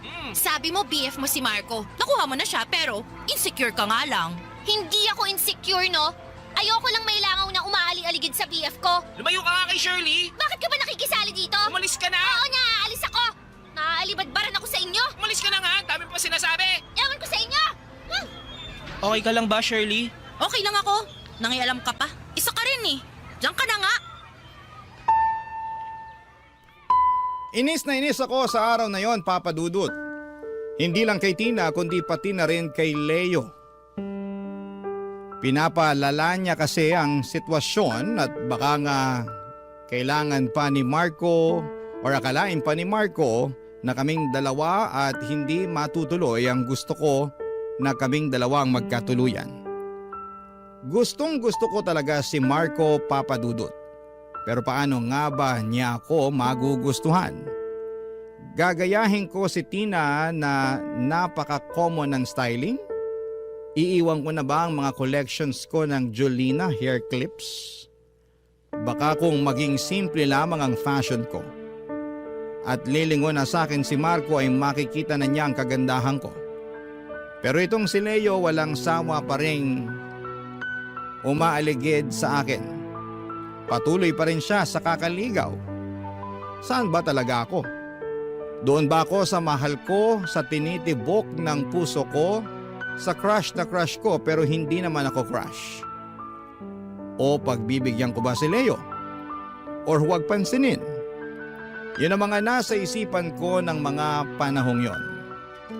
Papa Dudut, siguro ay push ko na lang na magpaganda ko para mapasakin ang lalaking gusto kong maging boyfriend.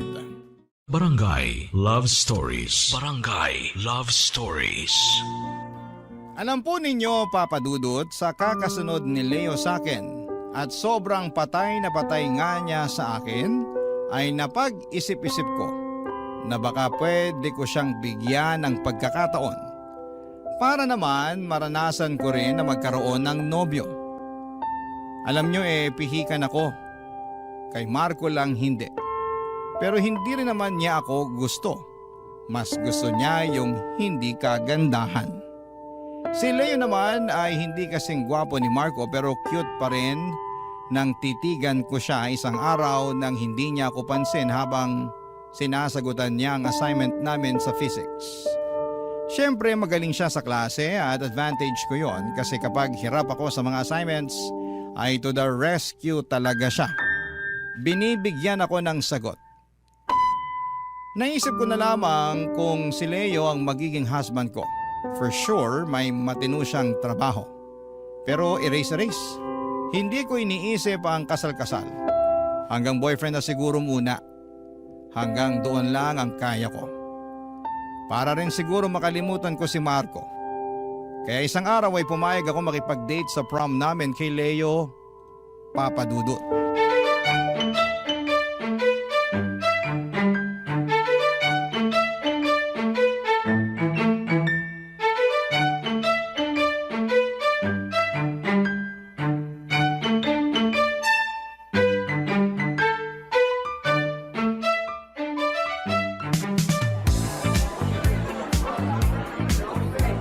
Shirley, salamat ah. Saan? Dito, na pumayag ka na ako ang date mo sa prom. May choice pa ba ako eh? Kinausap mo na lahat na ikaw lang ang pwedeng maging prom date ko. Seryoso, salamat. So, masaya ka na? Oo, syempre naman. Abot langit. Pangarap ko kayang ikaw ang maging prom date ko. Tingnan mo, ngiting tagumpay kaya ako.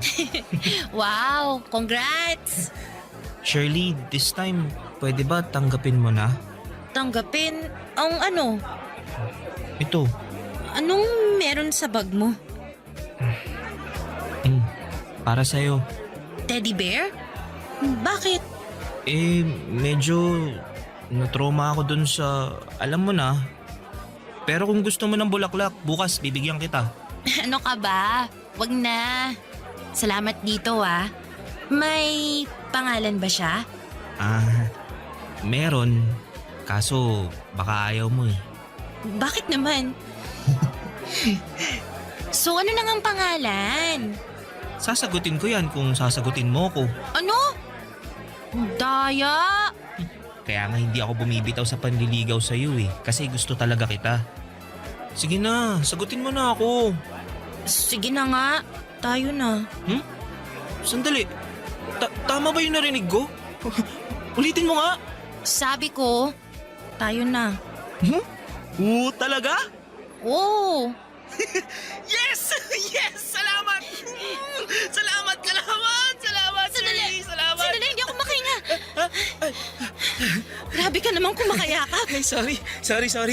Sobrang saya ko lang kasi. So, anong pangalan niya? LL. As in, Leo and Lay.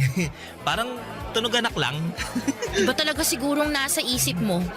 Mag-college muna tayo bago yung anak-anak. Kaya si LL na muna ang anak natin. So, anong tawagan natin? Nanay, tatay? Ayoko, no? Sige, kahit ano. Basta, siya, LL siya. Payag ka na. May magagawa pa ba ako? Sobrang saya ko. Hindi ko akalain na papayag ka. Nakita ko naman yung effort mo eh. Kaya sabi ko, why not? Bibigyan kita ng pagkakataon. Nako, hindi ka talaga magsisisi. Saka, iingatan ko tong pagkakataon na to. Alam mo, tama yung sabi mo eh. Mag-aral muna tayo sa college. Magkaroon ng trabaho. Tapos, saka na tayo magpakasal at magkaanak. Para may magandang future ang magiging anak natin. Sa ngayon, si LL muna ang katabi mo sa inyo. Kasi ako naman ang yayakapin mo sa future. Hoy, parang ang manyak naman nun. Ako, ganyan naman talaga kapag magiging mag-asawa na tayo eh. Asawa agad? Kakasagot ko lang sa'yo Ganun naman talaga dapat. Hindi to laro para sa akin, no? Gusto ko na ikaw ang magiging future ko. Serious mo? Dapat naman talaga kitang seryosohin. Oh, masaya ka na. Sino ba namang hindi? Girlfriend ko na yung crush ko eh. Yay! Nako, dapat sabihin mo pala to, no? Ano? Mahal kita, Shirley. Ha? Uy, mahal kita! Mahal din kita, Leo and LL. Okay na? Okay na, okay. Ang saya ng prom na to. Woo! Kitang-kita ko talaga kung paano kumikislap ang mga mata ni Leo ng gabing yon. Pero sa sumunod na araw, naging gaga ako. Binalik ko si LL kay Leo, hindi ko pala kayang maging GF niya. Iba pa rin ang nasa puso ko. Akala ko kung sasagutin ko si Leo at mawawala na sa isip ko si Marco, pero hindi papadudot. Lalo na noong nakita ko siya na napatingin sa akin nung umuwi ako sa prom. Nagpang-abot ang aming mga mata. Na-realize ko na siya pa rin ang gusto kong maging BF at hindi si Leo. Kaya hindi na ako nagpaligoy-ligoy pa. Isang red flag ang ginawa ko kay Leo. Nakipaghiwalay ako. Sobrang na-devastate ang puso ko at puso niya ng araw na yon. At hindi niya napigilan ang sarili na umiyak sa harapan ko. Nagmakaawa to give our relationship a chance kasi hindi pa nga nag 24 hours ay hiniwalayan ko na. Pero hindi na ako pumayag. Inayawang ko na siya. Simula noon ay hindi na ako kinukulit ni Leo.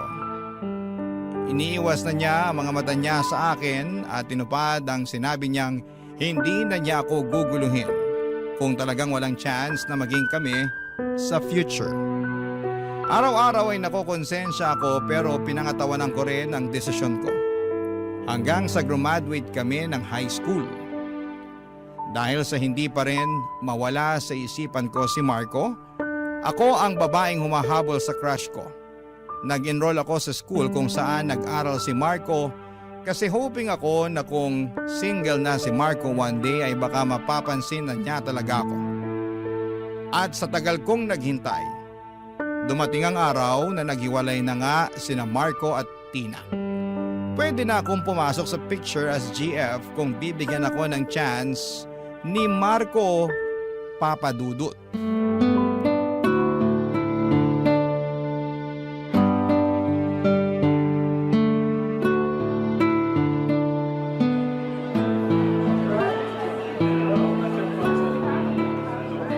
Alam mo, mas makakatapos ka kapag may inspiration ka. Ano? Inspired naman ako ah. Marami akong mga pangarap, mga planong gawin. Gaya ng makapag-abroad. O, sapat na inspirasyon na yon. Grabe naman to. Di man lang ba ako kasama sa mga inspirasyon mo? Ikaw talaga puro kabiro. Alam mo Shirley, pasensya ka na sa ex ko ah. Ikaw kasi lapit ka ng lapit sa akin, yan tuloy. Inaway-away ka. Ako naman ang nagwagi eh. Ex mo na siya, diba? Kaya hindi niya na ako maaaway ngayon kasi ako nang magiging girlfriend mo. Ha? Marco, matagal ko nang pinangarap yun. I mean, hindi yung maghiwalay kayo ni Tina ha. Kundi para makaganti ako sa kamalditahan niya sa akin. Ano lang, inihintay ko lang yung ito na pwede nang maging tayo. Baliw ka talaga. Oo naman. Nababaliw ng puso ko sa'yo. Ibang klase ang banat ah. Wala nang preno. Hindi ako bumabanat, Marco. Matagal na kitang gusto. Matagal na akong sumusunod sa'yo. Kaya nga dito ako nag-enroll para mapalapit ako sa'yo eh. Pero huwag ka mag-alala. Nag-aaral naman ako. Yun nga lang, gusto kong mapalapit sa'yo. Marco, gawin mo naman akong girlfriend mo. Total, single ka na. Magiging mabait ako, promise. Magiging perfect girlfriend ako. Sige na. Ayan na, nagpapakababa na ako. I mean, tama lang naman din na pinupush ko yung gusto ko, di ba? Pantay naman tayo ng karapatan. Hindi porket babae ako bawal na akong hindi ligawan ng lalaking gusto ko. Ang tapang ko nga, di ba? Oo. Matapang ka. Pero... OMG. Parang maririnig ko bang masasakit na salita ngayon? Mabait ka sa akin, Shirley, pero... Hindi talaga kita gusto eh. Aray naman. Sorry, Shirley ah. Hindi mo ba talaga pwedeng bigyan ng chance? Buksan mong puso mo sa akin. Hindi ba talaga ako kaibig-ibig, Marco? Sorry talaga, hindi kita gusto eh. Hindi ko nakikita ang sarili ko sa'yo na kasama ka sa future bilang asawa ko. Kasi yun naman dapat kapag magkakarelasyon, di ba? Papunta doon, pero wala talaga, Shirley. Hanggang pagkakaibigan lang talaga ang kaya kong ibigay sa'yo. Ang sakit. Ang sakit-sakit. Bakit ganon? Sorry na, Shirley. Huwag ka namang umiyak sa harap ko. Nakukonsensya naman ako sa sinabi ko. Pero, nagpapakatotoo lang naman ako eh. Saka salamat sa pagiging totoo mo sa akin. Sa paghanga mo. Ang dami kong ginawa para lang mapalapit sa'yo. Pero nga pa rin ako. Maganda ka naman, Shirley eh. Kasi di ba maraming nagkakagusto sa'yo. Si Leo. Tigilan mo nga kakabanggit sa pangalan niya. Mabait si Leo. Matalino pa. Bagay nga kayo nun. Pareho kayong matalino. Tama na. Tayo ang bagay. Tayo, Marco.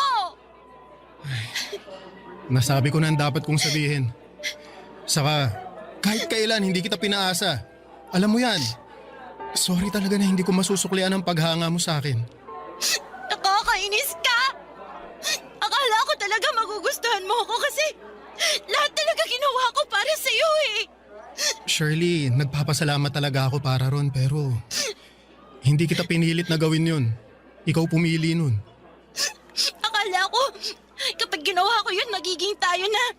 Lalo na ngayon wala na kayo ni Tina. Ikaw naman kasi, assuming ka agad. Siguro magpapahinga muna ako. Focus muna sa pag-aaral. Alam mo naman na kahit binayayaan tayo ng kagwapuhan, yun nasabi nila, hindi ako biniyayaan ng talino talaga eh. Medyo kailangan pa ng pagsisika para maipasa ko mga subject ko. Dami mong dahilan! Sorry na talaga, Shirley. Hindi talaga kita gusto. Oo na! Oo na! Tama na!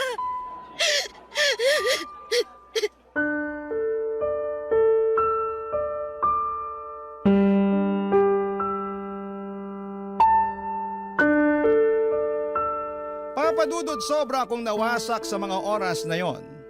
Para po akong sinampal. Ang sakit-sakit pa lang mabasted at ang sakit-sakit pa lang hindi ka bet ng bet mo. Doon ko naalala ang ginawa ko kay Leo.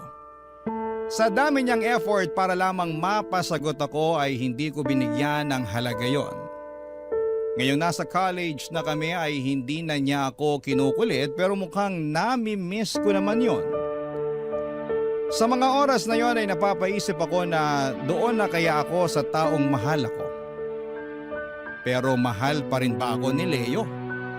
Kasi hindi na niya ako nililigawan after high school. Baka sobra siyang nagalit sa akin sa ginawa ko sa kanya na hindi man lang inabot ng 24 hours na naging magjowa kaming dalawa. Pero sa isip-isip ko ay pwede ngang si Leo na ang magiging boyfriend ko.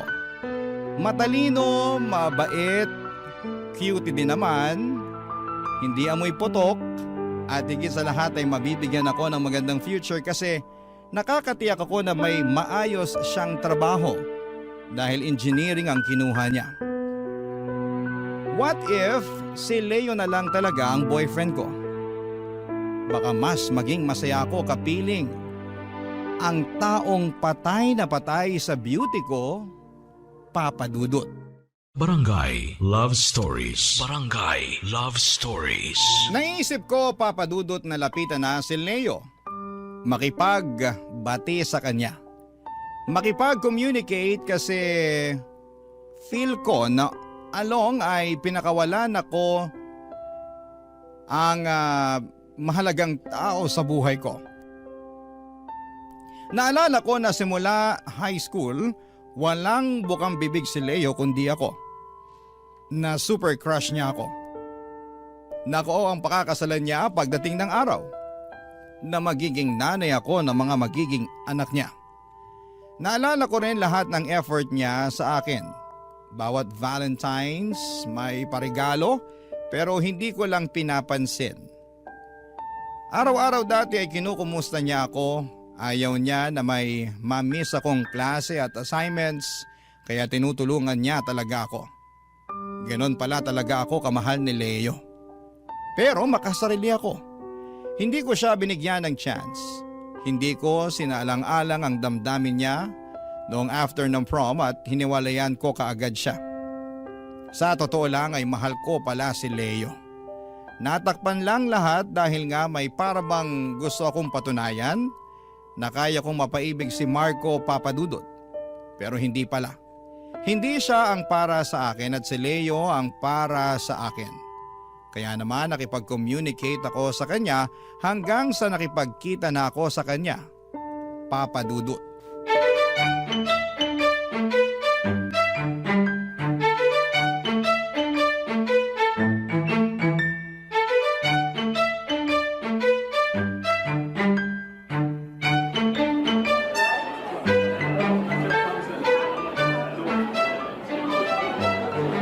Anong nakain mo at niyaya mo pa ako dito? Mahal kaya ng mga pagkain nila dito. Ano ka ba? Libre ko na nga eh. Namiss lang kita.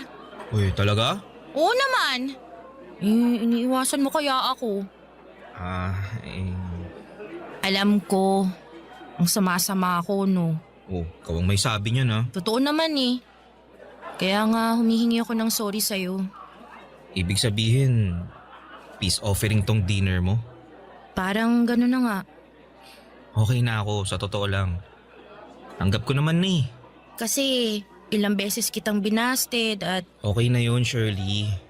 Saka masaya naman ako sa mga pangungulit ko sa'yo nun eh. Natatawa na nga lang ako. Walang bitterness, totoo. Pero after nung prom, hanggang sa gumraduate tayo, syempre, nagdamdam talaga ako. Kasi parang Sorry Sige lang, sabihin mo lang. Ano kasi, nasaktan talaga ako. Valid naman ang nararamdaman mo eh. Baliw talaga ako. Ang bait-bait mo na nga sa akin tapos ganun pa ginawa ko. Ay, nagpapakatotoo ka lang naman. Hindi mo ako gusto kaya hanggang dun lang. Tanggap ko na. Pero masaya ako ngayon na nakapag-usap na tayo. Usap lang? Ha? Ito naman ang sabi ko, usap lang, masaya ka na? Oo, syempre naman. Kaibigan kita eh. Kaibigan lang? Oo. I mean, mas open na ako ngayon. Alam mo yun, yung... Ano? Gusto mo pa rin naman ako, di ba? Oo, pero... Pero... Noon, pangarap ko talagang ikaw ang makasama ko sa future eh. Pero napag-isip-isip ko na pag-aaral na muna. Kaya pala hindi ka na nag-e-effort na kausapin ako para makapag-move on ka at pag-aaral na lang ang atupagin mo. Pwede mo naman ipagsabay Gusto ko maging inspiration mo. Talaga? Oo naman. Promise, matured na ako. Hindi ko na gagawin yun dati. Salamat, Shirley. Kaso, nakapag-desisyon na ako na wag muna eh. Sarili ko muna iisipin ko. Ayokong mahati ang panahon ko. Alam mo naman na hindi naman mayaman ang parents ko. Kaya kailangan kong maitawid ang pag-aaral ko. Yun muna nga atupagin ko. Sigurado ka ba? Hindi naman ako magiging pabigat sa'yo eh. Alam mo, na-realize ko na hindi ka pala mahirap mahalin. Totoo. Parang hindi ikaw yung Shirley na kilala ko. Ako pa rin to, Leo. Nagbago lang ang pananaw ko. Matagal akong naging bulag sa paniniwala ko. Alam mo na, pero nakita ko talaga kung gaano ka kasincere sa akin. Kaya gusto ko sanang bigyan ka ng pagkakataon para maging boyfriend ko. At sana, ako rin bilang girlfriend mo. Alam mo, kung yung dating Leo ang sinabihan mo ng ganyan, sobrang tuwang-tuwa na yun. Pero sorry hindi ko matatanggap yan eh. Matanong nga kita, ginagawa mo ba to kasi may nangyari sa'yo na baka panakipbutas mo lang ako? Uy, hindi Hindi sa ganun. Hindi ka pa nakipbutas. Tingin ko naman, gusto kita. Mahal na kita. Alam mo, totoo man o hindi na yun mahalaga eh. Matagal ko nang naisip na hindi na ako yung dating ako. Yung dating ako na may gusto sa'yo. Pasensya ka na talaga, Shirley. Hindi na ba magbabagong isip mo? Hindi na.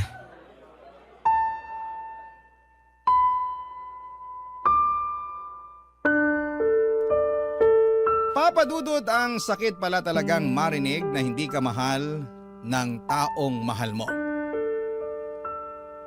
Papadudot, mahal ko po si Leo. Ang sakit palang mabasted. Ang sakit pala ng ginawa ko noon. Double busted ako ngayon. Pero tama ba ang sinabi ni Leo na panakipbutas lang siya kasi nga binasa din ako ni Marco? Naisip ko na mahal ko po talaga si Leo at gulong-guluman ang utak ko pero mahal ko po siya. Kaya heto na naman ako. Naghahabol sa isang lalaki pero this time ay si Leo na. Pero firm na din ang desisyon talaga ni Leo na hindi niya ako i-entertain. Ako naman ay pinupush ko pa rin hanggang sa graduate kami ng college. Pero hindi niya pa rin ako sinagot. Hindi pa rin kami naging magjowa ni Leo. Wala siyang balak na ako ang babae para sa kanya na bumuo ng pamilya. Wala na yung Leo noong high school na kasali ako sa pangarap niya. Ewan ko rin ba sa kapalaran, mapagbiro. Naging katrabaho pa ni Leo si Tina, ang dating GF ni Marco. Naging close silang dalawa kaya ako ay sobrang selos na selos. Kahit na hindi naman ako ang girlfriend ni Leo. Isang araw nga sinugod ko pa si Tina, Papadudot.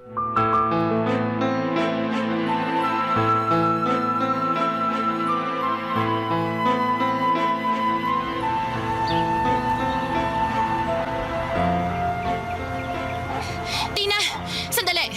Pwede ba tayo mag-usap? Anong pag-uusapan natin? Tapatin mo ako. Inaakit mo ba si Leo? Ano? Inaakusahan mo ba ako, ha? Kita ko kung gaano mo inilalapit ang sarili mo kay Leo. Ano ka ba? Magkatrabaho kami. Kaibigan ko siya. Kaya kami malapit. Eh ikaw, sino ka ba para tanungin ako ng ganyan? Oh, nagsiselos? Bakit? Girlfriend ka ba niya? Sa pagkakaalam ko, hindi. Kaya anong karapatan mo para pagsabihan ako kung nilalandi ko si Leo? Kung nilalandi ko man.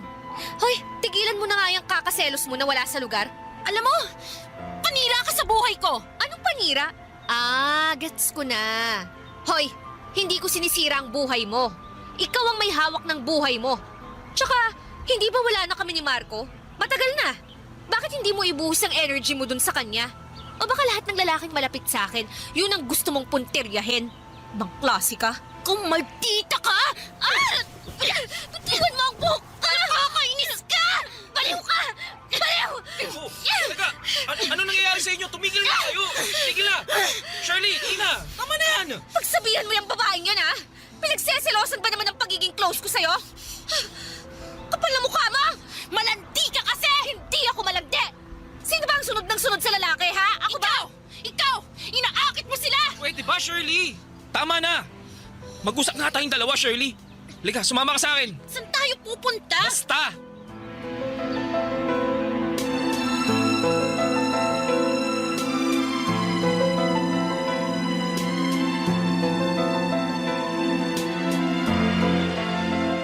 Alam mo, hindi na tama yung ginagawa mo kay Tina. Paano ko magdemanda yun? Nakakainis kasi. Shirley, hindi na tayo mga bata, ah. Kaya nga, hindi na tayo bata. Graduate ka na. May trabaho na tayo. Pero, bakit hindi mo pa rin ako pwedeng mahalin? Ready na ako sa'yo, Leo eh.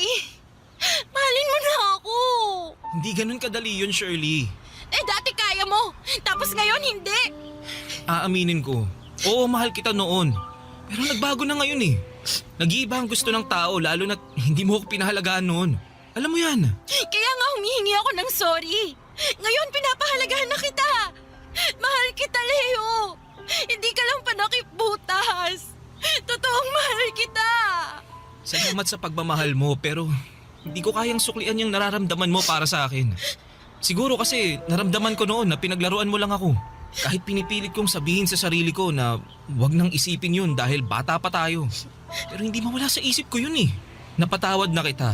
Pero hindi ko lang makalimutan eh. Kaya sorry. Leo naman, bigyan mo naman ako ng pagkakataon. Please. Mahal kita, Leo. Mahal na mahal. Sorry talaga, Shirley. Hindi ko kayang suklian yan. Hanggang pagiging kaibigan lang ang kaya kong ibigay sa'yo. Ayokong paasahin ka pa sa lahat ng to. Kaya kung kaya kong mag-move on sa lahat, alam kong kaya mo rin. Hindi. Alam kong mahal mo pa rin ako. Alam kong gusto mo pa rin ako. Shirley, makinig ka. Wala na. Wala na talaga. Sorry. Maraming lalaki dyan na handang magmahal sa'yo. Pero hindi ako yun.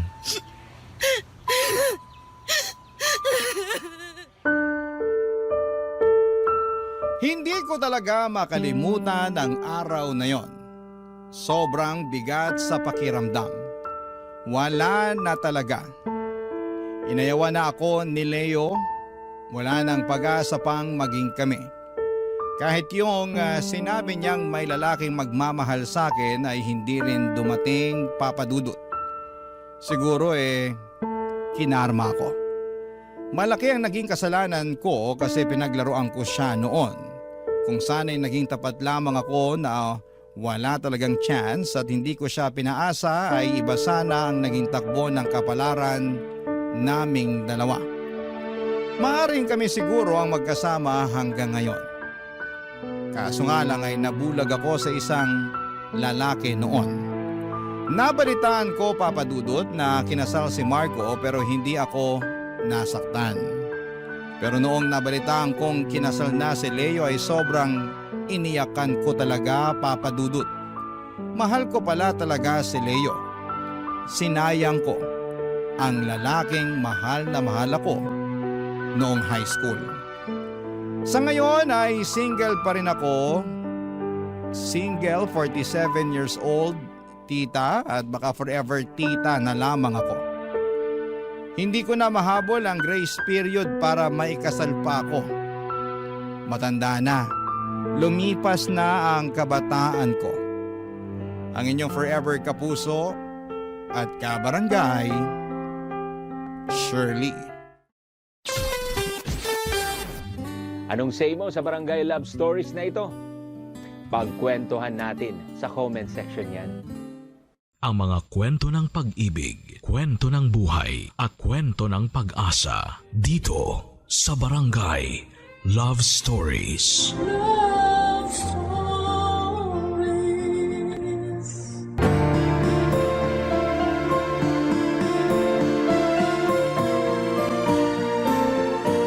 Lahat tayo ay kumakayod upang makamtan ang isang komportableng buhay.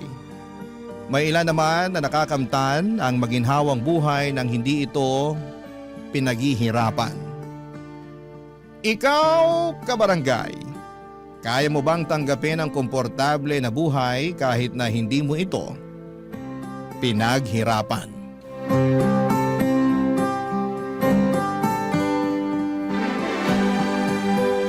Dear Papa Dudut, magandang hapon po sa inyo. Ako po si Jersey at nais ko pong ibahagi sa inyo ang buhay ko na punong-puno ng pagsubok at aral.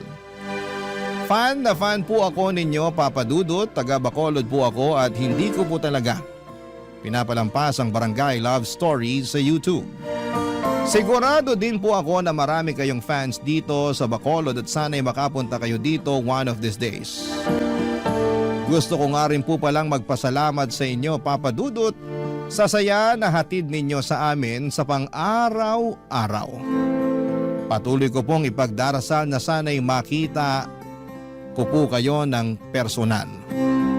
Anyway, lumaki po ako sa isang mahirap na pamilya at hanggang high school lamang po ang natapos ko.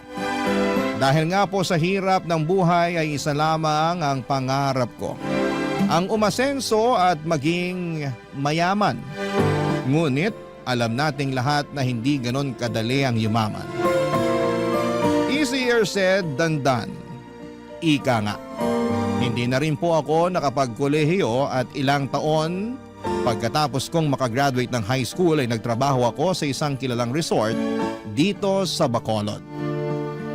Ang pinsang ko po na si Nonette ang nag-refer sa akin sa resort na yon. Katulad ko po ay lumaki din siya sa mahirap na pamilya. Pareho kami na maganda at hindi nakapagtapos ng high school. Pero kahit na ganoon pa man, ay magkaiba pa rin kami ni Nonette. Kasi si Nonette po ay kontento na sa buhay niya. Kahit mahirap sila, sapat na sa kanya ang kinikita niya sa resort dahil kahit papaano ay nakakayanan niyang suportahan ang pamilya niya. Sa kabilang banda ko po ay hindi ako nakokontento sa buhay na salat at nagtatrabaho lamang sa isang resort. At sa mga panahong yon ay hindi ko talaga maintindihan kung paano nakontento si Nonette sa ganong klase ng buhay. Madalas kaming nagdedebate ni Nonette kasi palagi niyang pinapaalala sa akin na dapat ay marunong daw akong makontento.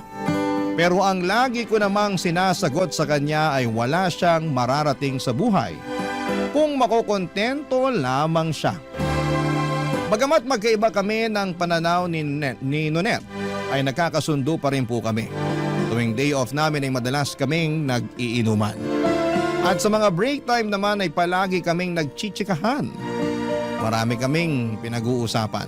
Mga paborito naming GMA teleserye at syempre ang paborito naming mga artista sa GMA at mga episodes ng Barangay Love Stories.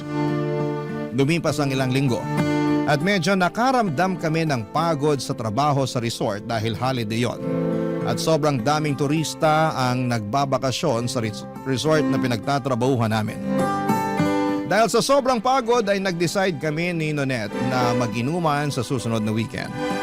At nung nangyari na nga ang pinaplano naming inuman, nag-usap ulit kami ni Nonette tungkol sa mga pananaw namin sa buhay, Papa Dudut.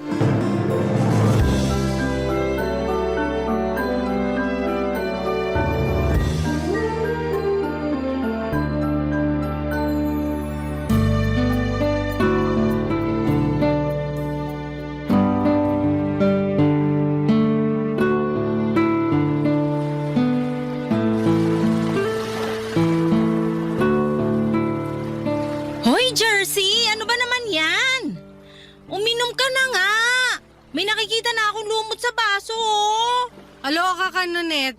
Mag-relax ka nga. Ito naman. Paminsan-minsan na nga lang tayo mag-enjoy tapos mamadalin mo pa ako. O eto na, inom na po. Bah! Ang tapang! Ay, ayan. Very good. Mabuti na lang talaga nakapag-relax na rin tayo sa wakas. Sinabi mo pa.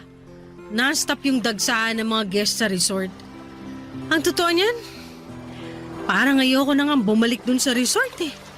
Sobrang stressful ng trabaho. Namimilipit na yung katawan ko sa sakit tuwing naka-duty tayo. Uy, ano ka ba?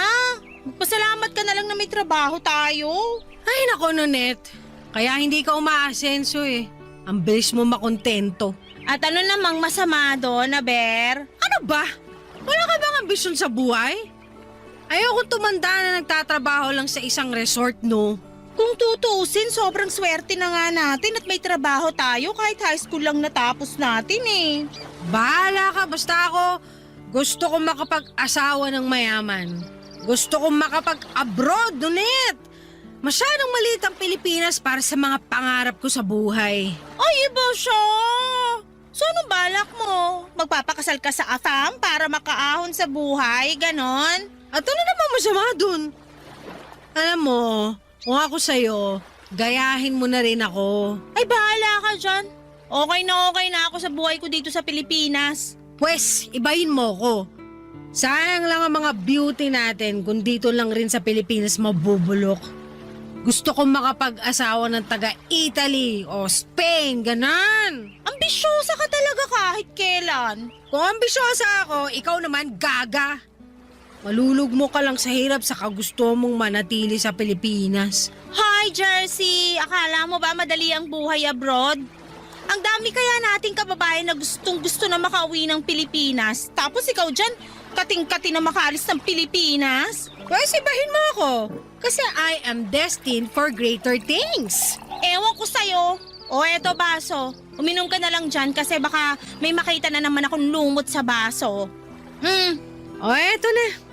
Second time is a charm. Don't English me ha, kasi wala akong naintindihan sa mga pinagsasabi mo. Kagaya kung paano ko hindi maintindihan yung gusto mong manatili ng Pilipinas. My goodness, you are so baduy ha. Pag ikaw nakapag-abroad, wag na wag kang bumalik ng Pilipinas ha. Ay girl, talagang hindi na.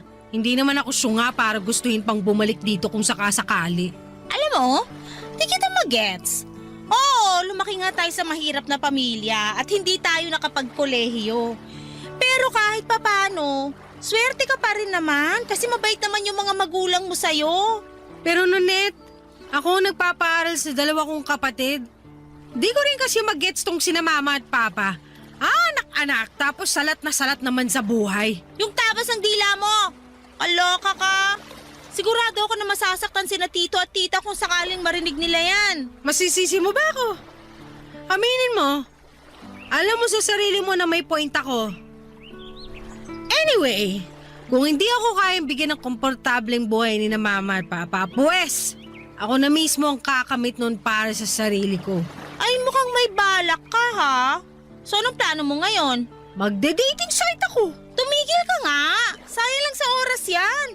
Kung ako sa'yo, pagbutihin na lang natin yung trabaho natin sa resort.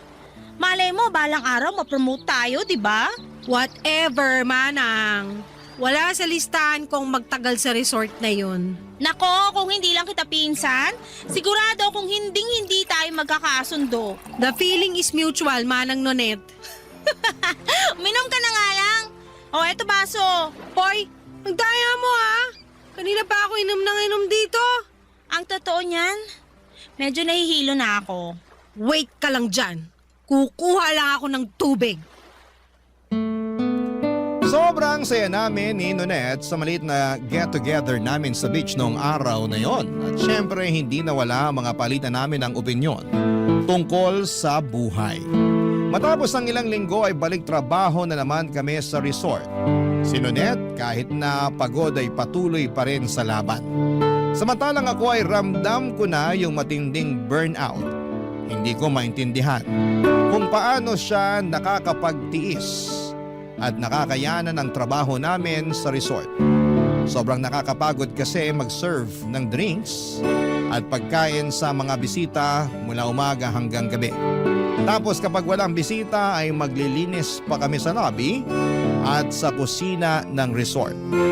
Siguro ay napagod na rin ako dahil ako yung nagpapaaral sa mga kapatid ko.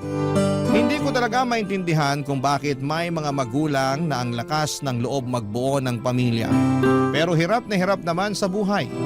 Kaya nga't sinabi ko sa sarili ko na ayaw kong magkaroon ng pamilya. Ang gusto ko lang sa buhay ay ang guminhawa kasama ang mga taong mahal ko at syempre ayaw ko sa Pinoy. Gusto ko ng foreigner. Kasi alam ko na mas mataas ang value ng pera nila sa ibang bansa. Kaya malamang ay magiging sapat ang pera nila para buhayin ako. Simula pa lang ay hindi ko talaga naisip na magpakasal sa isang Pinoy kasi takot akong malugmok pa lalo sa hirap. Nang mga panahong yon, naramdaman ko na yung matinding burnout at lalong lumalakas yung desisyon ko na umalis ng Pilipinas. Sobrang hopeless rin yung paghahanap ko ng foreigner sa dating site. Kasi karamihan sa kanila ay nagpapadala lamang ng malaswang pictures. Grabe. Sobrang nanghinayang ako sa naging experience ko sa dating site. At mas lalo pa akong nalungkot kasi naisip ko na parang sa Pilipinas na ata ako maghihirap at mamamatay.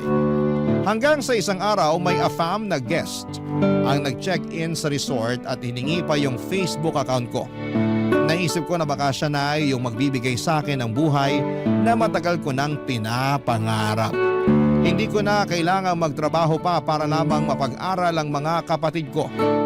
Na-imagine ko na yung klase ng buhay na makakamit ko kasama yung foreigner na yon. Yung buhay na hindi ko na kailangang mag-alala tungkol sa pera.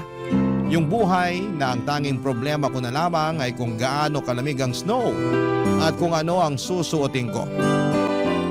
Noong naging malinaw na sa akin na may gusto sa akin yung foreigner namin na guest, parang hindi ko na kayang bitawan ang cellphone ko. Hindi kasi kami pwedeng makipag-usap ng matagal sa mga guest sa resort dahil baka magdudahan kami at mawalan pa ako ng trabaho. Kaya palihim akong nagchat-chat sa foreigner namin na bisita. Araw-araw niya akong sinasabihan ng maganda raw ako at deserve ko daw ang magandang love life. Bumibili pa siya ng tubig at juice sa lobby para lamang makita ko. At kasabay noon ay unti-unti na ring napapansin ni Nonette yung namamagitan sa amin ng foreigner.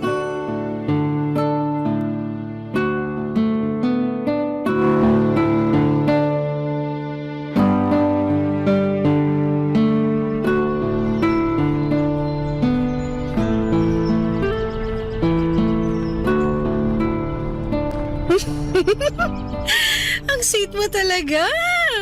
Sobrang gwapo mo pa. Ay, mahuhulog na ata yung panty ko sa'yo. Hoy, Jersey! Yung sahig sa kusina, ang dumi-dumi. Linisin mo na kaya.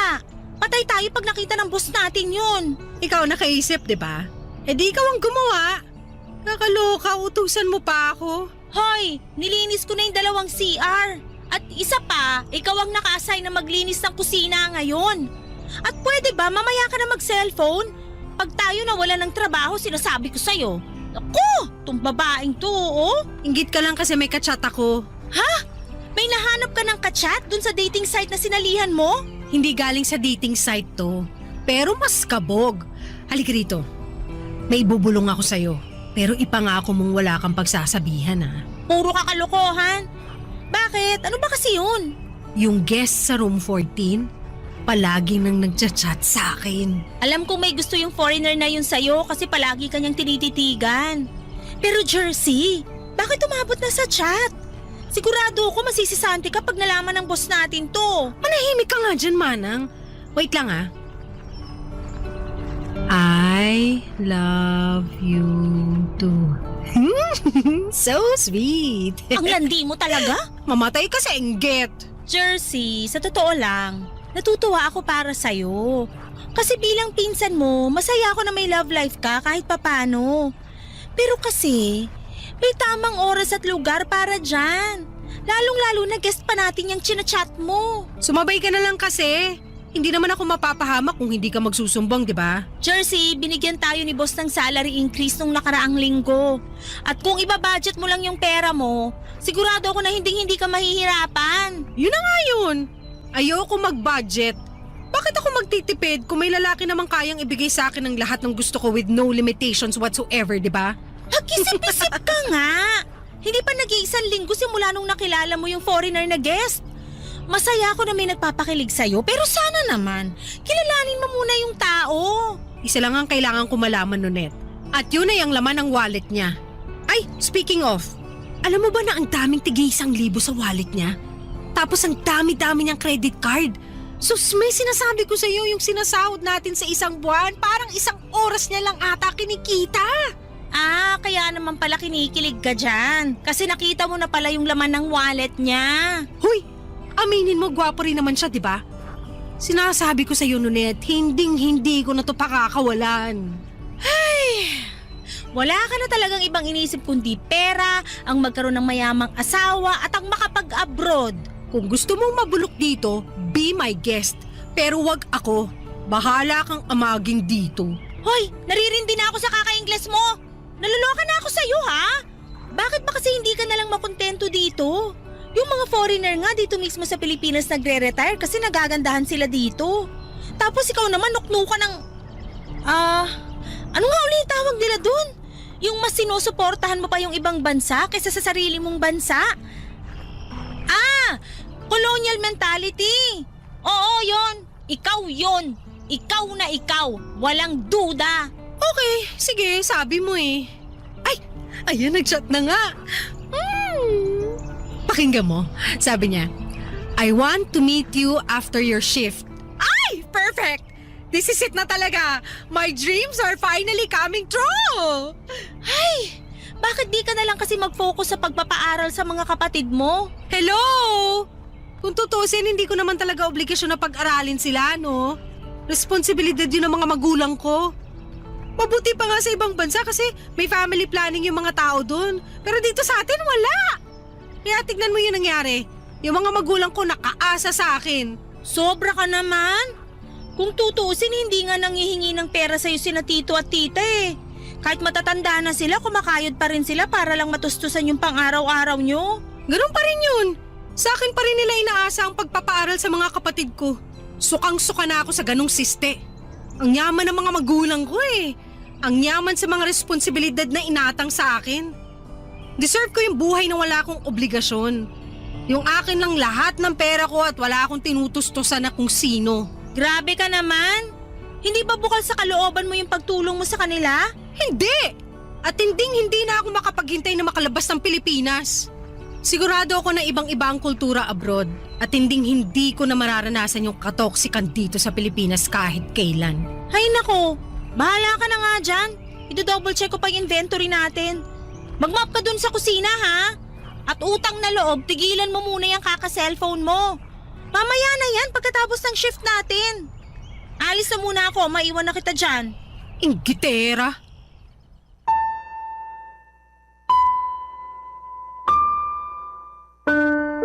Papadudod pagkatapos ng shift ko ay nakipagkita ako ng palihim sa foreigner na guest namin sa resort. Sobrang guwapo niya, papadudot. Mukha siyang Hollywood actor, ang puti ng kutis niya at yung lips niya ay sobrang kissable. At noong gabing yon ay hinalikan niya ako at syempre sobra akong natuwa at ginusto ko ng labis yung halik na yon. At habang tumatagal, hindi ko na masyadong nakakabanding si Nonet kasi sobrang abala na ako sa foreigner. At dumating yung punto na naging kami na ni Afam. Nag-extend pa siya sa resort para lamang makasama ako at mas lubos niya akong makilala. Hindi ko na rin masyadong kinikwento kay Nonet yung mga nangyayari sa amin ng foreigner kasi parang kontrabida na siya. Tuwing nag-uusap kami ay puro siya duda at tanong tungkol sa Afam na boyfriend ko. At mas lalo pa kaming nag-aaway tuwing sinasabi niya na hindi ko pa raw kilala ang jowa ko. Feel ko noong mga panahong yon ay naiinggit lamang si Nonet sa akin. Kasi aasenso na ako sa buhay kasama ang aking Afam na jowa. Habang siya ay single at abala sa trabaho namin sa resort. Makalipas ang ilang araw ay pinag-resign na ako ng foreigner sa resort na pinapasukan ko. Hindi ko talaga makakalimutan yung saya at tuwa na nararamdaman ko noong sinabi niya yon. Kasi ibig sabihin noon ay handa siyang panindigan ako. At kasama sa paninindigan ng foreigner yung perang ibibigay niya sa akin. Nakakaloka, Papa Dudut, para akong nanalo sa loto. Gwapo, mayaman, mabait, parang ako na ata ang pinakaswerteng babae ng mga panahong yon. At sigurado ako na maiinggit ang kahit na sino na makakaalam tungkol sa love life ko kasama si Afam. At syempre tutol na tutol si Nonette sa ginawa kong pag-resign sa resort. Pero ano pa ba ang aasahan ko sa pinsang ko na yon? Halata namang naiinggit lamang siya sa takbo ng buhay ko. Tuluyan na ngang nag-check out si Afam sa resort at nag-rent siya ng condominium unit. Kaya naman nag-live-in na kami. Grabe ang ganda ng condo na inupahan niya. Namangha talaga ako sa mga facilities ng condominium. May gym, swimming pool at maliit na parke. Ano pa ba ang hahanapin ko, hindi ba? Ay nako, Papa Dudut. Yung condo unit na inupahan ni Afam ay parang kamukhang-kamukha ng condo na pinapaupahan ninyo. Ang ganda at ang lakas makasosyal. Parang sa hotel. Nang mga panahong kasama ko na si Afam sa condo, aminin ko na medyo nakakabagot minsan. Pero hindi ko pinagsisisihan yung desisyon na yon. Ang masasabi ko lang talaga na mga panahong yon ay this is the life. At syempre hindi na ako magkakaproblema pa sa pera. At wala sa bokabularyo ko ang salitang budget. Kasi swipe lamang ako ng swipe sa credit card at debit card. At sagot na ni Afam ang lahat ng luho ko ng mga panahong yon, Papa Dudut. Barangay Love Stories. Barangay Love Stories. Makalipas ang ilang linggo ay napag-alaman ko na ichinismis ako ng magaling kong pinsan sa mga magulang ko. Ikinuwento ni Nonette sa mga magulang ko na nag-resign na ako sa resort at tuluyan na akong nakipag-live-in kay Afam. Sa totoo lang ay medyo nagalit ako kay Nonette kasi sigurado akong manghihingi ng pera ang mga magulang ko dahil alam na nila na foreigner yung jowa ko. Ganyan naman kasi kadalasan sa atin, hindi ba? Kapag foreigner, ang tingin ng iba ay maraming pera. Kaya tinawagan ko si Nonette at pinagsabihan ko siya. Pero ang sabi niya sa akin ay nagwo-worry lamang daw siya sa akin kaya niya ikinuwento sa mga magulang ko yung mga tungkol sa pakikipagrelasyon ko at pakikipag-live-in kay Afam. Nainis na lamang ako at binabaan ko ng telepono si Nonette noong araw na yon. Lumipas ang ilang linggo at tumawag sa akin ang mga magulang ko at pinakiusapan ako na bayaran ko na raw yung tuition fee ng mga kapatid ko. Sa totoo lang ay naiinis din ako noong narinig ko yon. Kasi ang nasa isip ko na mga panahong yon ay baka abusuhin na ako ng mga magulang ko. Lalo na ngayon na alam nila na may kinakasama akong Afam. Nanindigan ako noong mga panahong yon at sinabi ko sa mga magulang ko na babayaran ko pa rin yung tuition fee ng mga kapatid ko. Pero hindi ko dadagdagan yung perang ibibigay ko. Kasi after all ay tuition fee lang naman yung pinagkasunduan namin in the first place. At sinabi ko rin sa mga magulang ko na once nakapagtapos na yung mga kapatid ko ng high school ay hindi na ako magpapadala para sa pangkolehiyo nila. Kasi hindi ko naman responsibilidad yon at pwede silang maging working student para nang sa ganon ay malaman din nila ang hirap at hindi madali ang kumita ng pera. At isa pa, responsibilidad ng mga magulang ko ang pag-aralin ng kanilang mga anak. Kaya sa tingin ko ay sapat na yung tumulong ako na makapagtapos sila ng high school. Actually, dapat pa nga ay magpasalamat ang mga kapatid ko sa akin. Kasi yung iba dyan ay hindi na nakakapag-aral at all. Makalipas nga ang ilang buwan ay nag-level up na ang relasyon ko with Afam, Papa Dudut. Gusto na niya akong dalhin abroad at doon na manirahan na kasama siya. Eto na yon, yung matagal ko nang inaasam-asam. The moment I've been waiting for is finally coming true. Nagpakasal kami ni Afam dito sa Pinas sa isang huwes at nag-apply kami ng spousal visa. Pagkatapos ay napakahabang proseso ay naging successful naman ang lahat. At nakapag-book na kami ng ticket para makaluwas na papunta sa abroad. 4 days bago kami nakaschedule umalis ng Pilipinas, tinawagan ko si Nonet at niyaya ko siyang pumunta sa isang bar para sa isang maliit na celebration o konting inuman. At fortunately ay pumayag si Nonet na makipagkita sa akin noon, Papa Dudut.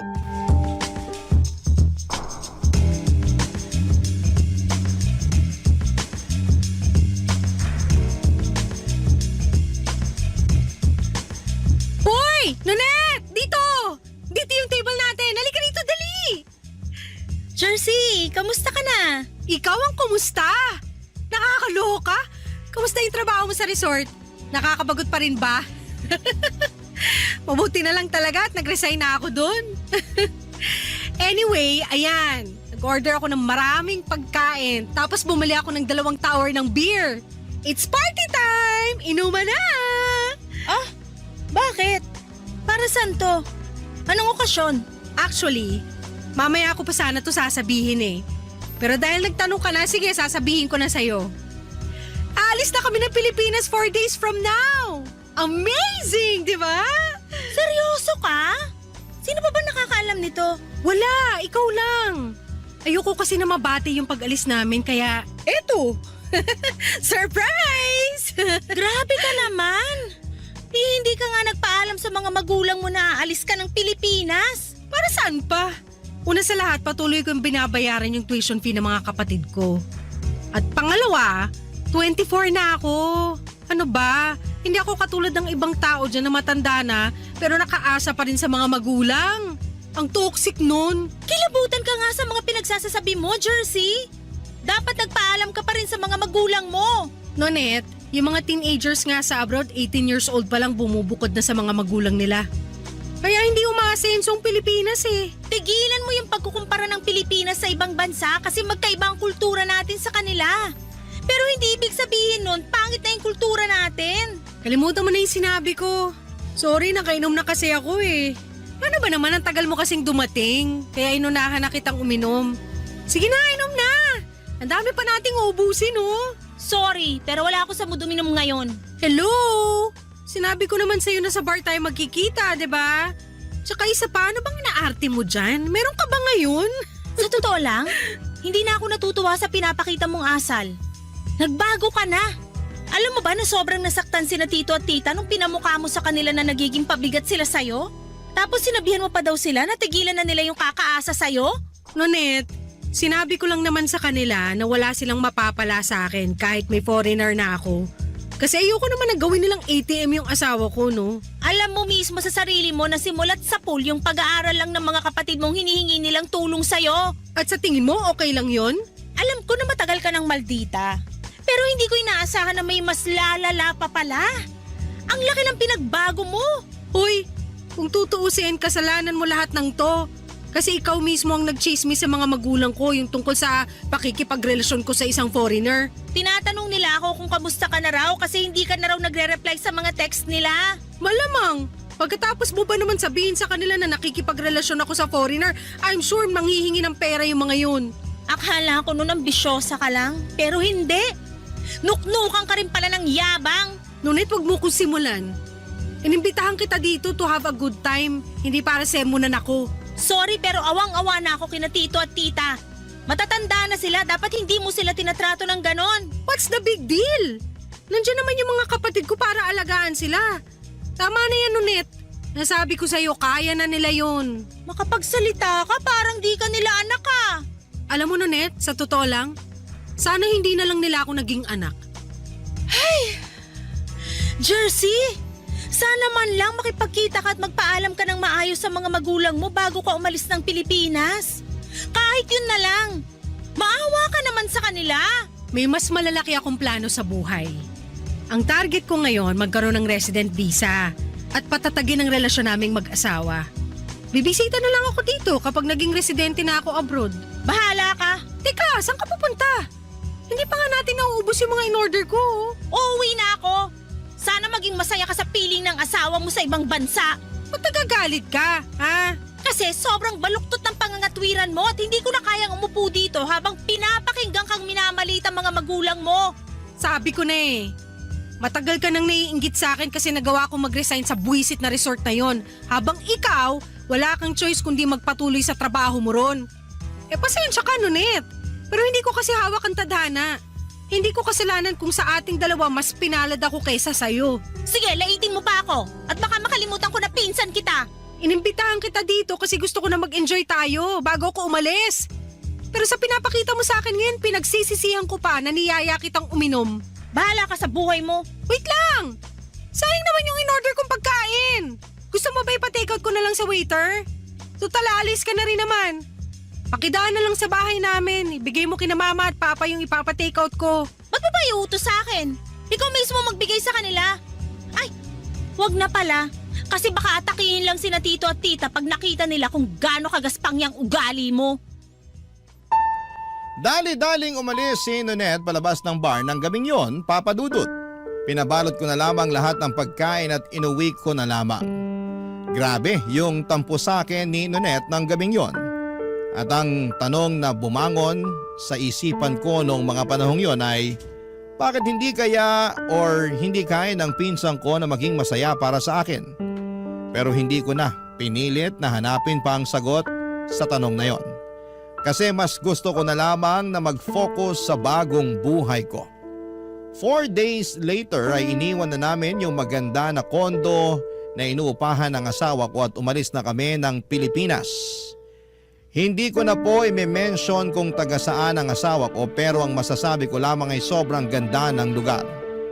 Papadudot malinis yung kalsada, malamig ang weather at talagang ibang-iba siya kumpara sa lugar na kinalakhan ko. Natatandaan ko pa yung first time na nakakita ako ng snow. Sobrang nakakamangha at nakakapanibago. Talagang humilata po ako sa snow kasi yung mga napapanood ko lang dati sa mga pelikula ay finally ay nararanasan ko na rin in real life. Hindi ko po makakalimutan na tawa lang ng tawa yung asawa kong foreigner noong time na yon habang ini-enjoy ko yung pagkamangha ko sa snow. At mas lalo lang akong naging masaya sa desisyon ko na umalis ng Pilipinas kasi namuhay ako ng marangya na parang isang prinsesa. Yung cabinet ko noong time na yon ay punong-puno ng sapatos at jacket kasi hindi ko na kailangang mamili pa kung ano ang bibilhin ko. Kapag may dilema ako between 2 or more items, I don't choose. I buy them all. Ganon ako ka-spoiled at kamahal ng asawa ko. Mapapasana all na lang talaga ang lahat sa buhay ko na yon. At tungkol naman sa mga naiwan na tao sa Pilipinas ay kinausap ko lamang sina mama at papa tuwing nagpapadala ako ng pera para sa tuition fee ng mga kapatid ko. Si Nonet naman ay hindi ako kinakausap. Pero friends pa rin kami sa social media at somehow ay iyon ang naging assurance ko na okay pa kami kahit papaano kasi hindi pa niya ako binablock. Lumipas sa mga linggo at naging mapayapa ang takbo ng buhay ko sa ibang bansa. Hanggang isang araw, nabigla ako nang bigla akong tawagan ni Nonet. Hindi ko inaasahan na tatawagan niya ako kasi matagal-tagal na rin since nung last time na nagkausap kaming dalawa, Papa Dudut.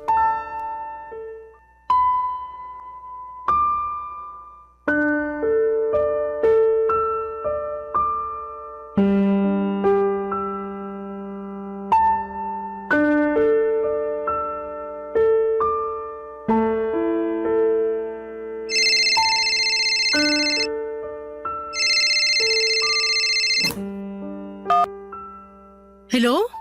Nonet? Jersey! Uy! Ang tagal na mula nung huli tayo mag-usap ah. Balita sa'yo. Jersey, I'm sorry kung ngayon lang ako nakatawag sa'yo pero... Uy, okay ka lang ba? Anong problema? Yung mama mo kasi... Tungkol ba to sa tuition fee ng kapatid ko? Huwag ka mag-alala, nakapagpadala na ako sa kanya last week.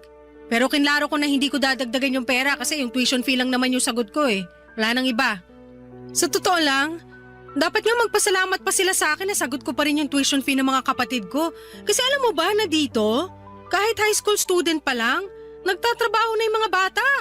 Ang ganda sana kung pati sa Pinas ganun ang mindset ng mga estudyante. Makinig ka nga muna sa akin. Si tita kasi, nasa ospital siya ngayon. Ha? Bakit? Ano nangyari kay mama? Sobrang taas kasi ng lagnat ni tita kanina, kaya sinugod na namin sa ospital. Hala, mukhang alam ko na kung saan papunta tong usapan na to. Nasa labas ako ngayon ng hospital room ni tita, pero papasok na ako sa loob para makausap mo siya. Yan ang wag mong gagawin. I'm sure nagpapahinga na yung si mama, hayaan mo na muna. Nga pala, Jersey. Ay naku, pustahan tayo, alam na alam ko na yung sasabihin mo. Pero sige, hayaan kita magsalita. Ano yan? Sa susunod na linggo pa kasi yung sahod ko. Tapos sina tito at tita wala ring pera kasi kakabili lang nila ng grocery nung isang araw para sa mga kapatid mo. Jersey, walang-wala kami ngayon at kailangan namin ng pambayad sa ospital. Ano ba naman yan, Nunet? Mataas na lagnat lang yun. Bakit nyo kinailangan dalhin si mama sa ospital? Mas mabuti na yung sigurado. Tapos ngayon ako tong kinukulit nyo. Ewan ko ba?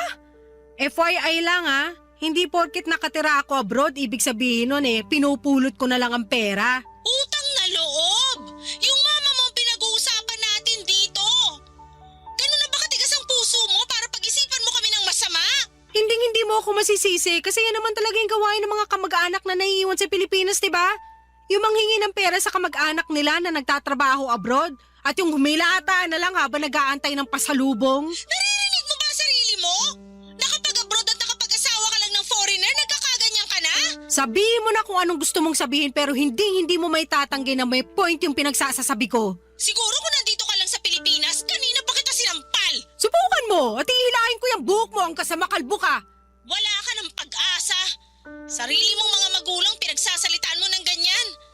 Pinaako lang sa'yo yung pag-aaral ng mga kapatid mo, nagkakaganyan ka na? Mismo! Pinaako! Pinaako sa akin ng isang bagay na hindi naman dapat pinaako sa akin in the first place. Ano ako, retirement fund para sa mga kapos? Hindi ko na-enjoy yung buhay ko ng lubusan kasi kinailangan ko silang tulungan. Kinailangan ko magtrabaho agad pag-graduate ko ng high school para matustusan ang pag-aaral ng mga kapatid ko. Yung mga magulang ko makaprecho rin kasi. Hikahus na nga kami. Gusto sa private school pa magtapos mga kapatid ko. Napakawalang kwenta talaga ng mindset na yon. O tapos ngayon na nakabangon na ako sa buhay, oras na para bumawi ako sa sarili ko. Hindi mo man lang ba naisip na kahit matanda na yung mga magulang mo, nagtatrabaho pa rin naman sila? Kaya na nga nilaglat si tita dahil sa sobrang pagod. Resulta yan ng pangit na family planning. At isa pa, lumaki ako na hindi nakakaranas na makonfine sa ospital kahit may sakit ako. So, Ayoko na makipagdiskusyon pa sa'yo.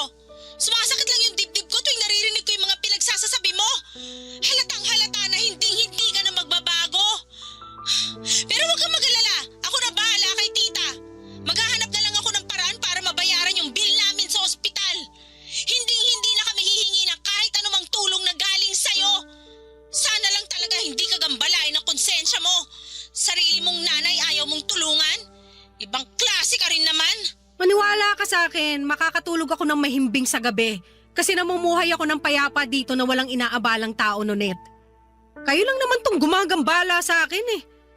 Babayaran ko yung tuition fee ng mga kapatid ko hanggang sa makapagtapos sila ng high school. End of story. Sige na, bababa ko na to. Buisit kang babae ka. Wala kang kwentang pinsan at wala ka rin kwentang anak. Sobra kong napikon pagkatapos naming mag-usap ni Nunet, Papa Dudut. Ang gusto ko lang naman talaga ay mamuhay ng tahimik at payapa kasama ang asawa ko. Ang hangad ko noon ay makapag-move on at makapag-move forward sa bagong buhay ko nang hindi ako nagagambala. Kaya nung tinawagan ako ni Nunet ay sobrang napikon lang talaga ako.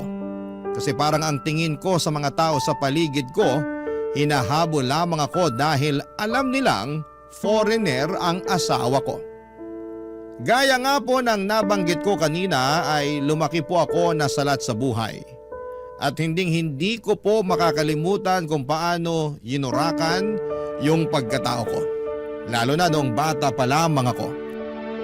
Pinagtatawanan ako ng mga kaklase ko kasi sira-sira na yung mga gamit ko. At puro dilata at noodles lamang ang kinakain ko habang yung mga kaklase ko naman ay pinaghahandaan ng iba't ibang klase ng putahe for lunch. At hindi ko rin po makakalimutan na pagka-graduate ko ng high school ay pinag-uusapan na kaagad ng mga kaklase ko kung saang kolehiyo sila mag-aaral. Habang ako, ang iniisip ko noon ay kung saan ako magtatrabaho. Awang-awa ako sa sarili ko tuwing naiisip ko yung mga moments na yon, Papa Dudut. And going back po, blinak ko si Nonet sa mismong araw na yon kasi talagang napikon ako sa lahat ng sinabi niya sa akin. Tumagos sa puso ko yung mga sinabi niya, pero imbis na maunawaan ko yung gusto niyang ipahiwatig, mas lalo lang akong nagkimkim ng sama ng loob. Mas lalo ko pa ngang iniisip noong mga panahong yon na puro fake yung mga tao sa paligid ko. Kasi alam nila na mayaman ang asawa ko. At noong araw na yon ay sinabi ko sa sarili ko na wala akong ibang taong pagkakatiwalaan kundi ang asawa ko na lang. Kasi siya lang talagang nagmamahal sa akin ng totoo. Siya lang ang nakakapagbigay sa akin ng buhay na matagal ko nang inaasam.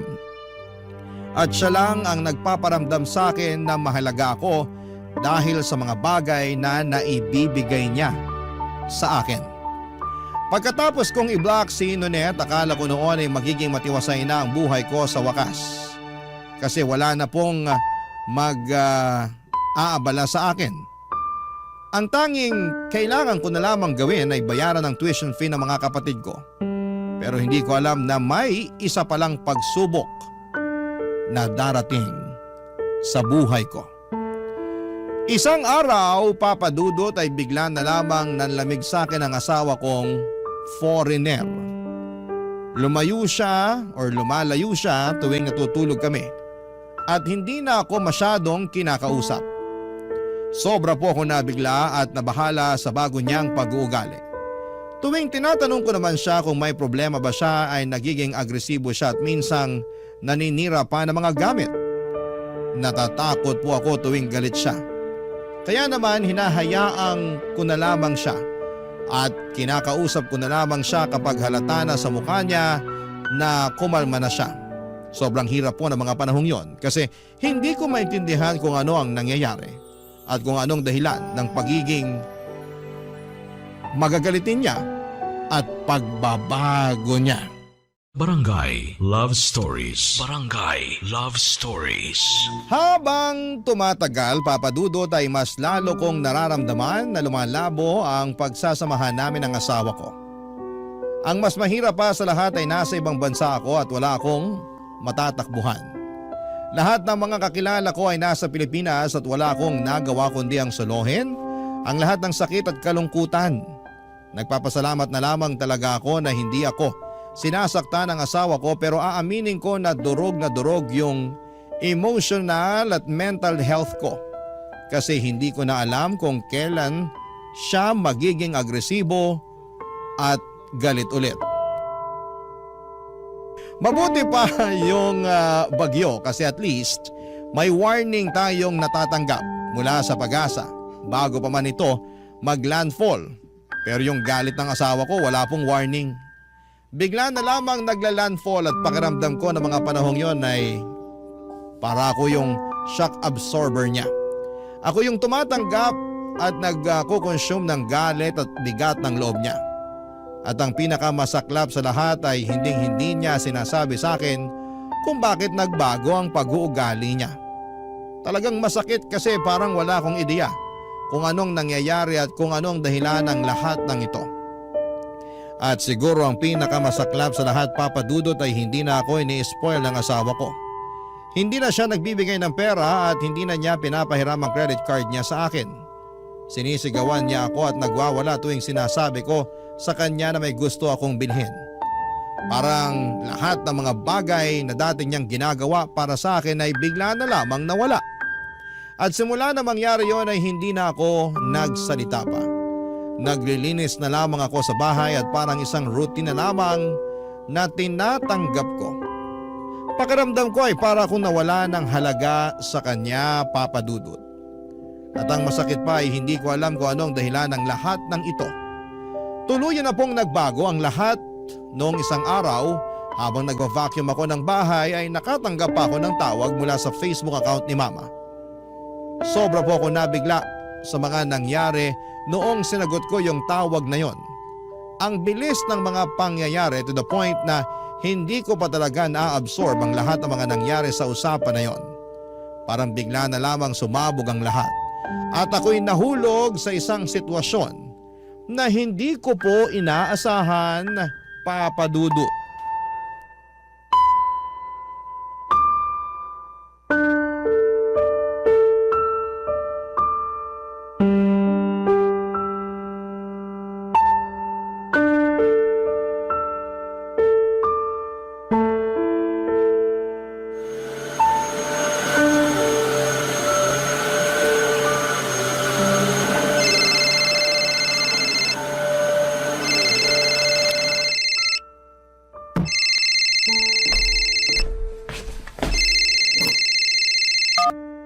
Hello?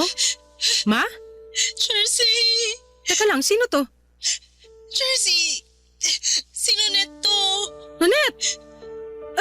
Bakit nasa yung cellphone ni Mama?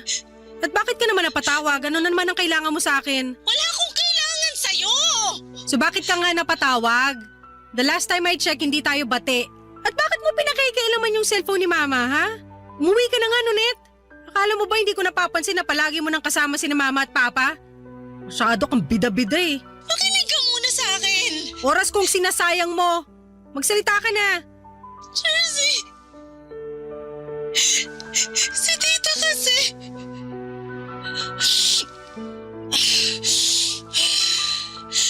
Yung mama mo, Jersey... Hoy, kumalma ka nga. Hindi kita maintindihan. Ano ba nangyayari sa'yo? Wala na siya! Ha? Ano ibig mong sabihin? Paano wala na? Patay na mama mo, Jersey! Nonet, wag ka magbibiro ng ganyan. Hindi magandang biro yan. Alam kong wala kang pakialam kay tita. Pero naisip ko pa rin na kahit pagbali-balik ta rin natin ang mundo, mama mo pa rin siya at anak ka pa rin niya. Kaya deserve mo rin malaman yung nangyari sa kanya. Nonet, hindi totoo yan. Bawiin mo yung sinabi mo. Buhay pa si Mama. Ibigay mo ang cellphone kay Mama, kakausapin ko siya. Makinig ka! Wala na si tita! Patay na siya! Alam ko nagsisinungaling ka lang. Galit ka kasi nagyayabang ka sa akin at yan mismo ang dahilan kung bakit ginagawa mo to. Mukha ba ako nagsisinungaling? Ha? Ano ginawa mo kay Mama, Nonet? Ha? Kasalanan mo to. Pambira kang babae ka! Paano ko naging kasalanan to, ha? Ikaw ang palaging kasama ni Mama. Kung tinutukan mo sana siya na maayos, hindi sana to nangyari sa kanya. Hindi sana namatay si Mama. Kasalanan mo lahat to. Ikaw na lang sana namatay. Hoy, babae! Makinig ka sa akin ng mabuti, ha? Namatay si tita sa typhoid fever. At kung nagpadala ka lang sana ng konting tulong, sana nabigyan ng sapat na treatment si tita. Pero anong ginawa mo? Walang-wala kami noon pero nagawa mo pa rin kaming pag-isipan ng masama. Tinakwil mo kaming lahat. At ako na yung tumayong anak ni tita kasi hindi ako katulad mo na walang puso. Ako yung nag-aalaga kay tita habang nagpapakasasa ka sa yaman ng foreigner mo. Wala kang karapatan na husgahan ako. Hindi ko ginusto to. Pero ginusto mo! Ito mismo yung gusto mo, di ba? Yung mawala sa landas mo yung mga magulang mo? At nangyari na nga, Jersey! Wala na si tita! At si tito, halos hindi na nga kumakain kasi hindi niya pa rin matanggap yung pagkawala ni tita! Nonet, nasan si Papa? Kumusta yung mga kapatid ko? Galit na galit silang lahat sa'yo! Ang totoo niyan, galit rin ako sa'yo eh! Pero deserve mo rin naman malaman yung nangyari sa mama mo! Bakit ka ba ako sinisisi? Eh, sobrang unfair niyo naman. Gusto ko lang naman magbagong buhay, yun lang. Malinis ang konsensya ko. Wala akong ginawa sa inyo para isisi niyo sa akin yung pagkamatay ni Mama. Mismo! Wala kang ginawa! Wala kang ginawa para iligtas yung sarili mong ina! Hindi ako nagkulang ng paalala sa'yo! Kahit na alam kong simulat sa pulpa lang, kinamumuhian mo yung pamilya mo! Tinawagan pa rin kita para ipaalam sa'yo yung mga nangyayari sa kanila dito! Pero ikaw lang naman tong walang puso na pilit pinuputol yung ugnayan mo sa kanila! Nonet, hindi mo ako masisisi. Natakot ako eh. Ayaw ko lang maramdaman yung pakiramdam na ginagamit ako dahil lang may kaya yung asawa ko. Buwisit na dahilan yan! Oo, Jersey, lumaki kayo sa hirap!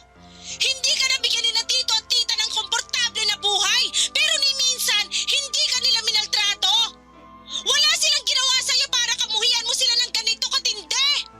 Alam mo kung bakit malapit ang logbo kina tito at tita? Dahil alam ko sa sarili ko na mabuti silang tao! Kaya ako nasasaktan tuwing pinagsasalita mo sila ng masama! Ang sabihin mo, sinisiraan mo ko. Kaya ka lumalapit kina mama at papa dahil chinichismis mo sa kanila bawat detalye ng buhay ko. Para kang linta at ahas sa pinagsama. Yang inggit mo sa akin, nanunuot sa buto. Kaya mo ako sinisiraan kasi hindi mo matanggap na mas maganda na ngayon ang buhay ko kaysa sa buhay mong patapon pa rin hanggang ngayon. Kahit kailan, hindi ako nainggit sa'yo! Alam mo kung bakit? Kasi puno ng galit at poti ang buong pagkatao mo! Wala ka na nga sa Pilipinas pero hindi ka pa rin nagbabago! Ang kapal ng mukha mo para husgahan ako. Bawiin mo yung sinabi mo! Ayaw ko sanang sabihin to, pero sa palagay ko, mas matatahimik na si tita ngayon. Kasi hindi na niya mararanasan ang pangapi mo sa kanya! Sobrang nagulantang po ako nang sinabi ni Nonet na patay na si Mama. Nang malaman ko na yung unang beses na nagka-high fever siya, typhoid fever pala yun. Isang sakit na nakamamatay na madalas ay hindi agad natutukoy. Doon ko na na-realize na parang ako yung may kasalanan. Pero ayokong aminin noon kaya lahat ng sisi ay ipinasa ko po kay Nonet.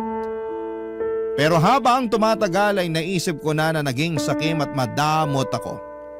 At yun ang isa sa mga dahilan kung bakit hindi nabigyan ng tamang treatment si Mama. Sobrang lungkot ko po noon at gusto ko sanang makadalaw sa Pinas. Pero wala akong pera at may hindi rin kami pagkakaintindihan ng asawa ko. Alam ko na magagalit siya kapag nalaman niyang nagbabalak akong umuwi. Kaya nagtiis na lamang muna ako at hindi na ako nakadalo sa libing ni Mama. At si Nonet at Papa na lamang ang gumawa ng paraan para maitawid ng maayos ang burol ni Mama. At dahil nga hindi na ako binibigyan ng asawa ko ng pera, ay hindi ko rin nakayanan na magpadala para sa libing ni Mama. Lumipas ang mga gabi papadudot at nagtuloy-tuloy ang mga bangungot ko. Lahat ng nightmares ko, isang tao lang ang palaging laman, si Mama. Ang pinaka nakakatakot siguro ay yung nakita ko ang mukha ni Mama na puno ng dugo habang sinasakal niya ako at humihingi ng tulong. Hindi ko na kinaya kasi tumagal-tagal na yung mga ganong panaginip ko at pati konsensya ko ay binabagabag na ako. Kaya't ikinuwento ko na sa asawa ko lahat ng mga nangyari kay Mama at nagbabaka sakali akong bibigyan niya ako ng pera para makadalaw ako ng Pinas. Ang akala ko talaga ay dadamayan at maintindihan ako ng asawa ko. Pero imbes na damayan ako, sinampal niya ako at muling nagwala. Galit na galit siya. Sabi niya isawang-sawa na raw siya sa pagwawadas ko ng pera niya mula pa noong umpisa. Ibinulgar din niya ang dahilan kung bakit nagbago ang ugali niya ay dahil nalugi na raw ang negosyo niya at kamakailan lang ay nag-file na siya ng bankruptcy. Na-overwhelmed daw siya dahil mawala na sa kanyang negosyong or nawala na ang negosyong pinaghirapan niya ng ilang taon. Pero hindi ako nakapagpigil, Papa Dudut. Sumabat ako at sinabi ko sa kanya na hindi sapat na dahilan yon para maltratuhin niya ako. Mas lalo siyang nagwala at doon ko naramdaman na wala ng pag-asa ang relasyon namin. Kaya unti-unting ibinenta ko na online yung mga bags ko, mga sapatos at shirts na pinamili ko hanggang sa nakalikom po ako ng sapat na pera para makabalik na sa Pilipinas. Tinakasan ko ang asawa ko at umuwi na ako sa amin. Noong nakarating ako sa amin ay itinakwil ako ni Papa at ng mga kapatid ko. Ako pa rin ang patuloy nilang sinisisi sa pagkamatay ni Mama. Wala na akong trabaho noon at wala na akong ibang malapitan kaya naman nag-decide ako na mag-apply muli sa resort kung saan ako dati nagtatrabaho. at agad akong natanggap. Pero iba na ang takbo ng lahat. Kasi si Nonet na pala ang naging manager habang ako ay bumalik sa pagiging all-around staff. Sobrang bagsak na bagsak ang pride ko ng mga panahong yon. Lumipas ang mga buwan at hindi ko na kinaya ang mga pangyayari sa buhay ko.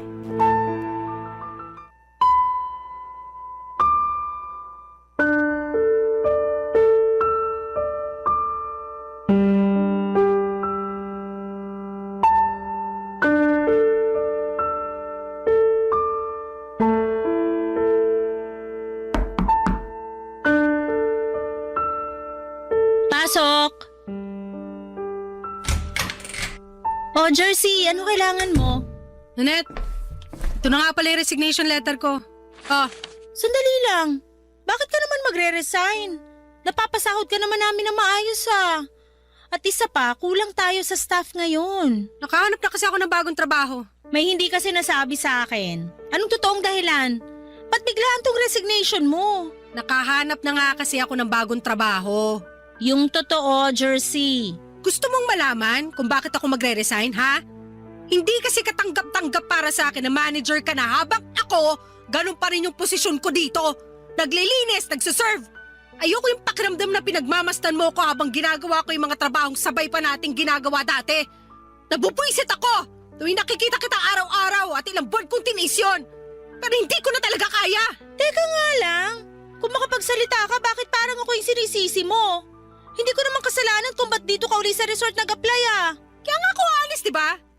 Siguro ang saya-saya mo na nakikita akong lugmok sa hirap habang tinatamasa mo yung mga benepisyo ng pagiging manager. Ay, sandali lang naman, Jersey. Hindi ko kasalanan kung nag-resign ka dati. Hindi ko kasalanan kung hindi ka nakontento sa sinasahod mo dito sa resort. At hindi ko rin kasalanan kung hinila ka pababa ng kasakiman mo. Sige! Ipagduldulan mo pa! Ano pa, Nonet? Ni isang malaking fail yung pagpapakasal ko at pagpunta ko abroad? Na hanggang ngayon wala na akong matakbuhang pamilya dahil kinasusuklaman na nila ako? Napatuloy ako nagtitiis sa kakarampot na sahod habang ikaw tiba-tiba ka sa natatanggap mo tuwing kinsenas? Ano pa, ha? Magsalita ka! Hindi ako nagkulang ng paalala sa'yo. Simulat sa pool pa lang, palagi ko nang sinasabi sa'yo na pagbutihin mo na lang yung trabaho mo, imbis na umasa ka sa foreigner para magkaroon ng maginhawa na buhay. Pero hindi ka nakinig sa akin.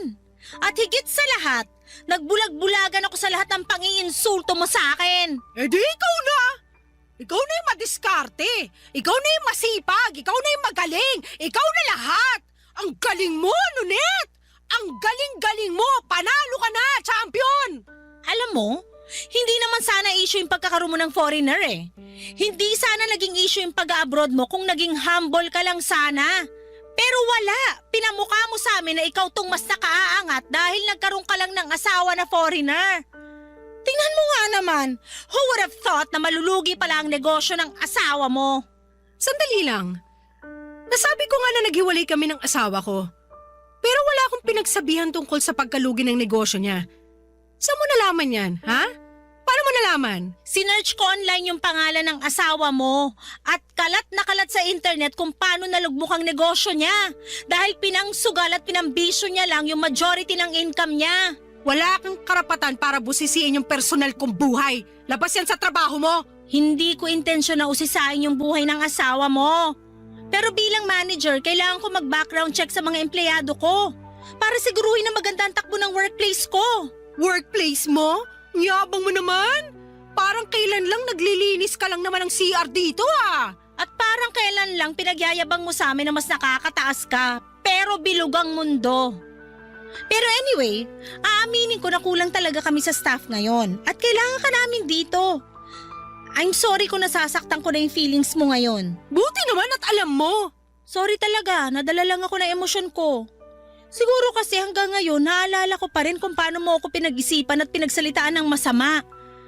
Pero Jersey, alang-alang na lang sa resort, maging professional na lang tayo sa isa't isa, please. Kung gusto mo, pwede ko rin dagdagan yung sahod mo para magstay ka lang. Magpapatawa ka ba? Anong tingin mo sa akin, Charity? Huwag mo naman sanang masamain. Ako na nga itong nakikiusap sa'yo na magstay eh. Gusto kong pangalagaan ang posisyon ko as manager. At isa sa paraan para magawa ko yun, pangalagaan din ng staff ko. At syempre kasama ka dun. So gagamitin mo pa talaga ako para iangat yung sarili mo? Kapal din naman talaga ng mukha mo. Hindi ganun yun. Ginagawa ko lang yung best ko as your manager. Hindi ko kailangan ng awa mo. Mas pipiliin ko na lang maghirap kaysa patuloy mo kong kaawaan.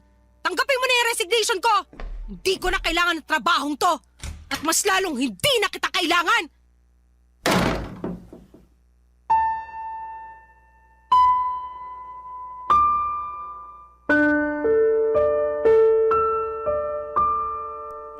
Papadudot, awang-awa ako sa sarili ko noong araw na yon.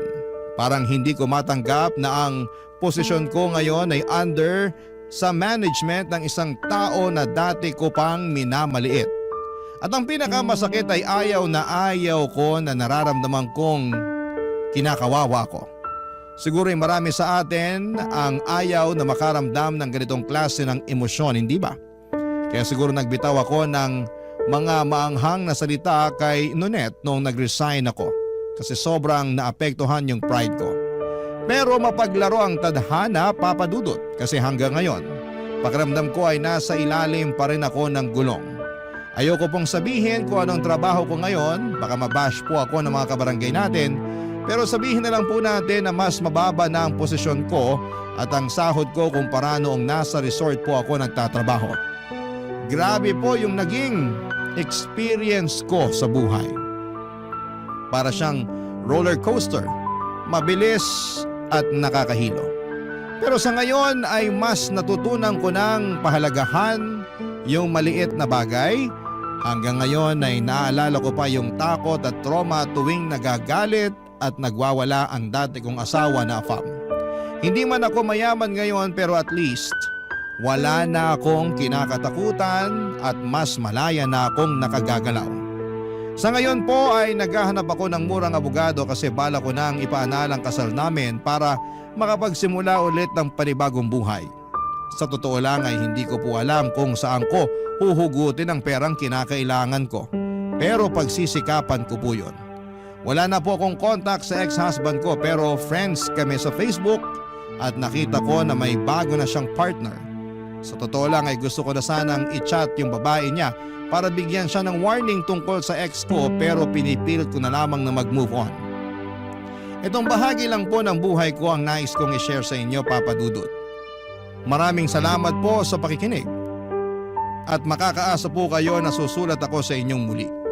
Ang inyong forever kapuso at kabarangay, Jersey. Barangay Love Stories. Barangay Love Stories. Ano ang masasabi mo sa ating Barangay Love Stories today? Abangan namin ang sagot mo sa comment section.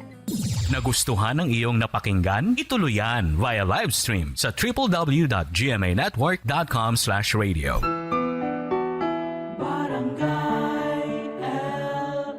In Mega Manila, 97.1. Forever!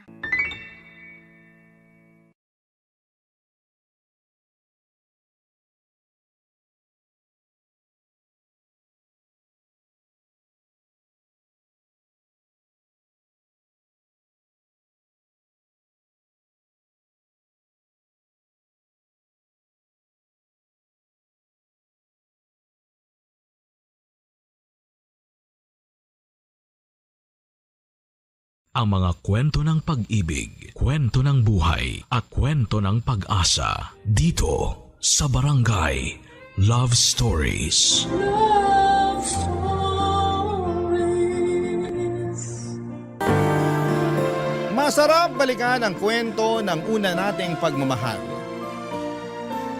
Yung unang beses na nagtagpo kayo pero masakit din palang balikan. Lalo na't hindi kayo nakaabot sa dulo tulad ng inyong mga pinangako. Ikaw, kabarangay, naaalala mo pa ba ang first love mo? Dear Papa Dudut, ako nga pala si Lexi, 35 years old, single, 10 taon na akong walang karelasyon. Hindi dahil walang nanliligaw kundi dahil ayoko nang sumubok ulit. Ang first love at first boyfriend ko na si Brad, ang siyang huli ko na marahil na pag-ibig. Naging kaklase ko siya noong college, 18 years old pa lamang kami noon.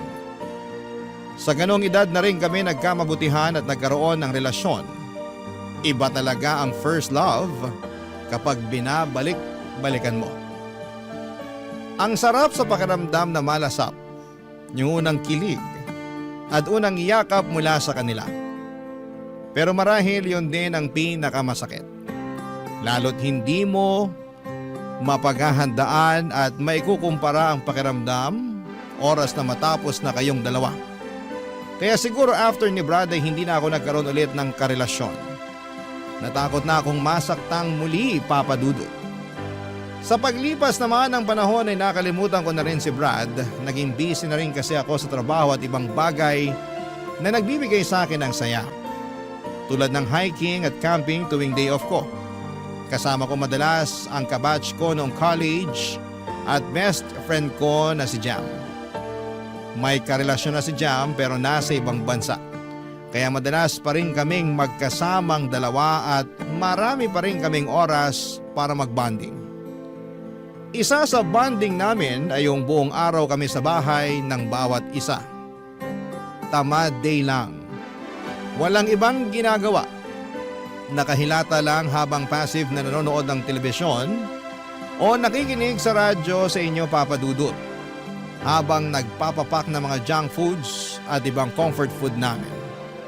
Isang hapon habang nakahiga ako sa sofa at si Jam naman ay nag-scroll sa kanyang Facebook ay may balitang dumating.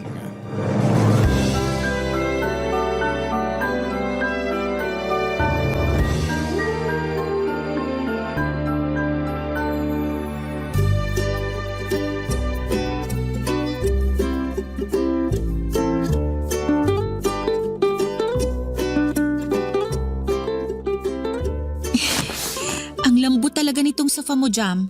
Kapag ayaw mo na to, bigay mo na sa akin, ha? Swap tayo sa kama mo. Sa'yo na yung sofa ko, akin na ang kama mo. Hoy, pamana pa sa akin ng lola ko yung kama na yun, no? Hindi pwede. Swap ko na lang sa 1 dosenang sardinas tong sofa mo. Baka gusto mong ipukpok ko sa ulo mo yung 2 can opener ko. Ay, wala na akong pakialam sa sinasabi mo.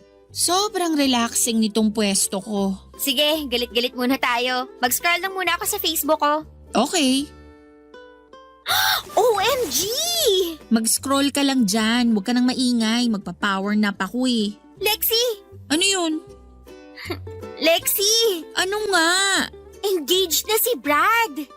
Brad? Yung ex mo, yung first love mo, kaklase natin sa college. Yung... Jam, kilala ko si Brad. Kumalma ka nga. Eh bakit parang ewan yung sagot mo riyan? Bakit ganyan ang reaction mo? Kasalanan to ng sofa mo eh. Masyadong nilambutan.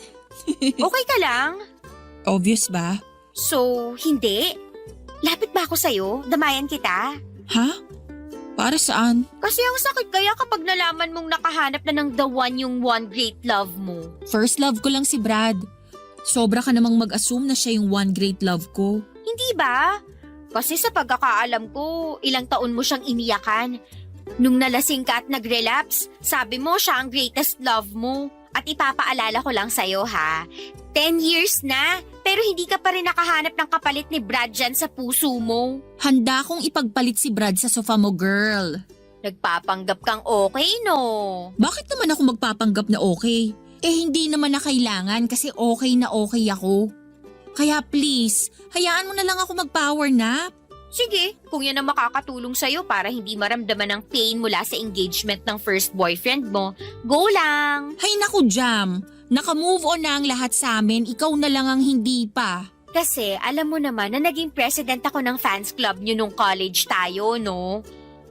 Ay, akala talaga namin, kayo na yung magkakatuluyan. Ang daming signs noon na hindi kami match. Ewan ko ba sa inyo kung bakit iniisip niyong magkakatuluyan kaming dalawa? Pero ang dami ring signs na kayo ang endgame ng isa't isa. Saksi ako kung paano kayo magmahalan dati Wag ako, girl. Kita ko lahat.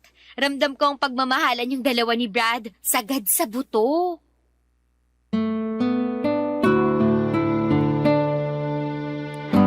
Hindi Hindi na lamang ako nagsalita sa huling sinabi ni Jam. Nagpanggap na lamang ako na hinila na ng antok. Nakapikit na ako noon at piniling huwag nang harapin pa si Jam. Baka kung ano pa ang masabi nito at baka kung ano pa ang maalala nito sa nakaraan namin ni Brad. Pero sa pagsapit ko or pagpikit ko ay bigla naman akong hinila ng nakaraan. Kung saan ay magkasama pa kami ni Brad. Tulad ng nasabi ko sa inyo, 18 years old lamang kami nang magkakilala. Napunta siya sa block section namin ni Jam. Nakatabi sa upuan, nakipagkilala siya sa akin kasi kailangan niyang humiram ng ballpen at humingi ng papel. Wala kasi siyang dalawang kahit na ano maliban sa kanyang sombrero. Yun ang simula ng naging close kami ni Brad. Kasama siyempre si Jam at lagi na kaming magkakasama kada subject, lagi kaming magkakatabi. Siguro doon kami na-develop ni Brad dahil lagi kaming magkasama.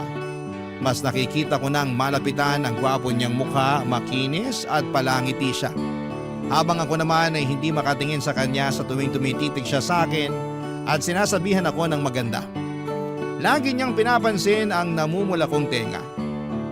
Tinanong niya noon kung bakit namumula ang tenga ko at ang sabi ko ay dahil sa init ng panahon. Pero ang katotohanan, namumula lang ang tenga ko kapag katabi ko siya. Kasi kinikilig ako at humahalo pa sa hiya ko sa tuwing magdidikit ang braso niya sa akin, Papa Dudut.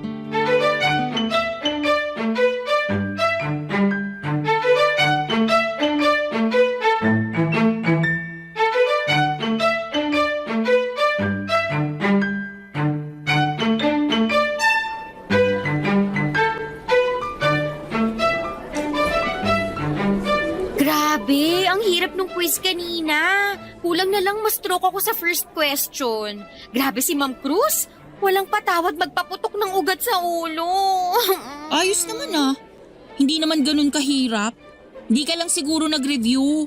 Hindi nga, pero sana naman pang hindi nang review-friendly yung quiz na ginawa niya, no? Gusto talaga niyang umulit ako. Sige siya, mauumay siya sa pagmumukha ko sa next sem. Sumama ka kasi minsan sa amin ni Lexi para mag-review. Oo nga, Jam. Sama ka na minsan. Doon lang naman kami madalas sa library o kaya sa hallway ng dorm ni Brad. Wag na. Ikaw, bahala ka.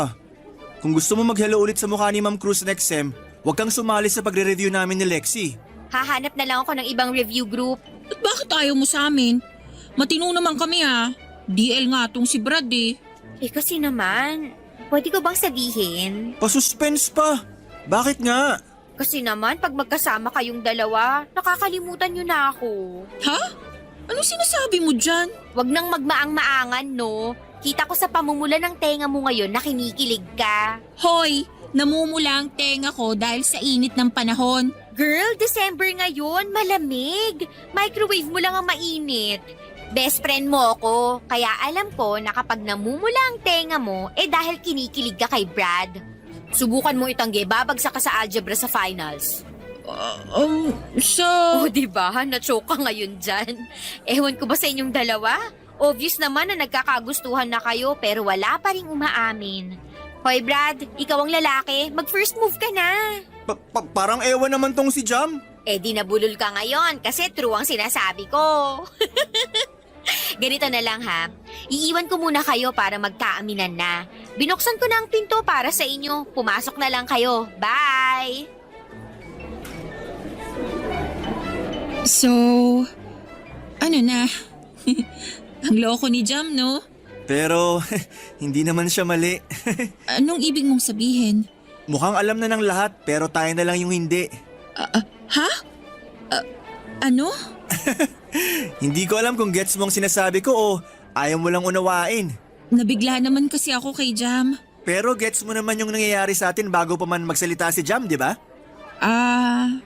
Oo. I mean, medyo lang. Sakto. Pwedeng magtanong? Ano yun? Ayoko na kasing nasosolo lang kita tuwing nagre-review. Baka naman pwedeng masolo ka sa isang date. Pwede. Pero sure ka? Gusto mo kong ka-date? Hindi lang kita gustong i-date. Gusto talaga kita. Bakit ako magtsatsaga mag-review sa marumit maingay na hallway ng dorm kung hindi kita gusto? Bakit kasi hindi mo nalang sinabi sa akin noon? Siguro kasi kailangan ko yung pagiging taklesa ni Jam para matulungan ako. Ako rin. So gusto mo rin pala ako? Ha? Ano? Namumula tenga mo. Tama si Jam. Senyalis yan kapag kinikilig ka sa akin.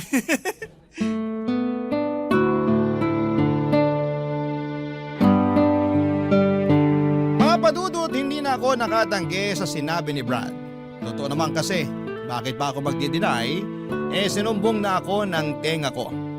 Ngumiti na lamang ako sa kanya bilang pagsagot ng oo. Ang saya ni Brad, Papadudot.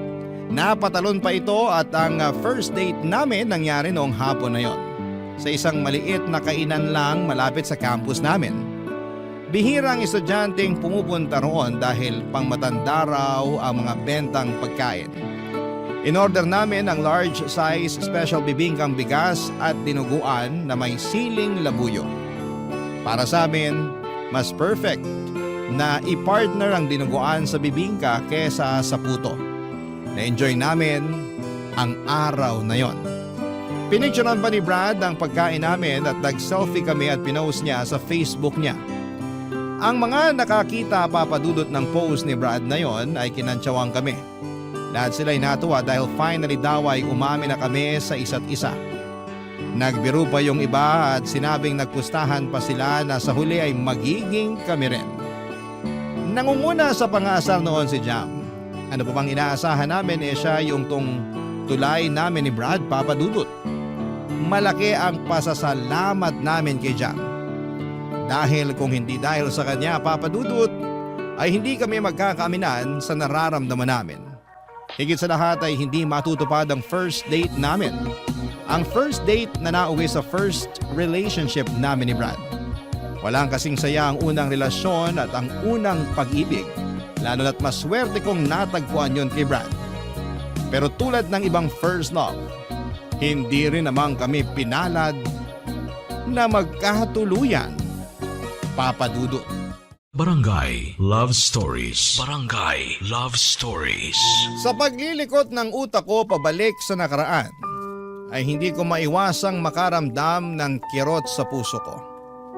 Hindi ko yon pinaalam kay Jam at sinolo ko yon tulad ng mga nangyari sa nakaraan. Gusto kong umiyak dahil malinaw pa rin sa aking alaala ang lahat. Ewan ko ba kung mas naging malinaw ba ang lahat ng alaala ko kay Brad dahil sa nabalitaan kong ikakasal na siya o talagang hindi naman lumabo yon ni minsan. Sadyang maayos ko lang na naitago sa aking baul ng alaala ang aming nakaraan. Muling naglakbay ang utak ko noong 20 years old na kami ni Brad. Graduating na kami noon at siguradong magmamarcha kami dahil sinipag naman namin sa pag-aaral at ginawa namin ang lahat para lamang makaabot kami ng diploma. Kakatapos noon ng finals namin, nag-celebrate kami sa paborito naming kainan kung saan namin binibili ang bibingkang bigas at dinuguan. Iyon at iyon lang naman ang ino-order namin kada matatapos ang exam week. Napansin namin na parang hindi sinasadyang naging tradisyon na yon para sa amin. Habang hinihiwan ni Brad ang bibingka at habang sinasaling ko naman sa mga mangkok namin ang dinuguan, may mga napagkwentuhan kami sa future na nagdulot ng takot sa akin, Papadudot.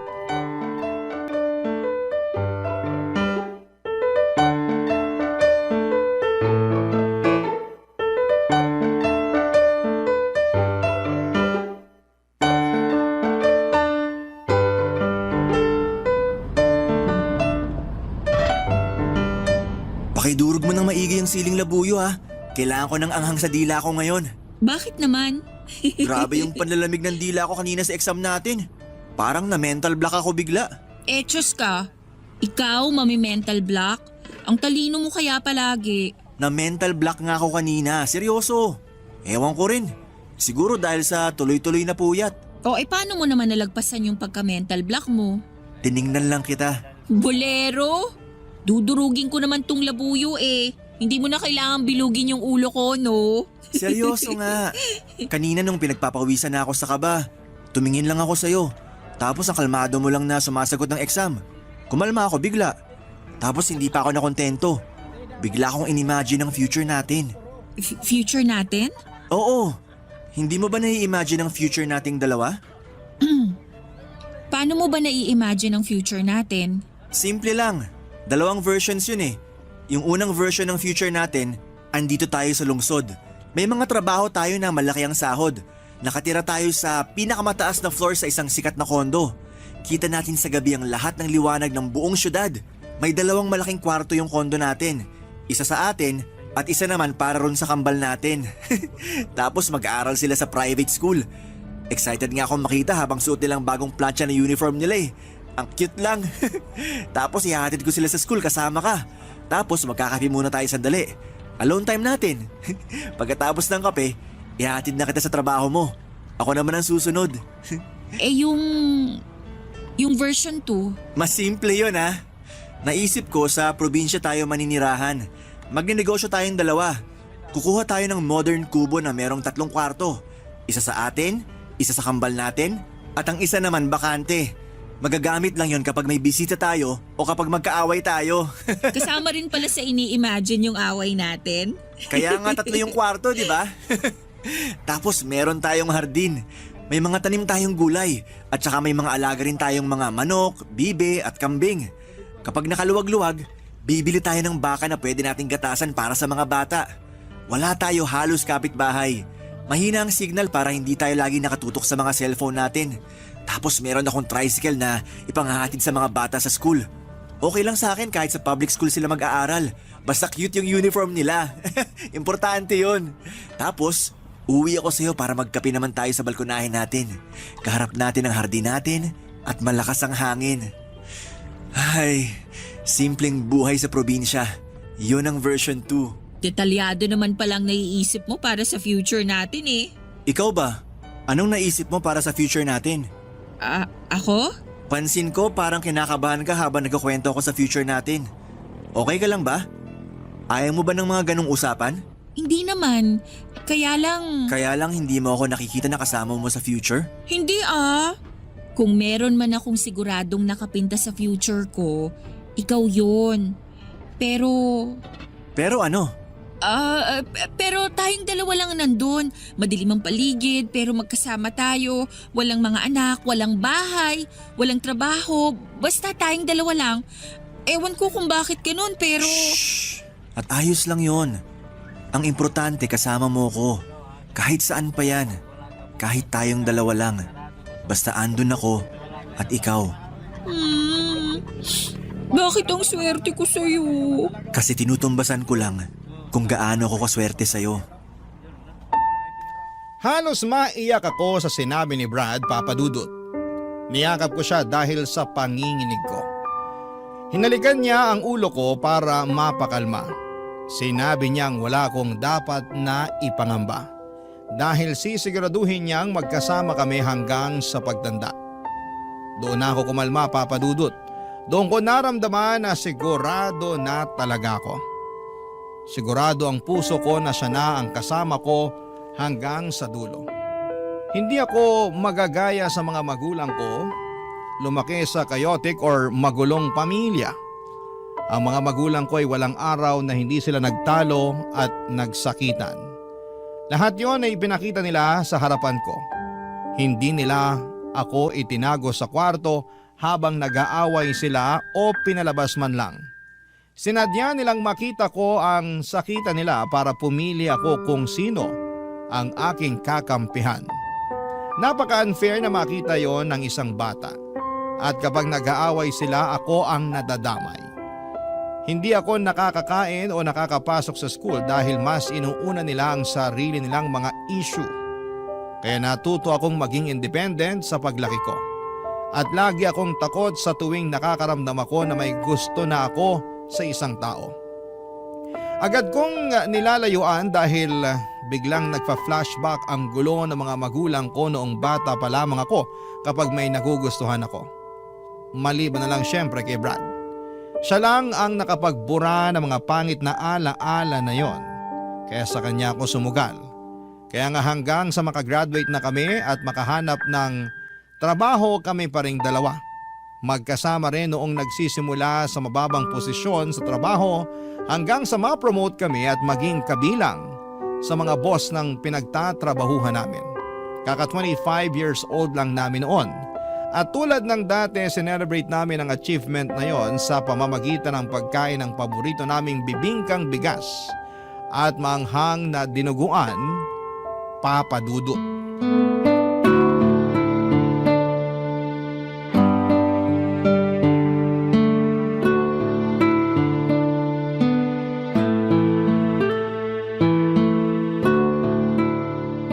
Grabe no? Parang hindi nagbago ang lasa ng bibingkang bigas nila. Ang sarap pa rin. Malambot at malasa. Hindi pa tinipid sa itlog na maalat. Lalo na tong dinuguan nila. Ang dami pa ring lahok na baboy. At yung anghang, palong-palo. Tradisyon na talaga natin to, no? Kapag may bagong milestone sa buhay natin, dito tayo palagi. Kahit na afford naman natin kumain sa mas mahal, dito pa rin tayo sa nakasanayan na. Bakit pa tayo kakain sa mahal? Lasang mahal na nga tong bibingkat dinuguan. Hindi pa nakakasawa. I-save na lang natin ang pera natin para sa mas importanteng bagay. Oo naman, tulad ng hiking, camping at sa pag-travel natin. At syempre sa future family natin. Future family? Ay, napaaga ata ako ng banggit. Anong ibig mong sabihin? Lexi. Brad. Alam ko hindi natin napag-usapan ulit ang tungkol sa future natin. Pero gusto ko lang simulan natin na mapag-usapan ulit. Pag-usapan hanggang mapunta sa totohanan. Brad. Ano to? Unang beses pa lang na nakatabi kita sa theology class natin. Alam kong yun na ang hudyat ni Lord na ikaw na yung itatabi niya sa akin habang buhay. Hanggang ngayon kahit ilang lubak na yung nadaanan natin, matibay pa rin tayo. Hindi pa rin tayo bumibitaw sa pagkakakapit sa isa't isa. At salamat kasi nagtitiwala kang hawakan yung kamay ko para makadaan na tayo sa future na hinanda ni Lord para sa atin. Kaya ngayon, dahil hawak mo pa rin ang kamay ko, magpapasalamat ako sa'yo. At kapalit nun ang pangako na habang buhay, hindi ako bibitaw sa'yo. Lexi, mahal ko. Handa mo ba akong samahan sa future? Hindi. I'm sorry. Natatakot ako. Hindi. Sorry ulit. Lexi! Mahal kita, Brad. Pero hindi mo ako maiintindihan eh. Hindi. Magulo to. Magiging magulo to balang araw. Mag-aaway tayo. Mapapagod ka sa akin. Maghihiwalay tayo. Masasaktan ako. Hindi ko kaya yun, Brad. Hindi. Huwag mo akong pakasalan, please. Para hindi tayo umabot sa ganun. Please. Hindi tayo aabot doon. Maniwala ka. Pero bakit umabot doon ang mga magulang ko? Bakit hindi sila umabot tulad doon sa pangarap mong future sa atin? Bakit hindi sila naging masaya? Bakit hindi ako naging masaya kasama sila? Dahil hindi tayo sila. Iba ako sa tatay mo. Iba ka sa nanay mo. Tayo lang ang may alam na pwede tayo maging masaya sa future. Hindi mo alam yan. Lexi, hindi ko alam kung ano mangyayari sa future. Pero isa lang ang sigurado ko. Andun ka. Parati ka ng lahat sa akin sa kinabukasan.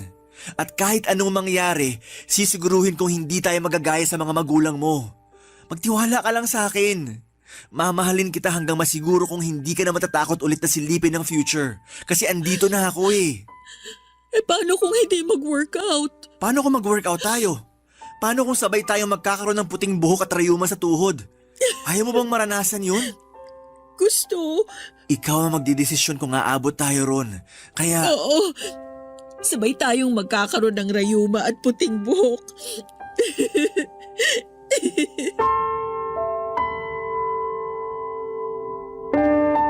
Rayuma at puting buhok. Ewan ko kung anong meron sa mga salitang yon pero bigla kong nakita ang itsura namin noon sa future. Parehong matatanda na kami at mahihina pero malakas pa rin ang pagmamahal para sa isa't isa. Yun ang nakita ko, Papa Dudut.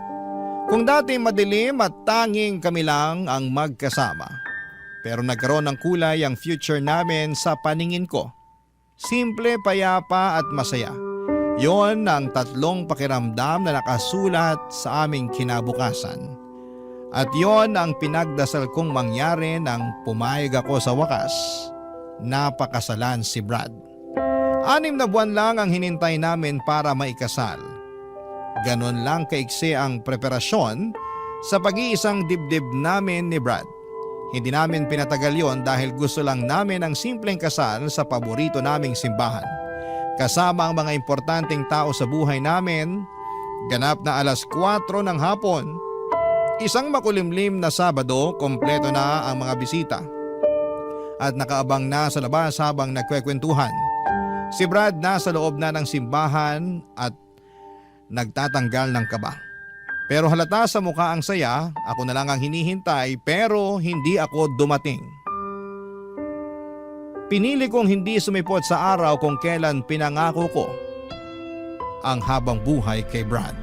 Barangay Love Stories. Barangay Love Stories. Tinakasan ko ang kasal namin ni Brad, Papa Dudut.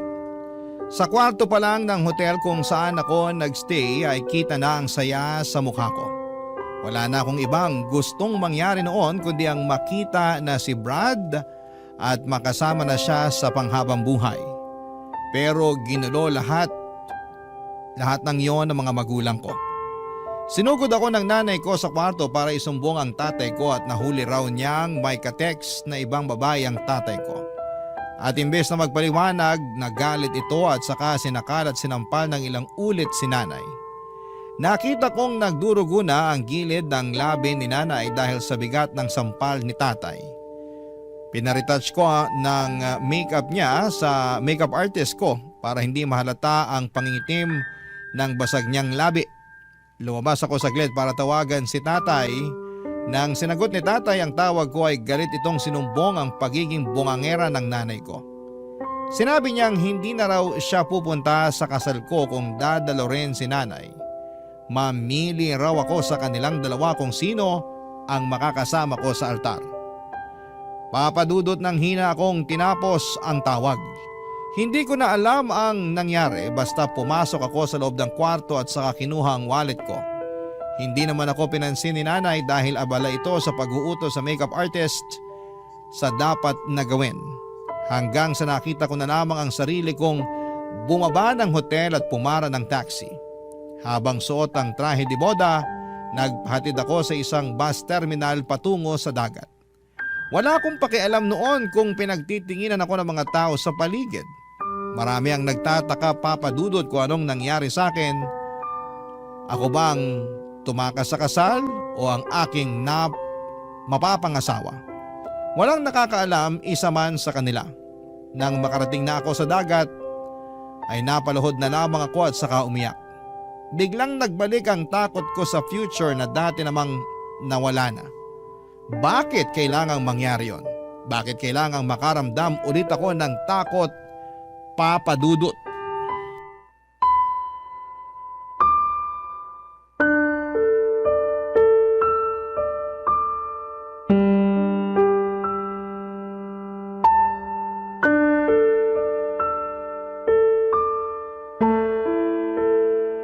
Lexi, asan ka na?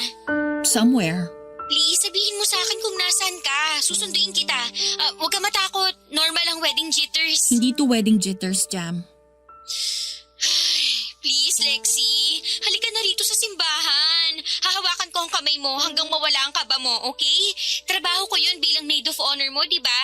Magkakampi tayo, promise. Halika na. Nasaan ka na ba? Jam, I'm sorry. Lexi, andito na kasi kaming lahat. Saka gusto na naming makita kung gaano kakaganda ngayon. Ang tagal na nating pinili yung wedding gown mo, ha? Huwag mong ipagdamot yan sa amin na makita. Jam, alam mo... Lexi, ikaw ba to? Brad? Asan ka? Mahal ko, halika na. Malilate na tayo. Gusto mo ba sunduin kita? Pupuntahan kita. I'm sorry, Brad. Okay lang yun. Hindi ka dapat mag-sorry. Aayusin natin to. Sabihin mo lang kung nasan ka para alam ko kung saan ka pupuntahan. Nakausap ko na yung coordinator natin. Pwede naman daw i-adjust yung oras ng kasal. Pumayag naman daw yung simbahan. Tsaka ayos lang dun sa mga bisita. Kaya please, wag ka na mag-sorry. Okay? Susunduin na kita. Huwag mo na akong sunduin. Hindi ako sasama sa'yo. Lexi, akala ko ba? Akala ko rin eh. Akala ko kaya ko nang bitawan yung takot ko, pero nabitbit ko ulit. Pasensya ka na ha. Parang hindi ko kasi kayang iwan yung takot. Kasi yun ang nagpoprotekta sa akin para hindi na ako masaktan ulit. I'm sorry, Brad. Yung takot mo, pinrotektahan ka niyan sa paraang alam niya noon. Pero tapos na yung purpose niya sa'yo ngayon. Kasi ako na yung bibit-bit sa'yo. Ako nang bahalang pumrotekta sa'yo. Hindi mo na kailangan yung takot kasi andito na ako. Napag-usapan na natin to, di ba? Basta tayo yung magkasama, walang lugar ang takot. Kasi kaya nating kalabanin yan, di ba? I'm sorry, Brad. Kung ano man ang nangyari kanina para mabuhay ulit yung takot mo, hayaan mo. Susolusyonan natin yan. Akong bahala. Yun naman ang pangako ko sa'yo, di ba? Akong bahala. Brad, palayain mo na ako. Kasi bigla ka na lang nawala ulit sa future ko. Biglang ako na lang ulit. Nakakatakot pero tanggap ko. Hindi na kita makita sa future. At ayoko nang pilitin na gawin yon kasi nakakapagod na. Hindi. Hindi ako naniniwala. Kasi hindi naman ako umalis para hindi mo mahanap. Kailangan mo lang ako makasama ngayon para makita mo ulit yung future natin. Yung pagputi ng buhok, di ba? Yung rayuma sa tuhod. Di ba yun naman ang end goal natin? Ang magkasama hanggang sa panghihina? Mahina na ako ngayon, Brad. Hindi ko na kayang abutin yung mga nakaplano sa future natin. Kasi ngayon pa lang, lunod na ako rin eh. Hindi na ako makaahon at ayoko nang umahon. Kaya hayaan mo na ako.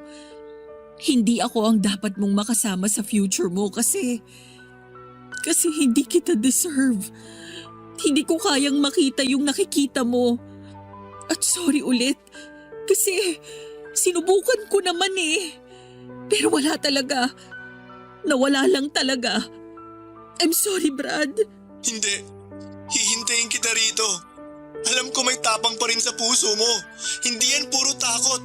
Kilala kita. Matapang ka at kaya mong labanan yan. Ilang beses mo na nga nagawa, di ba? Hihintayin kita. Dito lang ako sa simbahan. Kahit umalis na silang lahat. Kahit magsara pa ang simbahan, hindi ako aalis dito. Magtitiwala ako na pupunta ka. Bumalik ka. Kahit hindi matuloy ang kasal natin ngayon, okay lang. Basta magpakita ka lang, Lexi. Hihintayin kita. Parang awa mo na. Kahit wala na sila.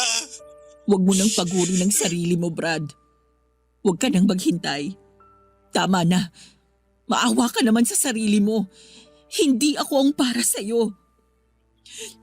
Sana mapatawad mo ako at sana balang araw matagpuan mo yung tamang tao para sa'yo. Yung katulad mo na may malinaw na direksyon at plano sa future.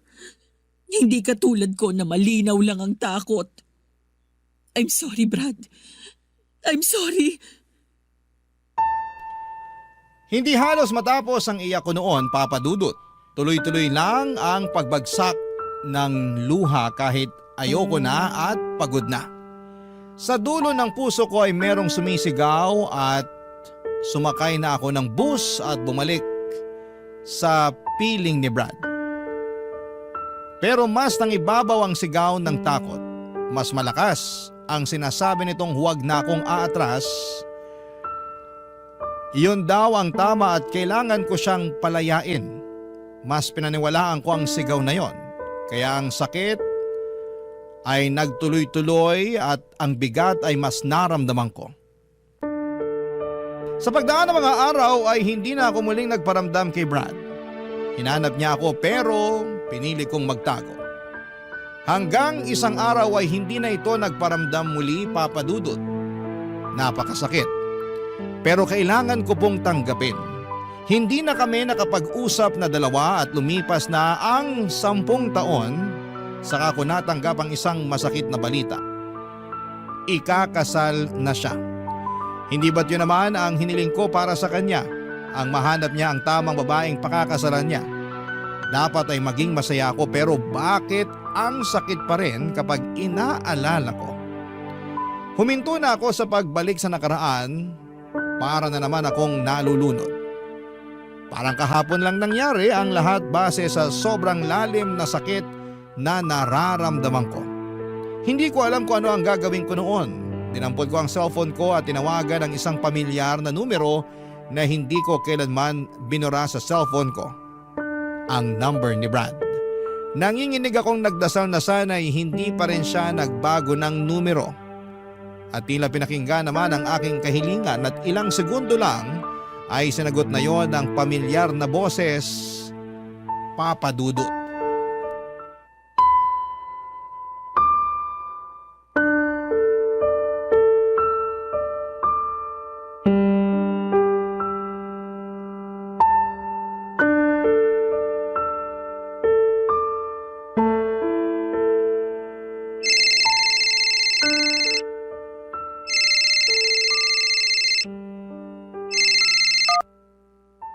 Hello, Lexi. Hi, Brad. Pinalita sa akin ni Jam. Ikakasal ka na raw. Congrats, ha? Thank you, Lexi. Hindi pa rin nagbabago ang boses mo. Ikaw din. Kumusta ka? Ayos naman.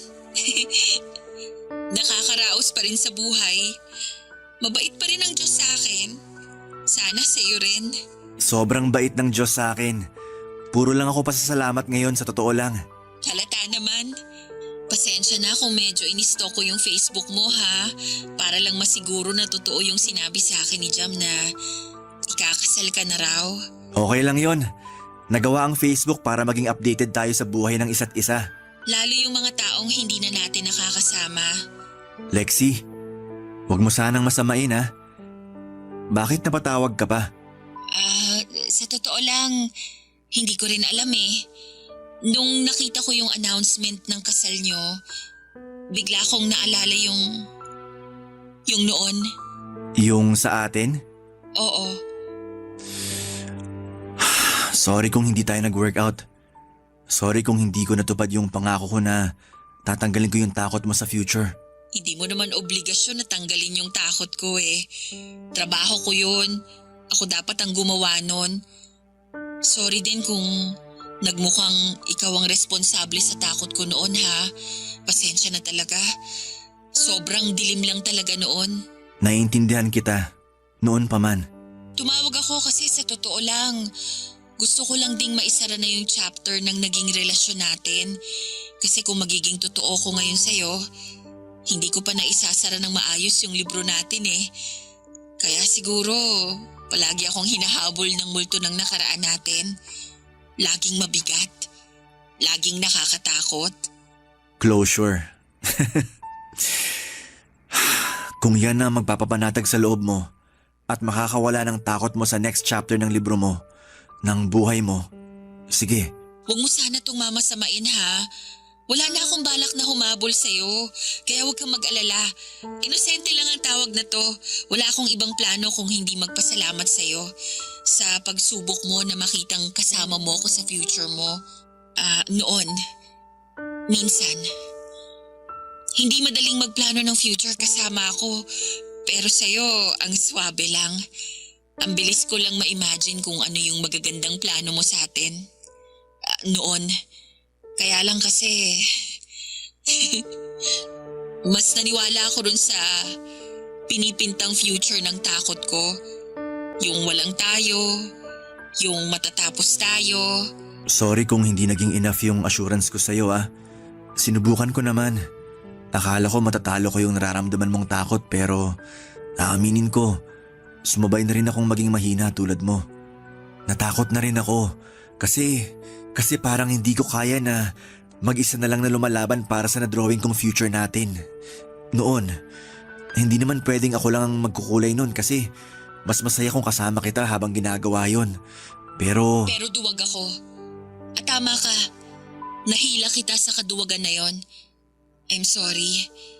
Alam ko kung gaano kasakit ang ginawa ko sa'yo nung time na tinalikuran kita. Pero mas pinili mo pa rin maghintay kahit na alam mong hindi na ako babalik. hinintay talaga kita. Ilang taon. Hindi lang ako nagparamdam kasi sabi mo wag na. Alam ni Jam yun. Naisip ko baka nga kailangan mong makapag-isip-isip. Pero hindi mo alam kung ilang beses sa gabi ako nagdadasal sa Diyos na sana na sana tanggalin na niya yung takot sa puso mo para bumalik ka na sa akin. Pero hindi yun nangyari. Hindi ka bumalik. Pero may dumating. Tama ka. May dumating. Naging madali at simple na lang ang lahat nung nakilala ko siya. Tama ka rin noon. May makikilala pa akong mas akma sa akin. At thank you kasi alam kong tumulong ka rin sa pagdadasal para makilala ko ang mapapangasawa ko ngayon. At ibabalik ko sa iyo naging hiling at dasal mo na yon.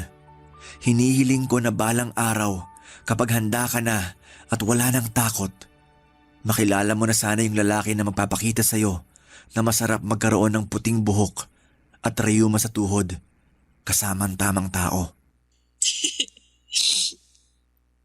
Goodbye, Brad. Goodbye, Lexi. At doon na nga tuluyang nagsara ng payapa ang kabanata namin ni Brad. Naisara ko na rin ng tuluyan ang libro na matagal ko nang itinatago. Ang gaan. Ang gaan sa pakiramdam na magkaroon ng katapusan ng kwentong hindi na para sa'yo. Kahit minsan iniisip mo yung ang happy ending mo, wala pa ako sa ending ko at parating pala mga kuroon. Yung tamang tao para sa akin ay on the way na. At habang bumabiyahe pa siya, gumagawa naman ako ng paraan para ayusin ko ang sarili ko. Para matanggal ang takot ko. Para kapag dumating na siya ay handa na ako papadudot. Hindi na muling aatras at sa wakas ay aabot na sa altar. Hindi ito madaling biyahe para sa akin, pero sa pagkapit ko sa Diyos at sa paniniwala na hawak din niya ang taong nakareserve para sa akin, biglang gumagaan ang lahat. Bigla akong gaganahan na ayusin ang sarili ko. Kaya para sa lahat ng mga natatakot, para sa lahat ng mga taong hindi nagkaroon ng magandang nakaraan, hindi pa huli ang lahat. Hanggat nakakabangon ka pa, hanggat nakakahinga ka pa, may oras pa para lumaban. At huwag kang mag-alala, nakikita ng Diyos ang iyong pinaghihirapan. Alam niya kung ilang beses kang umiyak at ilang beses kang bumangon. Huwag kang mag-alala, balang araw hindi ka na ulit masasaktan. Hindi ka na ulit iiyak at hindi mo na kailangang makaramdam muli ng takot. Kasi balang araw, andyan na siya. Kaharap mo na. Kasama mo na at naihanda na siya ng Diyos para makasama mo sa pagputi ng iyong buhok at pagsakit ng iyong mga tuhod. Marami pong salamat sa inyong lahat at sana po sa bawat nakikinig at naniniwala sa kwento ko, sana'y nakapagdala ko sa inyo ng pag-asa na hindi pa tapos ang lahat. Parating na siya, maniwala ka. Ang iyong kabarangay forever, Lexi. Ano ang masasabi mo sa ating Barangay Love Stories today? Aabangan namin yan sa aming comment section. Ang mga kwento ng pag-ibig, kwento ng buhay at kwento ng pag-asa dito sa Barangay Love Stories. Love Stories.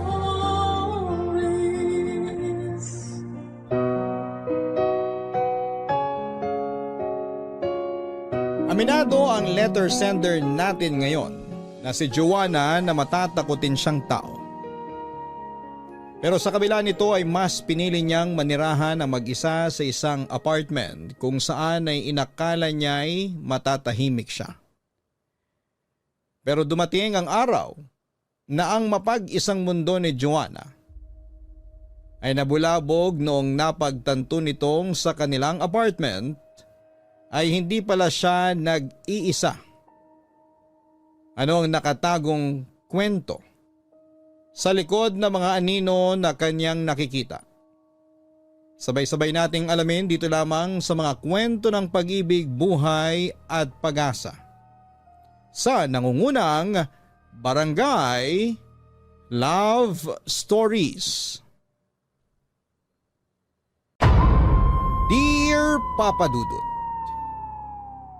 hindi ako naniniwala sa mga multo o anumang kababalaghan, pero aaminin ko, matatakotin talaga akong tao. Hindi ko alam kung bakit pero minsan ay may mga pagkakataon talagang napapatanong ako. What if? Totoo ngang may multo. Ako nga po pala si Joanna, 26 years old at dating bokalista ng sarili naming banda. Matagal ko na talagang pangarap na maging sikat na singer. Bata pa lamang ako ay sumasali na ako sa mga singing contest. Ang totoo niyan, nakailang subok na akong sumali sa mga patimpalak sa telebisyon. Kaso nga lang ay hindi ako pinapalad sa mga audition. Ang ginawa ko na lamang ay bumuo ako ng sarili kong banda kasama ang barkada ko. Ang simpleng passion namin ay ginawa naming propesyon. Nagsimula kaming kumanta sa mga bar and events. Hindi naglaon ay nagkaroon na kami ng imbitasyon sa mga pista hanggang sa dumayo na kami sa iba't ibang lugar para mag-perform. Hindi namin inaasahan na ang banda namin ay magkakaroon ng mangilang-ilang tagahanga. Hindi naman kami sikat pero nakatataba ng puso na merong mga taong naniniwala sa amin noon at suportado kami sa bawat performances namin. Isa sa mga tagahangang yon ay itago na lang natin sa pangalang Raymart. Siya ang isa sa tinuturing ng grupo namin bilang number 1 fan.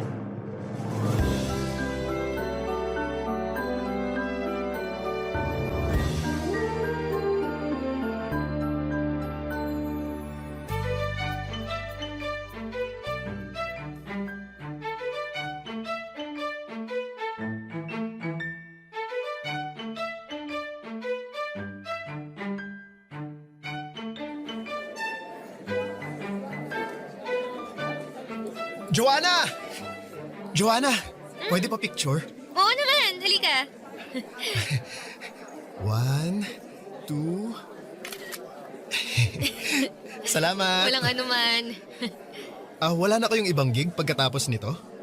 Wala na. Pauwi na kami. Inaantay ko lang yung mga kasamahan ko para makauwi na kami. Nasaan ba sila? Ikinakarga lang nila yung mga gamit sa sasakyan. Ikaw pa, hindi ka pa ba uuwi? Pauwi na rin. Hinanap lang talaga kita para makapagpa-picture ako. Matagal nyo na akong fan kasi simula nyo pa lang noon pero diehard fan nyo na ako. Talaga ba? Oo, lagi ko nga inaabangan yung mga post mo sa Facebook para malaman ko kung saan kayo magpa-perform Oh?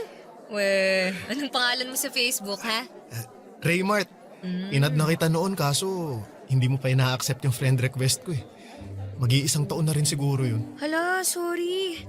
Nabisi lang siguro kaya hindi ko napansin. Hindi, okay lang yun. At least ngayon, kilala mo na ako. Uy, salamat sa pagsuporta mo sa banda namin, Raymart ha. Ay, walang anuman.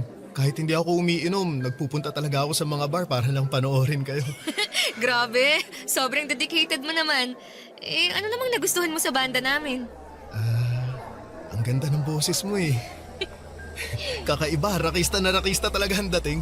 Ay, naku, salamat ha. Ay, ayan na pala yung sasakyan namin. Ano ba yan?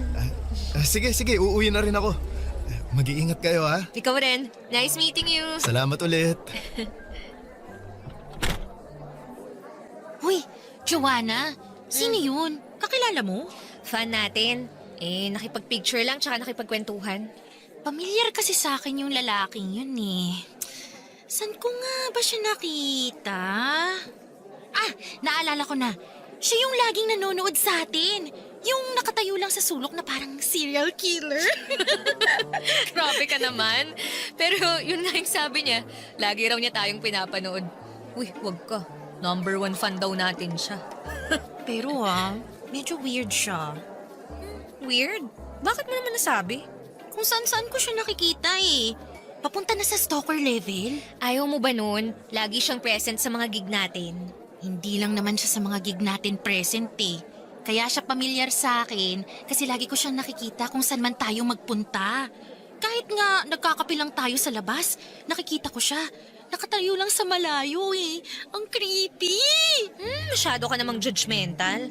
Ganun talaga yung mga fans. Gusto nila makita yung idol nila 24/7. Kung maka-fans ka naman dyan, kala mo sobrang sikat na natin. Wala pa nga 500 yung followers natin sa page.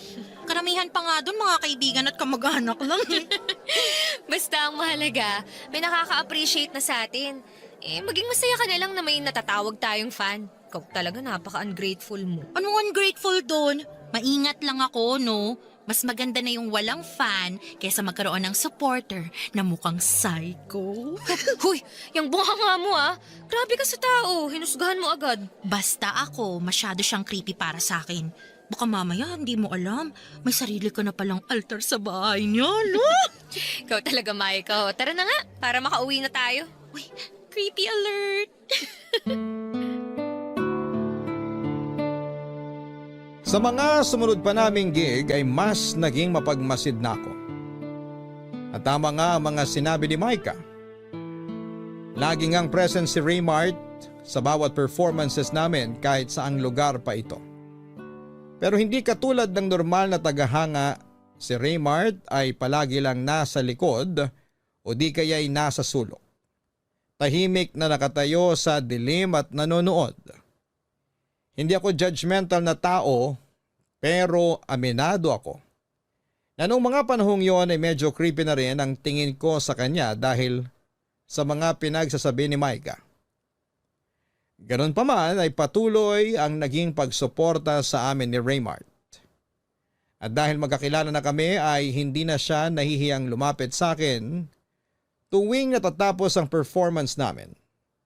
Ipinakilala ko siya sa grupo at hindi nagtagal ay naging malapit na rin sa kanya ang iba pang miyembro ng banda namin.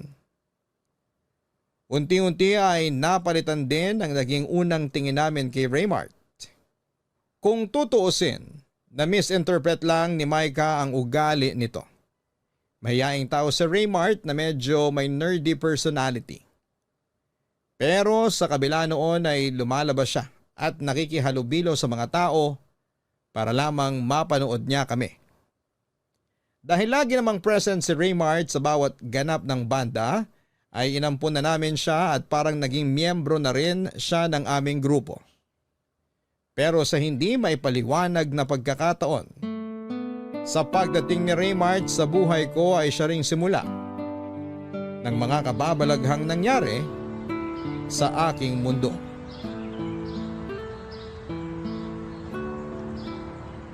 Alam mo, Raymart, hindi mo naman ako kailangang ihatid eh. Malapit lang naman dito yung apartment ko. Walking distance lang. Pagbigyan mo na ako, ayoko pang umuwi. Bakit naman ayaw mo pang umuwi? Gabi na Di ka pa ba pagod?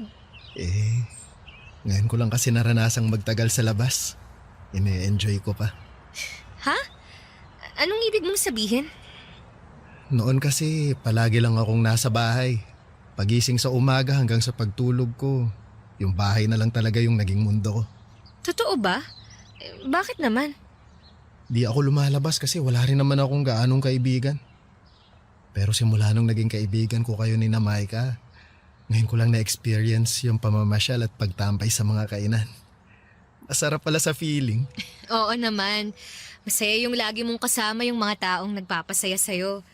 Kung gusto mong gumala, kontakin mo lang kami. Kaladkarin yung mga kasamahan ko sa banda. Isang aya mo lang, G agad sila.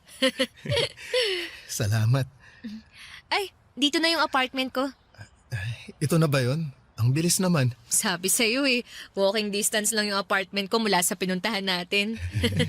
Literal na malapit lang pala talaga, ano? Tama. Ay, teka, gusto mo bang pumasok? Pwede ba? Oo naman. Halika, sa may second floor ako. Matagal ka na ba rito? Kakalipat ko lang last month. Bakit ka naman lumipat?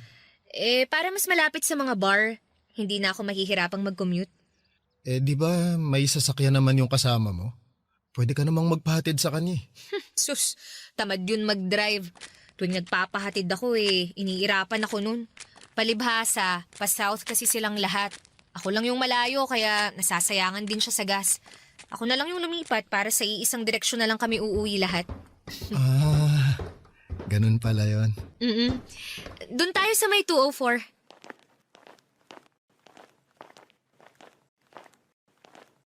Huh? Teka, ano tong box na to sa may pinto? Baka naman order mo online. Wala akong inaasahang parcel ngayon eh. Baka regalo galing sa fan. Sino namang magre-regalo sa akin ito? Hindi naman kami ganun kasikat, no? Buksan mo para malaman mo kung kanino galing. Teka, bubuksan ko. Ano to? Damit ko to ah. Hindi ba yan yung suot mo kahapon? Oo, ito nga yung suot ko kahapon. Amoy ko yung pabango ko eh. Paano napunta to rito? May nakalagay yatang note. Ito. Anong nakalagay? Patingin. Huwag mong iwang bukas ang pinto at bintana mo ngayong gabi. Ha? Walang nakalagay kung kanino galing? Wala. Hindi to magandang biro ah. Baka naman pinaprank ka ng mga kasama mo. Hindi nila to gagawin sa akin kasi alam nilang matatakutin ako. Sino namang magpapadala sa'yo niyan? Yun ang hindi ko alam. At paano niya nakuha tong damit kong to? Hindi kaya may nakapasok dito sa apartment mo? Lagi naman akong naglalak ng pinto eh. Kung gusto mo, sasamahan muna kita sa loob. Pwede ba? Kahit ngayon lang, natatakot ako eh. Ngayon lang ako nakatanggap ng ganitong klaseng regalo. O sige, sasamahan kita. Salamat ah. Akala ko noon ay isang beses lang akong makakaranas ng ganong klaseng pananakot, Papa Dudut. Pero sa mga sumunod pang linggo ay nagpatuloy akong makatanggap ng mga kakaiba at weird na package. May natanggap akong box na naglalaman ng hubad na manika. Meron ding mga notes ng pagbabanta at pagpapaalala na palagi ko raw bantayan ang sarili ko, lalo na tuwing mag-isa ako dahil palagi raw na may nagmamasid sa akin ang hindi ko napapansin. Dahil hindi na maganda ang mga nangyayari ay naisipan kong makipag-ugnayan sa landlord ko. Humingi ako ng kopya ng CCTV sa floor namin para makita kung sino ang nagpapadala ng mga naturang packages. Pero sa kasamaang palad ay matagal na palang hindi gumagana ang mga CCTV na naka-install sa building namin.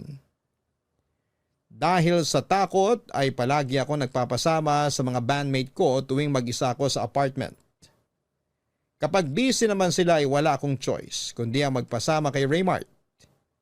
Hindi naglaon ay nakaramdam ako ng security sa piling ni Raymart. Sa bawat pagsasama naming dalawa ay unti-unti akong nakabuo ng koneksyon mula sa kanya. Hindi ko inaasahan na noong mga panahong yon ay unti-unti na palang nade-develop ang feelings ko para sa kanya, Papa Dudut.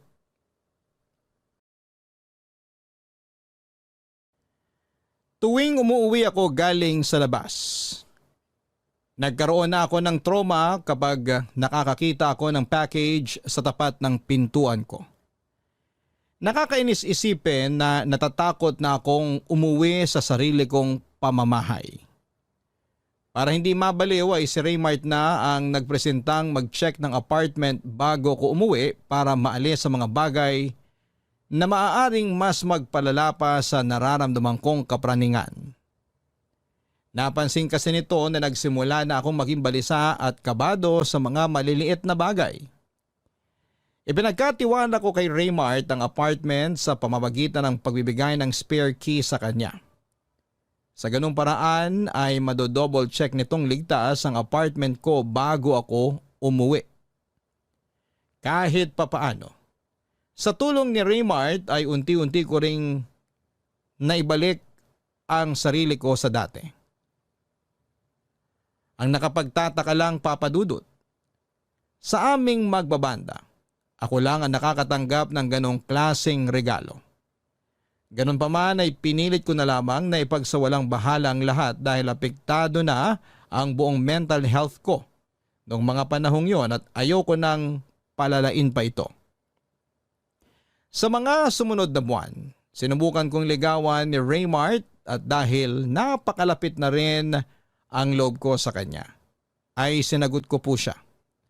Malaki ang pasasalamat ko kay Raymart dahil siya ang dahilan kung bakit natigil ang pangaharas na nangyayari sa akin. Akala ko noon ay maayos na ang lahat. Pero yun pala ang simula dahil isang araw, bumalik ang mga natatanggap kong delivery na may lamang mga nakakatakot na mensahe. Pero sa pagkakataong yun ay mas lumala pa ito.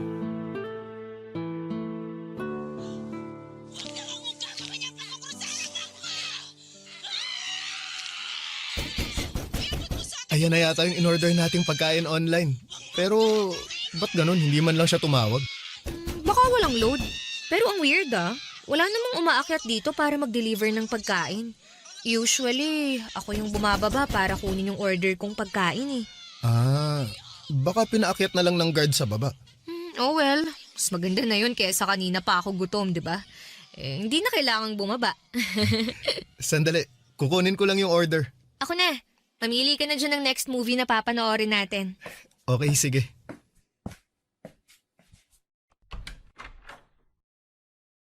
Huh? Wala namang tao. Kuya? Weird Namali lang siguro ng unit. Raymart! False alarm! Baka namali lang... Ay, naku! Grabe naman makakatok to. Sandali lang po. Wala kasing tao nung... Wala na namang tao? Ano ba? Gabi na nang titrip pa kayo? Kung sino ka mang katok ng katok dito, walang nakakatuwa sa ginagawa mo! Mga tao talaga ngayon. Wala nang maayos na ginawa. Sino ba yan? Hindi na ako nakikipagbiruan Kung sino ka man, hindi ako natatakot sa'yo! Magpakita ka! Joanna. Uy. Bakit? Okay ka lang? Ginulat mo naman ako! Sorry, ang tagal mo kasi. Akala ko merong problema. Walang tao Kanina pa may katok ng katok pero wala namang tao sa labas. Hindi yung order natin yung dumating? Hindi. Lo, baka minumulto ka na. Tumigil ka nga dyan, Raymart Hindi yan nakakatuwa. Pumasok na lang tayo. Teka, ano yan? Ano? Ano yun? Ha? Kanina pa ba to? Merong box dito sa paanan ng pinto Wala yun kanina. Kukunin ko na. Kanino naman kaya to galing? Baka galing na naman yan sa nananakot sa akin. Hindi kaya? Buksan mo. Ayoko nga. Baka kung ano na naman laman yan Baka naman galing sa fan mo, nahihiya lang magpakita. Buksan mo na. Huwag ka nang matakot, nandito naman ako Sige na nga.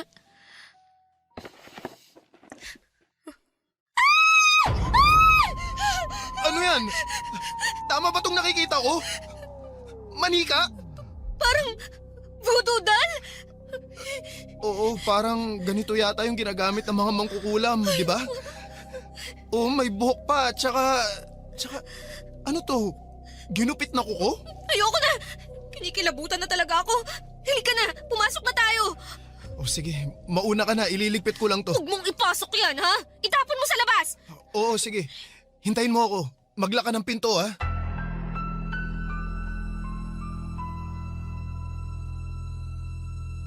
Papadudot, hindi ko na talaga gusto ang nangyayari noon.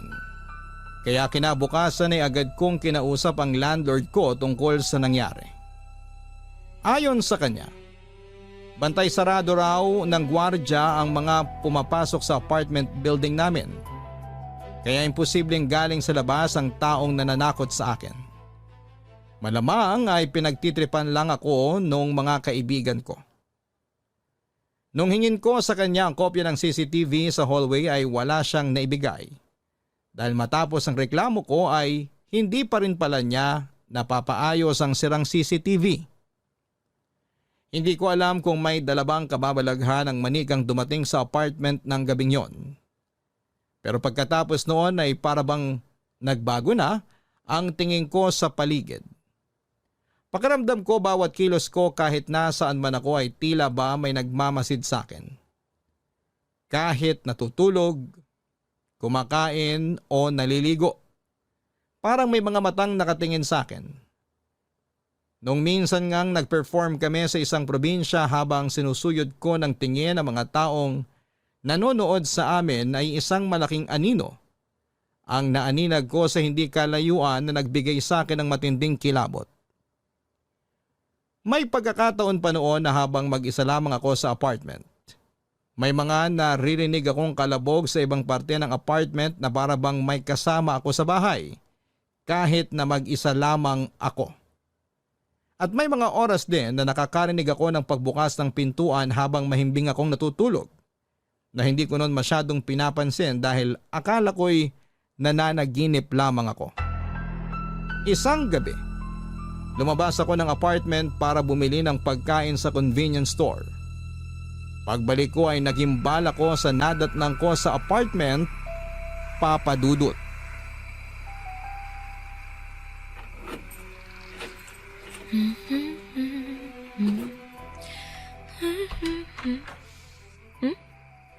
Huh? Bakit nakapatay yung ilaw? Bukas to nung iniwan ko ah. Hala, bakit ayaw gumana? May kuryente naman sa hallway ah. Ano yun?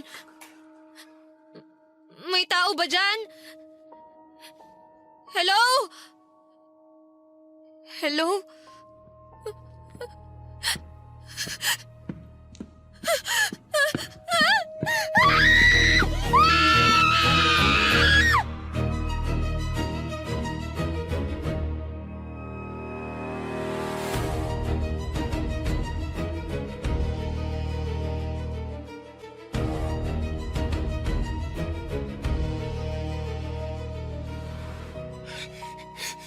Joanna!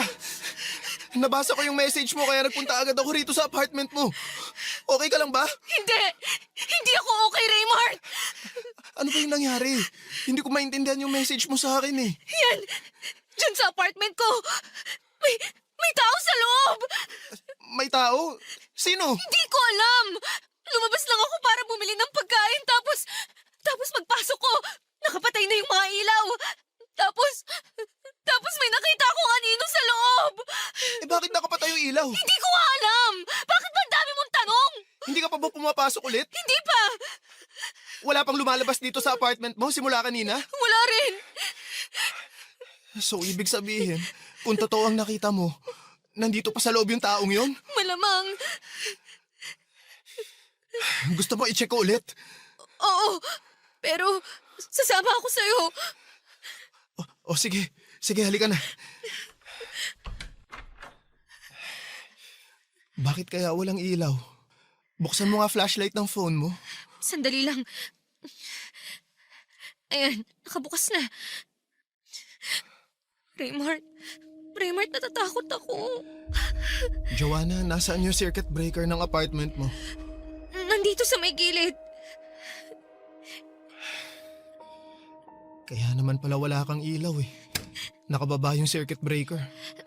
Baka ibinaba nung kung sino mang pumasok sa apartment ko. Eh nasaan na yung taong nakita mo? Eh mukhang wala naman tao dito sa loob ah. Maniwala ka sa akin. May nakita akong anino kanina rito sa loob. Malaki siya. Joanna, baka naman guni-guni mo lang yun. Hindi ba uminom ka ng gamot kanina kasi sabi mo masakit yung ulo mo? Alam ko kung ano yung nakita ko.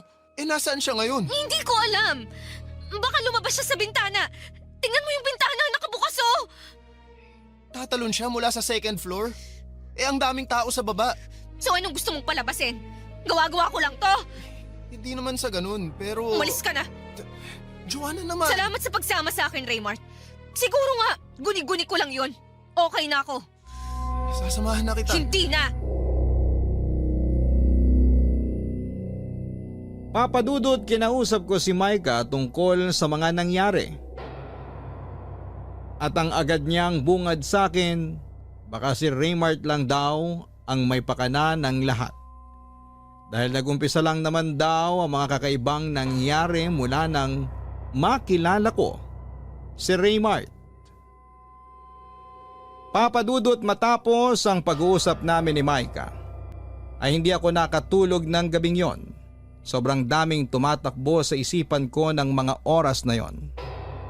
Inisip ko ang mga sinabi sa akin ni Raymart kung totoo nga ba ang mga nakita ko. Hindi ko alam pero parang ginagaslight ko na ang sarili ko that time na ilusyon at guni-guni lang ang mga nakikita at naririnig ko. Dahil sa mga natatanggap kong nakakatakot na package ay kung ano-ano na ang pumapasok sa isipan ko. Sa parehong pagkakataon ay hindi rin nawala sa isipan ko ang mga binanggit na posibilidad ni Micah. Paano nga kung si Raymart ang gumagawa ng lahat ng ito? At kung hindi naman si Raymart ay mahirap ding paniwalaan na minumulto o minamaligno ako. Malaki ang tiwala ko kay Raymart dahil sa mga tulong na ginawa niya sa akin. Siyempre boyfriend ko siya kaya ayaw ko naman siyang paghinalaan. Pero tama si Micah na kaming dalawa lang ang maaaring pumasok sa apartment dahil kaming dalawa lang naman ang may hawak ng susi nito. Naalala ko rin na nagsimula akong makatanggap ng mga weird na regalo simula noong nakilala ko si Raymart. Ayoko man siyang pag-isipan ng masama, ay nagsimula akong magkaroon ng pagdududa sa sarili kong boyfriend. Pero ang hindi ko magets ay bakit niya ginagawa ito at bakit niya ako tinatakot. Noong nagkaroon ako ng pag-aalinlangan kay Raymart ay mas naging mapagmatyag pa ako tuwing kasama ko siya, Papa Dudut. Sa mga sumunod na araw ay pinakiramdaman ko ang paligid ko.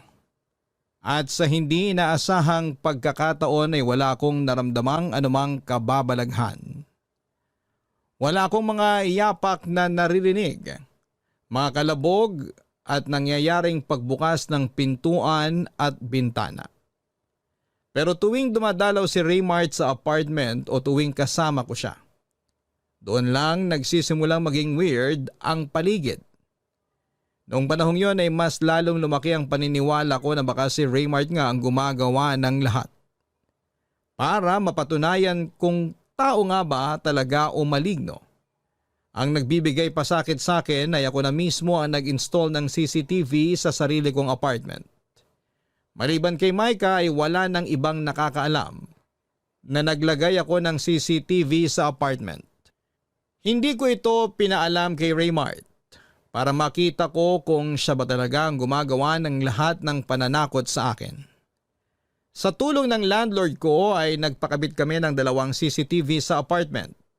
Isa sa may sala at isa sa kwarto ko.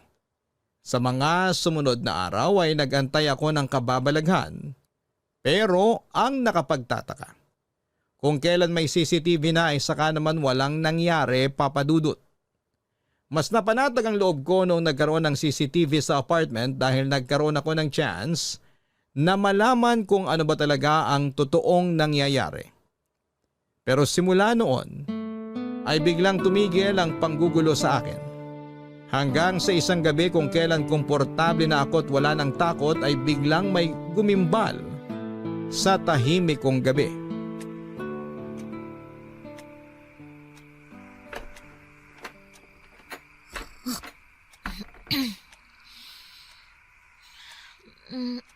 Tama ba yung narinig ko? Parang may gustong magbukas ng pinto ng kwarto ko ah. Baka nananaginip lang ako. Joanna, ano bang ginagawa mo? Tinatakot mo lang ang sarili mo eh. Makatulog na nga lang ulit.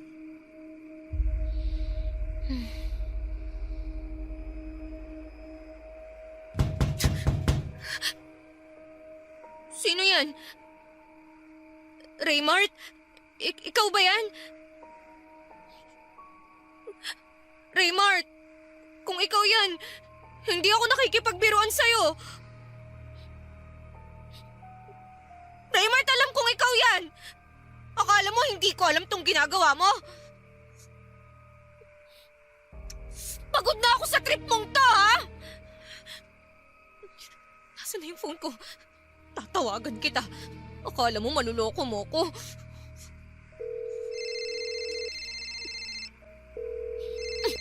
Sabi na nga ba eh, ikaw tong nananakot sa akin eh. Tama si Micah! Weirdo ka nga talaga! Akala mo natatakot ako sa'yo, ha? Tapusin na natin to! Raymond, nasan ka? Magpakita ka sa akin! Huwag ka magtago sa dilim! Hindi na ako natatakot sa pinaggagawa mo! Narinig kong nag-ring yung cellphone mo dito sa sala. Kaya wala ka ng kawala ngayon! Raymond!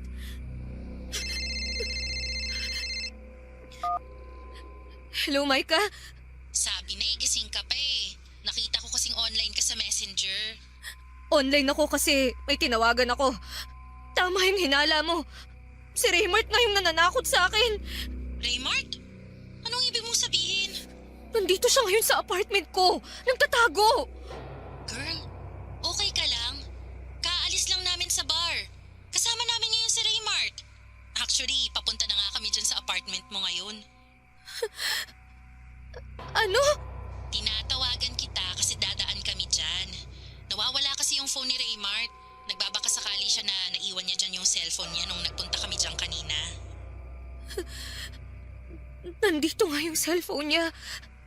Pero kung kasama niyo ngayon si Raymart, sino yung kumakatok sa pinto ng kwarto ko kanina? Oh my gosh! Joanna, lumabas ka na ng apartment mo, okay? Hintayin mo kami, malapit na kami. Papadudot, agad-agad din namang nakarating sa apartment sina Micah ng gabing yon. Nadatnan nila ako sa first floor kasama ang gwardiya kung kanino ko isinumbong ang mga pangyayari. Kasama ang gwardiya ng apartment building namin ay sinilip nila ang loob ng apartment ko.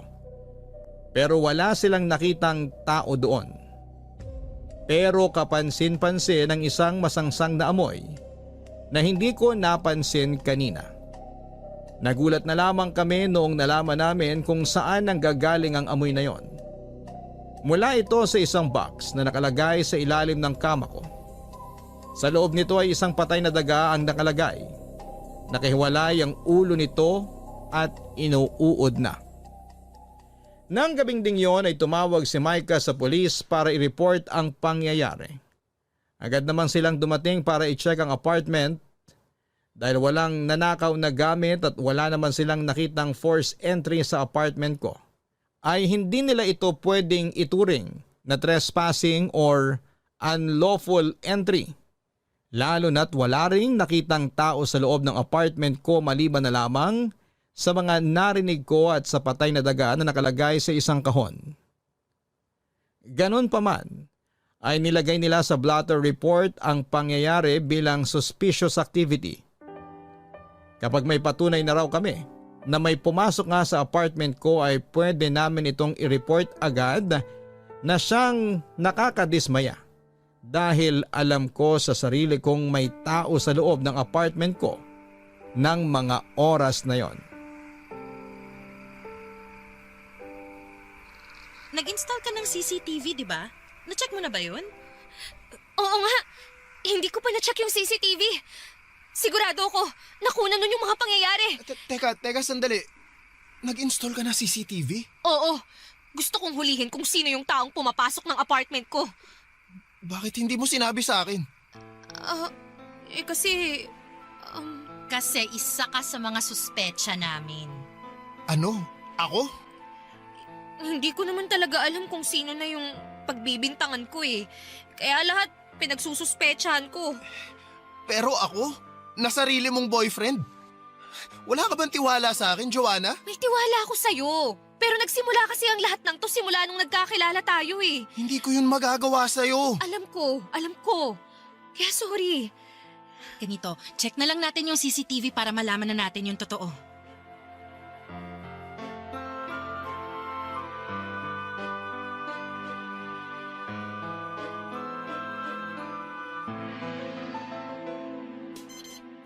Heto na yung CCTV footage. Tingnan nyo, bandang 1:00, mamamatay yung ilaw. Kung sino man yan, malamang. Alam niya kung nasaan yung circuit breaker. Ginawa na niya yan dati. Hindi ko na napansin na nawalan pala ng kuryente dahil tulog na ako neto.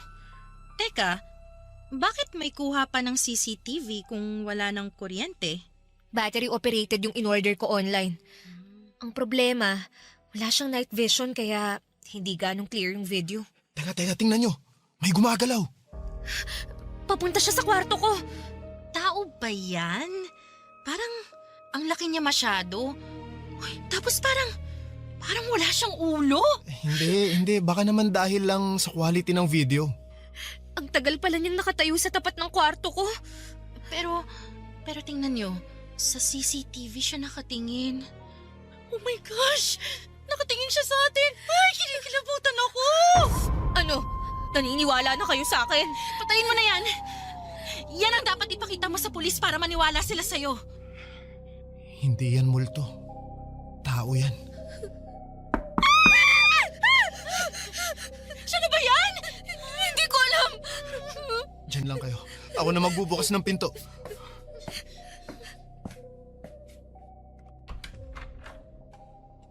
Magandang gabi. Nandyan ba si Joanna? Kayo po pala. Opo, nandito po siya. Joanna! Yung landlord mo! Mang Estong, magandang gabi po. Akala ko po ba wala kayo rito ngayon? Nabasa ko yung message mo kaya eto dali-dali ako nagpunta rito. Nagpatawag ka raw ng mga pulis. Oho, pero wala naman ho silang napala eh. Wala na yung tao nung chinek nila tong apartment. Huwag kang mag-alala. I-report ko to sa barangay itong nangyari ha. Sasabihan ko rin yung guard na mag-robbing gabi-gabi para hindi na yun maulit. Maraming salamat po Mang Estong ah. Kung pwede lang sanang magharap na lang kami ng taong yun eh. Para malaman kung ano talagang trip niya eh. Ay nako, wag mong hilingin yan ha. Baka mamaya magkatotoo yan. Mas mabuti na ho yun para magharap na kami. Anong akala nun? Wala akong laban? Laking kali kaya ako. Marunong ako makipagbakbakan. Sige na. Magpahinga na kayo. Kakausapin ko na lang yung guard. Sige ho. Salamat ho.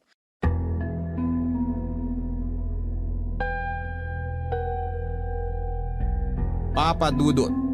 Kahit papaano ay napanatag ako ng sa wakas. Ay tumulong na rin ang landlord ko sa matagal ko nang idinadaing na problema sa kanya.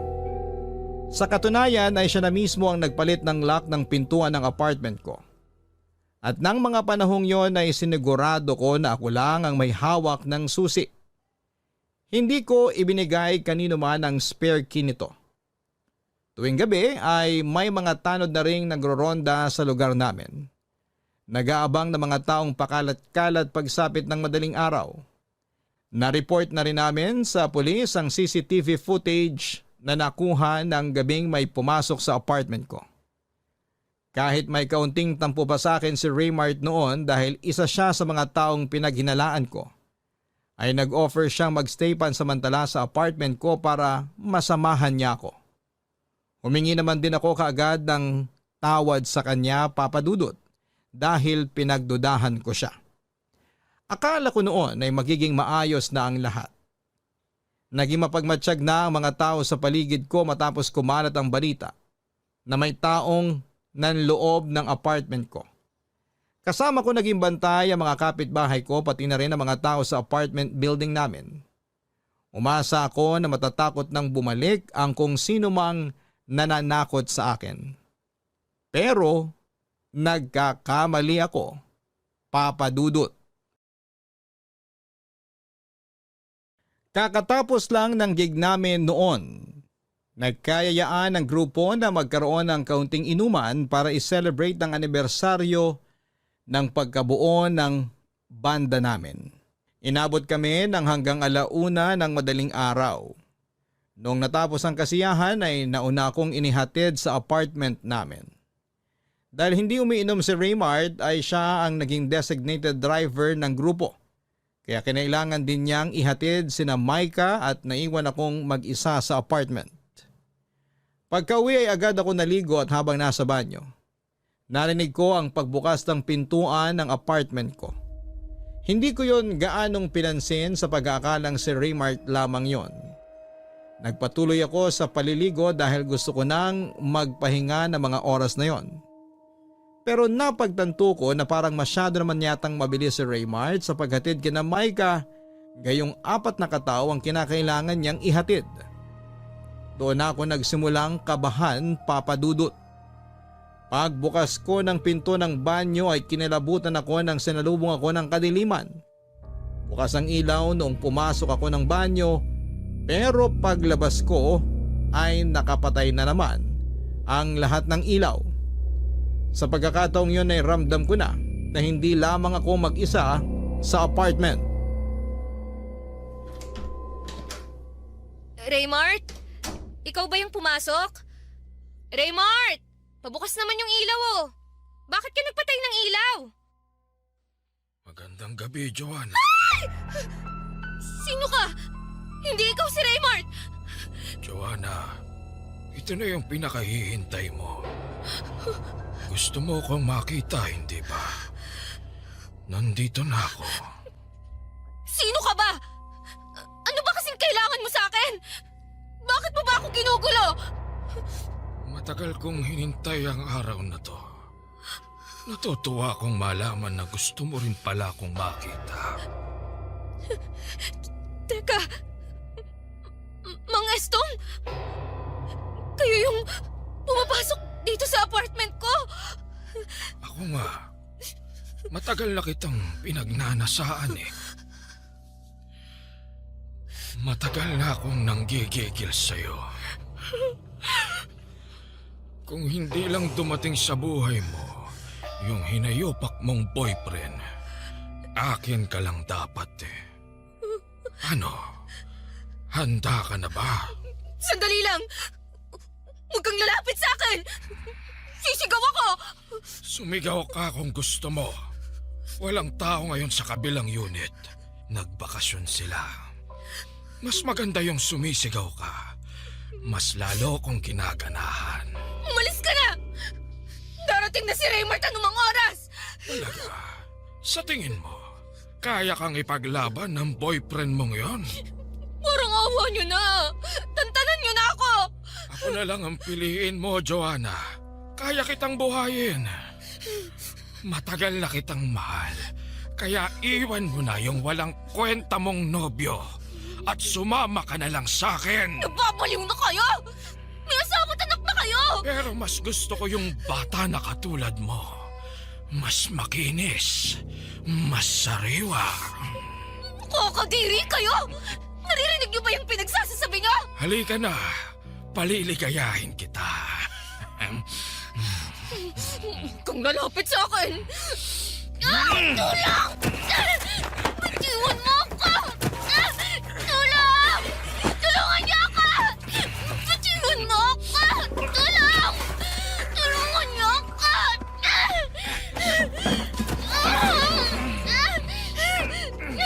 Tulungan niyo ako! Joanna! Hayop ka! Hayop! Mang Estong!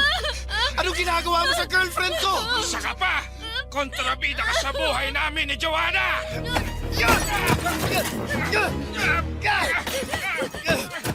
Tulong! Mga kapitbahay! Tulungan niyo kami! Kung hindi mo lang kinulo ang buhay namin, masaya na sana kami ngayon ni Joanna! Naririnig mo ba yung pinagsasasabi mo? Nasisiraan ka na yata ng ulo! Hindi ko tatakutin si Joanna ng ganon kung hindi ka lang dumating sa buhay niya. Aagawin mo pa sa akin ang mahal ko! Kaya pala, sa tingin mo masisira mo kami dahil sa pananakot mo! Umanda ka sa akin!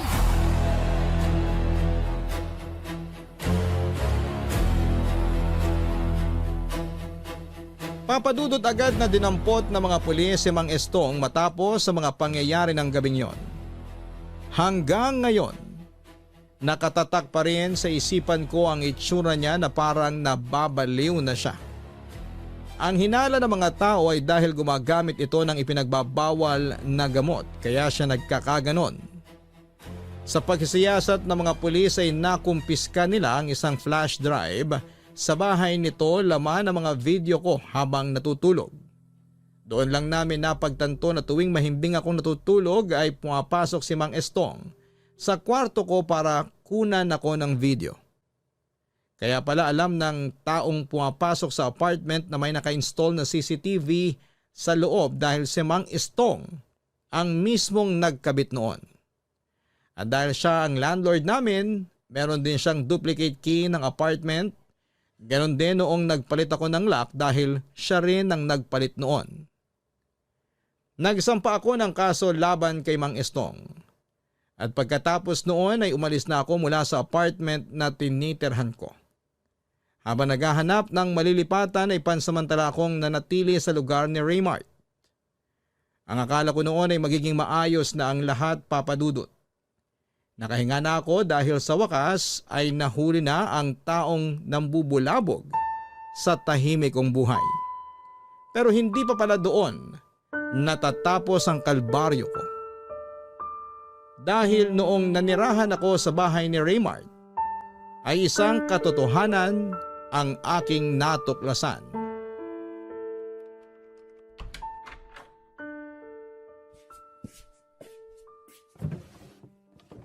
Nasaan na ba yung laptop nun? Ayun. Ay, bongga. 2 palang laptop nito. Yayamanin ha? Hala? May password? Ano kayang password nun? Joanna. Sana gumana. Ay, Joanna nga yung password. Love na love talaga ako ng boyfriend kong to. Naks, picture ko pa talaga yung wallpaper ha? Pero, bakit parang wala namang laman? Iisang folder lang ang meron. Ano kaya to? Joanna ang nakapangalan sa folder eh. Para sa akin ba to? Puro mga picture ko to ah. Ang dami naman ito. Sandali. Ano tong isa pang folder? Mga video naman. Talagang well documented ako ah. Check ko nga itong isang video. Sure ka ba? Oo, sigurado na ako. Basta, gumamit ka ng proteksyon ha. Ayokong madisgrasya eh. Masyado pa akong bata para mabuntis. Huwag kang mag-alala, akong bahala sa'yo. Umiga ka na lang. Ako nang magtatrabaho. Oh my gosh! Ano to? Joanna! Halika na, kumain ka na! Bakit yan yung ginamit mong laptop? Personal ko yan ah! Ano to, ha? Kinukunan mo ng video yung mga pagtatalik natin? Sandali lang. Mag-e-explain ako. Walang iya ka, Raymart, ang baboy mo! Ako lang naman ang nanonood niyan eh. Wala akong pakialam! Bakit mo ako binibidyohan ng walang pahintulot ko? Ang dami nito, Raymart, oh! Kada ginagawa ba natin yun, lagi kang nagbi-video? Gusto ko lang naman na may balikan kapag mag-isa ako eh. Nakakadiri ka! Walang iya ka! Joanna! Lumayo ka sa akin! Kaya pala may 2 kang laptop! Para sa kalaswan pala yung isa! Maniwala ka sa akin. Wala akong masamang hangarin sa ginawa ko. Tumahimik ka! Kailan ba ako tatantanan ng mga siraulong tao? My gosh! Ito na. I-delete ko na yung mga video. Dapat lang! Dahil kung hindi mo gagawin yun, ipapakulong kita kasama ni Mang Estong! Joanna, sorry na. Patawarin mo ako. Nagawa ko lang naman yun kasi mahal na mahal kita eh.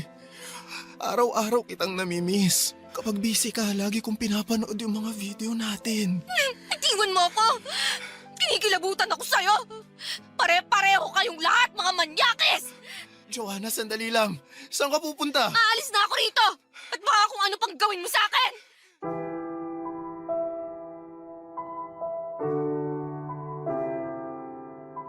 Wala nang usap-usap pa.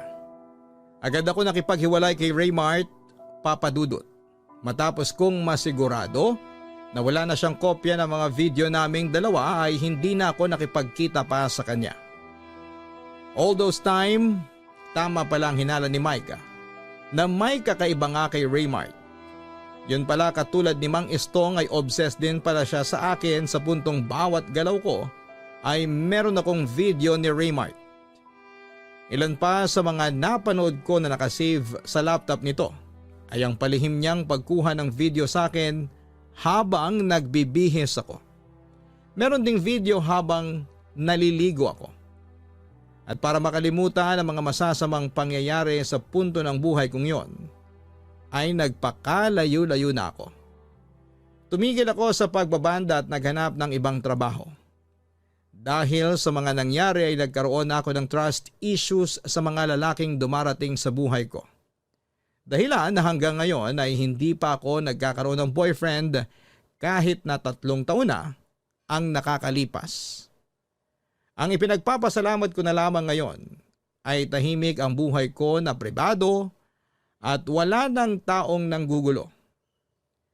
Ito po ang aking kwento. Maraming salamat at mabuhay po kayo. Ang inyong forever kapuso at kabarangay, Joanna.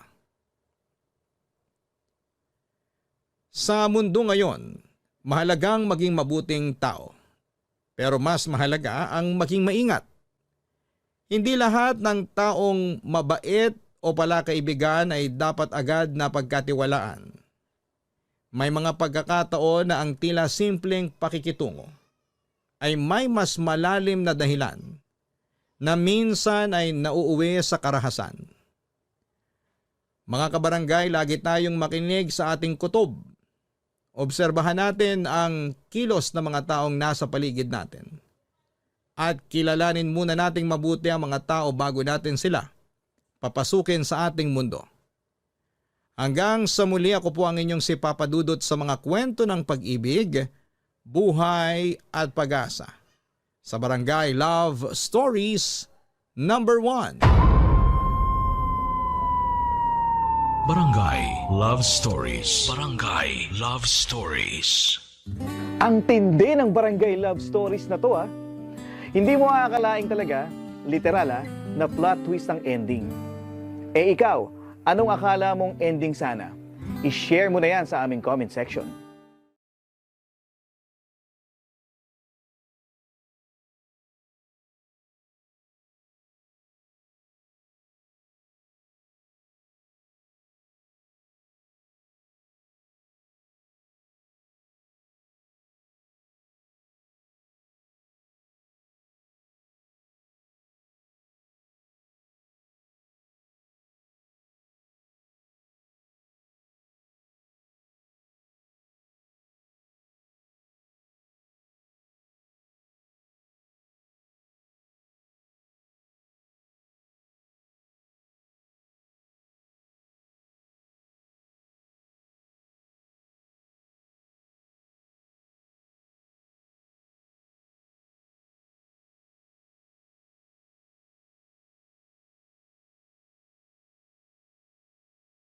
Ang mga kwento ng pag-ibig, kwento ng buhay at kwento ng pag-asa dito sa Barangay Love Stories. Love Stories. Magpakabuti tayo hindi lamang sa isang tao, kundi sa lahat. Dahil kung meron tayong kinikilingan, mapapagod sila na tayo ay pakisamahan. Ikaw, kabarangay, mabuting tao ka ba?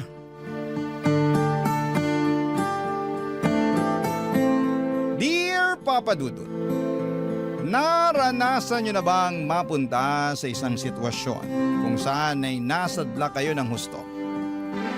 Ako kasi ay oo, at yon ang gusto kong ibahagi sa mga kabarangay nating panatiko ng Barangay Love Stories. Pero bago ang lahat ay magpapakilala muna ako sa inyo. Tawagin niyo na lamang po ako sa pangalang Bobby, 38 years old at taga Mandaluyong. Itong mga nakalipas na araw ay sobrang lugmo ko at para bang wala ng bukas para sa akin. Sunod-sunod kasi ang mga nangyaring trahedya sa buhay ko na malalaman ninyo sa pagpapatuloy ng aking kwento. Pero magsisimula muna ang lahat noong 30 anyos pa lamang ako. Kami na lamang ng nanay ko ang magkasama noon sa bahay dahil nasa ibang bansa ang kuya ko para magtrabaho.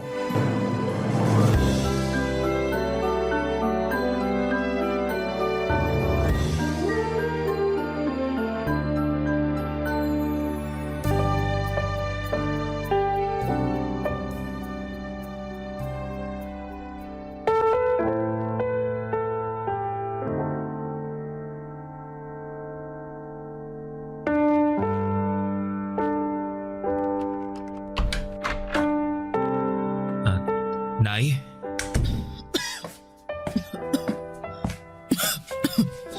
Nako, ang tindi ng ubo niyo. Ayos lang ako, anak. Di po kayo mukhang ayos, Nay. Ayos nga lang ako. Ay, buti pa, abot mo na lang yung tubig dyan sa tabi ko nang makainom ako. Sige po. Ilapag ko lang muna tong bit-bit kong lugaw dito sa tabi, ha? Oh, Nay, ito na po yung tubig. Daan-daan po sa pag-inom, ha? Salamat, anak. Kumusta na po ang pakiramdam nyo? Nag-aalala po ako para sa inyo. Huwag kang mag-alala.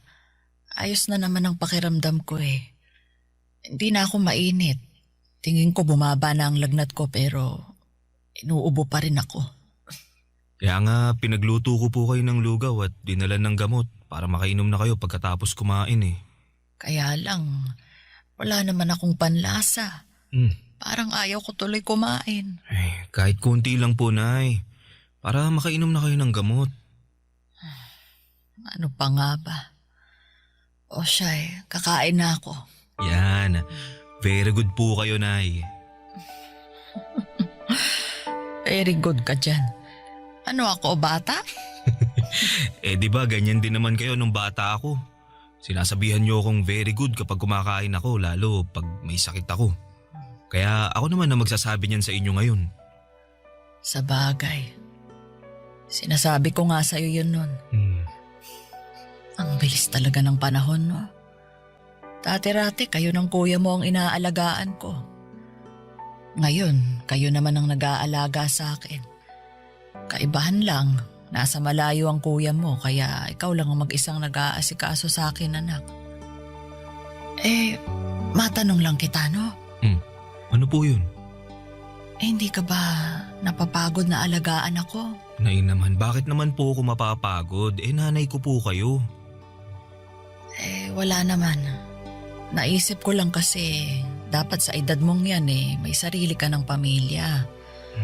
Kaso mukhang kasalanan ko kung bakit hanggang ngayon wala ka pa ring asawa. Nay, hindi niyo po kasalanan. Sadyang wala pa lang po talagang nagkakamali. Ano ba yung sinasabi mong wala pang nagkakamali? Masasabi ko na maswerte ang babaeng makakatuluyan mo dahil napakalambing mong anak, mapagmahal at maalaga. Mahilig pa sa mga bata. Kaya naman kung meron ka ng natitipuhang babae, ligawan mo na. Malay mo, siya na pala ang makatuluyan mo. Sa ngayon, wala pa naman po akong nagugustuhan pero sige po. Sa oras na magkaroon na sasabihin ko agad sa inyo. Bakit mo sasabihin sa akin? Para malaman nyo. Salamat ha, pero ang sabi ko, ligawan mo. Hindi mo lang basta sabihin sa akin. Nay naman Siyempre, liligawan ko pa rin naman siya pero gusto ko munang makilala nyo siya. Sige anak, salamat kung ganoon kasi naiisip mo ko. Sana nga makakilala ka ng babaeng liligawan para naman hindi lang sa akin umiikot ang mundo mo. Nay, sa inyo pa rin po iikot ang mundo ko kahit na may nililigawan na ako. Pangako po yan, Nay. Papa Dudut, mahal na mahal ko ang nanay ko at wala akong pinagsisisihan na ako lamang ang nag-iisa niyang anak na nag-aasikaso sa kanya. Bagaman pareho naman kaming may trabaho ng kuya ko. Masaya ako na sa tuwing kailangan ako ng nanay ko ay nasa tabi niya lamang ako. Pero naiintindihan ko naman ang kagustuhan niyang makapag-asawa na ako at bumuo ng sariling pamilya dahil nga hindi na ako bumabata pa. Simulat sa Paul ay alam ni nanay na gusto kong magkaanak. Hanggang sa nakilala ko si Rhea sa restaurant na pinagtatrabahuhan ko bilang tagaluto. Bali, serbidora siya noon at taga Ilocos Sur. Mabait si Rhea, maganda at kuwelang kasama. Pero sa kabila ng mga tawa niya ay meron siyang malungkot na nakaraan. At yun ang dahilan, Papa Dudut, kung bakit siya umalis noon sa kanila. Sa katunayan, sa tuwing kinikwento sa akin ni Rhea ang karanasan niyang Yun ay hindi ko talaga mapigilang malungkot at makisimpatya sa mga pinagdaraanan niya.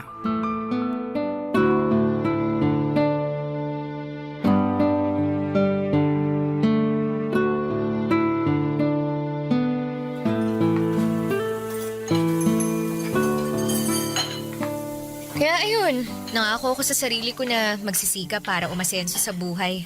Kaya nga kahit mahirap at wala akong kaalam-alam sa magiging buhay ko rito sa Maynila, nakipagsapalaran pa rin ako. Gusto ko pagbalik ko sa Ilocos ibang Rhea na ako. Hindi ko naman hangad na yumaman pero gusto kong magkaroon ng komportableng buhay. Kaya lalo mo ako napahanga Ang lakas ng fighting spirit mo. Uy, thank you pero kailangan Malay mo. Meron pang magandang buhay na naghihintay sa'yo pag nagpatuloy ka.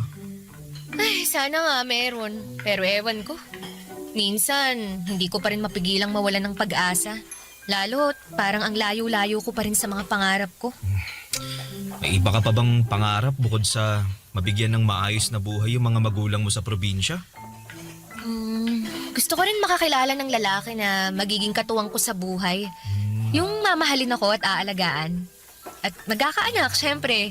Lalo't hindi na ako bumabata, di ba? Baka kumunat na tong matres ko pag pinatagal ko pa ang pagbubuntis. Sobra ka naman sa kumunat. Para namang chichirya lang na nahanginan. Uy, seryoso ako dun Kung kayong mga lalaki walang problema sa pagkakaroon ng anak kahit may edad na kayo, ibahin nyo kaming mga kababaihan. Hindi naman sa nilalahat ko, no? Kasi meron pa rin namang mga babae na nabubuntis pag umedad na ng 35 pataas. Pero madalas nahihirapan na talaga. Ganun ba yun? Oo. Kaya nga sana makilala ko na rin yung matinong lalaki na makakatuwang ko sa buhay. Naniniwala kasi ako na may inilaan ng Diyos na makakapareha natin sa buhay na to. Ikaw ba? Ganun din ba ang paniniwala mo? Oo. Bakit parang hindi ka pa sigurado? Naniniwala naman ako pero mas naniniwala doon ang nanay ko. Kaya nga pinaghahanap na niya ako ng mapapangasawa dahil tumatanda na daw ako. Talaga? Anong sagot mo? Yun, sabi ko, sige. Kung may makikilala ako at magugustuhan ko liligawan ko na tapos ipapakilala ko agad sa kanya. Ayun, natuwa naman at sobrang excited. Ewan ko ba dun? Ganun lang siguro talaga ang mga nanay. Sobrang excited na magkaroon ng apo. Ay, bigla ako tuloy na miss ang nanay ko. Kumusta na kaya siya? Hindi mo malalaman ang sagot kung hindi mo siya tatawagan. Tsaka na, wala na kasi akong load Tsaka patapos na yung break time natin. Baka mamaya sitahin na tayo pag nag-overbreak tayo. Ay, oo nga pala. Masyado pa namang sip-sip yung naninita na yun. Kala mo naman kung sinong tagapagmana ng kumpanya kung umasta. Uy, baka may makarinig sa'yo Uy, ano naman? Wala naman akong binabanggit na pangalan. Bato-bato na lang sa langit. Ang mag-react, pangit. Papadudo 3 buwan na noon si Rhea sa pinagtatrabahuhan namin at masasabi ko na naging sobrang close kami. Sa katunayan ay siya lamang ang dahilan kung bakit ako nag-i-stay sa pinapasukan ko. Gusto ko na kasing umalis noon dahil sobrang toxic na rin ang management namin. Alam ko naman na magiging malaking pagsubok na naman sa akin ang paghahanap ng mapapasukang trabaho. Lalo na high school graduate lamang ako. Bukod doon ay ayoko ring magtrabaho sa malayo dahil maiiwang mag-isa ang nanay ko sa bahay namin. Yun ang dahilan kung bakit hindi ko pa tinatanggap ang alok at tulong sa akin ng kuya ko na nag-ibang bansa na.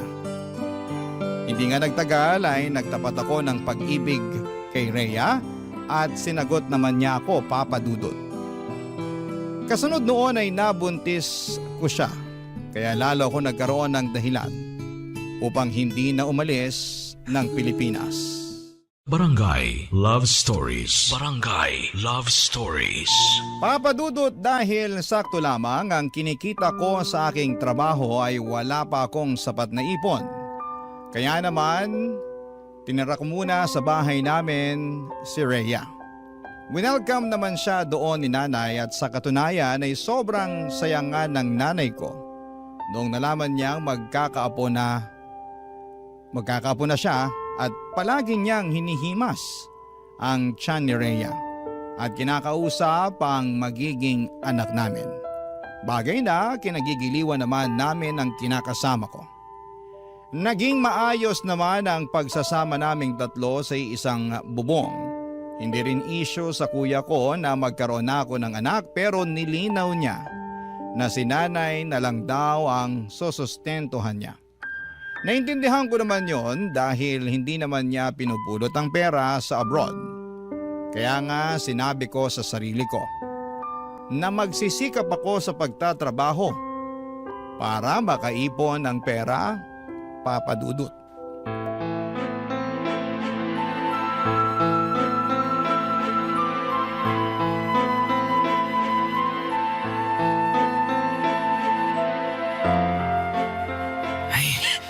Nay! Rhea! Minahon lang naman po muna kayo. Paano ko hihinahon? Nakakainis yung Rhea na yan. Biruin mo, ayaw magkusot ng damit? Mas gusto pang i-washing, hindi naman natatanggal yung dumi. Natatanggal naman po eh. Anong natatanggal? May nakita pa akong kapiraso. Alam mo naman na ayaw kung may natitirang dumi, di ba?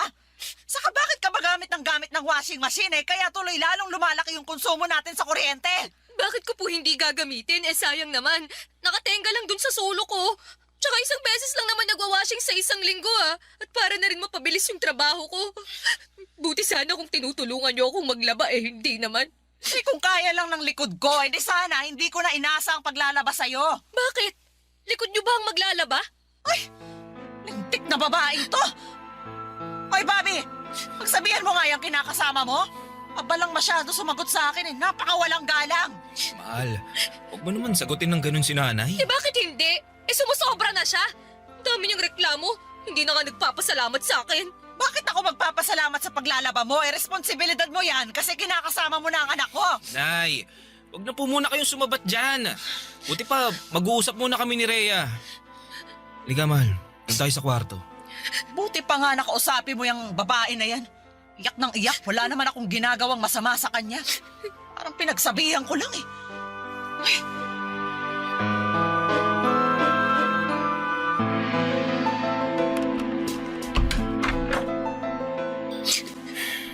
Ayos ka lang ba, mahal?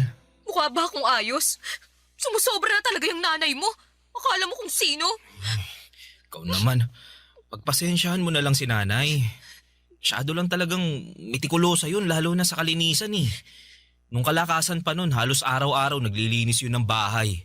Katwiran niya, para raw hindi mamuo yung alikabok at di rin magkasakit, lalo na hikain nun ng tatay ko nung nabubuhay pa. Kaya pala pinagalitan din niya ako nung nakaraan. Kasi hindi raw ako araw-araw naglilinis dito sa bahay niyo. Sa nakakapagod Tsaka hindi niyo naman ako katulong dito para araw-araw maglinis Kinakasama mo ko. At buntis pa ako sa anak natin. Kaso ang kulit ng nanay mo. Gawin ko raw ehersisyo ang paglilinis dahil mabuti yun sa buntis kesa laging nakahilata sa kama. Nanay talaga Oo! Kaya nga naloka ako kasi magkaiba kami ng paniniwala. Pati pagluluto ko sinisita. Ang dami sinasabi na kesyo pinagsasabay ko raw ang pagluluto sa paghuhugas ng pinggan. Paano daw pag nalagyan ng sabon yung niluluto ko? As if naman nahahayaan kong mangyari yun. Sa ayoko lang talaga na may tambak sa lababo na hugasin. Lalo't ako rin naman yung maghuhugas sa mga pinagkainan natin pagkatapos. Buti sana kung siya o ikaw ang gumagawa nun. Ako naman. Sorry. Hayaan mo. Ako na lang ang maghuhugas ng pinagkainan natin. Ay nako, hindi mo talaga ako naiintindihan no? Hindi lang naman yung tungkol sa pinagkainan natin Ang punto ko rito, kailan mo ba ako planong ibukod ng bahay? Alam mo, sabi ng nanay ko, iisa lang daw ang pwedeng maging reyna sa isang bahay. At sa sitwasyon natin ngayon, ang nanay mo lang yon dahil pamamahay niya to. Kaya naman mabuti pa na bumukod na lang tayo para hindi na kami palaging nag-aaway. Hindi natin pwedeng gawin yun dahil ako lang ang inaasahan ng kuya ko na magbabantay at mag-aalaga kay nanay. Saka wala pa akong sapat na ipon pambukod natin kaya sana magtiis ka na lang muna. Hayaan mo, kakausapin ko na lang din si nanay. Pagsasabihan ko siya.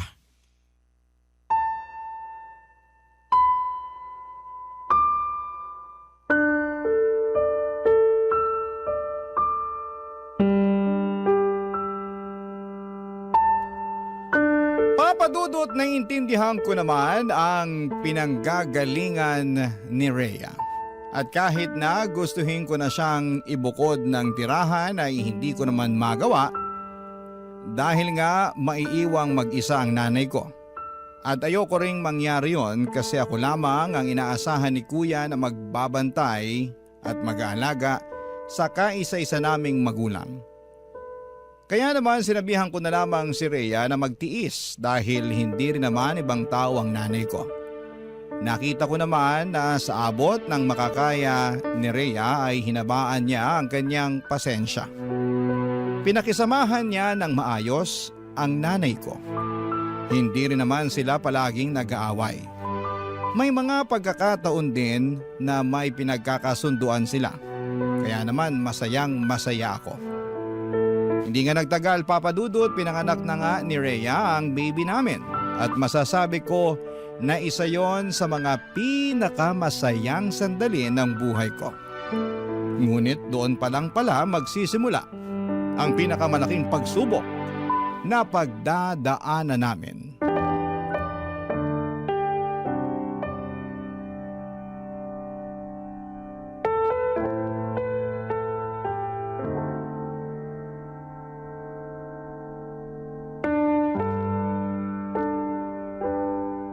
Sensya na.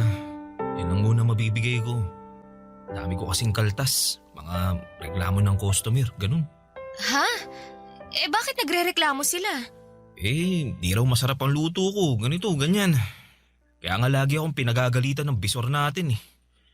Pinagbantaan pa na kapag hindi ko inayos yung trabaho ko, tatanggalin na nila ako. Alam mo naman na mapipilay tayo ng husto pag nawalan ka ng trabaho, di ba?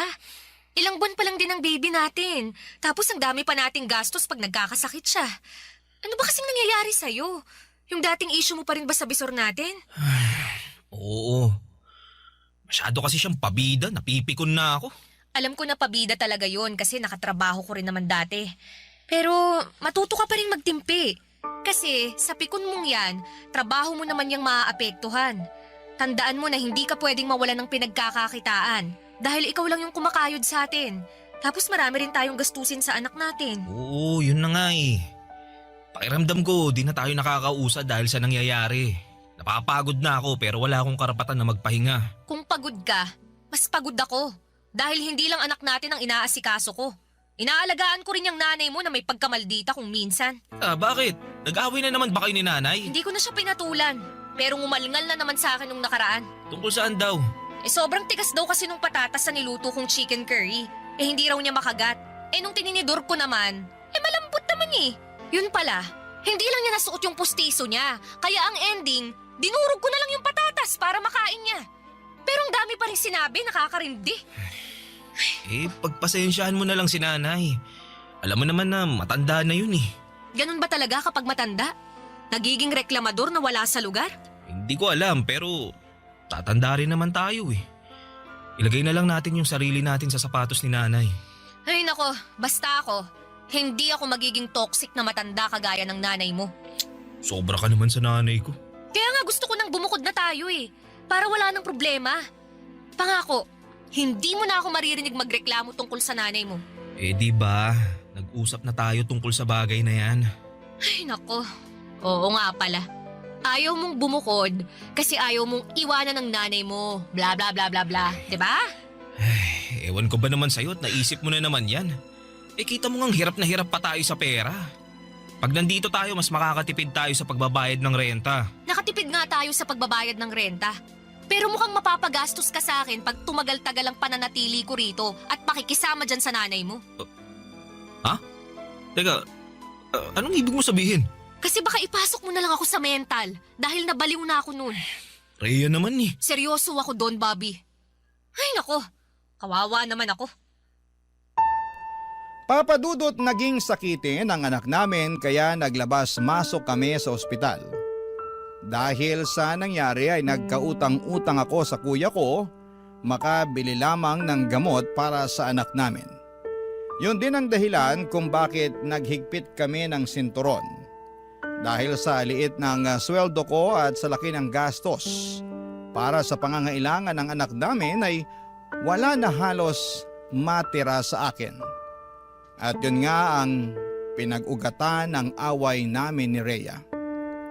At dahil maliit nga lang ang bahay namin ay naririnig ni nanay ang pag-aaway namin. Kaya hindi niya mapigilang makisali. Kapag nangyayari yon, Papa Dudut. Lalo lamang naiinis si Rhea dahil pakiramdam niya ay nagkakampihan kaming mag-ina para pagtulungan siya. Naipit ako sa sitwasyon ng sobra. Para akong tupang naligaw mula sa kawan na naglalakad ng walang direksyon. Barangay Love Stories. Barangay Love Stories. Papadudot nung sa tingin ko ay pasan ko na ang daigdig. Nang mga panahong yon ay meron pa palang ilalala ang sitwasyon. At yun nga ay noong nagkasakit ang nanay ko. Mabuti na lang at nandyan si kuya para suportahan ang pagpapagamot niya, lalo na noong nadiskubre namin na meron siyang early signs ng Alzheimer's disease. Nalugmok ako ng sobra, lalo at pareho pa sila ng anak ko na may sakit kaya naman lalong bumigat ang pasan-pasan ko sa aking mga balikat. Pero buti na lang at nandyan si Rhea para alagaan ang nanay ko kahit na meron silang hindi pinagkakasunduan. At tinutulungan niya rin ako upang gumaan ang pagdadala ko ng buhay. Masasabi ko na kahit mahirap ay malaki pa rin ang pasasalamat ko sa aking kinakasama, Papa Dudut.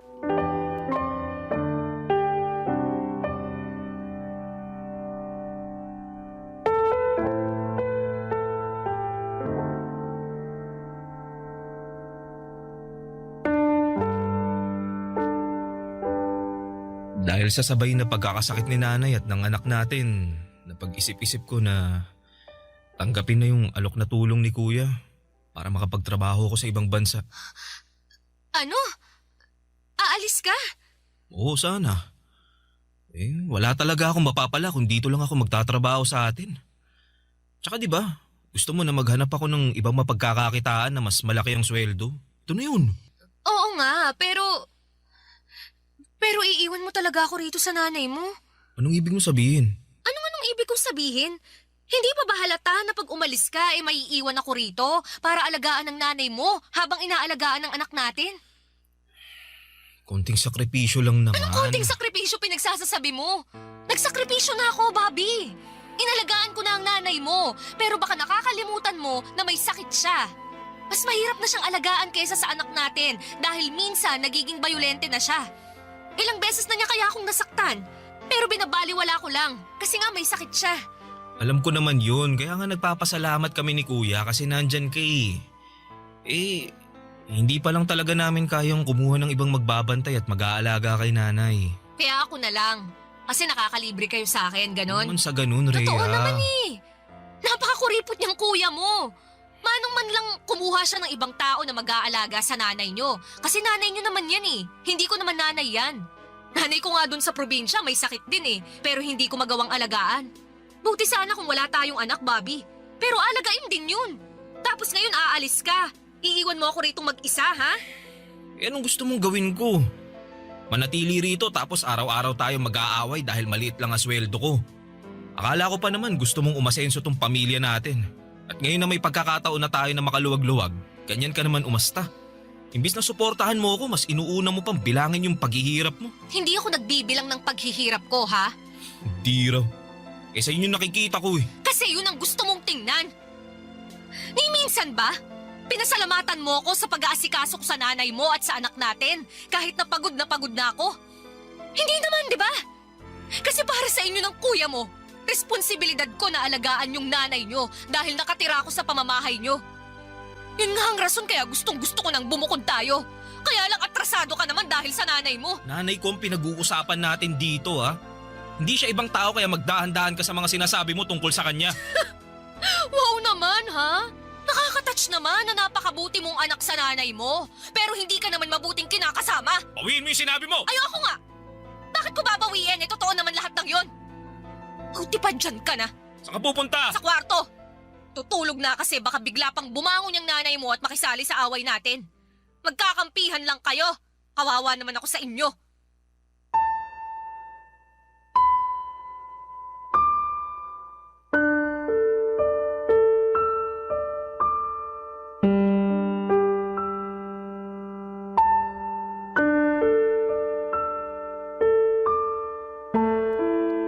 Papadudot, alam ko na maling iasa ko kay Rhea ang pag-aalaga sa nanay ko dahil nanay ko yon.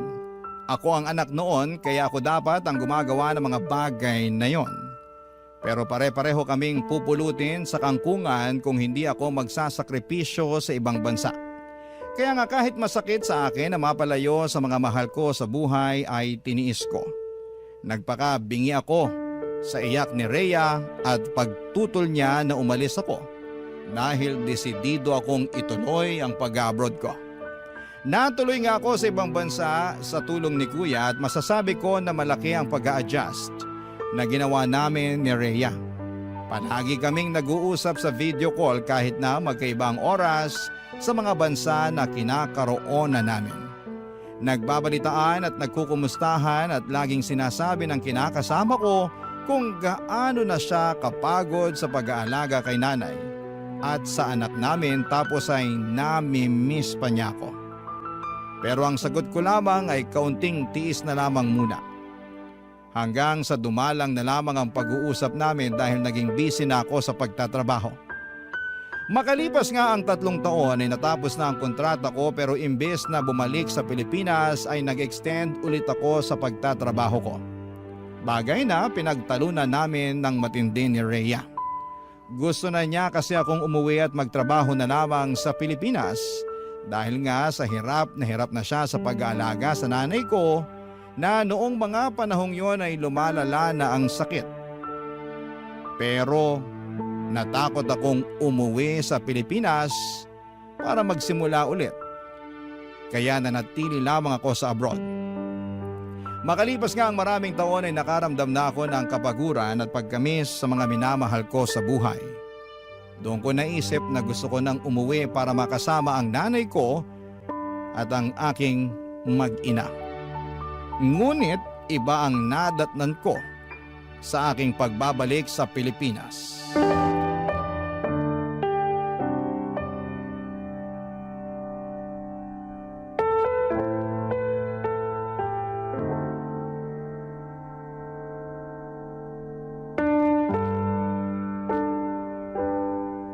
Rhea naman, halos kararating ko lang galing abroad. Tapos malalaman ko na lang na gusto mo kaming iwanan ng nanay ko? Oh, bakit hindi? Ang tagal kong hinintay ang pagbabalik mo para may mapag-iwanan na ako dyan sa nanay mo. Kahit naman paano may konsensya pa rin ako. Dahil ayoko siyang ipagkatiwala kung kani-kanino. Ngayon na nakabalik ka na, aalis na ako. Iiwan ka na namin ng anak mo. Rhea, parang awa mo na. Huwag kayong umalis ng anak natin. Paano na lang ako pag nawala kayo? Sino na lang ang makakasama ko mag-alaga kay nanay? Tagapag-alaga lang talaga ng nanay mong tingin mo sa akin, no? Di naman sa ganun. Anong hindi sa ganun? Ganun yun! Ilang taon kong inalagaan ng nanay niyo, Bobby. Ni ha, ni ho, wala akong narinig sa inyo ng kuya mo. Ilang taon mo rin akong narinig na nagsabi sa'yo na napapagod na ako. Pero hindi mo ko pinakinggan. Ang tagal mo sa abroad, pero hindi man lang pumasok sa kokote mo na maghanap ng mag-aalaga sa nanay niyo, no? Sinamantala niyo talaga na makatipid kasi nandito naman ako. Ang kakapal ng mukha niyo. Sana pala siningil ko kayo sa ilang taon kong serbisyo sa magulang niyo. Tawarin mo kami, Rhea. Di naman namin sinasadyang... Pwes patawarin mo rin ako kung mas gusto ko na lang iwan kayo. Dahil pagod na ako sa inyo. Di ba natin pwedeng ayusin yung pamilya natin? Kinakasama mo ko, may anak tayo. Kinakasama na wala namang pagmamahal sa akin? Di totoo yan. Totoo yan. Dahil yun ang pinaramdam mo sa akin. Yung hindi mo pakikinig sa akin sa tuwing magkikwento ako at maglalabas ako ng sama ng loob. At yung pagdidesisyon mong mag-extend sa abroad at hayaan akong mag-alaga rito sa nanay mo ang nagpapatunay na hindi mo talaga ako mahal. Kasi Bobby, kung mahal mo ko, iisipin mo rin ang kapakanan ko. Hindi lang sarili mo at sa kung paano kayo makakatipid ng kuya mo. Kaya nga nagsisisi na ako. Hayaan mo, babawi ako sa'yo. Lalo ngayon, nagdesisyon na ako na hindi na ako babalik sa ibang bansa. Ay, wow! Nagdesisyon ka na naman pala nang hindi ako kinukonsulta? Sa bagay, sino lang ba ako sa buhay mo para konsultahin mo? Ni hindi mo nga ako asawa eh. Hamak na nanay lang ako ng anak mo at tagapangalaga ng nanay mo. Bobby, pagod na ako. Ayoko naman kukulin yung buhay ko sa pag-aalaga sa nanay niyo. Naalala mo yung sinabi ko sa'yo noon? Na iba ko pang pangarap, ha? Na gusto ko rin makakilala ng isang lalaki na magiging katuwang ko sa buhay. Yung mamahalin ako at aalagaan. Akala ko ikaw na ang lalaking yun. Pero nagkamali ako. Gusto ko lang naman maranasang alagaan. Kasi pagod na akong mag-alaga. Rhea. Huwag mo akong hahawakan. Rhea, please. Mag-usap tayo. Pag-usapan natin to. Wala na tayong pag-uusapan. Dahil nakapag-desisyon na ako. At wala ka nang magagawa para baguhin pa yon. Tapos na tayo, Bobby. Simula sa araw na to. Hiwalay na tayo!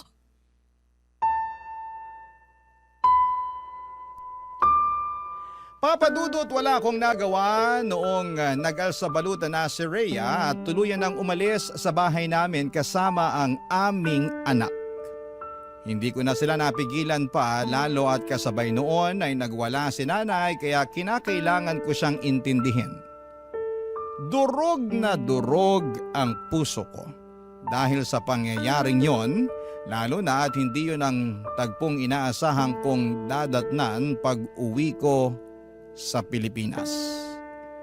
Makaraan ng 1 linggo ay nabalitaan ko na lamang sa dati naming katrabaho na meron na palang bagong kinakasama si Rhea.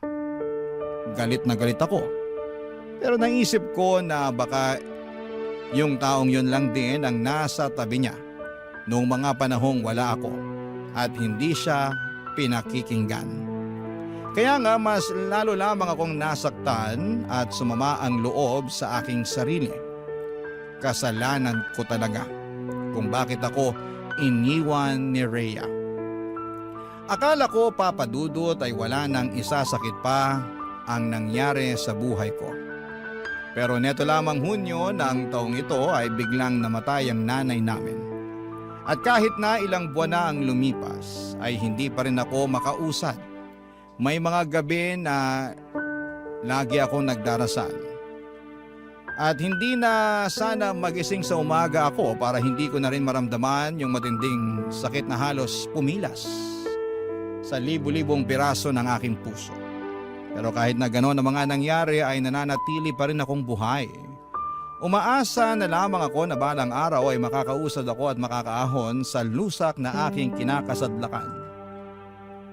Hanggang dito na lamang po ang sulat ko, Papa Dudut. Maraming salamat po sakaling mapili po ninyong i-ere sa programa ninyong Barangay Love Stories. God bless and more power sa inyong istasyon. Ang inyong forever, kapuso at kabarangay, Bobby. Anong say mo sa Barangay Love Stories na ito? Pagkwentuhan natin sa comment section yan.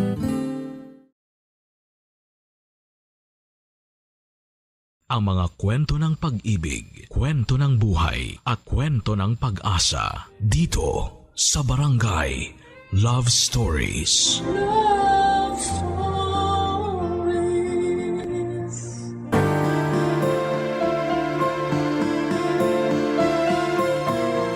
Ang pag-ibig ay sugal. Mayroong nananalo at mayroong natatalo.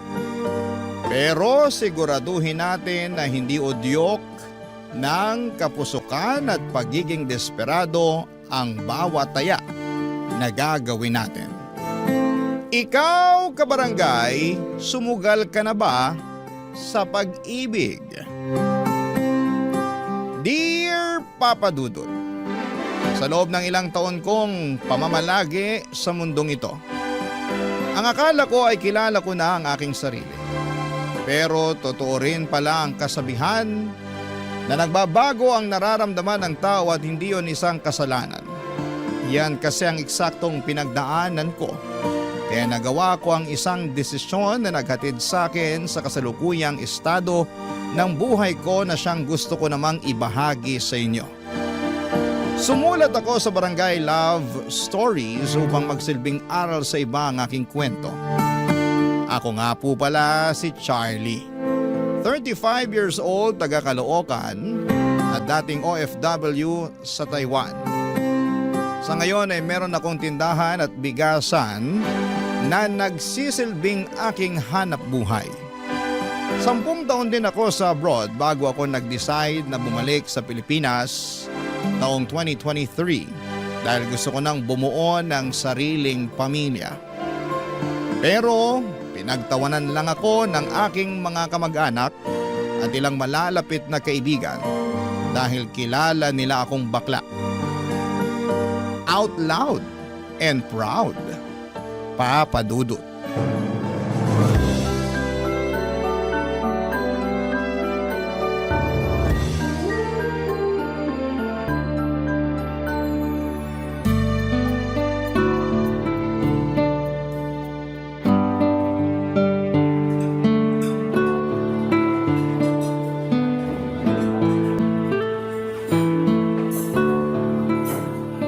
Bakit hindi mo ko pinagtatawanan kagaya nila? Sinong nila? Yung iba kong friends and relatives. Grabe sila. Nung sinabi ko na plano ko mag-asawa ng babae at magkaanak, tawang-tawa nakita ko pa mga ngalangala. Sarap sungal-ngali ng mga pes. Hindi ko gagawin yun, no? Pero di mo rin sila masisisi kasi matatawa talaga sila dahil bakla ka. Tapos biglang gusto mo mag-asawa at magkaanak. Baka yung magkaanak, pwede pa. Pero yung mag-asawa ng babae, medyo kakaiba. Bakit? Meron din naman akong Oo, alam kong meron ka nun. Kaya makakabuntis pa rin ako. Andun na tayo. Pero sigurado ka na ba? Oo naman. Bakit hindi? Ipapaalala ko lang sa'yo na hindi basta-basta yung pag-aasawa, ha? May kasabihan nga yung mga matatanda na hindi raw to parang kaning isusubo na iluluwa kapag napaso. Saka sure ka na ba na gusto mong talikuran yung pagiging bakla? Pag nagkaasawa ka na kasi ng babae, dapat sa kanya ka lang nakatingin at wala ka ng karapatan na magkagusto sa iba. Lalo na sa mga gwapo at machong lalaki. Ganun ba yun? Siyempre, kailangan loyal ka lang sa asawa mo, no? Kaya nga tinatanong kita kung sigurado ka ba na gusto mo talagang magkaasawa ng babae. Kasi kung anak lang ang habol mo, ibang usapan na yun. Alam ko naman yun. At thank you sa concern mo pero oo yung sagot ko. Pinag-isipan ko na to na maraming beses. At bago ako umuwi rito sa Pinas, nakapag-decide na akong talikuran ng pagiging bakla ko. Gusto ko na magbalik loob at magpakalalaki. Okay, pero baka mahirapan ka pa rin humanap ng babae na magiging asawa mo. Kasi iba-iba naman ang gusto ng tao. Yun nga eh. Paano ko ba sisimulan? Saan ako magsisimula kung sakali? Makipagkilala ka. Kaibiganin mo, ganun. Ipakita mo na seryoso ka sa intensyon mo dun sa babae. Lalo na kung gustong-gusto mo na siya. Be patient din kasi kaming mga babae, medyo matagal mag-decide. Pinag-iisipan pa kasi namin kung bibigyan namin ng chance yung manliligaw namin o hindi. Okay. Noted sa mga sinabi mo. Pero ang pinaka-importante, sabihin mo sa kanya yung past mo. Para dun pa lang, alam mo na kung matatanggap ka niya o hindi. Pag matanggap ka niya, mas malaki ang chance mo na malaman kung compatible kayo. Acceptance is the key. Tama nga naman. Salamat, Beshi. Ikaw lang talaga yung napagsabihan ko ng plano kong to. Nakakatuwa nga kasi hindi mo ko pinagtawanan. Sabi ko nga, hindi ko gagawin yun, lalo na wala namang dahilan. Nakakabigla lang kasi nga akala ko bakla ka na forever. Pero darating din pala yung araw na gugustuhin mong magbago para bumuo ng sarili mong pamilya. Masaya naman ako sa pagiging bakla pero tingin ko mas magiging masaya ako pag nagkaanak ako at nagkaasawa. Saka hindi ako fan ng gender reassignment o meme na yan dahil gusto ko na nga magpakalalaki. Sayang naman tong ko kung hindi ko magagamit in a natural way. Grabe, nakakapanibago ka. Anong nakakapanibago, Besh? Last usap kasi natin baklang-bakla ka pa. Tapos ngayon nagpapakalalaki ka na. Change for the better, ika nga. Pero thank you talaga ha. Malaking bagay yung suporta mo at hindi panghusga. Hindi naman ako judge para humusga. Saka maliit na bagay lang yun kumpara sa pagiging mag-BFF natin for the longest time.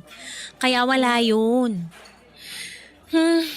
Suportado kita sa gusto mong gawin sa buhay mo. Basta hindi yun masama. Papadudot bukod tangi na ang BFF kong si Anaya ang nakaintindi sa pagbabagong gusto kong gawin sa buhay ko. Bagaman alam ng karamihan kung gaano ako kabakla ay sinuportahan niya pa rin ako para makahanap ng babaeng mamahalin. At nangako ako kay Anaya at sa sarili ko na sa oras na dumating na nga ang babaeng yon, sa buhay ko ay mamahalin ko siya ng gusto at todo-todo. Ewan, siguro'y bigla ko na lamang din talagang na-realize na gusto ko palang maging tatay at bumuo ng pamilya. Kaya nga, sinunod ko lahat ng suggestion ni Anaya kung paano ko makakakilala ng babaeng mamahalin ko. Desidido na akong magpakalalaki para lamang matupad ang mga pangarap kong magkaanak. Pero hindi pala yon madali at aaminin kong nakaka-stress at nakakapagod din.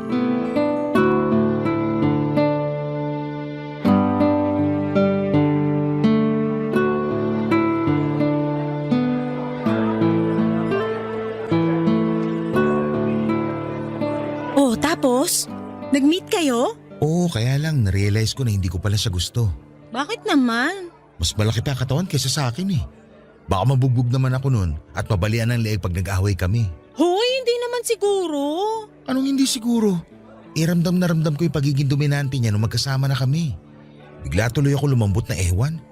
Hindi ko mapanindigan pagiging lalaki. Nakakatakot si Ates. Kung tingin mo, di kayo okay, baka di nga talaga. Mahirap naman kung ipipilit natin, di ba? Tama. Okay lang yan. Hanap na lang uli ng iba.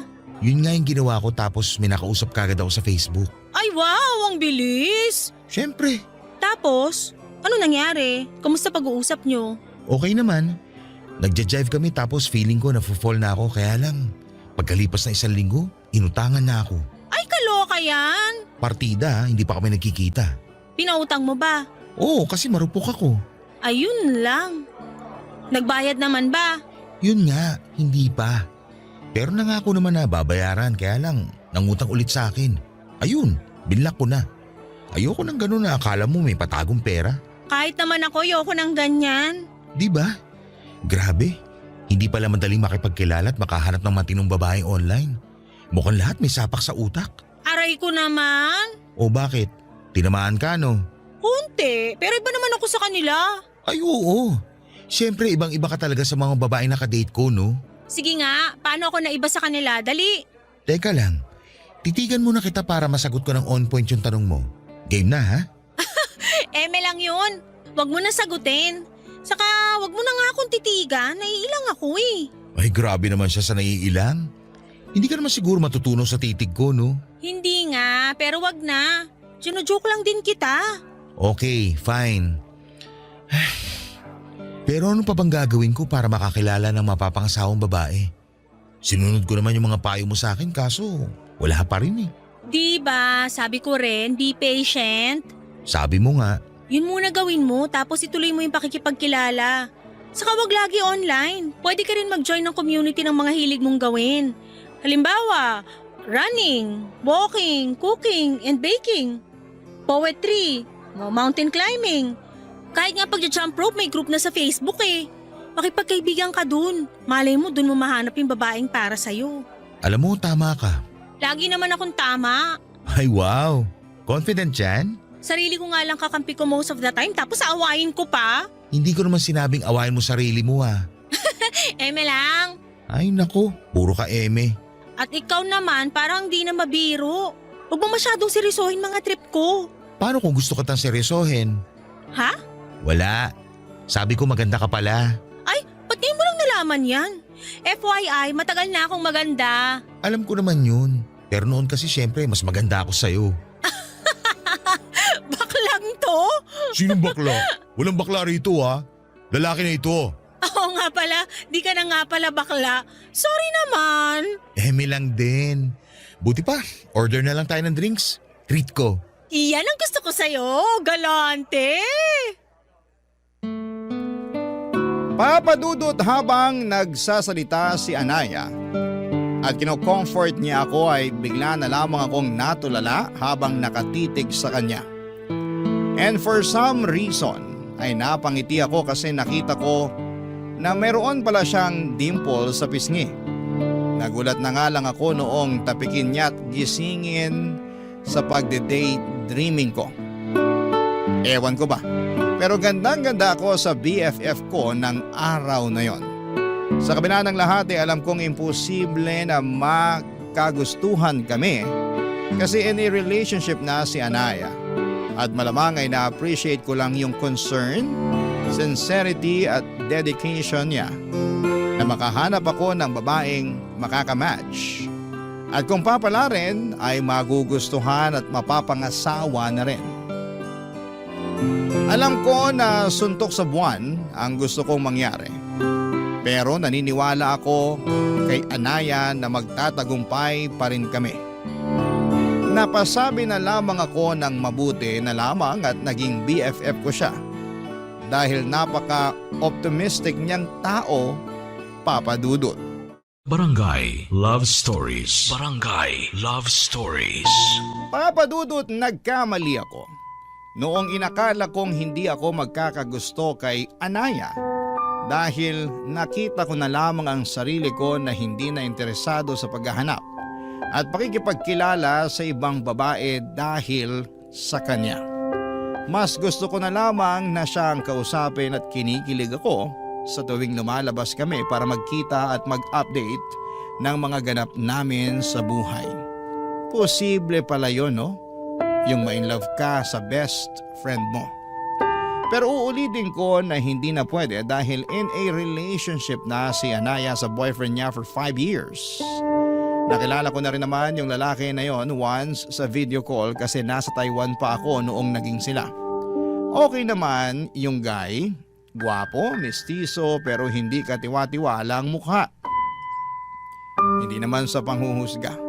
Pero napatunayan kong tama ang kutob ko nang nagkwento sa akin si Anaya na ilang beses na raw siya nitong niloko at ang syunga na naman ng BFF ko dahil ilang beses na rin po itong pinatawad.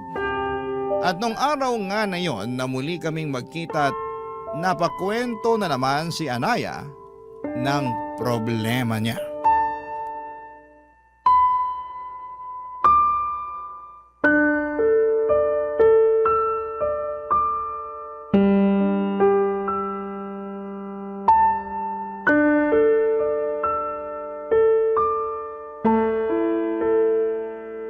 Thank you talaga, Beshi. Pinuntahan mo ako rito sa apartment ko. Wala yun, no? Pero sure ka bang wala rito yung boyfriend mo?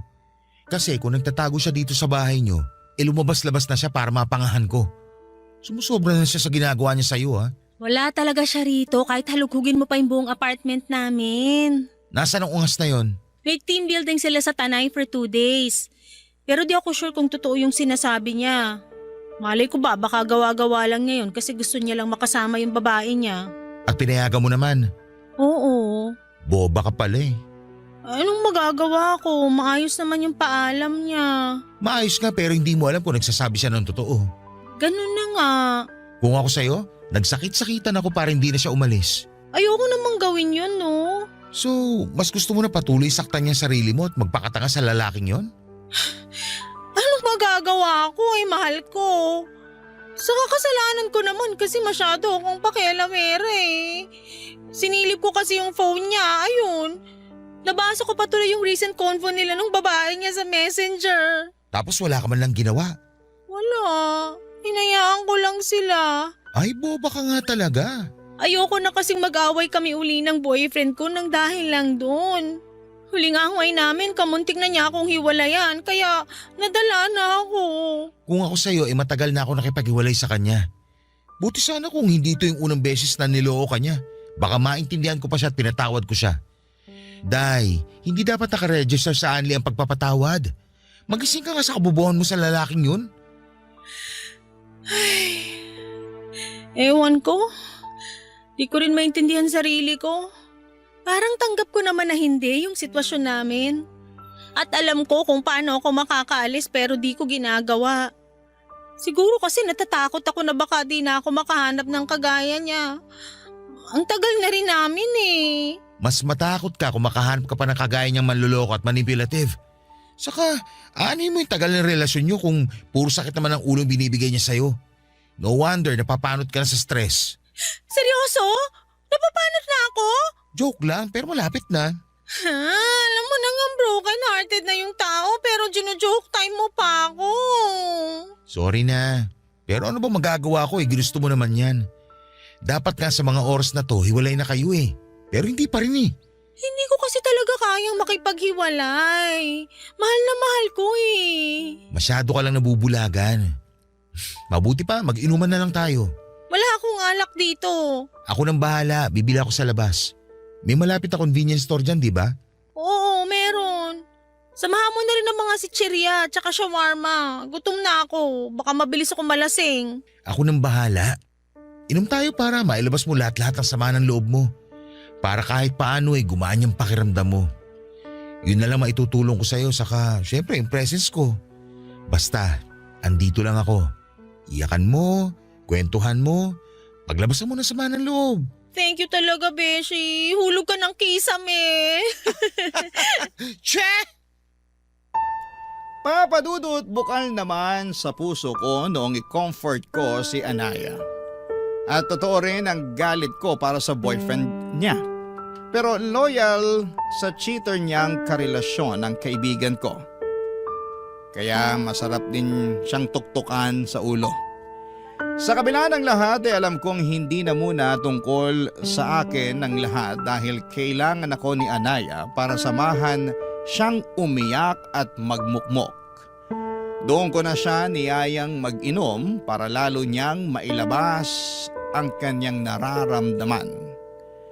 Pero habang lalo kaming tinatamaan ng alak ay mayroon akong naiisip gawin. Bagay na maituturing kong hidden agenda. Hindi nagtagal ay tuluyan ng nalasing si Anaya at doon ko nakita ang kaharutan niya kapag merong alak sa kanyang sistema. Panay dikit niya sa akin kaya tinalaban ako at bigla na lamang lalong uminit ang aking katawan. Hindi nagtagal ay hinalikan ko si Anaya at laking gulat ko na hindi siya pumalag.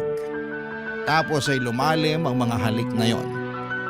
Doon na may nangyari sa amin ng BFF ko, Papa Dudut. Kinabukasan, nag-decide kaming kalimutan na lamang ang lahat dahil malinaw pa sa sikat ng araw na nagtaksil siya sa boyfriend niyang manluloko.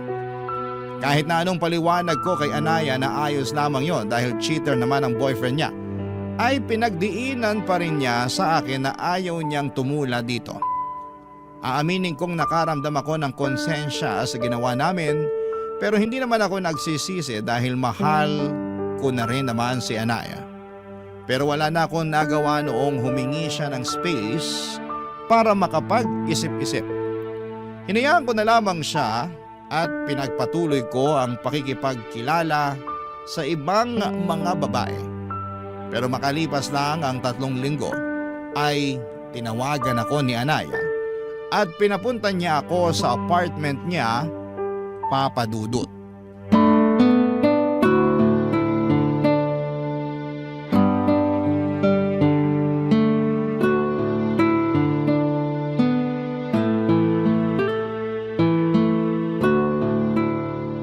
Oh Beshi, long time no see. Bakit dito mo ako pinapunta sa apartment mo? Pwede naman tayo magkita sa labas. Treat ko pa. Sorry, pero di ko yata kaya makipagkita sa'yo sa labas. Para sa akin, pinakaligtas tong apartment namin. Pinakaligtas? Ay, seryoso mo naman masyado. Nasa labas ba boyfriend mo? Hindi, nasa trabaho. Okay. Charlie, hindi ko na kasi alam yung gagawin. 2 araw ko na rin iniisip kung dapat mo bang malaman pero may karapatan ka pa rin namang malaman. Ano ba yun? Medyo kinakabahan naman ako sa iyo eh. Buntis ako. Ha? Sabi ko buntis ako. Nabuntis mo ako. Talaga? OMG! Magkakababy na tayo! Magiging tatay na ako! Oo, pero mukhang ikaw lang ang masaya. Nakikita mo ba mukha ko ngayon? Biyaya yan, kaya maging masaya ka. Paano ako magiging masaya? Pinagtaksilan ko yung boyfriend ko. Sa'yo pa na BFF ko, tapos ngayon magkakababy na tayo. Sige nga, sabihin mo, paano ako magsasaya? Kalmahan mo lang. Paano ako kakalma? Nagbunga na yung nangyari sa atin. Alam mo, kasalanan mo to eh. Ha? Paano naging kasalanan ko? Kasi inalikan mo ako. Sinamantala mo yung kalasingan ko para may mangyari sa atin. Akala mo ba hindi ko napagtagpi-tagpi yung plano mo? Sinadya mong malasing ako kasi gusto mo akong buntisin para magkaanak ka na. Sobra ka naman mambintang? Bakit? Hindi ba totoo? Besh! O, kita mo na! Sinasabi ko na tama yung kutob ko. Pero ikaw din naman nagbigay ng motibo sa akin nun eh. Masyado ka marot. Panendikit mo sa akin kaya paano hindi ako madadala, hindi ba? Sumabay na lang din ako kaya nangyari yun. Saka kung talagang ayaw mo, dapat tong hinalikan pa lang kita pumalag ka na. Kaso hindi eh. Hinayaan mo lang din na may mangyari sa atin. Kumalma ka nga. Magkakababy na tayo kaya tanggapin mo na lang. Malamang hindi ko matatanggap tong batang to. Saka paano ko sasabihin sa boyfriend ko na buntis ako pero hindi siya yung ama? Gusto mo ako na magsabi eh. Sira na ba ulo mo? Baka pag nalaman niya, tugulpihin ka niya. Subukan niya ipapupulis ko siya. Saka siya pa to may karapatang magalit eh. Siya nga tong una ng loko sa inyo. Anong sinabi mo? Sabi ko manloloko yung boyfriend mo. Matagal ka na niyan niloloko. Ikaw lang nagpapakatanga na manatili sa relasyon nyo. Lagi mo na lang sinasabing mahal mo siya. Pero ito ang mahiwagang tanong. Mahal ka ba niya? Sa nakikita ko kasi hindi. Ikaw lang yung nagpapauto sa kanya sa totoo lang. Oo, alam ko na nagpapauto lang ako.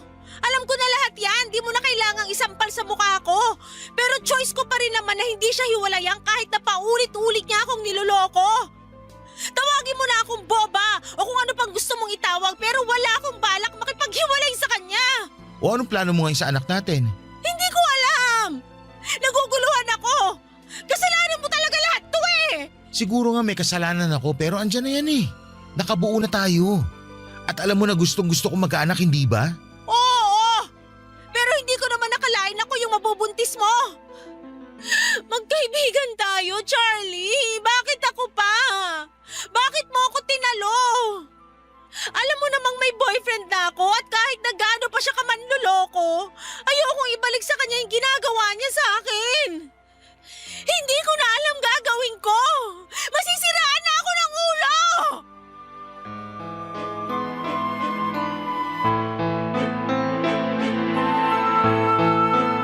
Papadudot, yung sandaling sinabi ni Anaya na buntis siya. At ako ang ama ay para bang gustong pumalapak ng dalawa kong tenga. Pero base sa itsura niya na hindi masaya ay agad na bumagsak ang mga balikat ko.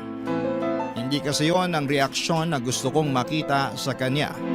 Pero ano magagawa ko kung hindi nga niya ginustong may mangyari sa amin at ang masahol pa raw ay nagbunga yon ng bata. Masakit din palang makita na may namumuong galit sa iyo ang kaibigan mong tinuring na mahalaga sa buhay mo. Yun kasi ang eksaktong pinaramdam sa akin ni Anaya at sa magiging anak namin ng mga panahong yon. Papadudot, alam ko na kasalanan ko rin naman dahil sinamantala ko ang kanyang kahinaan. Pero desperado na akong magkaanak at gusto ko na siya ang magiging nanay. Minsan, may mga bagay talaga tayong magagawa ng dahil sa kapusukan. Papadudot. Barangay Love Stories. Barangay Love Stories. Papadudot, sinabi ko kay Anaya ang feelings ko at sinabi niyang hindi niya raw ako magugustuhan ng higit pa sa isang kaibigan. Sa abot ng makakaya ko ay inunawa ko ang sagot niya sa akin kahit na may hinanakit ako sa kanya dahil mas mahal niya pa rin ang manloloko niyang boyfriend. Para sa akin ay hindi nila deserve ang isa't isa kaya nga hindi ako sumuko na iparamdam kay Anaya ang pagmamahal ko kahit sinabihan na niya akong tama na. Sinuyo ko si Anaya ng husto at kinonsensya noong pumasok sa isipan niya na ipalaglag ang magiging anak namin. Siyempre, nandun na yung bata tapos posible pang mawala sa akin. Buti na lang at nadala si Anaya sa mga pakiusap ko kaya ginawa niya ang tama. Pinanindigan niya ang pagdadalang tao sa magiging anak namin at doon na siya nagdesisyong makipaghiwalay sa kanyang karelasyon. Ang saya-saya ko ng mga panahong yon. At pinangako ko sa kanya na aalagaan ko sila at hindi ko sila pababayaan ang magiging anak namin. Fast forward, pinanganak na ni Anaya ang aming baby girl at sobrang saya ko dahil sa wakas ay ganap na akong tatay. Pero pansin kong hindi lubusang maligaya si Anaya ng mga panahong yon. Nag-decide na akong tumira kami sa isang bubong at marami sa mga kamag-anak ko at malalapit naming kaibigan ang nagulat sa biglang liko na mga pangyayari sa buhay namin. Pero masaya naman sila para sa amin lalo na nang dumating na nga ang aming anak Papa Dudut.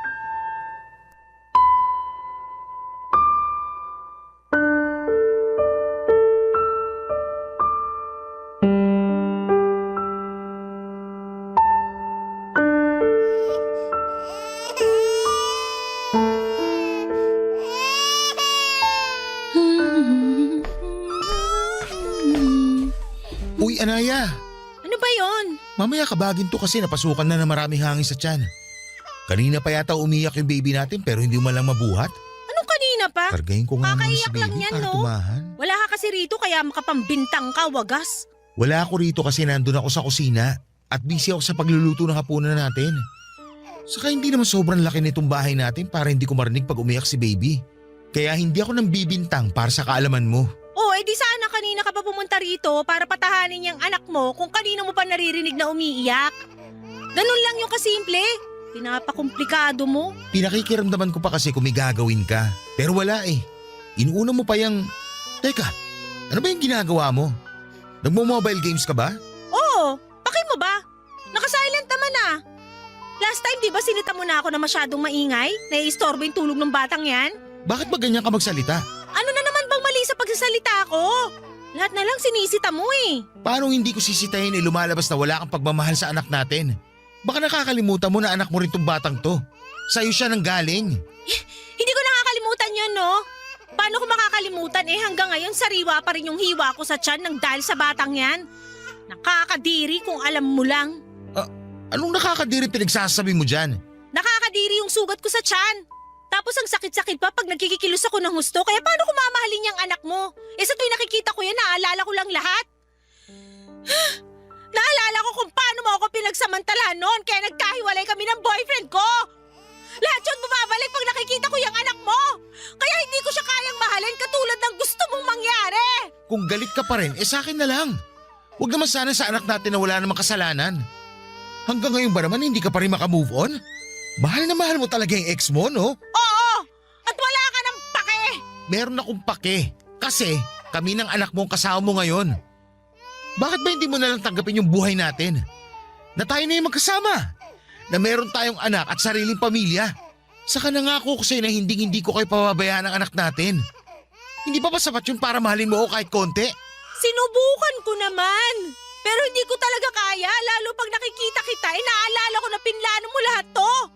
Sinadya mo!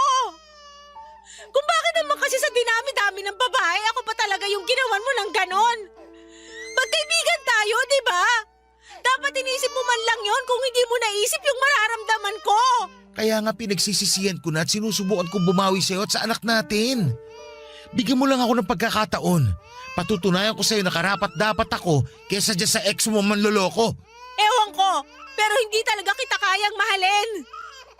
Sana talaga hindi na lang ako nagpadala sa konsensya ko noon. Sana pinalaglag ko na lang yung anak natin para di ko na kailangan makipaghiwalay sa boyfriend ko at makisama sa'yo. Kasalanan mo talaga lahat kung bakit ganito yung nararamdaman ko. Papa Dudut, nasaktan ako ng husto sa mga sinabi ni Anaya at hindi ko na rin napigilan ang sarili ko na magalit sa kanya. Pagkatapos kasi ng mga ginawa at pinakita ko ay ganon lang ang isusukli niya. Para sa akin ay mas masama pa rin ang dati niyang boyfriend na paulit-ulit siyang niloko kesa sa nagawa kong pananamantala sa kahinaan niya noon. Kaya wala siyang karapatan na ikumpara ako sa lalaking yon, sana'y bumawi naman ako sa kanya. Hirap lang dahil hindi niya na-appreciate ang mga effort na ibinibigay ko.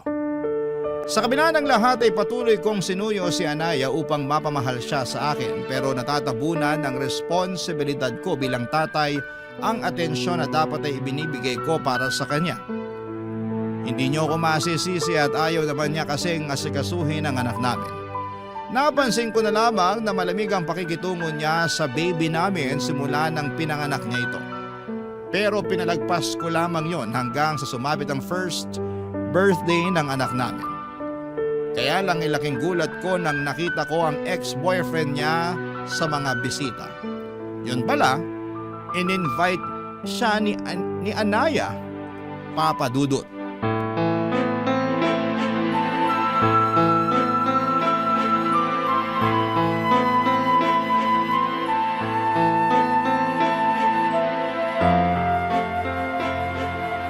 Halika nga!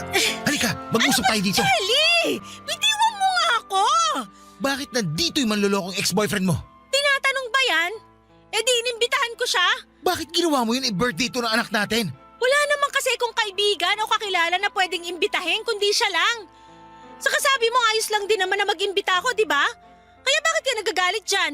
Magagalit talaga ako kasi hindi ko naman akalain na sa dinami-dami ng tao sa mundo, yung hayop na yan pa talaga ang pinaapak mo sa bahay ko. Huwag mo nga siyang tawaging hayop. May pangalan yung tao. At mas hayop ka pa sa kanya para sabihin ko sa'yo. Kung inimbitahan mo siya, ibig sabihin, may komunikasyon kayo ulit? Huwag ka magpipipipihan dyan. Sabihin mo sa akin yung totoo at huwag mo akong gawing tanga. Oo! Meron na nga uli kaming komunikasyon pero ano naman sa'yo ngayon? Sira na ba ang ulo mo? Tayo na yung magkarelasyon ngayon. Tapos nakikipag-usap ka pa dyan sa ex mo? Sandali nga. Ano uli yung sinabi mo? Magkarelasyon tayo? Oo! Baka nakakalimutan mo may anak tayo at nakatira tayo sa iisang bubong. Pero wala tayong relasyon! Hindi nga tayo nagtatabi sa kama eh. Saka ikaw lang naman yung nagdesisyon na magsama tayo. Ikaw lang din yung may gusto na maging isang buong pamilya tayo kasama yung anak mo. Alam mo, napaka-unfair mo kasi ikaw na lang palagi yung nagdedesisyon sa lahat ng bagay. Ano pa ba problema mo? Matiro naman ako. Hindi ko naman kayo pinababayaan ng anak natin. Binibigay ko sa'yo lahat ng gusto mo sa abot na makakaya ko. Ando na tayo pero pakiramdam ko para akong ibon na nakakulong sa hawla. At habang tumatagal, hindi na ako nagiging masaya. Sa bagay, hindi na pala ako naging masaya uli simula nung mabuntis mo ako at pinanganak ko yung anak mo. Hindi mo naman talaga kami kayang mahalin ng bata. Ilang beses ko nang sinagot yan, di ba? Hindi nga! Hindi! At hindi pa rin nagbabago yung sagot ko. Kahit kaunti lang. Kahit subukan mo lang. Baka naman pwede. Sinubukan ko na nga, paulit-ulit ka eh. Pero wala talaga. Mahirap bang tanggapin yon? Mahirap bang tanggapin na hindi sa lahat ng pagkakataon ay makukuha mo lahat ng gusto mo? Kasi kung oo, di ko na siguro problema yon. Anaya naman. Huwag ka naman magsalita ng ganyan oh. Nasasaktan ako. Nasasaktan din naman ako eh. Okay naman tayo eh. Maayos ang pagkakaibigan natin. Masaya tayo sa kung ano lang yung relasyon na meron tayo noon. Pero bakit kinailangan mo yung sirain? Bakit kailangan mo akong sirain? Ano ba kasalanan na nagawa ko sa'yo? Sinuportahan ko lang naman yung kagustuhan mong magkaanak, di ba? Pero hindi ko sinabi na gamitin mo yung katawan ko para matupad yung gusto mong mangyari. Hindi ko rin sinabi na mahalin mo ako kasi sinabi ko na sa'yo noon na wala akong nararamdaman para sa'yo kundi pagkakaibigan lang. Pero mapilit ka kaya lalo lang ako nagtanim ng sama ng loob sa'yo. Ngayon pagod na ako. Alam ko na kung wala akong gagawin, habang buhay kong pagsisisihan na nakisama ako sa'yo at sa anak natin kahit na hindi talaga ako masaya. Ayoko na! Gusto ko lang maging malaya sa inyong dalawa!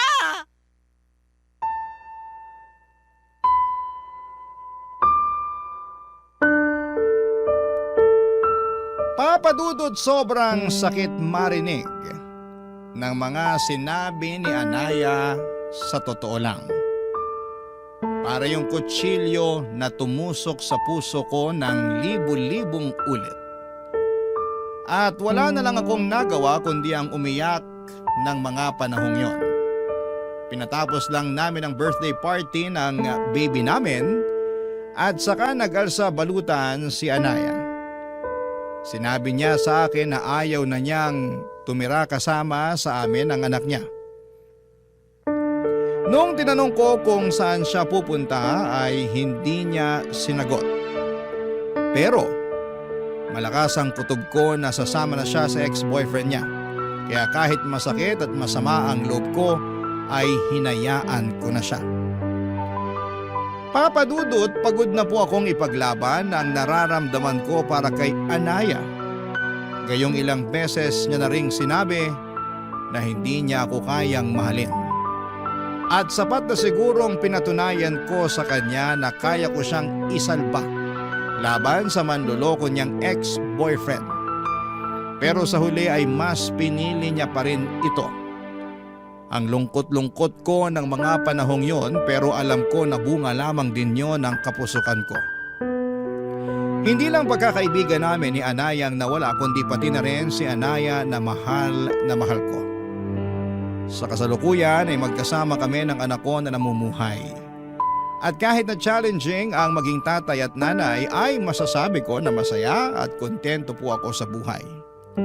Palagi ko pa rin naiisip si Anaya pero ayoko na lamang ilugmok ang sarili ko at umasa na isang araw ay magbabalik pa siya para sa amin ang anak niya. Dalangin ko na lamang kung saan siya naroroon ay nasa maayos siyang kalagayan. At sa wakas ay naranasan na ulit niyang maging masaya. Maraming salamat po Papa Dudut sakaling mapili po ninyong i-ere ang istorya ng buhay ko at sana'y kinapulutan po ito ng aral ng ating mga kabarangay.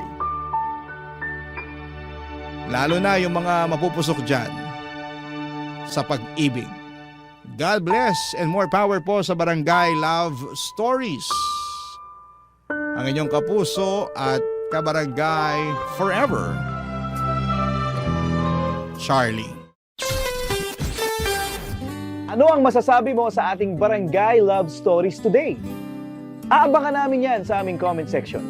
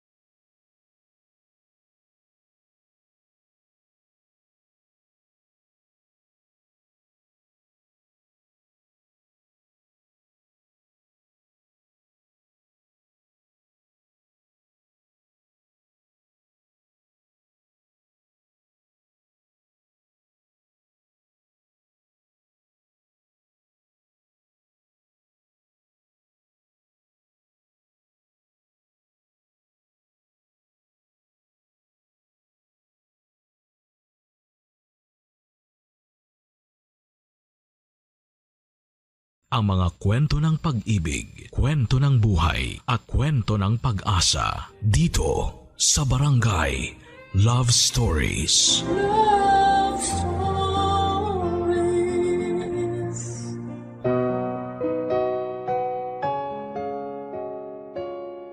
Sa likod ng bawat pangarap na ating inaasam ay ang matibay na pag-asang balang araw. Makakamit din natin ito. Subalit may mga pagkakataon na kapag nakamit na natin ang buhay na ating pinapangarap, saka lang natin mapagtatanto na hindi para ito para sa atin.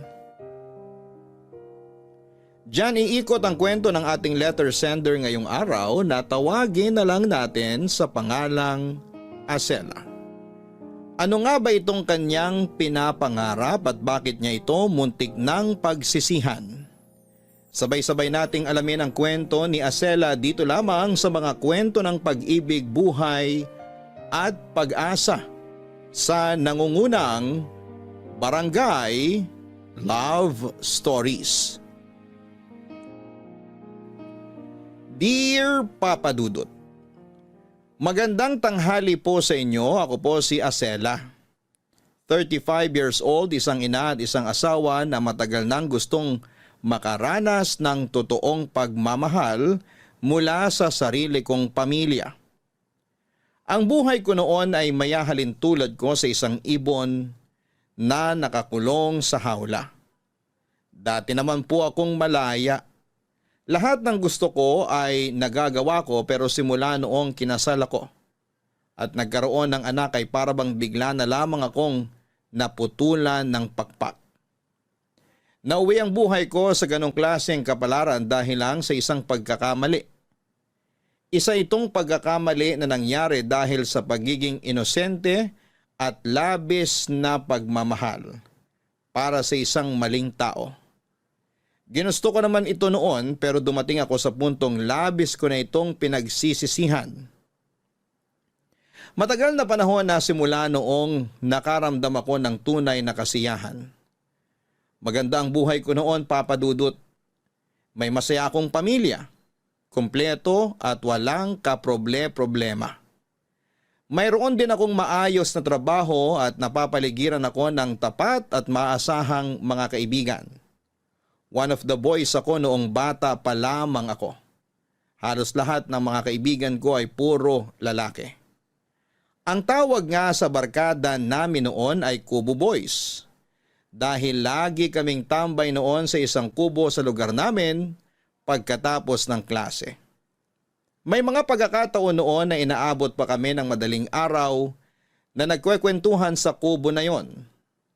Mga pangarap namin sa buhay at mga pagkakataon na gusto naming maranasan ang karaniwang na pag-uusapan namin sa lugar na yon. Doon nabuo ang pagkakaibigan na kailanman ay hinding-hindi ko makakalimutan.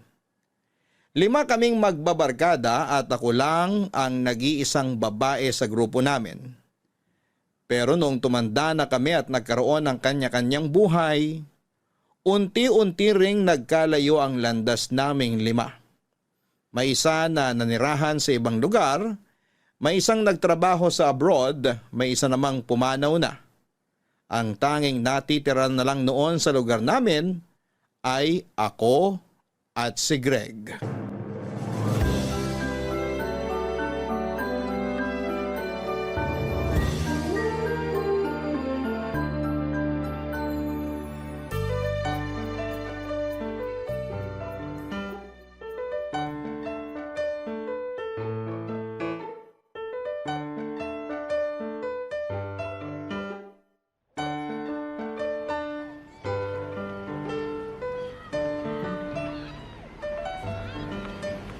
Greg, saan punta mo? Kakauwi ko lang galing trabaho. Napadaan ako sa may kanto. Binabaklas na pala nila yung kubo. Aling kubo? Yung tambayan natin noon? Oo, ibinenta na pala nila yung lupa doon. Patatayuan yata nila ng bagong bahay kaya binabaklas na yung kubo. Oh, unti-unti na talagang nabubura yung memories natin dito, no? Oo nga eh. Isa-isa na nagsisialisan yung mga taga rito. Tapos yung mga lugar na kinalakihan natin, napapalitan na rin. Nakakalungkot naman. Wala talagang forever dito. Tayo na nga lang yata natitira dito eh. Yung mga tropa natin, kalat-kalat na. Kaya nga eh. Baka mamaya pati ikaw aalis na rin dito ha. Di mangyayari yun. Dito nakatira buong pamilya ko. Kung mag-aasawa man ako, dadaling ko rito yung pamilya ko. Bakit? Ikaw ba? May plano ka rin bang umalis dito sa atin? Sa ngayon wala pa naman. May trabaho naman ako dito eh. At saka wala pa naman akong planong bumuo ng pamilya. Pero di natin sure. Tingnan natin sa susunod na taon kung paano magiging takbo ng buhay ko. Pero ikaw, mukhang alam mo na kung anong mangyayari sa future mo ah. Nabanggit mo na yung tungkol sa pag-aasawa eh. Hindi naman na tayo bumabata. 27 na ako kaya dapat lang na pinagpaplanuhan na yung pagpapamilya. Ayoko naman magkaroon ng anak kung kailan matanda na ako. Oo nga naman. Ito bang girlfriend mo ngayon? Sure ka na ba talaga sa kanya? Sino? Si Vivian? Bakit? May iba pa ba? Malamang si Vivian yung tinutukoy ko. Tingin ko, panghuling girlfriend ko na to. Matagal na rin kami. 5 taon na rin. Di na rin biro yung 5 taon ha. Dapat lang talaga nakasal na ang kasunod niyan. Sa tingin mo? Oo naman. Bakit? May hinihintay ka pa ba bago mo pakasalan si Vivian? Wala naman. Pwede na nga ngayon kaso hindi pa raw ready si Vivian. Gusto niya maging stable muna kami pareho sa buhay para sa ganun hindi kami mahirapan. Siyempre, mas maganda nga na pinagpaplanuhan muna yung pag-aasawa. Maganda yung family planning muna bago mag-anak-anak. May point siya dun. Ikaw ba? Wala ka bang plano maghanap ng kahit boyfriend man lang? Wala pa ako naalalang nagkaroon ka ng boyfriend Naku, alam mo namang stricto parents ko eh. Pulis ba naman si tatay? Takot silang ligawan ako. Yung ba talaga ang rason? Balita ko, may nanliligaw sa'yo nung nakaraang taon Ano pala nangyari doon? Ayun, nagsawa na sa kakaligaw. Di ko rin naman kasi bet. Parang ang taas din naman kasi ng standard mo Bahala ka dyan. Tatanda ka na lang talaga na hindi pa nakakaranas magka-boyfriend.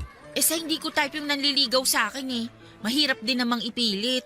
Sa bagay, maganda ka rin naman kaya okay lang sa'yo maging choosy. Actually, hindi naman ako choosy Hindi ko lang talaga mahanap yung tamang tao.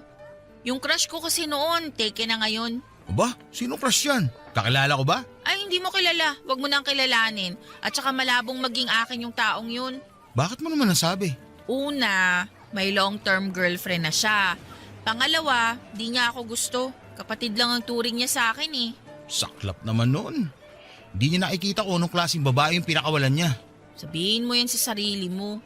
Ano yan? Kako, correct. Sinabi mo pa. Pero tiwala ka lang. Darating din yung tao na para sa'yo. Sana nga. Baka mamaya matulad na lang ako dun sa kubo na tambayan natin. Niluma na ng panahon. Hanggang sa makalimutan at palitan na lang. Magandang lalaki si Greg Papadudut. Matangkad siya, maputi at matataba ang pisngi. Siopaw nga ang palayaw ko sa kanya noong mga bata pa lamang kami dahil paborito kong pinipisil ang matatambok nitong pisngi. Masaya siyang kasama, masyadong friendly at madaldal sa mga taong trip niya. Pero ang maganda sa kanya, bawat lumalabas sa bibig ni Greg ay may sense. Matalino kasi nga siya. Sa aming 5, siya lang ang palaging pasok sa honor roll. Mas matanda siya ng 3 taon sa akin at parang nakababatang kapatid na ang turing niya sa akin simulat sa pool. Kung little sister ang turing niya sa akin, ako naman ay hindi. Matagal na kasi akong may crush kay Greg Papadudut. Literal na mga bata pa lamang kami noon ay nahuhumaling na ako sa angkin nitong kagwapuhan.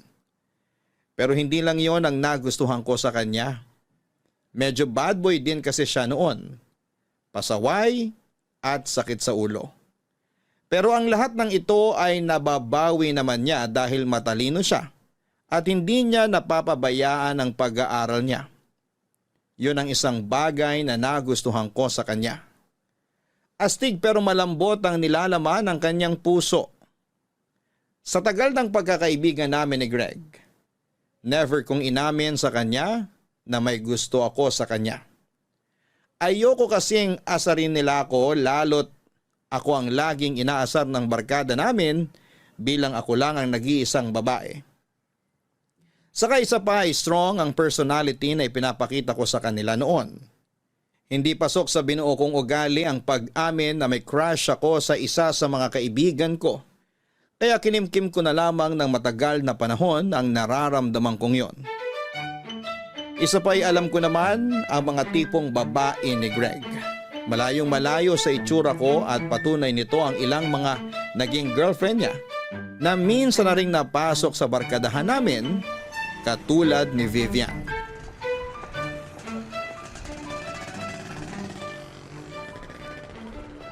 Greg? Greg? Oh, Asela, ano yun? Halika, may ibibigay ako sa'yo. Ano, pagkain ba? Oo, paano mo nalaman? Pinagbalot kayo ni nanay ng spaghetti at Shanghai. Birthday ng kapatid ko eh. Kanina ko pa nga naririnig yung celebration nyo Bakit kasi hindi ka pumunta? Sinabihan naman kita kahapon na pumunta ka eh. Nakatulog ako. Saka ang daming tao, nahiya ako. Wala naman akong kasama Ikaw pa talaga yung nahiya. Puro mga kapitbahay lang naman natin yung nagpunta eh. O heto, Salamat. pakibalik na lang yung lalagyan mamaya ah. Sige, sige. Uy nga pala, kumusta yung ginawa mong surprise para kay Vivian? Successful ba? Oo, Tuntua nga siya sa binili mo regalo para sa kanya eh. Nakita ko yun sa internet eh. Tsaka romantic lalo kapag alam mo na kung anong kwento sa likod ng infinity bracelet. Ibang klase ka talaga mag-isip. Paano na lang ako kung wala ka?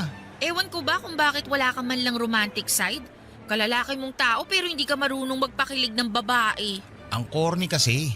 Tsaka, yun naman ang nagustuhan ni Vivian sa akin eh. Steady lang. Wala masyadong palapalabok. Straight to the point kagad. Sa bagay, medyo mature na rin kasi si Vivian. Kaka-30 lang niya, di ba? Oo. Kaya ako nga naisip na bigyan siya ng surprise party para sa birthday niya eh. Na ako rin naman ang nagplano. Oo nga. Di pa pala kita napapasalamatan sa ginawa mong pagtulong sa akin. Salamat ah. Yun lang? Salamat lang? Ang kuripot mo naman. Nagpa-birthday ka sa girlfriend mo tapos sa best friend mo? Salamat lang? Ano ba gusto mo? Babawi ako sa susunod. Ikaw? Ha? Ikaw ang bahala ka ako. Okay na ako kahit libre mo na lang ako ng kape, masaya na ako dun. Sige, libre kita sa susunod na weekend. Speaking of Vivian pala, hindi mo pa nakukwento sa akin kung paano kayo nagkakilalang dalawa. Bigla mo na lang siyang pinakilala sa tropa noon eh. Nakita ko siya online. May grupo kasi ako sinalihan. Grupo ng mga single. Doon ko siya nakilala. Sumasali ka sa mga ganong group? Noon yun. Na-curious lang naman ako kaya ako sinubukan. Tapos ayun, nagkausap kami ni Vivian sa chat ng ilang linggo. Nagkita kami one time tapos sunod-sunod na yung mga date namin hanggang sa niligawan ko siya. Sinagot niya ako. Ipinakilala ko siya sa inyo tapos yun na nga. Heto na tayo. Anong grupo ba yun? Makasali nga, baka makahanap rin ako ng future jowa ko doon. Hindi ko na maalala yung pangalan eh. Sabay na kami nag-live ni Vivian sa group na yun simula nung naging kami. Sayang naman. Alam mo, nung una mong ipakilala si Vivian sa amin noon, ang unang impression ko sa kanya, tahimik na masungit. Masungit? Bakit naman masungit? Ewan ko, yun yung vibe niya dati eh. Observant siya, hindi gaanong masalita. Pero kapag nagsalita, nangungurot yung sinasabi niya. Ah, oo, gets ko yun. Minsan, matalas talaga siya magsalita. Pero in fairness, natagalan mo ha kahit ganun siya magsalita. Wala eh, mahal ko eh. Tsaka, hindi naman issue sa akin yun. Maganda nga na lagi niya nasasabi sa akin yung hindi niya gusto para kapag may problema, naayos agad. Mabuti yan para hindi nagkakaroon ng mga hindi pagkakaintindihan. Kaya hindi nakakapagtaka na nagtagal kayo eh. Congrats sa inyo. Salamat. Nga pala, malapit na rin pala yung anniversary namin. Baka pwede magpatulong ulit ako sa'yo. Oo naman. Kailan ba? Matagal pa naman. Mga 2 buwan pa. Okay. Kontakin mo lang ako kapag may kailangan ka. Salamat. Salamat din dito sa spaghetti mo ha. You're welcome. Pakisabi sa kapatid mo, happy birthday. Sige, makakarating. Noong unay nasasaktan ako na ako ang ginawang takbuhan ni Greg tuwing nangangailangan ito ng advice o anumang tulong para sa relasyon nila ni Vivian. May mga pagkakataon noon na ako ang kasakasama ni Greg para mamili at pumili ng regalo nito para kay Vivian tuwing Valentine's Day, birthday at anniversary nila. May time nga noon na ako pa ang nagplano ng Valentine's date nilang magjowa. Kalaunan, natanggap ko rin naman ang role kong yon sa buhay ni Greg. Hindi ganong klaseng relasyon ang inaasahan ko mula kay Greg pero wala akong magagawa kung tanging kaibigan lang talaga ang tingin niya sa akin. Pero noong bata ako ay hindi ko ikakaila na pinapangarap ko talagang maging boyfriend si Greg. Yun nga lang dahil sa takot na baka ma-reject ako at masira ang pagsasama naming dalawa ay never akong umamin ng pagtingin ko sa kanya. Masaya na ako noon kahit na saka lang ako binibigyan ng halaga ni Greg kapag wala na siyang ibang choice. Lalo na tuwing nagkakaroon sila ng hindi pagkakaintindihan ni Vivian. Tuwing magkakaaway sila ay sa akin natutuon ang atensyon ni Greg. Ako lang kasi ang nakakapagpakalma sa kanya at ayon sa kanya, ako lang daw ang nakakaintindi sa mga pinagdadaanan niya. Sa mga oras na ganoon ay napakasaya ko dahil para bang kahit papaano ay nakikita niya ang worth ko. Pero kapag okay na ulit sila ni Vivian, ang atensyon na yon ay bigla-bigla ring nawawala at nananatili akong option sa tabi niya. Kahit ganon man, ang nangyayari ay mas lalo pang lumalim ang pagtingin ko kay Greg, Papa Dudut. Naging loyal ako sa kanya sa puntong kahit may ilanang mga kalalakihan ang nanliligaw sa akin noon, ay hindi ko sila sinasagot. Umaasa kasi ako noon na mabigyan kaming dalawa ng pagkakataon ni Greg. Siyang pangarap ko noon. Isang pangarap na gustong gusto kong maabot, Papa Dudut. Papa Dudut, nagkaroon kami ng chance ni Greg na mas mapalapit pa sa isa't isa noong nagkaroon ng pandemic. Isa yon sa mga pangyayari sa buhay ko na hindi ko inaasahang mangyayari. Lockdown noon at pinagbawalan ng lahat na lumabas. Swerte ako dahil magkatabi lang ang bahay namin ni Greg. Kaya araw-araw pa rin kaming nakakapagkita. Isang bakod lang kasi ang pagitan ng bahay namin na kayang-kayang akyatin ni Greg. Tuwing bored kaming dalawa ay pinupuntahan niya ako sa bahay, lalo na kapag walang tao doon. 3 lang kasi kaming nakatira sa bahay noong pandemic at pareho pang frontliner ang mga magulang ko. Nurse ang nanay ko, samantalang pulis naman ang tatay ko, kaya para maging safe ay hindi sila umuuwi sa bahay. Sa halip ay naka-quarantine sila. Dinadalhan na lang nila ako ng grocery sa bahay twice a week para meron akong makain. Samantala ang mga kapatid ko naman ay na-stuck sa bahay ng lolo't lola ko matapos silang abutan ng lockdown sa probinsya. Sa mga buwan na yon, si Greg ang naging kasakasama ko sa bahay. Lagi kami noong nanonood ng pelikula. Naglalaro ng online games at nagkwekwentuhan tungkol sa buhay-buhay. May nakalagay na nga noong hagdan sa may bakod namin para kung ako naman ang gustong bumisita sa bahay nila Greg, ay nakapupunta ako ng walang problema. Papa Dudut, hindi ko makakalimutan ang mga araw na yon dahil doon ay mas naging close sa akin si Greg, Papa Dudut. Umiiyak ka ba? Di oh. Umiiyak ka eh. Ang pula-pula na mata mo oh. Eh kasi naman, sa dami ng pwedeng panooring pelikula, bakit ba ito yung pinanood natin? Hindi ko rin naman alam na ganito yung ending nito eh. Mali ko ba na mamamatay pala yung lalaki sa dulo? My gosh, ang saklap ng love story nila. Akala ko yung babae yung mamamatay eh. Grabe yung plot twist ah. Hanggang ngayon pala, napakababaw pa rin ng luha mo. Iniiyak mo pa rin yung mga pelikulang ganyan? Natatanda mo pa nung nag-film viewing tayo nung elementary? Pinanood natin yung pelikula ni Jose Rizal. Iniyakan mo rin yun eh. Nakakaiyak din naman kasi talaga yun eh. Tinulugan ko nga lang yun sa sinehan nun eh. Ay. Oh, anong next na papanoorin natin? Ganito na lang ba talaga gagawin natin araw-araw? Manonood na lang ng pelikula? Eh wala naman tayong magagawa eh, naka-lockdown tayo. Bawal naman lumabas para sana makagala. No choice kundi gumawa tayo ng sarili nating pagkakaabalahan. Mabuti nga magkapit-bahay lang tayo, pwedeng-pwede kang umakit sa bakod namin. Kung hindi, mamamatay na lang ako sa pagkabagot dito sa bahay. Halos napanood na natin lahat ng pelikula sa app na yan eh. Wala na magandang natira. Manood na lang tayo ng series kung gusto mo. Mamaya na. Pahinga muna tayo. Masakit sa mata yung halos 2 oras nakatutok sa screen eh. Sige, ikaw bahala. So, anong gagawin natin ngayon? Magkwentuhan na lang muna tayo. Tungkol naman saan? Marami akong gusto ikwento ngayon sa'yo, lalo na sa problema namin ni Vivian.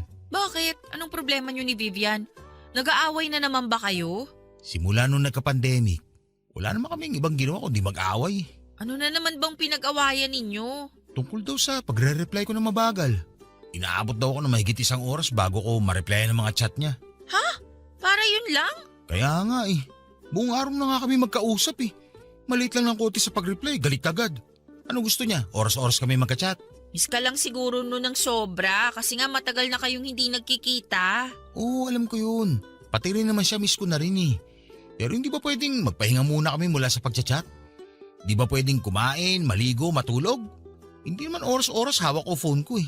Eh medyo nakakainis nga yung ganun. Pero intindihin mo na lang siya. Konting pag-aaway lang naman yan. Sure ako bukas maaayos nyo na yan. Hindi niya na ako pinapansin. Dahil lang sa nangyari?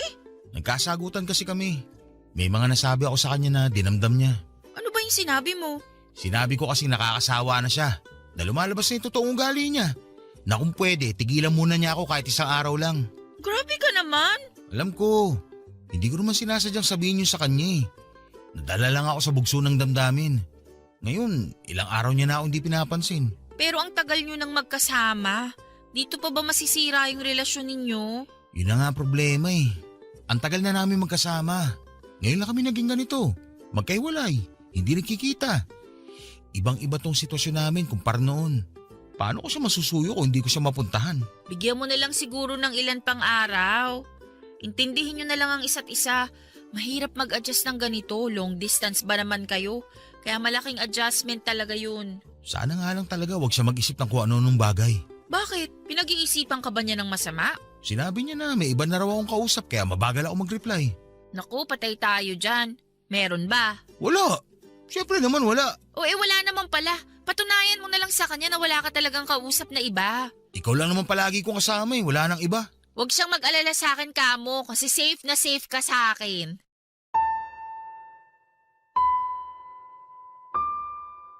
Hindi inaasahan nila Greg at ng girlfriend niyang si Vivian na magkakaroon sila ng long distance relationship. Dahil sa lockdown ay pawang online lang ang communication nilang dalawa. Dahil hindi sila nakakapagkita ay palagi silang nagkakaroon ng miscommunication noon na karaniwan ay nauuwi sa awayan. Sobrang frustrated noon ni Greg. Dahil hirap na hirap siyang alagaan ng relasyon nila ni Vivian sa online lang. Kapag nagtampo kasi si Vivian ay hindi na ito namamansin. Hindi nagre-reply at hindi sumasagot sa tawag. May punto nga noon na blinak na niya si Greg. Kaya ginamit pa ni Greg ang account ko para makausap si Vivian. May pinagawayan noon sina Greg at Vivian na sobrang lala. Dahil frustrated ay pinuntahan ako ni Greg sa bahay 10 oras ng gabi. May dala itong alak at pinagsaluhan namin yon. Noong gabing yon ay nilabas ni Greg sa akin ang lahat ng hinanakit niya kay Vivian at kung paano siya unti-unting nawawala ng gana sa relasyon nilang dalawa. Nauubos na raw siya sa mga susunod na awayan nila na hindi maayos-ayos dahil magkalayo silang dalawa at hindi makapagkita. Inamin sa akin ni Greg noon na medyo lumalamlam na ang pagsasama nila ni Vivian dahil sa pandemic. Ang gabing yun ang isa sa mga pinagsisihan ko, Papa Dudut. May nangyari kasi sa aming dalawa noong gabing yon, dala na rin ang kalasingan namin. Alam kong mali ang ginawa ko na pumatol ako sa lalaking may karelasyon na, pero dahil matagal na ring nakatago ang pagtingin ko kay Greg, ay hindi ko na rin ito napigilan pa. Kinabukasan ay hindi namin pinag-usapan ni Greg ang nangyari sa aming dalawa, Papa Dudut. Parang walang nangyari dahil pareho namin itong ayaw pag-usapan. Hanggang sa naulit pa yon ng ilang beses.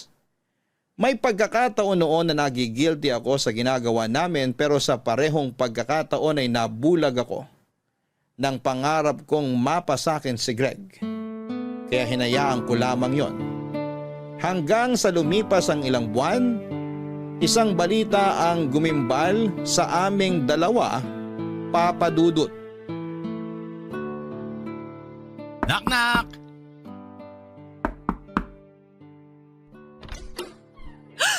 Akala ko naman kung sino. Bakit ka naman ang gugulat dyan, Greg? Hindi ba ako napansin na umakit ako ng bakod nyo? Akala ko nakatingin ka sa akin kanina eh. Hindi kita napansin. Eh kung ganun, sino yung tinititigan mo mula sa bintana? Wala. Nakatunga nga lang. Halika, pumasok ka na. Ano plano natin ngayon? Manunod ba ulit tayo ng palabas? May dala akong chichirya. Ay, ikaw bahala kung anong gusto mo. Parang gusto ko manood ng horror ngayon. Gusto mo ba? Ikaw, kung yun ang gusto mo edi manood tayo ng horror. Ba't ang tamlay mo naman yata sumagot? Okay ka lang ba? May sakit ka ba? Mamaya baka may COVID ka na ha? Wala akong sakit. Kung ganun, bakit ka ganyan? Wala ka ba sa mood? Sabihin mo lang, babalik na lang ako mamaya. Kumusta na kayo ng girlfriend mo? Ha? Bakit? May kinalaman ba siya sa pagiging matamlay mo ngayon? Wala naman. Curious lang ako. Okay na ba kayong dalawa? Actually, medyo okay na kami. Nakakapag-usap na ulit kami. May konting tampo pa rin siya pero nangako ako na babawi ako sa kanya. Tsaka nagkaroon na kami ng agreement na magpapaalam kapag may ginagawa kami. Para walang nag-overthink tuwing late nagre-reply. Ganun ba? Oo. Okay ka lang ba talaga? Yung itsura mo parang may dinaramdam ka eh. Buntis ako, Greg. Ano? Tama ba yung narinig ko? Buntis ka? Hindi ko alam kung accurate ba yung pregnancy test na in-order ko online pero 3 beses nang nag-positive yung mga test na ginawa ko eh. Sigurado ka ba dyan? Baka naman false positive lang yan. Maniwala ka sa akin, hindi ko sasabihin to sa'yo kung hindi ako sigurado. Alam ko yung katawan ko at simula pa last week, may nararamdaman na akong kakaiba sa akin. Hindi pwede yan. Safe naman tayo, di ba?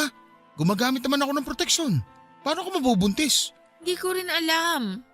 Bakit ako tinatanong mo niyan? Anong gagawin natin ngayon? Huwag akong tanungin mo kasi maski ako, hindi pa nagsisink in sa akin na buntis ako. Ay, ano ba itong ginawa natin, Greg? Hindi to pwedeng malaman ni Vivian. Kababati lang namin.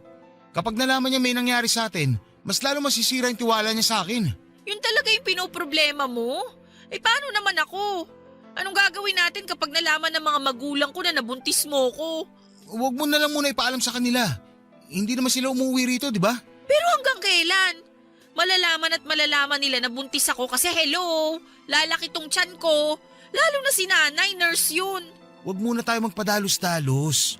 Pag-isipan muna natin kung anong gagawin natin. Ano pa bang ibang gagawin natin? Hindi option na magpalaglag hindi ko gagawin yun. Pero… Wala nang pero. Papanganak ko to kahit anong mangyari. Kahit masira ang buhay ko? Yan ba talaga yung pinoproblema mo? Yung sarili mo? May girlfriend ako. Girlfriend na pakakasalan ko at gusto ko makasama habang buhay. Kung ganun, bakit mo hinayaang may mangyari sa ating dalawa? Bakit mas pinili mong pagtaksilan si Vivian kung siya palang babaeng pakakasalan mo? Hindi ko alam. Nadala lang naman ako ng tukso eh. Maski ikaw rin naman, ginusto mo yung nangyari sa atin Oo, ginusto ko yun kasi mahal kita, Greg. Ano? Ano pinagsasabi mo? Matagal na akong may gusto sa'yo. Seryoso. Di mo ba talaga alam? Hindi mo ramdam? Sobrang manhid mo naman. Hindi ko alam. Dapat hindi na lang ako nagpadala sa damdamin ko eh. Simula pa lang alam ko nang mali yung ginagawa natin. Tignan mo, kinarma tuloy tayo. Ayusin natin to. Huwag ka mag-alala. Aayusin natin to. Noong nalaman ng mga magulang ko na nagdadalang tao ako, ay inilipat nila ako sa bahay ng tita ko para may makasama ako. Ayaw na nila akong iwang mag-isa sa bahay dahil wala na sila noong tiwala sa akin. Sobrang hiyang-hiya ako noon sa mga magulang ko dahil pansin ko ang pagkasira ng tiwala nila sa akin dahil sa mga nangyari. Nagkahiwalay kami ni Greg na mas lalong nagpahirap sa sitwasyon namin dahil hindi na ako pinapansin ni Greg noon tuwing mini-message ko siya. Lumipas ang 9 na buwan ay pinanganak ko ang baby ko, Papa Dudut. Sa bahay ako nanganak, ng mga panahong yon ay wala na kaming contact ni Greg. Iniiwasan niya ako dahil sa nangyari. Wala pa kasing kaalam-alam noon si Vivian na nabuntis ako ni Greg. Kahit na alam na ito noon ng buong pamilya niya. Noong lumuwag ang restrictions, saka lang nagkaroon ng panahon na makapag-usap ang pamilya ko at pamilya ni Greg. Malapit nang mag-1 taon ang baby ko noong nakita ni Greg ang anak niya. Sa nangyaring pag-uusap ay napagdesisyonan ng dalawang pamilya na ipakasal kaming dalawa. Ayaw kasing pumayag ng tatay ko na maging single parent lamang ako. Gusto niyang magkaroon ako ng tradisyonal na pamilya. Kaya kahit ayaw sa akin ni Greg ay napilitan siyang panagutan ako. Bilang isang babaeng matagal na pinangarap si Greg, na mapa sa akin ay hindi ako masaya sa naging desisyon ng mga magulang namin, Papa Dudut. Alam ko kasing ayaw akong makasama ni Greg. Ramdam ko yon sa mga galaw at trato niya sa akin. Simula noong nabuntis ako ay hindi na kami katulad ng dati na masaya.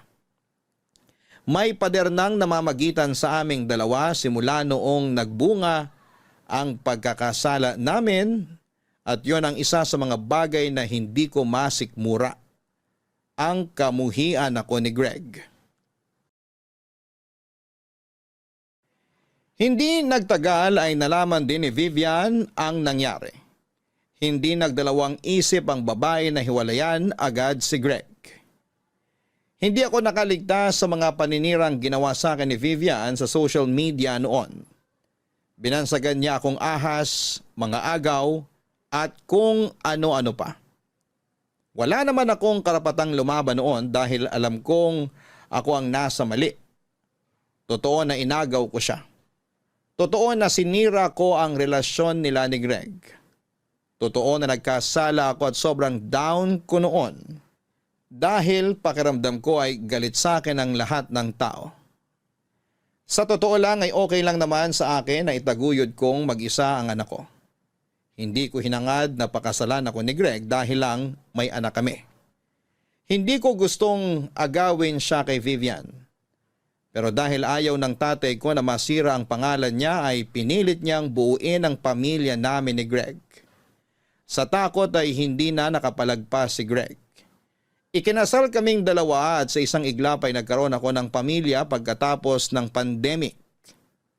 Papadudot hindi itinago ni Greg ang disgusto niya sa akin. Mula sa pagiging malapit na magkaibigan ay parang kaaway ang naging turing niya sa akin. Ni hindi niya magawang hagka noon ang baby namin. Para ba siyang nandidiri? Pinaparamdam niya sa akin na hindi niya gusto ang mga nangyari. Ipinamukha niya sa akin na ako ang sumira sa mga plano niya sa hinaharap. Ako ang dahilan kung bakit hindi niya nakatuluyan ang taong minamahal niya. Walang iba kung hindi si Vivian. Ganun man ang naging takbo ng relasyon namin ay tinis ko na lamang ang lahat para sa anak ko. Tumira ako kina Greg dahil siya ang unang nakahanap noon ng trabaho. Naging stay-at-home mom ako para mabantayan ko ang baby namin. Sinubukan kong maging matatag kahit na alam kong hindi ako tanggap ng buong pamilya ni Greg, Papa Dudut.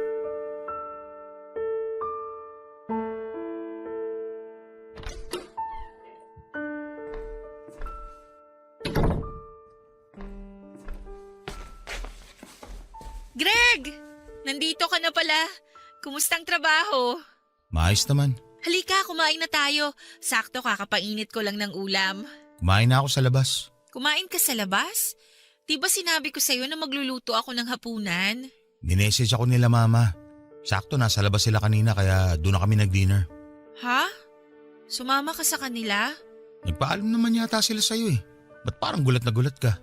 Oo, nagsabi sila na lalabas sila. Nag-offer kasi ako na magluto ngayon.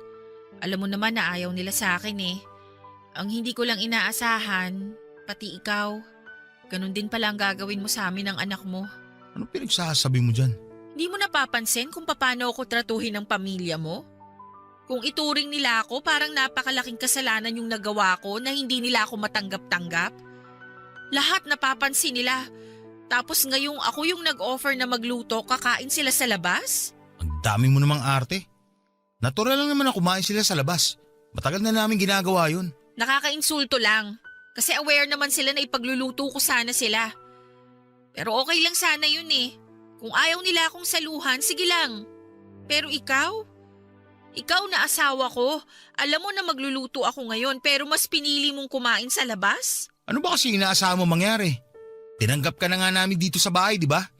Pinakasalan na kita't lahat at dayo pang sinasabi. Ang gusto kong mangyari, tratuhin niyo ako bilang tao. Kahit na magplastika na lang tayo dito, mas tatanggapin ko pa yun. Kesa harap-harapan niyo akong binabastos. May emosyon din ako, Greg. Hindi ko lang pinapakita sa inyo pero nasasaktan din ako. Ginusto niyo to, di ba? Pamilya mo nang pumilit na magpakasal tayo. Kayo may gusto nito, hindi kami. Walang may gusto nang nangyari. Hindi ko ginusto na maging ganito ang buhay ko, na isinusuka ng ibang tao. Hindi ganitong buhay yung pinangarap ko. Talaga ba? Eh hindi ba? Ikaw na mismo nagsabi sa akin na matagal mo na akong gusto? Baka nga ikaw pa rin plano ng lahat ng to eh. Nagpabuntis ka para makuha mo ako. Kapal ng mukha mo! Oo, gusto kita. Pero hindi ako ganong klaseng babae. Hindi ako magpapabuntis para lang makuha ko ang isang tao. Hindi ako ganon, Greg. Okay na sa akin na magkaibigan lang tayo. Okay lang sa akin na hindi mo nakikita yung halaga ko noon. Ikaw yung pinapangarap ko na alam kong hindi ko naman makakamit dahil alam ko naman na kailanman hindi mo ako magagawang mahalin. Alam mo naman pala eh. Bakit ka nag-aaga nito na para bang napakalaki ng utang ko sa'yo? Hindi mo ako mapipilit na gustuin ka. Ganon din ang pamilya ko. Kung makapagsalita ka, parang ako lang ang may kasalanan ng lahat ah. Ako lang ba ang gumawa nito? Ako lang ba yung nagkasala? Aminado ko, maling-mali na pinatulan kita. Pero ikaw din naman, di ba? Mas malala nga yung kasalanan mo dahil may girlfriend ka nung pinatus mo ko. Kaya huwag kang magmalinis, Greg. Huwag masyadong mataas ang tingin mo sa sarili mo dahil mas matindi ang kasalanan na ginawa mo kaysa sa akin. Alam ko yun. At araw-araw kong pinagsisisihan yun. Tuwing nakikita kita, naalala ko yung ginawa ko. Naalala ko yung babaeng sinayang ko. Naalala ko kung paano ko sinira ang future na dapat meron kami ni Vivian ngayon. Tuwing nakikita kita, naiinis ako dahil sa katangahan ko. Yun ang rason kung bakit hindi kita magawang gustuhin kahit bilang tao.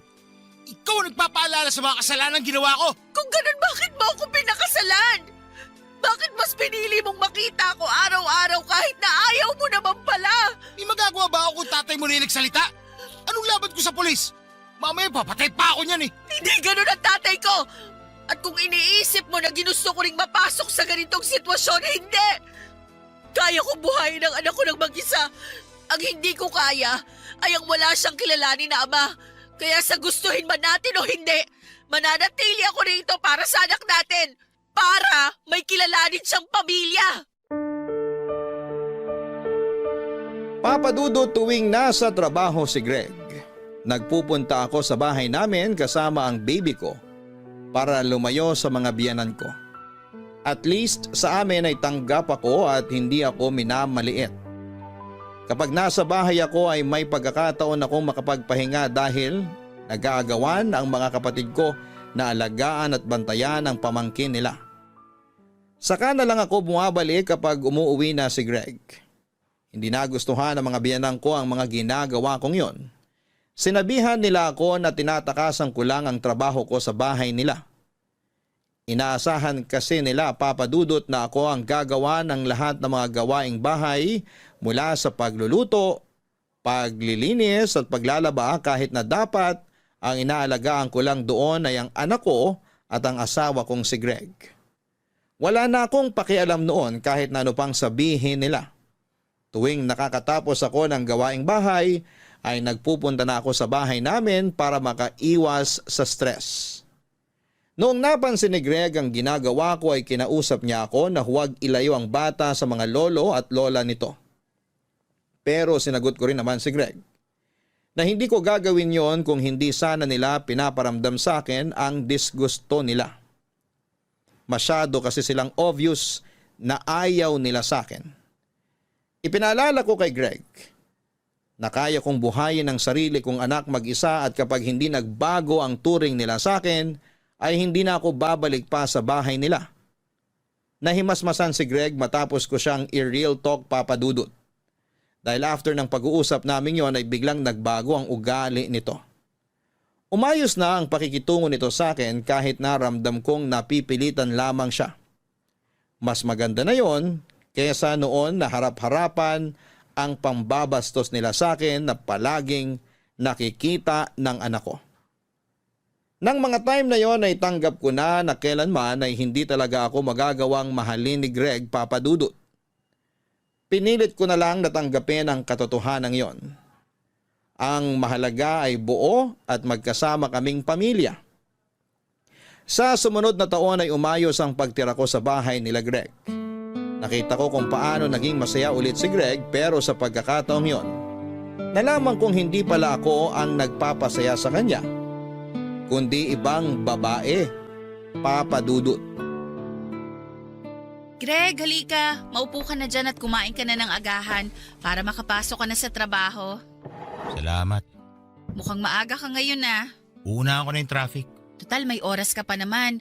Baka gusto mong ipaghanda na lang kita ng lunch mo para makatipid ka. Hindi na. May extra naman ako eh. Kakain na lang ako sa labas. Tsaka hassle magbitbit ng baon. Marami akong dala ngayon. Maliit lang naman yung lalagyan ng pagkain mo eh. Kasyang-kasya dyan sa bag mo. Wag na. Alis na rin ako maya-maya. O sige, bahala ka. Kumusta pala yung plano mong paglipat ng trabaho? May nakita ka na bang malilipatan?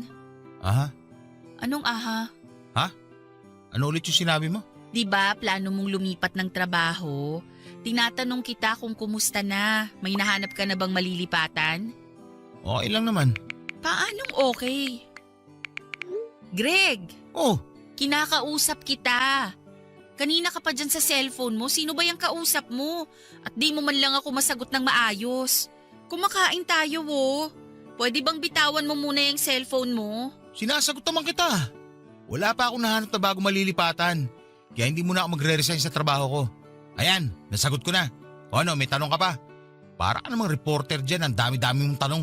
Kung sana yan agad ang sinagot mo kanina, edi okay na. Para namang may maitutulong ka sa trabaho ko. Curious lang naman ako, bawal ba yun? Pwede ba mamaya mo na replyan si Vivian? Vivian? Ano pinagsasabi mong Vivian? Kahit itago mo pa yung kausap mo, alam ko kung sino yan. Kausap ko yung katrabaho ko. Lalabas kami pagkatapos ng trabaho. Anong Vivian ang pinagsasabi mo dyan? Huwag na tayong maglokohan, Greg. Alam ko naman hanggang ngayon kinakausap mo pa rin yung ex mo. O ano naman ngayon? Magkaibigan kami ni Vivian. Masama ba kung kausapin ko siya? Ex mo yun. Natural lang sa akin bilang asawa mo na maasiwa kapag kausap mo yung ex mo. Bakit? Anong karapatan mong pagbawalan ako na kausapin si Vivian? Karapatan? Asawa mo ko? Ako yung pinakasalan mo? Na hindi ko ginusto. Kaya huwag kang umasta na porket kasal na tayong dalawa. Hawak mo na buhay ko. Kakausapin ko kung sino man ang gusto kong kausapin. At wala ka na magagawa doon. Grabe. Hanggang ngayon?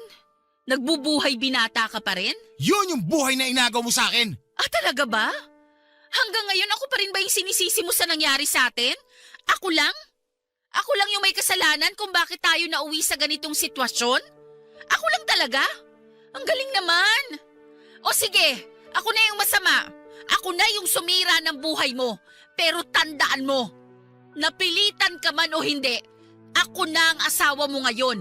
At may karapatan ako sa'yo dahil ikaw ang ama ng anak natin. Ano nga yung gagawin mo? Pagbabawalan mo ang kausapin si Vivian? Pagbabawalan mo ang kontakin yung mga kaibigan ko? Sige, gawin mo. Pagbawalan mo ako pero hindi ibig sabihin nun na susundin kita sa gusto mo. Ano ulit yung hinahanap mo? Respeto, hindi ba? Kung gusto mong irespeto kita, irespeto mo rin yung mga bagay na gusto ko. Kahit kailan naman mula ako natanggap na respeto mula sa'yo pati sa pamilya mo Kung alam mo lang yung pagtitiis at paghihirap na ginagawa ko. Lahat ng yon tinitiis ko para lang... Hello? Oo, sandali. Papasok na ako sa trabaho. Message na lang ulit kita mamaya. Tapos ka na magsalita? Alis na ako. Sandali, Greg!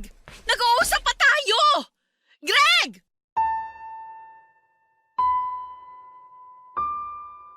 Kahit na hindi ko nahulaan, alam ko sa puso ko kung kanino galing ang tawag na yon, Papa Dudut.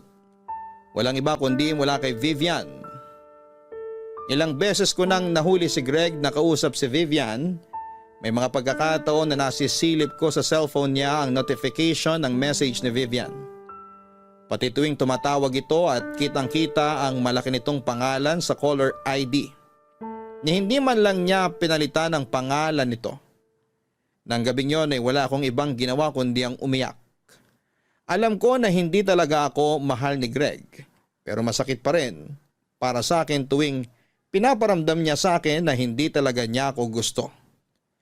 Kung sa ibang asawa, kapag nalaman nilang may ibang babae ang asawa nila, ay agad silang nagagalit, nangungumpronta at sinusugod ang mga kabit. Sa estado ko ay hindi ko magawa ang mga bagay na yon. Dahil alam ng lahat na ako man ang asawa, hindi naman ako ang totoong nauna. Ako yung babaeng nang-agaw. Ako yung babaeng pinakasalan lang dahil nabuntis. Simula pa lang ay wala na talaga akong laban kay Vivian. Mas malayo ang agwat namin pagdating sa estado ng buhay. Hindi pa kasama rito na mas maganda siya, mas sexy, mas mataas siya sa anumang aspeto ng buhay kumpara sa akin. Nakamit ko man ang lalaking pinapangarap ko, wala din itong silbi kung hanggang noon. Kahit kasal na kami ay nasa ibang babae pa rin ang laman ng puso niya. Masakit at medyo tanga ako sa part na yon na tinanggap ko lang na nambababae ang asawa ko. Naisip ko na mas mabuti na yon kesa bumalik kami sa dati na hindi man lang nagpapansinan. Mas mabuti pa na okay siya sa akin kahit na ang kapalit nito ay may ibang babaeng nagpapasaya sa kanya, Papa Dudut. Hindi na sekreto sa pamilya nila Greg na nakipagkita ito sa ibang babae. Open secret na sa lahat na kabit ni Vivian si Greg. Ang hindi na lang siguro nakakaalam nito ay ang sarili kong pamilya, Papa Dudut. Kung papaano at bakit wala pa ring nakakarating na balita sa kanila, yun ang isa pa ring malaking misteryo para sa akin. Para bang naging okay na lang sa amin noon na nakikipagkita si Greg kay Vivian sa likuran ko. Tuwing gabi habang magkatabi kami sa kama ng asawa ko, ay tanging ilaw lang mula sa phone screen nito ang maaninag kasabay nito ay ang huni ng pagtatype nito. At maya't maya ay notification na. Nahuhuli ko rin siya na minsan na tumatawang mag-isa habang nakatalikod mula sa akin. Gabi-gabi ay laging mabigat ang dibdib ko dahil bago matulog, ang huling tao na nasa isipan ng asawa ko ay walang iba kung hindi si Vivian. Alam ko ang lugar ko at kapag kinukumpronta ko si Greg tungkol sa pangangaliwa niya, ay ako rin ang matatalo kaya minabuti kong manahimik na lamang at lunukin ang sakit na nararamdaman ng puso ko. Tuwing umuuwi si Greg ay lagi siyang good mood. Lagi maganda ang pakikitungo niya sa akin dahil alam naming pareho na masaya na siya sa buhay niya kasama si Vivian. Ako yung inuuwian. Ako yung nakakasama sa iisang bubong. Ako yung asawa ni Greg. Pero ang sakit lang tanggapin na sa kabila ng lahat ng yon, nananatili pa rin ako ang pangalawa lang sa puso niya. Sabagay, yun naman talaga ang lugar ko't simulat sa pool. Ako yung pangalawa lang mula sa anino ni Vivian. Kapag Valentine's Day, Papa Dudut, Pasko, New Year ay laging nauna si Vivian. Si Vivian ang nakakatanggap ng bulaklak. Siya ang nabibigyan ng regalo. Siya ang nakakasama ni Greg sa pagsapit ng bagong taon. Hindi ko sila pinapakialamanan sa affair nila. Nagkunwari na lamang akong hindi apektado kahit na sobra-sobra na ang sakit na nararamdaman ko noon. Hanggang sa hindi nagtagal ay dumating ang araw na nabalitaan na rin ng tatay ko ang ginagawang panluloko ni Greg sa akin, Papa Dudut.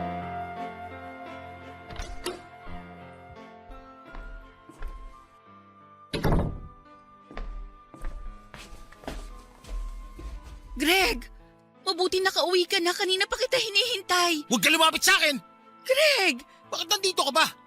Akala ko ba umuwi ka na sa inyo? Hindi. Hindi ako aalis dito hanggat hindi kita nakikita na okay ka. Anong pinagsasabi mong okay ka? Nakikita mo ba itong pagmumukha ko? Nagulpi ako, Osela. Mukha ba akong okay? Huwag mong sabihing inabutan ka ni tatay. Anong inabutan? Pinuntahan niya ako mismo sa trabaho ko. Sa harap mismo ng mga katrabaho ko, pinagmukha niya akong kriminal. Ipinahiya niya ako pati sa harapan ng boss ko. Sorry. Hindi ko naman alam na ganun ang gagawin niya eh. Ito ba'y gusto mo mangyari? Ha? Masaya ka na? Masaya ka na na puro pasato pagmumukha ko? Ito na! Nakabawi ka na! Ano, masaya ka na? Hindi ko ginusto na bugbugin ka ni tatay. Hindi ko yun hiniling sa kanya at kailanman, hindi ako matutuwa na makita kang ganito. Eh kung hindi mo naman pala gusto mangyari to, bakit niya nalaman? Paano niya nalaman may nangyayari sa amin ni Vivian? Hindi ko alam kung paano niya nalaman ang totoo. Kahit gaano ako nasasaktan sa panlulokong ginagawa mo sa akin, hindi ako nagsumbong sa mga magulang ko dahil ayoko silang masaktan. Kung paano man niya nalaman, wala akong alam dyan. Itanong mo sa pamilya mo na konsentidor. Baka sila yung nagsumbong. Peste boy to! Greg, sorry. Sinabihan ko naman si tatay na wag makialam eh. Sinabi ko sa kanya na ako na mismo mag-aayos ng problema nating dalawa. Hindi ko talaga inaasahan na pupuntahan ka niya sa trabaho. Pasensya ka na. Sana mapatawad mo si tatay. Sa tingin mo maayos pa natin to? Wala na makakapag-ayos sa relasyon natin na Sela. Dahil simula pa lang, hindi na tayo magkasundo. Bugbugin pa ako ng tatay mo hanggang sa mamatay ako. Hindi na magbabago ang pagtingin ko sa'yo. Alam ko. Kaya nga hinahayaan na lang kita sa gusto mo eh. Hinahayaan lang kita kahit araw-araw akong nasasaktan.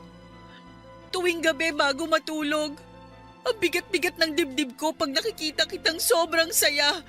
Hindi dahil sa akin kung hindi dahil kay Vivian.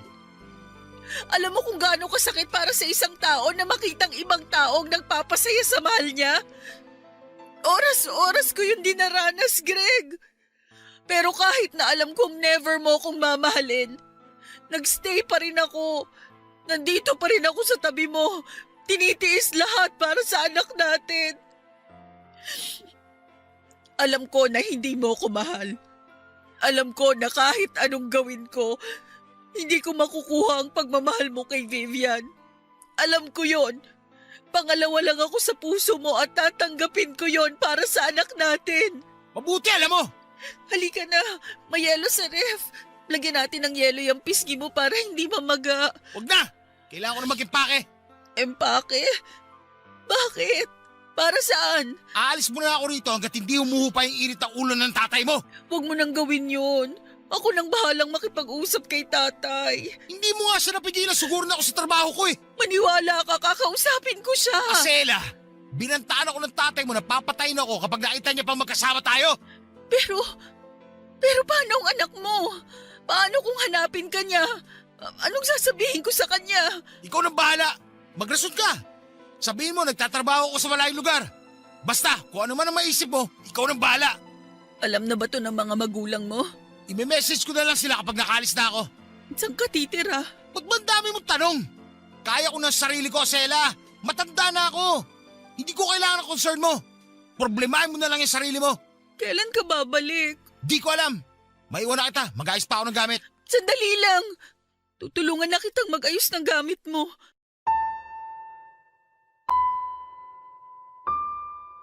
Simula noong nalaman ng tatay ko ang katotohanan ay kinuha niya ako kasama ang anak ko mula sa poder ng mga biyanan ko.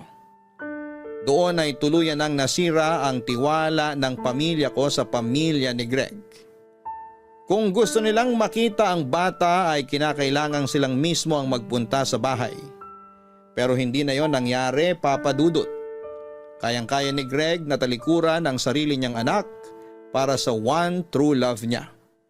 Noong time na yon, alam ko na sa sarili ko na hindi na talaga magbabago ang relasyon namin ni Greg. Hindi na talaga darating ang panahon na matututunan din niya akong mahalin. Hindi na magkakatotoo ang gabi-gabi kong panalangin na makaranas ng isang masaya at kumpletong pamilya. Umaasa pa rin kasi ako noon na baka panandalian lang ang pagsasama nila Greg at Vivian. Umaasa ako na balang araw ay ako rin ang pipiliin ito kapag natapos na ang lahat. Nalaman ko na lamang na matapos umalis ni Greg para pagtaguan ng tatay ko ay tumira siya sa apartment ni Vivian. Ang puso ko na may nakaturok ng kutsilyo ay parang sinaksak ulit ng panibago noong nalaman ko yon, Papa Dudut. Hindi ko ma-describe ang sakit na nararamdaman ko. Sobrang liit ng tingin ko noon sa sarili ko dahil kahit na anong gawin ko ay hindi talaga ako kayang mahalin o piliin man lang ni Greg. May pagkakataon noon na hinahanap-hanap ng anak namin si Greg dahil nami-miss na raw niya ang tatay niya. Patago ko noong tinatawagan si Greg para makausap niya ang anak niya. At tuwing nangyayari yon ay dinig na dinig ko ang boses ni Vivian mula sa background. Patunay na magkasama talaga silang dalawa. May time pa nga noon na ipinakilala mismo ni Greg si Vivian sa anak namin. Doon ako nahimasmasan. Grabe na ang pambabastos na ginagawa nila sa akin noon. Kaya naisip kong tapusin na lamang ang lahat. Makikipaghiwalay na ako kay Greg. At ilalayo ko na sa kanya ang anak namin. Matagal ko yung pinag-isipan pero ilang araw bago ang pagkikita sana namin ni Greg, ay isang balita ang nalaman ko, Papa Dudut. Asela! Nandito ako! Greg, pasensya ka na, kararating ko lang. Pinatulog ko muna yung bata bago ako lumabas. Okay lang. Bakit mo pala ako gustong makausap? May gusto ko itanong sa'yo. Sakto. May gusto rin akong sabihin sa'yo. Pero sige, mauna ka na. Ano ba yung itatanong mo? Totoo ba yung nalaman kong balita? Anong balita? Nabuntis ka. Paano mo nalaman yan? Nabanggit sa akin ng kapatid ko. Alam mo naman ang chismis, mabilis kumalat. Totoo yung nasagap mong balita. Buntis nga ako. Ako ba tatay niyan? Wala naman akong iba eh. Sino pa bang magiging ama nitong dinadala ko kung di ikaw lang? Akala ko naman Kung nabuntis ako ng ibang lalaki. Hindi ganon, Greg. Marunong akong rumispeto sa pagiging sagrado ng kasal. Hindi ko magagawang manloko dahil may anak ako. At ayokong masira ang pangalan ko sa kanya. Anong plano mo ngayon sa bata? Ipapanganak ko siya katulad nung nauna. May tatay man o wala, tataguyod ko sila kahit mag-isa lang akong magulang nila. Anong ibig mo sabihin? Nandito naman ako ah. Tatanggalan mo na ba ako ng karapatan sa mga anak ko? Nandito ka? Kailan? Never ka namang nagpakaama sa anak natin eh. Paano mo nasasabing nandito ka? Alam ko, marami akong pagkakamali noon. Marami akong pagkukulang bilang ama at asawa. Pero ayoko mawali sa akin yung anak ko, Asela. Lalo na't magkakaroon ulit tayo ng isa pang anak. Ngayon mo lang naisip yan? Ang tagal kong nagtiis. Ang tagal kong naghintay na makita mo yung kahalagahan namin. Ngayon mo lang sasabihin ng mga bagay na yan? Kung kailan handa na akong iwan ka? Sorry. Sorry kung ngayon ko lang na-realize. Importante sa akin yung anak natin. Ayoko mawala sila. Ayoko lumaki sila nang walang tatay. Greg, alam mo ba kung gaano ko katagal pinag-isipan tong bagay na to? Ang tagal kong pinagdasal sa Diyos na gabayan ako para magawa ko yung tamang desisyon. Masakit para sa akin na layuan ka. Pero kung yun ang mas makakabuti sa akin at sa mga anak natin, gagawin ko yon. Ngayong nakapag-isip na ako at nagkaroon ng sapat na tapang, ganito ang gagawin mo?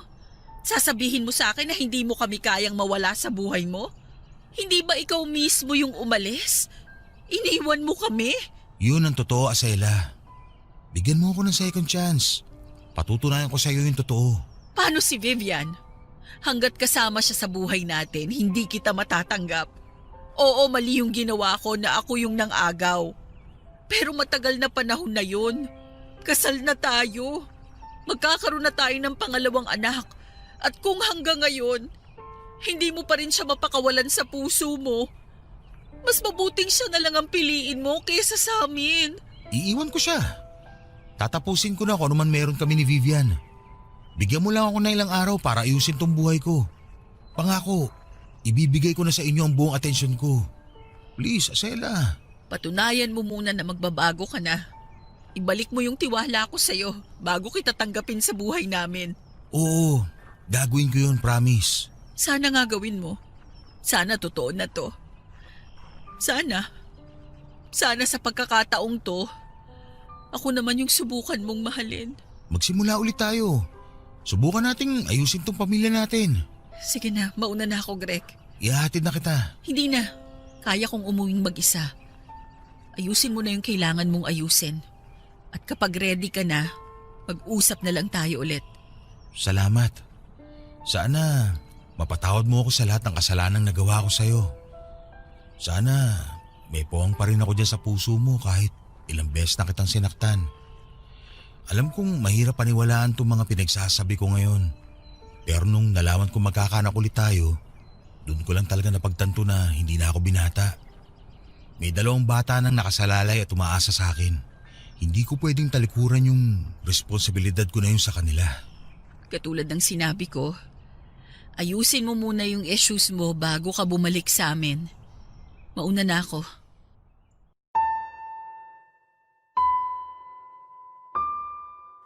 Nagulat ako noong pamilya ang pinili ni Greg, Papa Dudut. Ready na ang puso ko noon na masaktan dahil sa inaasahan ko ay mas pipiliin ni Greg si Vivian kesa sa aming pamilya niya. Pero noong nalaman niyang magkakaroon ulit kami ng anak ay para bang nahimasmasan siya sa mga pinaggagawa niya sa akin. Iniwan ni Greg si Vivian at bumalik si Greg sa piling namin. Kinausap nito ang tatay ko at humingi siya ng tawad sa ginawa niya at humingi ng ikalawang pagkakataon para patunayan sa aming lahat na nagbago na siya. Kung si tatay ang tatanungin, hindi na dapat niya patatawarin pa si Greg. Pero dahil inaalala niya ang mga apo niya na mawawala ng ama ay mas pinili niyang bigyan ng second chance si Greg. Ipinakita naman sa amin ni Greg na nagbago na siya. Nag-iba na raw ang priorities niya sa buhay at hindi niya kayang iwan ang anak niya pati na rin ang magiging pangalawang anak namin. Para mapatunayan sa akin na hindi na sila nag-uusap ni Vivian ay naging transparent sa akin si Greg. Ibinigay niya sa akin ang passcode ng phone niya para tuwing nag-overthink ako ay pwede ko raw i-check ang phone niya dahil alam niyang wala na akong tiwala sa kanya. Papadudot hanggang sa naisipan ko ang second baby namin ni Greg ay naging mabuting asawa siya sa akin. Hanggang ngayon ay buo pa rin ang pamilya namin. Mas masaya kumpara noon, mas tahimik at mas maayos na ngayong wala na ang isang Vivian na kahati namin sa atensyon niya. Ako yung pinili ni Greg at nagpapasalamat ako doon kahit naramdam ko na kahit anumang gawin ko. Ako man ang pinili ay mananatili pa rin akong pangalawa sa buhay nito.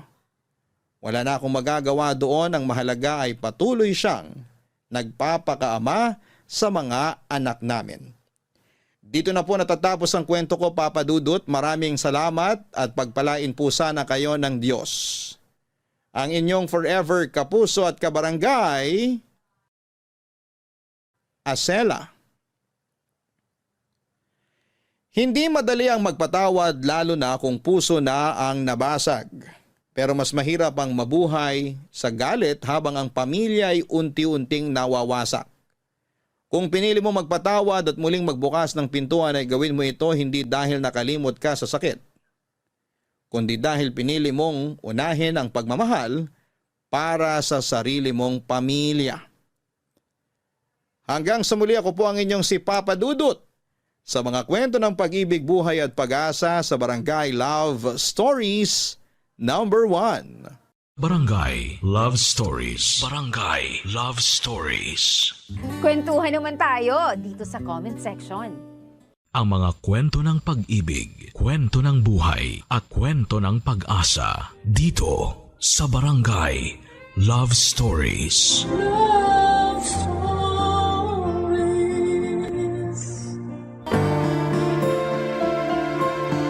Habang tumatanda ka, mas natututo kang pahalagahan ang ating kaligayahan.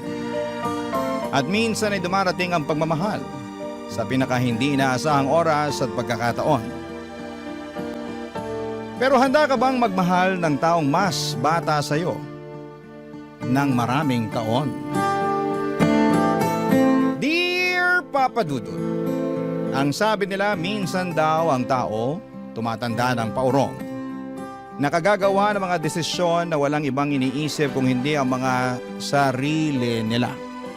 Kasi nga ang gusto na lamang nila ay maging masaya at mag-enjoy sa buhay nila. Magandang tanghali, Papa Dudut, at sa mga kabarangay nating nakikinig ngayon. Just call me Martha. I'm 45 years old now at dating guro sa US. Doon na rin ako nakapag-asawa at bumuo ng pamilya. Kaya lang sa kasamaang palad, kakagraduate lamang ng unika iha ko nang mamatay ang asawa ko.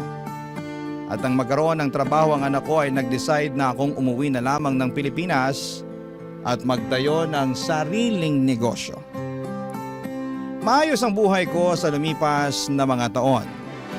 Kahit madalas na mag-isa lamang ako, wala naman akong dapat na isipin kung hindi ang sarili ko. Bukod sa maayos naman ang negosyo ay maayos din naman ang buhay ng anak ko sa US. Kaya naman ang mga panahon na yon ay puro pag-i-enjoy na lamang sa buhay ang ginagawa ko, Papa Dudut.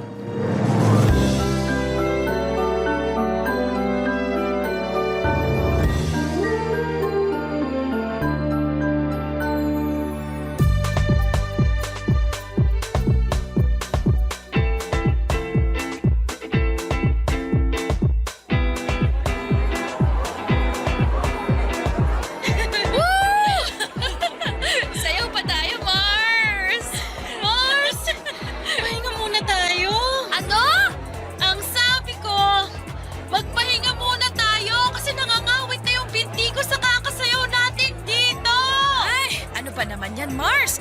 Sabi ko naman kasi sa'yo, dalasan mo pagsama sa akin sa gym.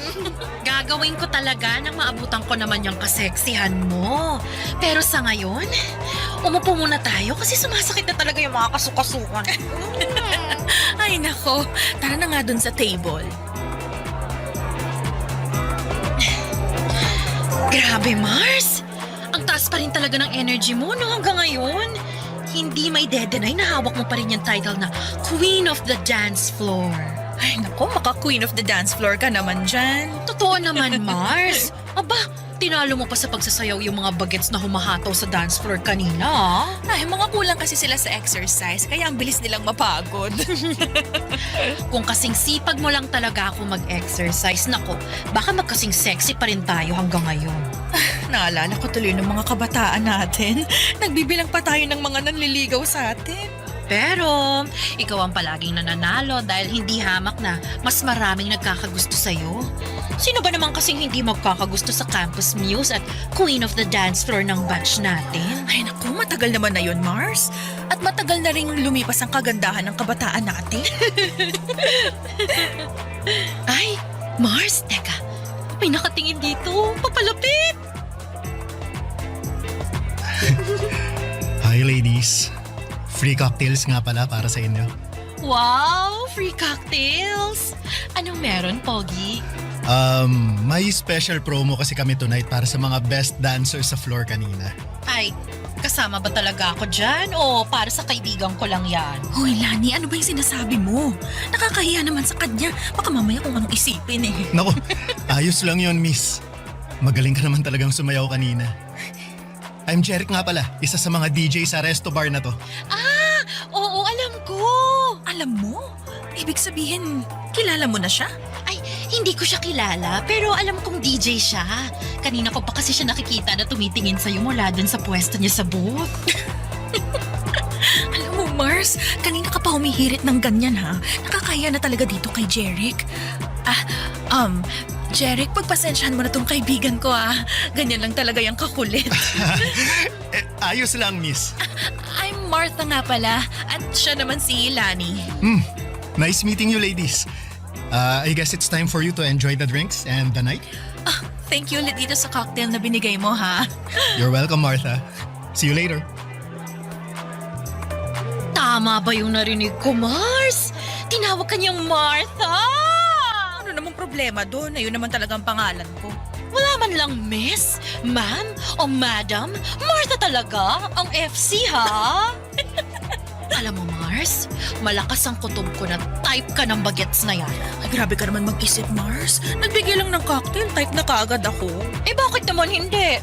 Kanina ko pa kaya siya napapansin na panay ang tingin niya sa'yo mula dun sa may DJ booth. Tsaka, aminin mo, yummy si bagets. Oo, pero alam mo namang hindi ako pumapatol sa mas bata pa sa akin, no? Kasi ayokong ako yung mas nag-aalaga pagdating sa relasyon. Malay mo naman, mabago ni Bagets ang pananaw mo pagdating sa bagay na yan. Basta, malakas ang kutob ko, mukhang tinamaan sa'yo yang si Jerry.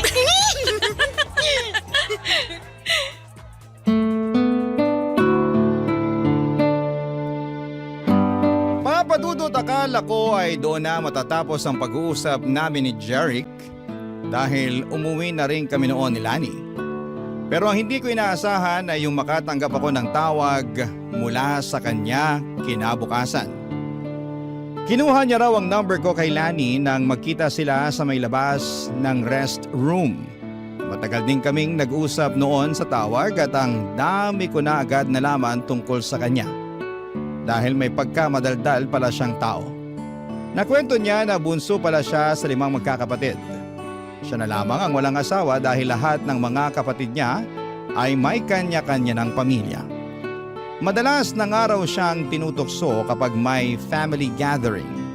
Hinahanapan ng girlfriend o babaeng pakakasalan niya raw balang araw. Ang sabi ko naman, bata pa siya sa edad niya na 27 noon. Marami pa siyang makikilala, lalo na sa nature ng trabaho niya. Nang sumunod na mga araw ay pinagbigyan ko na rin si Jeric na magkita kami sa labas. Sa isang coffee shop kami nakita. At aaminin ko na lalo akong nagwapuhan sa kanya noong araw na yon. Nung nakita ko kasi siya sa club ay nakasuot siya ng maluwag na t-shirt. Pawis ang mukha at medyo magulo ang buhok niya. Pero nang araw na nagkita kami sa coffee shop, nakasuot ng polo shirt, nakaayos ang buhok at walang bahid ng pawis ang mukha niya.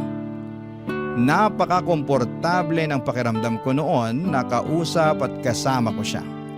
Kaya naman muling nasundan ang mga pagkikita namin.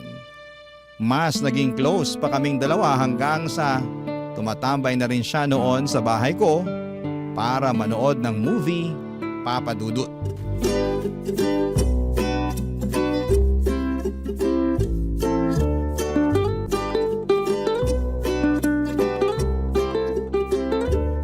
Ang ganda ng ending ng movie, no? Nagandahan ka kahit parehong namatay yung bida? Oo, kasi namatay sila na pareho nilang alam na mahal nila ang isa't isa. Bihira na kaya ang ganun sa panahon ngayon? Naks, panahon ngayon parang ang tanda mo na. Totoo naman ang sinabi ko.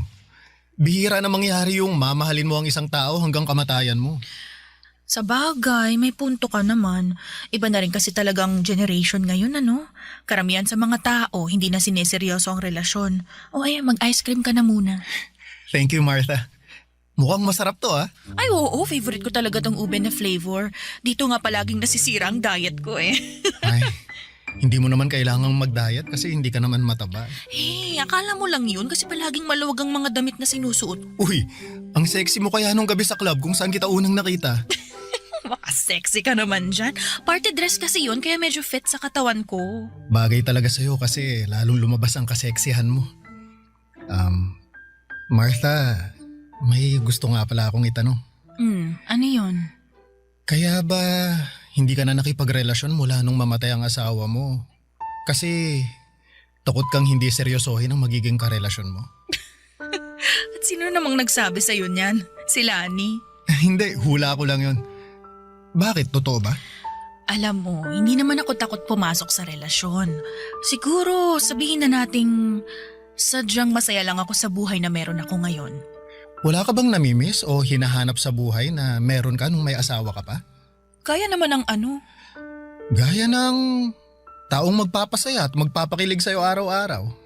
Minsan, kailangan din ng tao ng konting tamis sa buhay.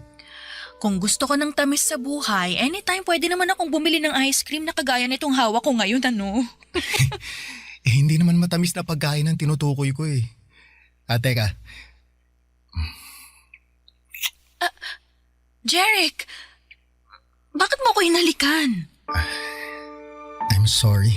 Hindi ko napigilan ang sarili ko. Ayos lang. Wala namang problema para sa akin yung ginawa mo. Anong ibig mong sabihin? Okay lang na hinalikan kita? Oo. Binata ka naman at matagal na akong byuda. Kaya wala akong nakikitang mali sa ginawa mo. Ibig sabihin, okay lang na halikan ulit kita? Hindi. Ha? Akala ko ba walang problema kasi pareho naman tayong single? Oo, pero ang ibig kong sabihin, mas okay kung ako ang hahalik sa'yo.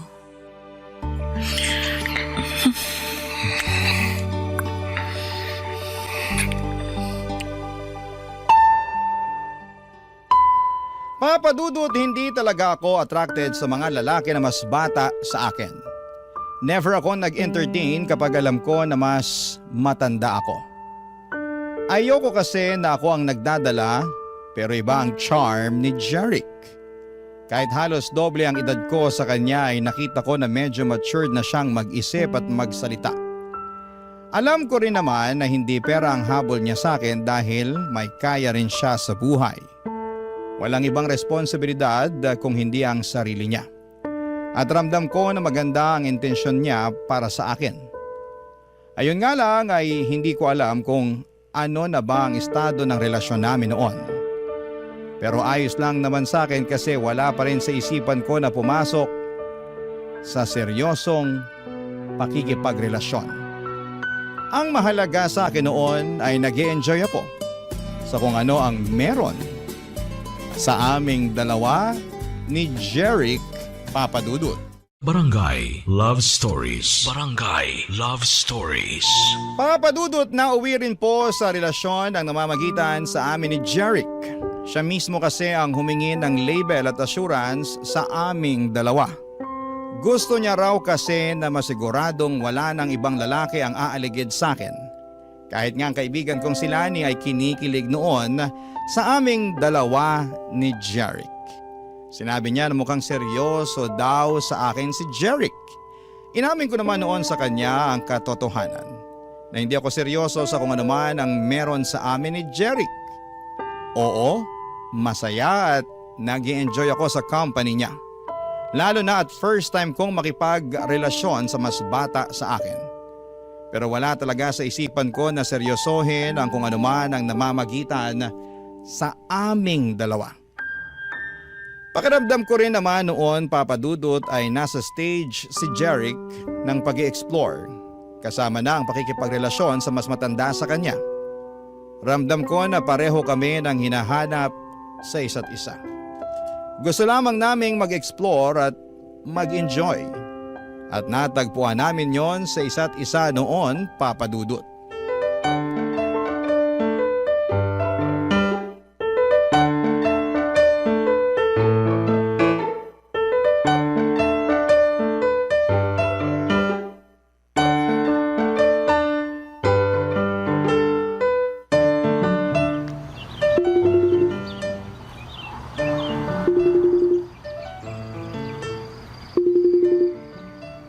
Ay, mabuti naman at sinagot mong video call ko, Mars. Oh, bakit? Akala ko ba kasama mo si Jeric sa birthday celebration ng kabarkada niya ngayon? Oo nga, nandito kami ngayon sa bahay ng kaibigan niya. Eh bakit parang inip na yung mukha mo? Tsaka, bakit parang nasa labas? Eh, nandito ako sa may garden nila eh. Mag-isa ka lang dyan? Oo, sinabi ko kay Jeric na magpapahangin lang muna ako dito sa garden. Nilalamok na nga ako dito eh. Ano ba kasing naisip mo at pumunta ka mag-isa dyan sa garden? Mars, naiinip na ako sa loob ng bahay kasama yung mga kaibigan ni Jeric. Yung iba sa kanila, ang lakas magyosi. Eh tapos hindi pa ako makarelate sa pinag-uusapan nila. Ano ba kasi mga pinag-uusapan nila na hindi ka makarelate, Mars? Eh, tungkol sa mga trending na video sa social media. Mga trending na sayaw at kanta. Tinuturuan pa nga nila ako ng dance step. Sabi ko masakit ang binti ko kaya sa susunod na lang. Dapat pinakitaan mo sila ng Martha dance step mo. Ay naku Mars, kung nakita mo lang sila kanina, iba ang mga trip nilang mga sayaw talaga. Hindi carry ng katawan ko. At saka alam mo ba, pati pala size at design ng bra at underwear pinag-uusapan na ng mga bagets ngayon. Ay talaga ba? Oo, yung isang babae nga ron, kulang na lang maghubad at ipangudngod ang dibdib niya doon sa mga kasama namin. Grabe talaga mga kabataan ngayon, no? Ay naku, sinabi mo pa Mars. Akala ko liberated na ako sa lagay na to eh. Iba pa rin pala talaga yung mga kabataan ngayon. Ay oo, ibang-iba talaga sila ngayon kumpara sa atin. Pero, maiba ako. Alam mo, pakiramdam ko, seryoso na yan si Jeric sa relasyon yung dalawa. Ha? Bakit mo naman nasabi yan? Eh kasi pinakilala ka talaga niya sa buong barkada niya. Hindi ba normal naman yun? Kung kasing edad natin siya, walang espesyal dun sa ginawa niya. Pero dahil malayo ang agwat ng edad natin sa kanya, gusto niya na ipakita sa'yo at sa barkada niya na proud siya sa relasyon yung dalawa. Babe! Ay, Mars, nandito na pala si Jeric. Tawagan na lang ulit kita mamaya, ha? Ay, sige. Mamaya na lang natin ituloy ang tsikahan natin. Bye! Eto, iced tea oh. Thank you, babe. Bakit pala hindi ka na bumalik sa loob? Honestly, medyo naiinip kasi ako eh. Hindi ako makasabay sa pinag-uusapan ng mga kaibigan mo. Ganun ba? Sobrang excited pa naman sila na makabanding ka. Lalo na si Paula, yung nagtuturo ng dance step sa'yo kanina. Eh, hindi ko rin naman kasi masabayan yung dance step na tinuturo niya. Alam mo naman ako, hindi ako ganun sumayaw. Oo, alam ko. Sorry, binida ko kasi na magaling kang sumayaw eh, pero iba nga lang sa mga trip nila. Ayos lang. Pasensya na rin kung hindi ako makasabay sa trip ng mga barkada mo, ha? Pero hindi mo naman kailangang pilitin na sumabay sa kanila eh. Gusto mo ba umalis na lang tayo? Ha? Okay lang ba sa'yo? Oo naman. Ayoko na sayangin mo yung oras mo dito nang dahil sa akin, lalo na kung hindi ka naman pala nag-e-enjoy. Mabuti pa, manood na lang tayo ng sine. Maaga pa naman, kaya siguro may mapipili pa tayo ng magandang movie. Sige, Mas gusto ko nga yung idea mo na yan, babe. Sige, ako na lang ang taya ngayon sa movie ticket at popcorn natin. Uy, teka, anong ikaw? Ako ang taya kasi ako ang nagyaya na lumabas tayo ngayon eh. Kaya tara, magpaalam muna tayo sa mga kaibigan ko bago tayo umalis. Papadudot yun ang unang pagkakataon na nakilala ko ang mga kaibigan ni Jeric. Ayoko pa nga sanang sumama kaya lang ay napilitan na rin ako nang medyo magdrama siya sa akin. 3 buwan na rin kasi ang relasyon namin noon at matagal na niya akong kinukulit na gusto na niya akong ipakilala sa mga kaibigan niya. Palagi raw kasi niyang kinagkwento sa kanila at sobrang curious na sila na makilala ko. Kaya naman nang magpa-party ang best friend niya para sa birthday nito ay pumayag na akong sumama para makilala ito at iba pang mga kaibigan ni Jeric. Sa totoo lang, isa sa mga dahilan kung bakit ayaw ko makipagrelasyon sa mas bata sa akin ay yung mga bagay na kinasanayan nila. Mga party, alak, vape at kung ano-ano pa. Kahit na ilang taon akong tumira sa US ay hindi ako kasing liberated na mga ibang kabataan ngayon. At yung mga kaedad ni Jeric. Hindi rin ako makarelate sa mga pinag-uusapan nila na trending sa social media dahil hindi ako madalas na mag-internet talaga, papadudot. Bagay na nararamdaman ko ang pagkakaiba.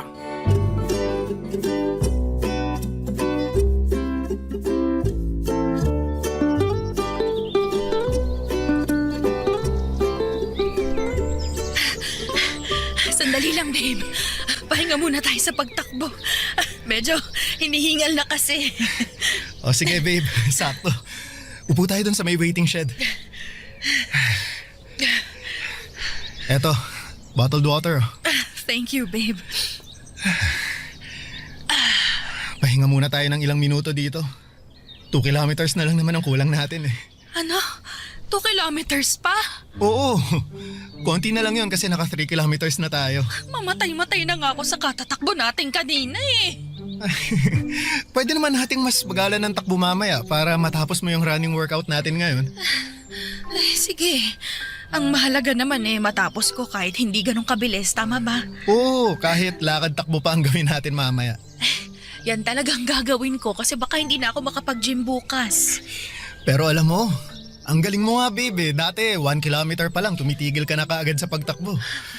Ngayon nakadiretso ka na ng 3 kilometers na takbo. Palakas ka na ng palakas sa pagtakbo, babe. Paano ba naman ako hindi lalakas? Napakahigpit pero napakahati naman ng running coach ko. Naku, yung hati medyo tagilid tayo dyan. Pero yung mahigpit ako na running coach, i-claim ko na yan kasi para sa'yo din naman ng paghihigpit na ginagawa ko eh. Oy, teka, anong hindi ka hati? Halos nakahabol tingin sa atin yung mga babaeng naka-sports bra na nadadaanan nating tumatakbo kanina. Akala mo hindi ko napansin yun, ha? Nabilisan lang sila sa pagtakbo natin kaya sila napalingon. Ikaw talaga kung ano na naman yung iniisip mo. Babe, di ba nabanggit mo na mahilig ding mag-jogging si Trish? Palagi nga niya akong sinesenda ng picture niya sa mga fun run na sinasalihan niya sa US. Madalas din siya nagkikwento tungkol sa personal record na nahihit niya sa pagtakbo niya. At natutuwa talaga ako kapag yun ang topic namin dahil alam ko na pinaghirapan niya yun. Nakakatuwa naman at yun ang madalas niyang ikwento sa'yo. Naku, oo. Kaya nga nakahiligan ko rin ang pagtakbo dahil sa kanya. Ngayon lang talaga ako mas sinisipag. Bakit mo nga pala natanong? Wala lang. Iniisip ko lang kung ano kaya ang pwede naming pag-usapan na alam kong pareho kaming makaka-relate sa topic. Anong ibig mong sabihin na topic na pag-uusapan yun ng anak ko? Ang ibig kong sabihin, gusto ko lang na maging komportable siya, nakausap ako. Pag pinakilala mo na ako sa kanya. Abay, bakit mo naman naisip ang tungkol sa bagay na yan? Syempre, doon din naman tayo kasi papunta, di ba? Ipapakilala mo rin ako sa anak mo bilang boyfriend mo. Kasi babe, gusto na kitang ipakilala sa parents ko eh. Plano ko nga na isama ka sa family gathering namin next week para makilala mo na rin ang ibang kamag-anak ko. Teka, hindi ba parang masyado namang mabilis sa mga plano na nasa isip mo, babe? Maglilimang buwan pa lang ang relasyon natin. Babe, kagaya nga ng sabi ko kanina, doon din naman tayo papunta. Ipapakilala mo ako sa anak mo at ikaw naman, ipapakilala ko sa pamilya ko. Kaya bakit pa natin patatagalin yun? Pwede naman natin gawin yun habang maaga pa. Huwag kang mag-alala. Mabait ang pamilya ko, lalo na si Mami. At sigurado ako na magkakasundo kayong dalawa. Papadudot, nagulat talaga ako nang sabihin ni Jeric na gusto na niya akong ipakilala sa pamilya niya. Nang marinig ko yun mula sa kanya ay kinabahan talaga ako. Hindi dahil sa excitement, kung hindi alam kong gusto ng iba na ang gustong mangyari ni Jeric sa relasyon namin. Papadudot, doon ko naramdaman na mukhang tama si Lani sa palagi niyang sinasabi na seryoso na si Jeric sa kung ano ang meron sa aming dalawa. Oo, may mga oras noon na nagpaplano si Jeric para sa future naming dalawa at gusto niya na sa susunod na taon ay kumuha na kami ng bahay para sa aming dalawa. Gusto niya rin na pagkatapos daw ng kasal namin ay sa ibang bansa kaming mag-honeymoon. At kung sino lang ang dapat na maging bisita sa araw ng kasal. Marami pa siyang mga plano at hindi ko naisip talaga na seryoso siya sa mga bagay na yon, Papadudot. Pero kinakabahan ako ng dahil doon. Barangay Love Stories. Barangay Love Stories. Papadudot, nagsimula na po akong makaramdam ng pagkailang kay Jeric noon. Para bang nabawasan yung kilig at excitement na nararamdaman ko noon. Oo, at naging masaya ako sa relasyon namin, pero hindi talaga pumasok sa isipan ko na magiging seryoso siya sa akin. Na magiging seryoso kaming pareho. Kaya nga kapag nagtatanong siya kung kailan ko siya ipapakilala sa anak ko, ay umiiwas akong sagutin yon, Papadudot. Dahil wala akong balak na ipakilala siya sa anak ko na halos ilang taon lang ang tanda niya. Hindi ko rin ma-imagine ang sarili ko na magpapakasal ulit tapos sa mas bata pa sa akin. Doon na po ako nagdesisyon na simulang iwasan si Jeric. Binawasan ko yung mga oras na magkasama kami. Gumagawa ako ng dahilan kapag nag-aaya siya ng date. Sinasabi ko na umalis ako ng bahay at may mga kailangan na ayusin sa negosyo. Napapadalas tuloy noon ang pagdadrama niya sa akin dahil hindi ko sinasagot ang mga tawag niya. Sandamakmak na chat or text message naman ang natatanggap ko mula sa kanya. Hanggang sa isang araw ay hindi ko na siya naiwasan nang bigla siyang pumunta sa bahay, Papadudot. Sakto naman na may ine-expect ako na delivery kaya lumabas ako at pinagbuksan ko siya ng gate ng mga oras na yon.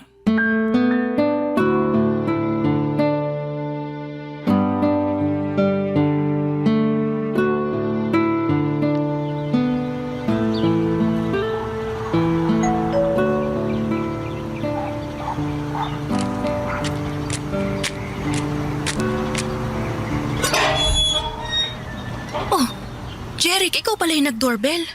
Oo, ako nga. Akala ko yung magde-deliver ng in-order ko na makeup sa online. Ah, ganun ba?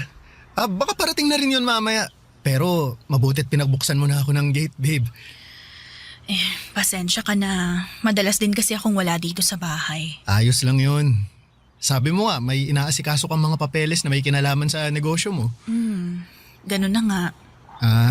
Kaya ba hindi mo rin nasasagot yung mga tawag ko? Oo, kasi kapag nandito ako sa bahay, madalas tulog naman ako eh. Nakakapagod kasi talaga yung mga inaasikaso ko sa labas. Tapos ang layo pa ng dinadrive ko pa uwi rito. Bagsak na talaga ako sa kama. Sabi ko naman kasi sa'yo sasamahan kita para may driver ka. Ayoko na rin kasing maabala pa kita. Alam mo kahit kailan, hindi ka naging abala sa akin, babe. Alam mo yan. At alam mo rin na ayokong masyado mong binibigay sa akin ng mga oras mo. May trabaho ka at sariling buhay na dapat asikasuhin. Pero parte ka naman ng buhay ko kaya dapat inaasikaso din kita, babe. Kaya kong asikasuhin ang sarili ko. Hindi ka dapat mag-alala sa akin, Jeric. May problema ba tayo? Ha? Wala naman. Sigurado ka? Jeric, pwede bang sa ibang araw na lang tayo mag-usap? Gusto ko sanang... Kung wala tayong problema, bakit tinatawag mo ako sa pangalan ko at hindi babe? Pwede bang sa ibang araw na lang natin pag-usapan to? Teka nga, Jeric! iniiwasan mo ba ako? Please, gusto ko sana muna magpahinga. Gusto ko lang namang malaman kung ano bang dahilan ng pag-iwas mo sa akin, baby. Kung may nagawa ba akong hindi mo nagustuhan, pwede mo naman kasi akong kausapin eh. Ano? Gusto mo ba talagang malaman, Jeric? Gusto ko ng space. Space? Bakit? Anong nagawa kong mali para humingi ka ng space sa akin? Wala, okay? Wala kang nagawang kahit anong pagkakamali. Gusto ko lang huminga muna. Yung makakakilos ng hindi ko kailangan ipaalam sa'yo yung bawat galaw ko. Babe, kung nasasakal ka lang pala sa ginagawa ko, pwede naman akong mag-adjust. Hindi mo naman kailangan sagutin palagi lahat ng mga chat o tawag ko sa'yo eh. O kung gusto mo, babawasan ko rin ang mga pag-chat o tawag ko. Babe, hindi mo kailangan humingi ng space sa akin. Hindi mo ba talaga nakukuha yung point ko, Jeric? Gusto ko lang namang maintindihan mo na pwede naman nating ayusin to nang hindi tayo lumalayo sa isa't isa eh. Pero space nga mula sa'yo ang gusto ko. Yun ang gusto ko na ibigay mo sa akin. Martha, please. Martha, huwag mo naman gawin sa akin to. Umalis ka na, Jeric. Martha! Huwag ka nang gumawa ng gulo dito. Umalis ka na. At kung pwede lang ha, huwag mo akong i-chat o tawagan. Gusto ko munang matahimik ang mundo ko mula sa'yo. Kaya please lang, layuan mo muna ako. Papadudot ilang araw pa akong kinulit ni Jeric noon hanggang sa tuluyan na niya akong binigyan ng space. Sa totoo lang ay medyo nakahinga ako ng maluwag nang sa wakas ay nagawa kong humingi ng space sa kanya. Medyo nasasakal at nauumay na rin kasi ako sa sobrang kaswitan niya. At hindi ko na rin gusto ang mga planong binubuo niya para sa aming dalawa. Ayoko na siyang paasahin pa, Papadudot. Ayoko nang isipin niya na pareho kaming seryoso sa relasyon naming dalawa. Hindi ko naman kasi talaga alam na aabot sa puntong gusto niya akong pakasalan sa hinaharap. Nabanggit niya pa nga noon na kung hindi ko na raw siya mabibigyan ng anak, ay pwede naman daw kaming mag-ampon at sigurado daw siya na magiging mabuti pa rin kaming mga magulang. Yung mga plano niya na yon ay wala sa mga plano ko para sa sarili ko. Kaya bago pa mas lumalim ang nararamdaman niya para sa akin ay tinapos ko na ang namamagitan sa aming dalawa, Papadudot.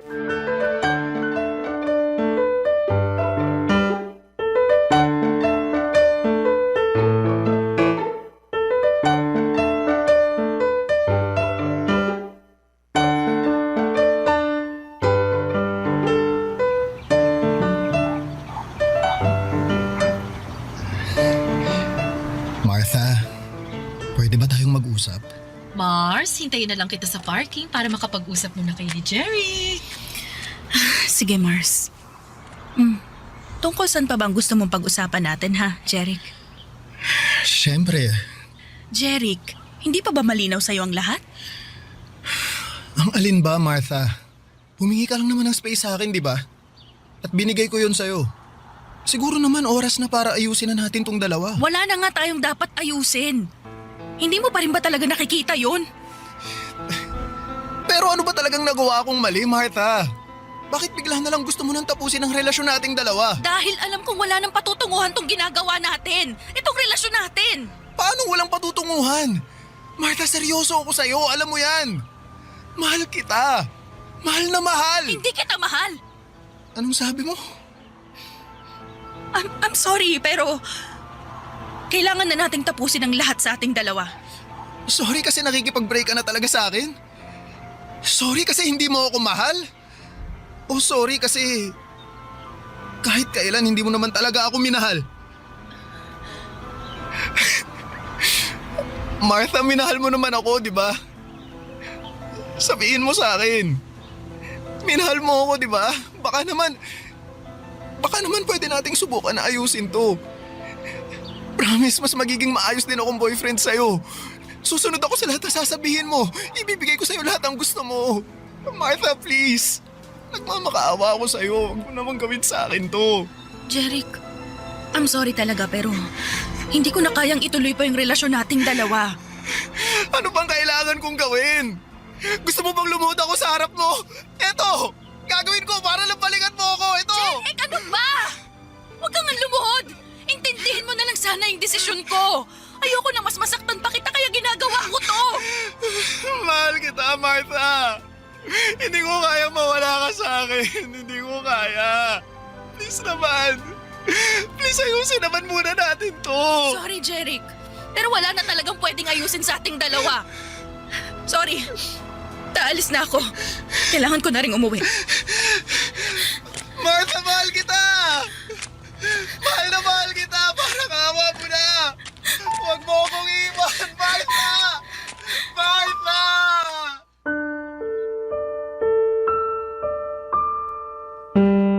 Papa Dudut, hindi rin naman naging madali sa akin ang pakikipaghiwalay kay Jeric.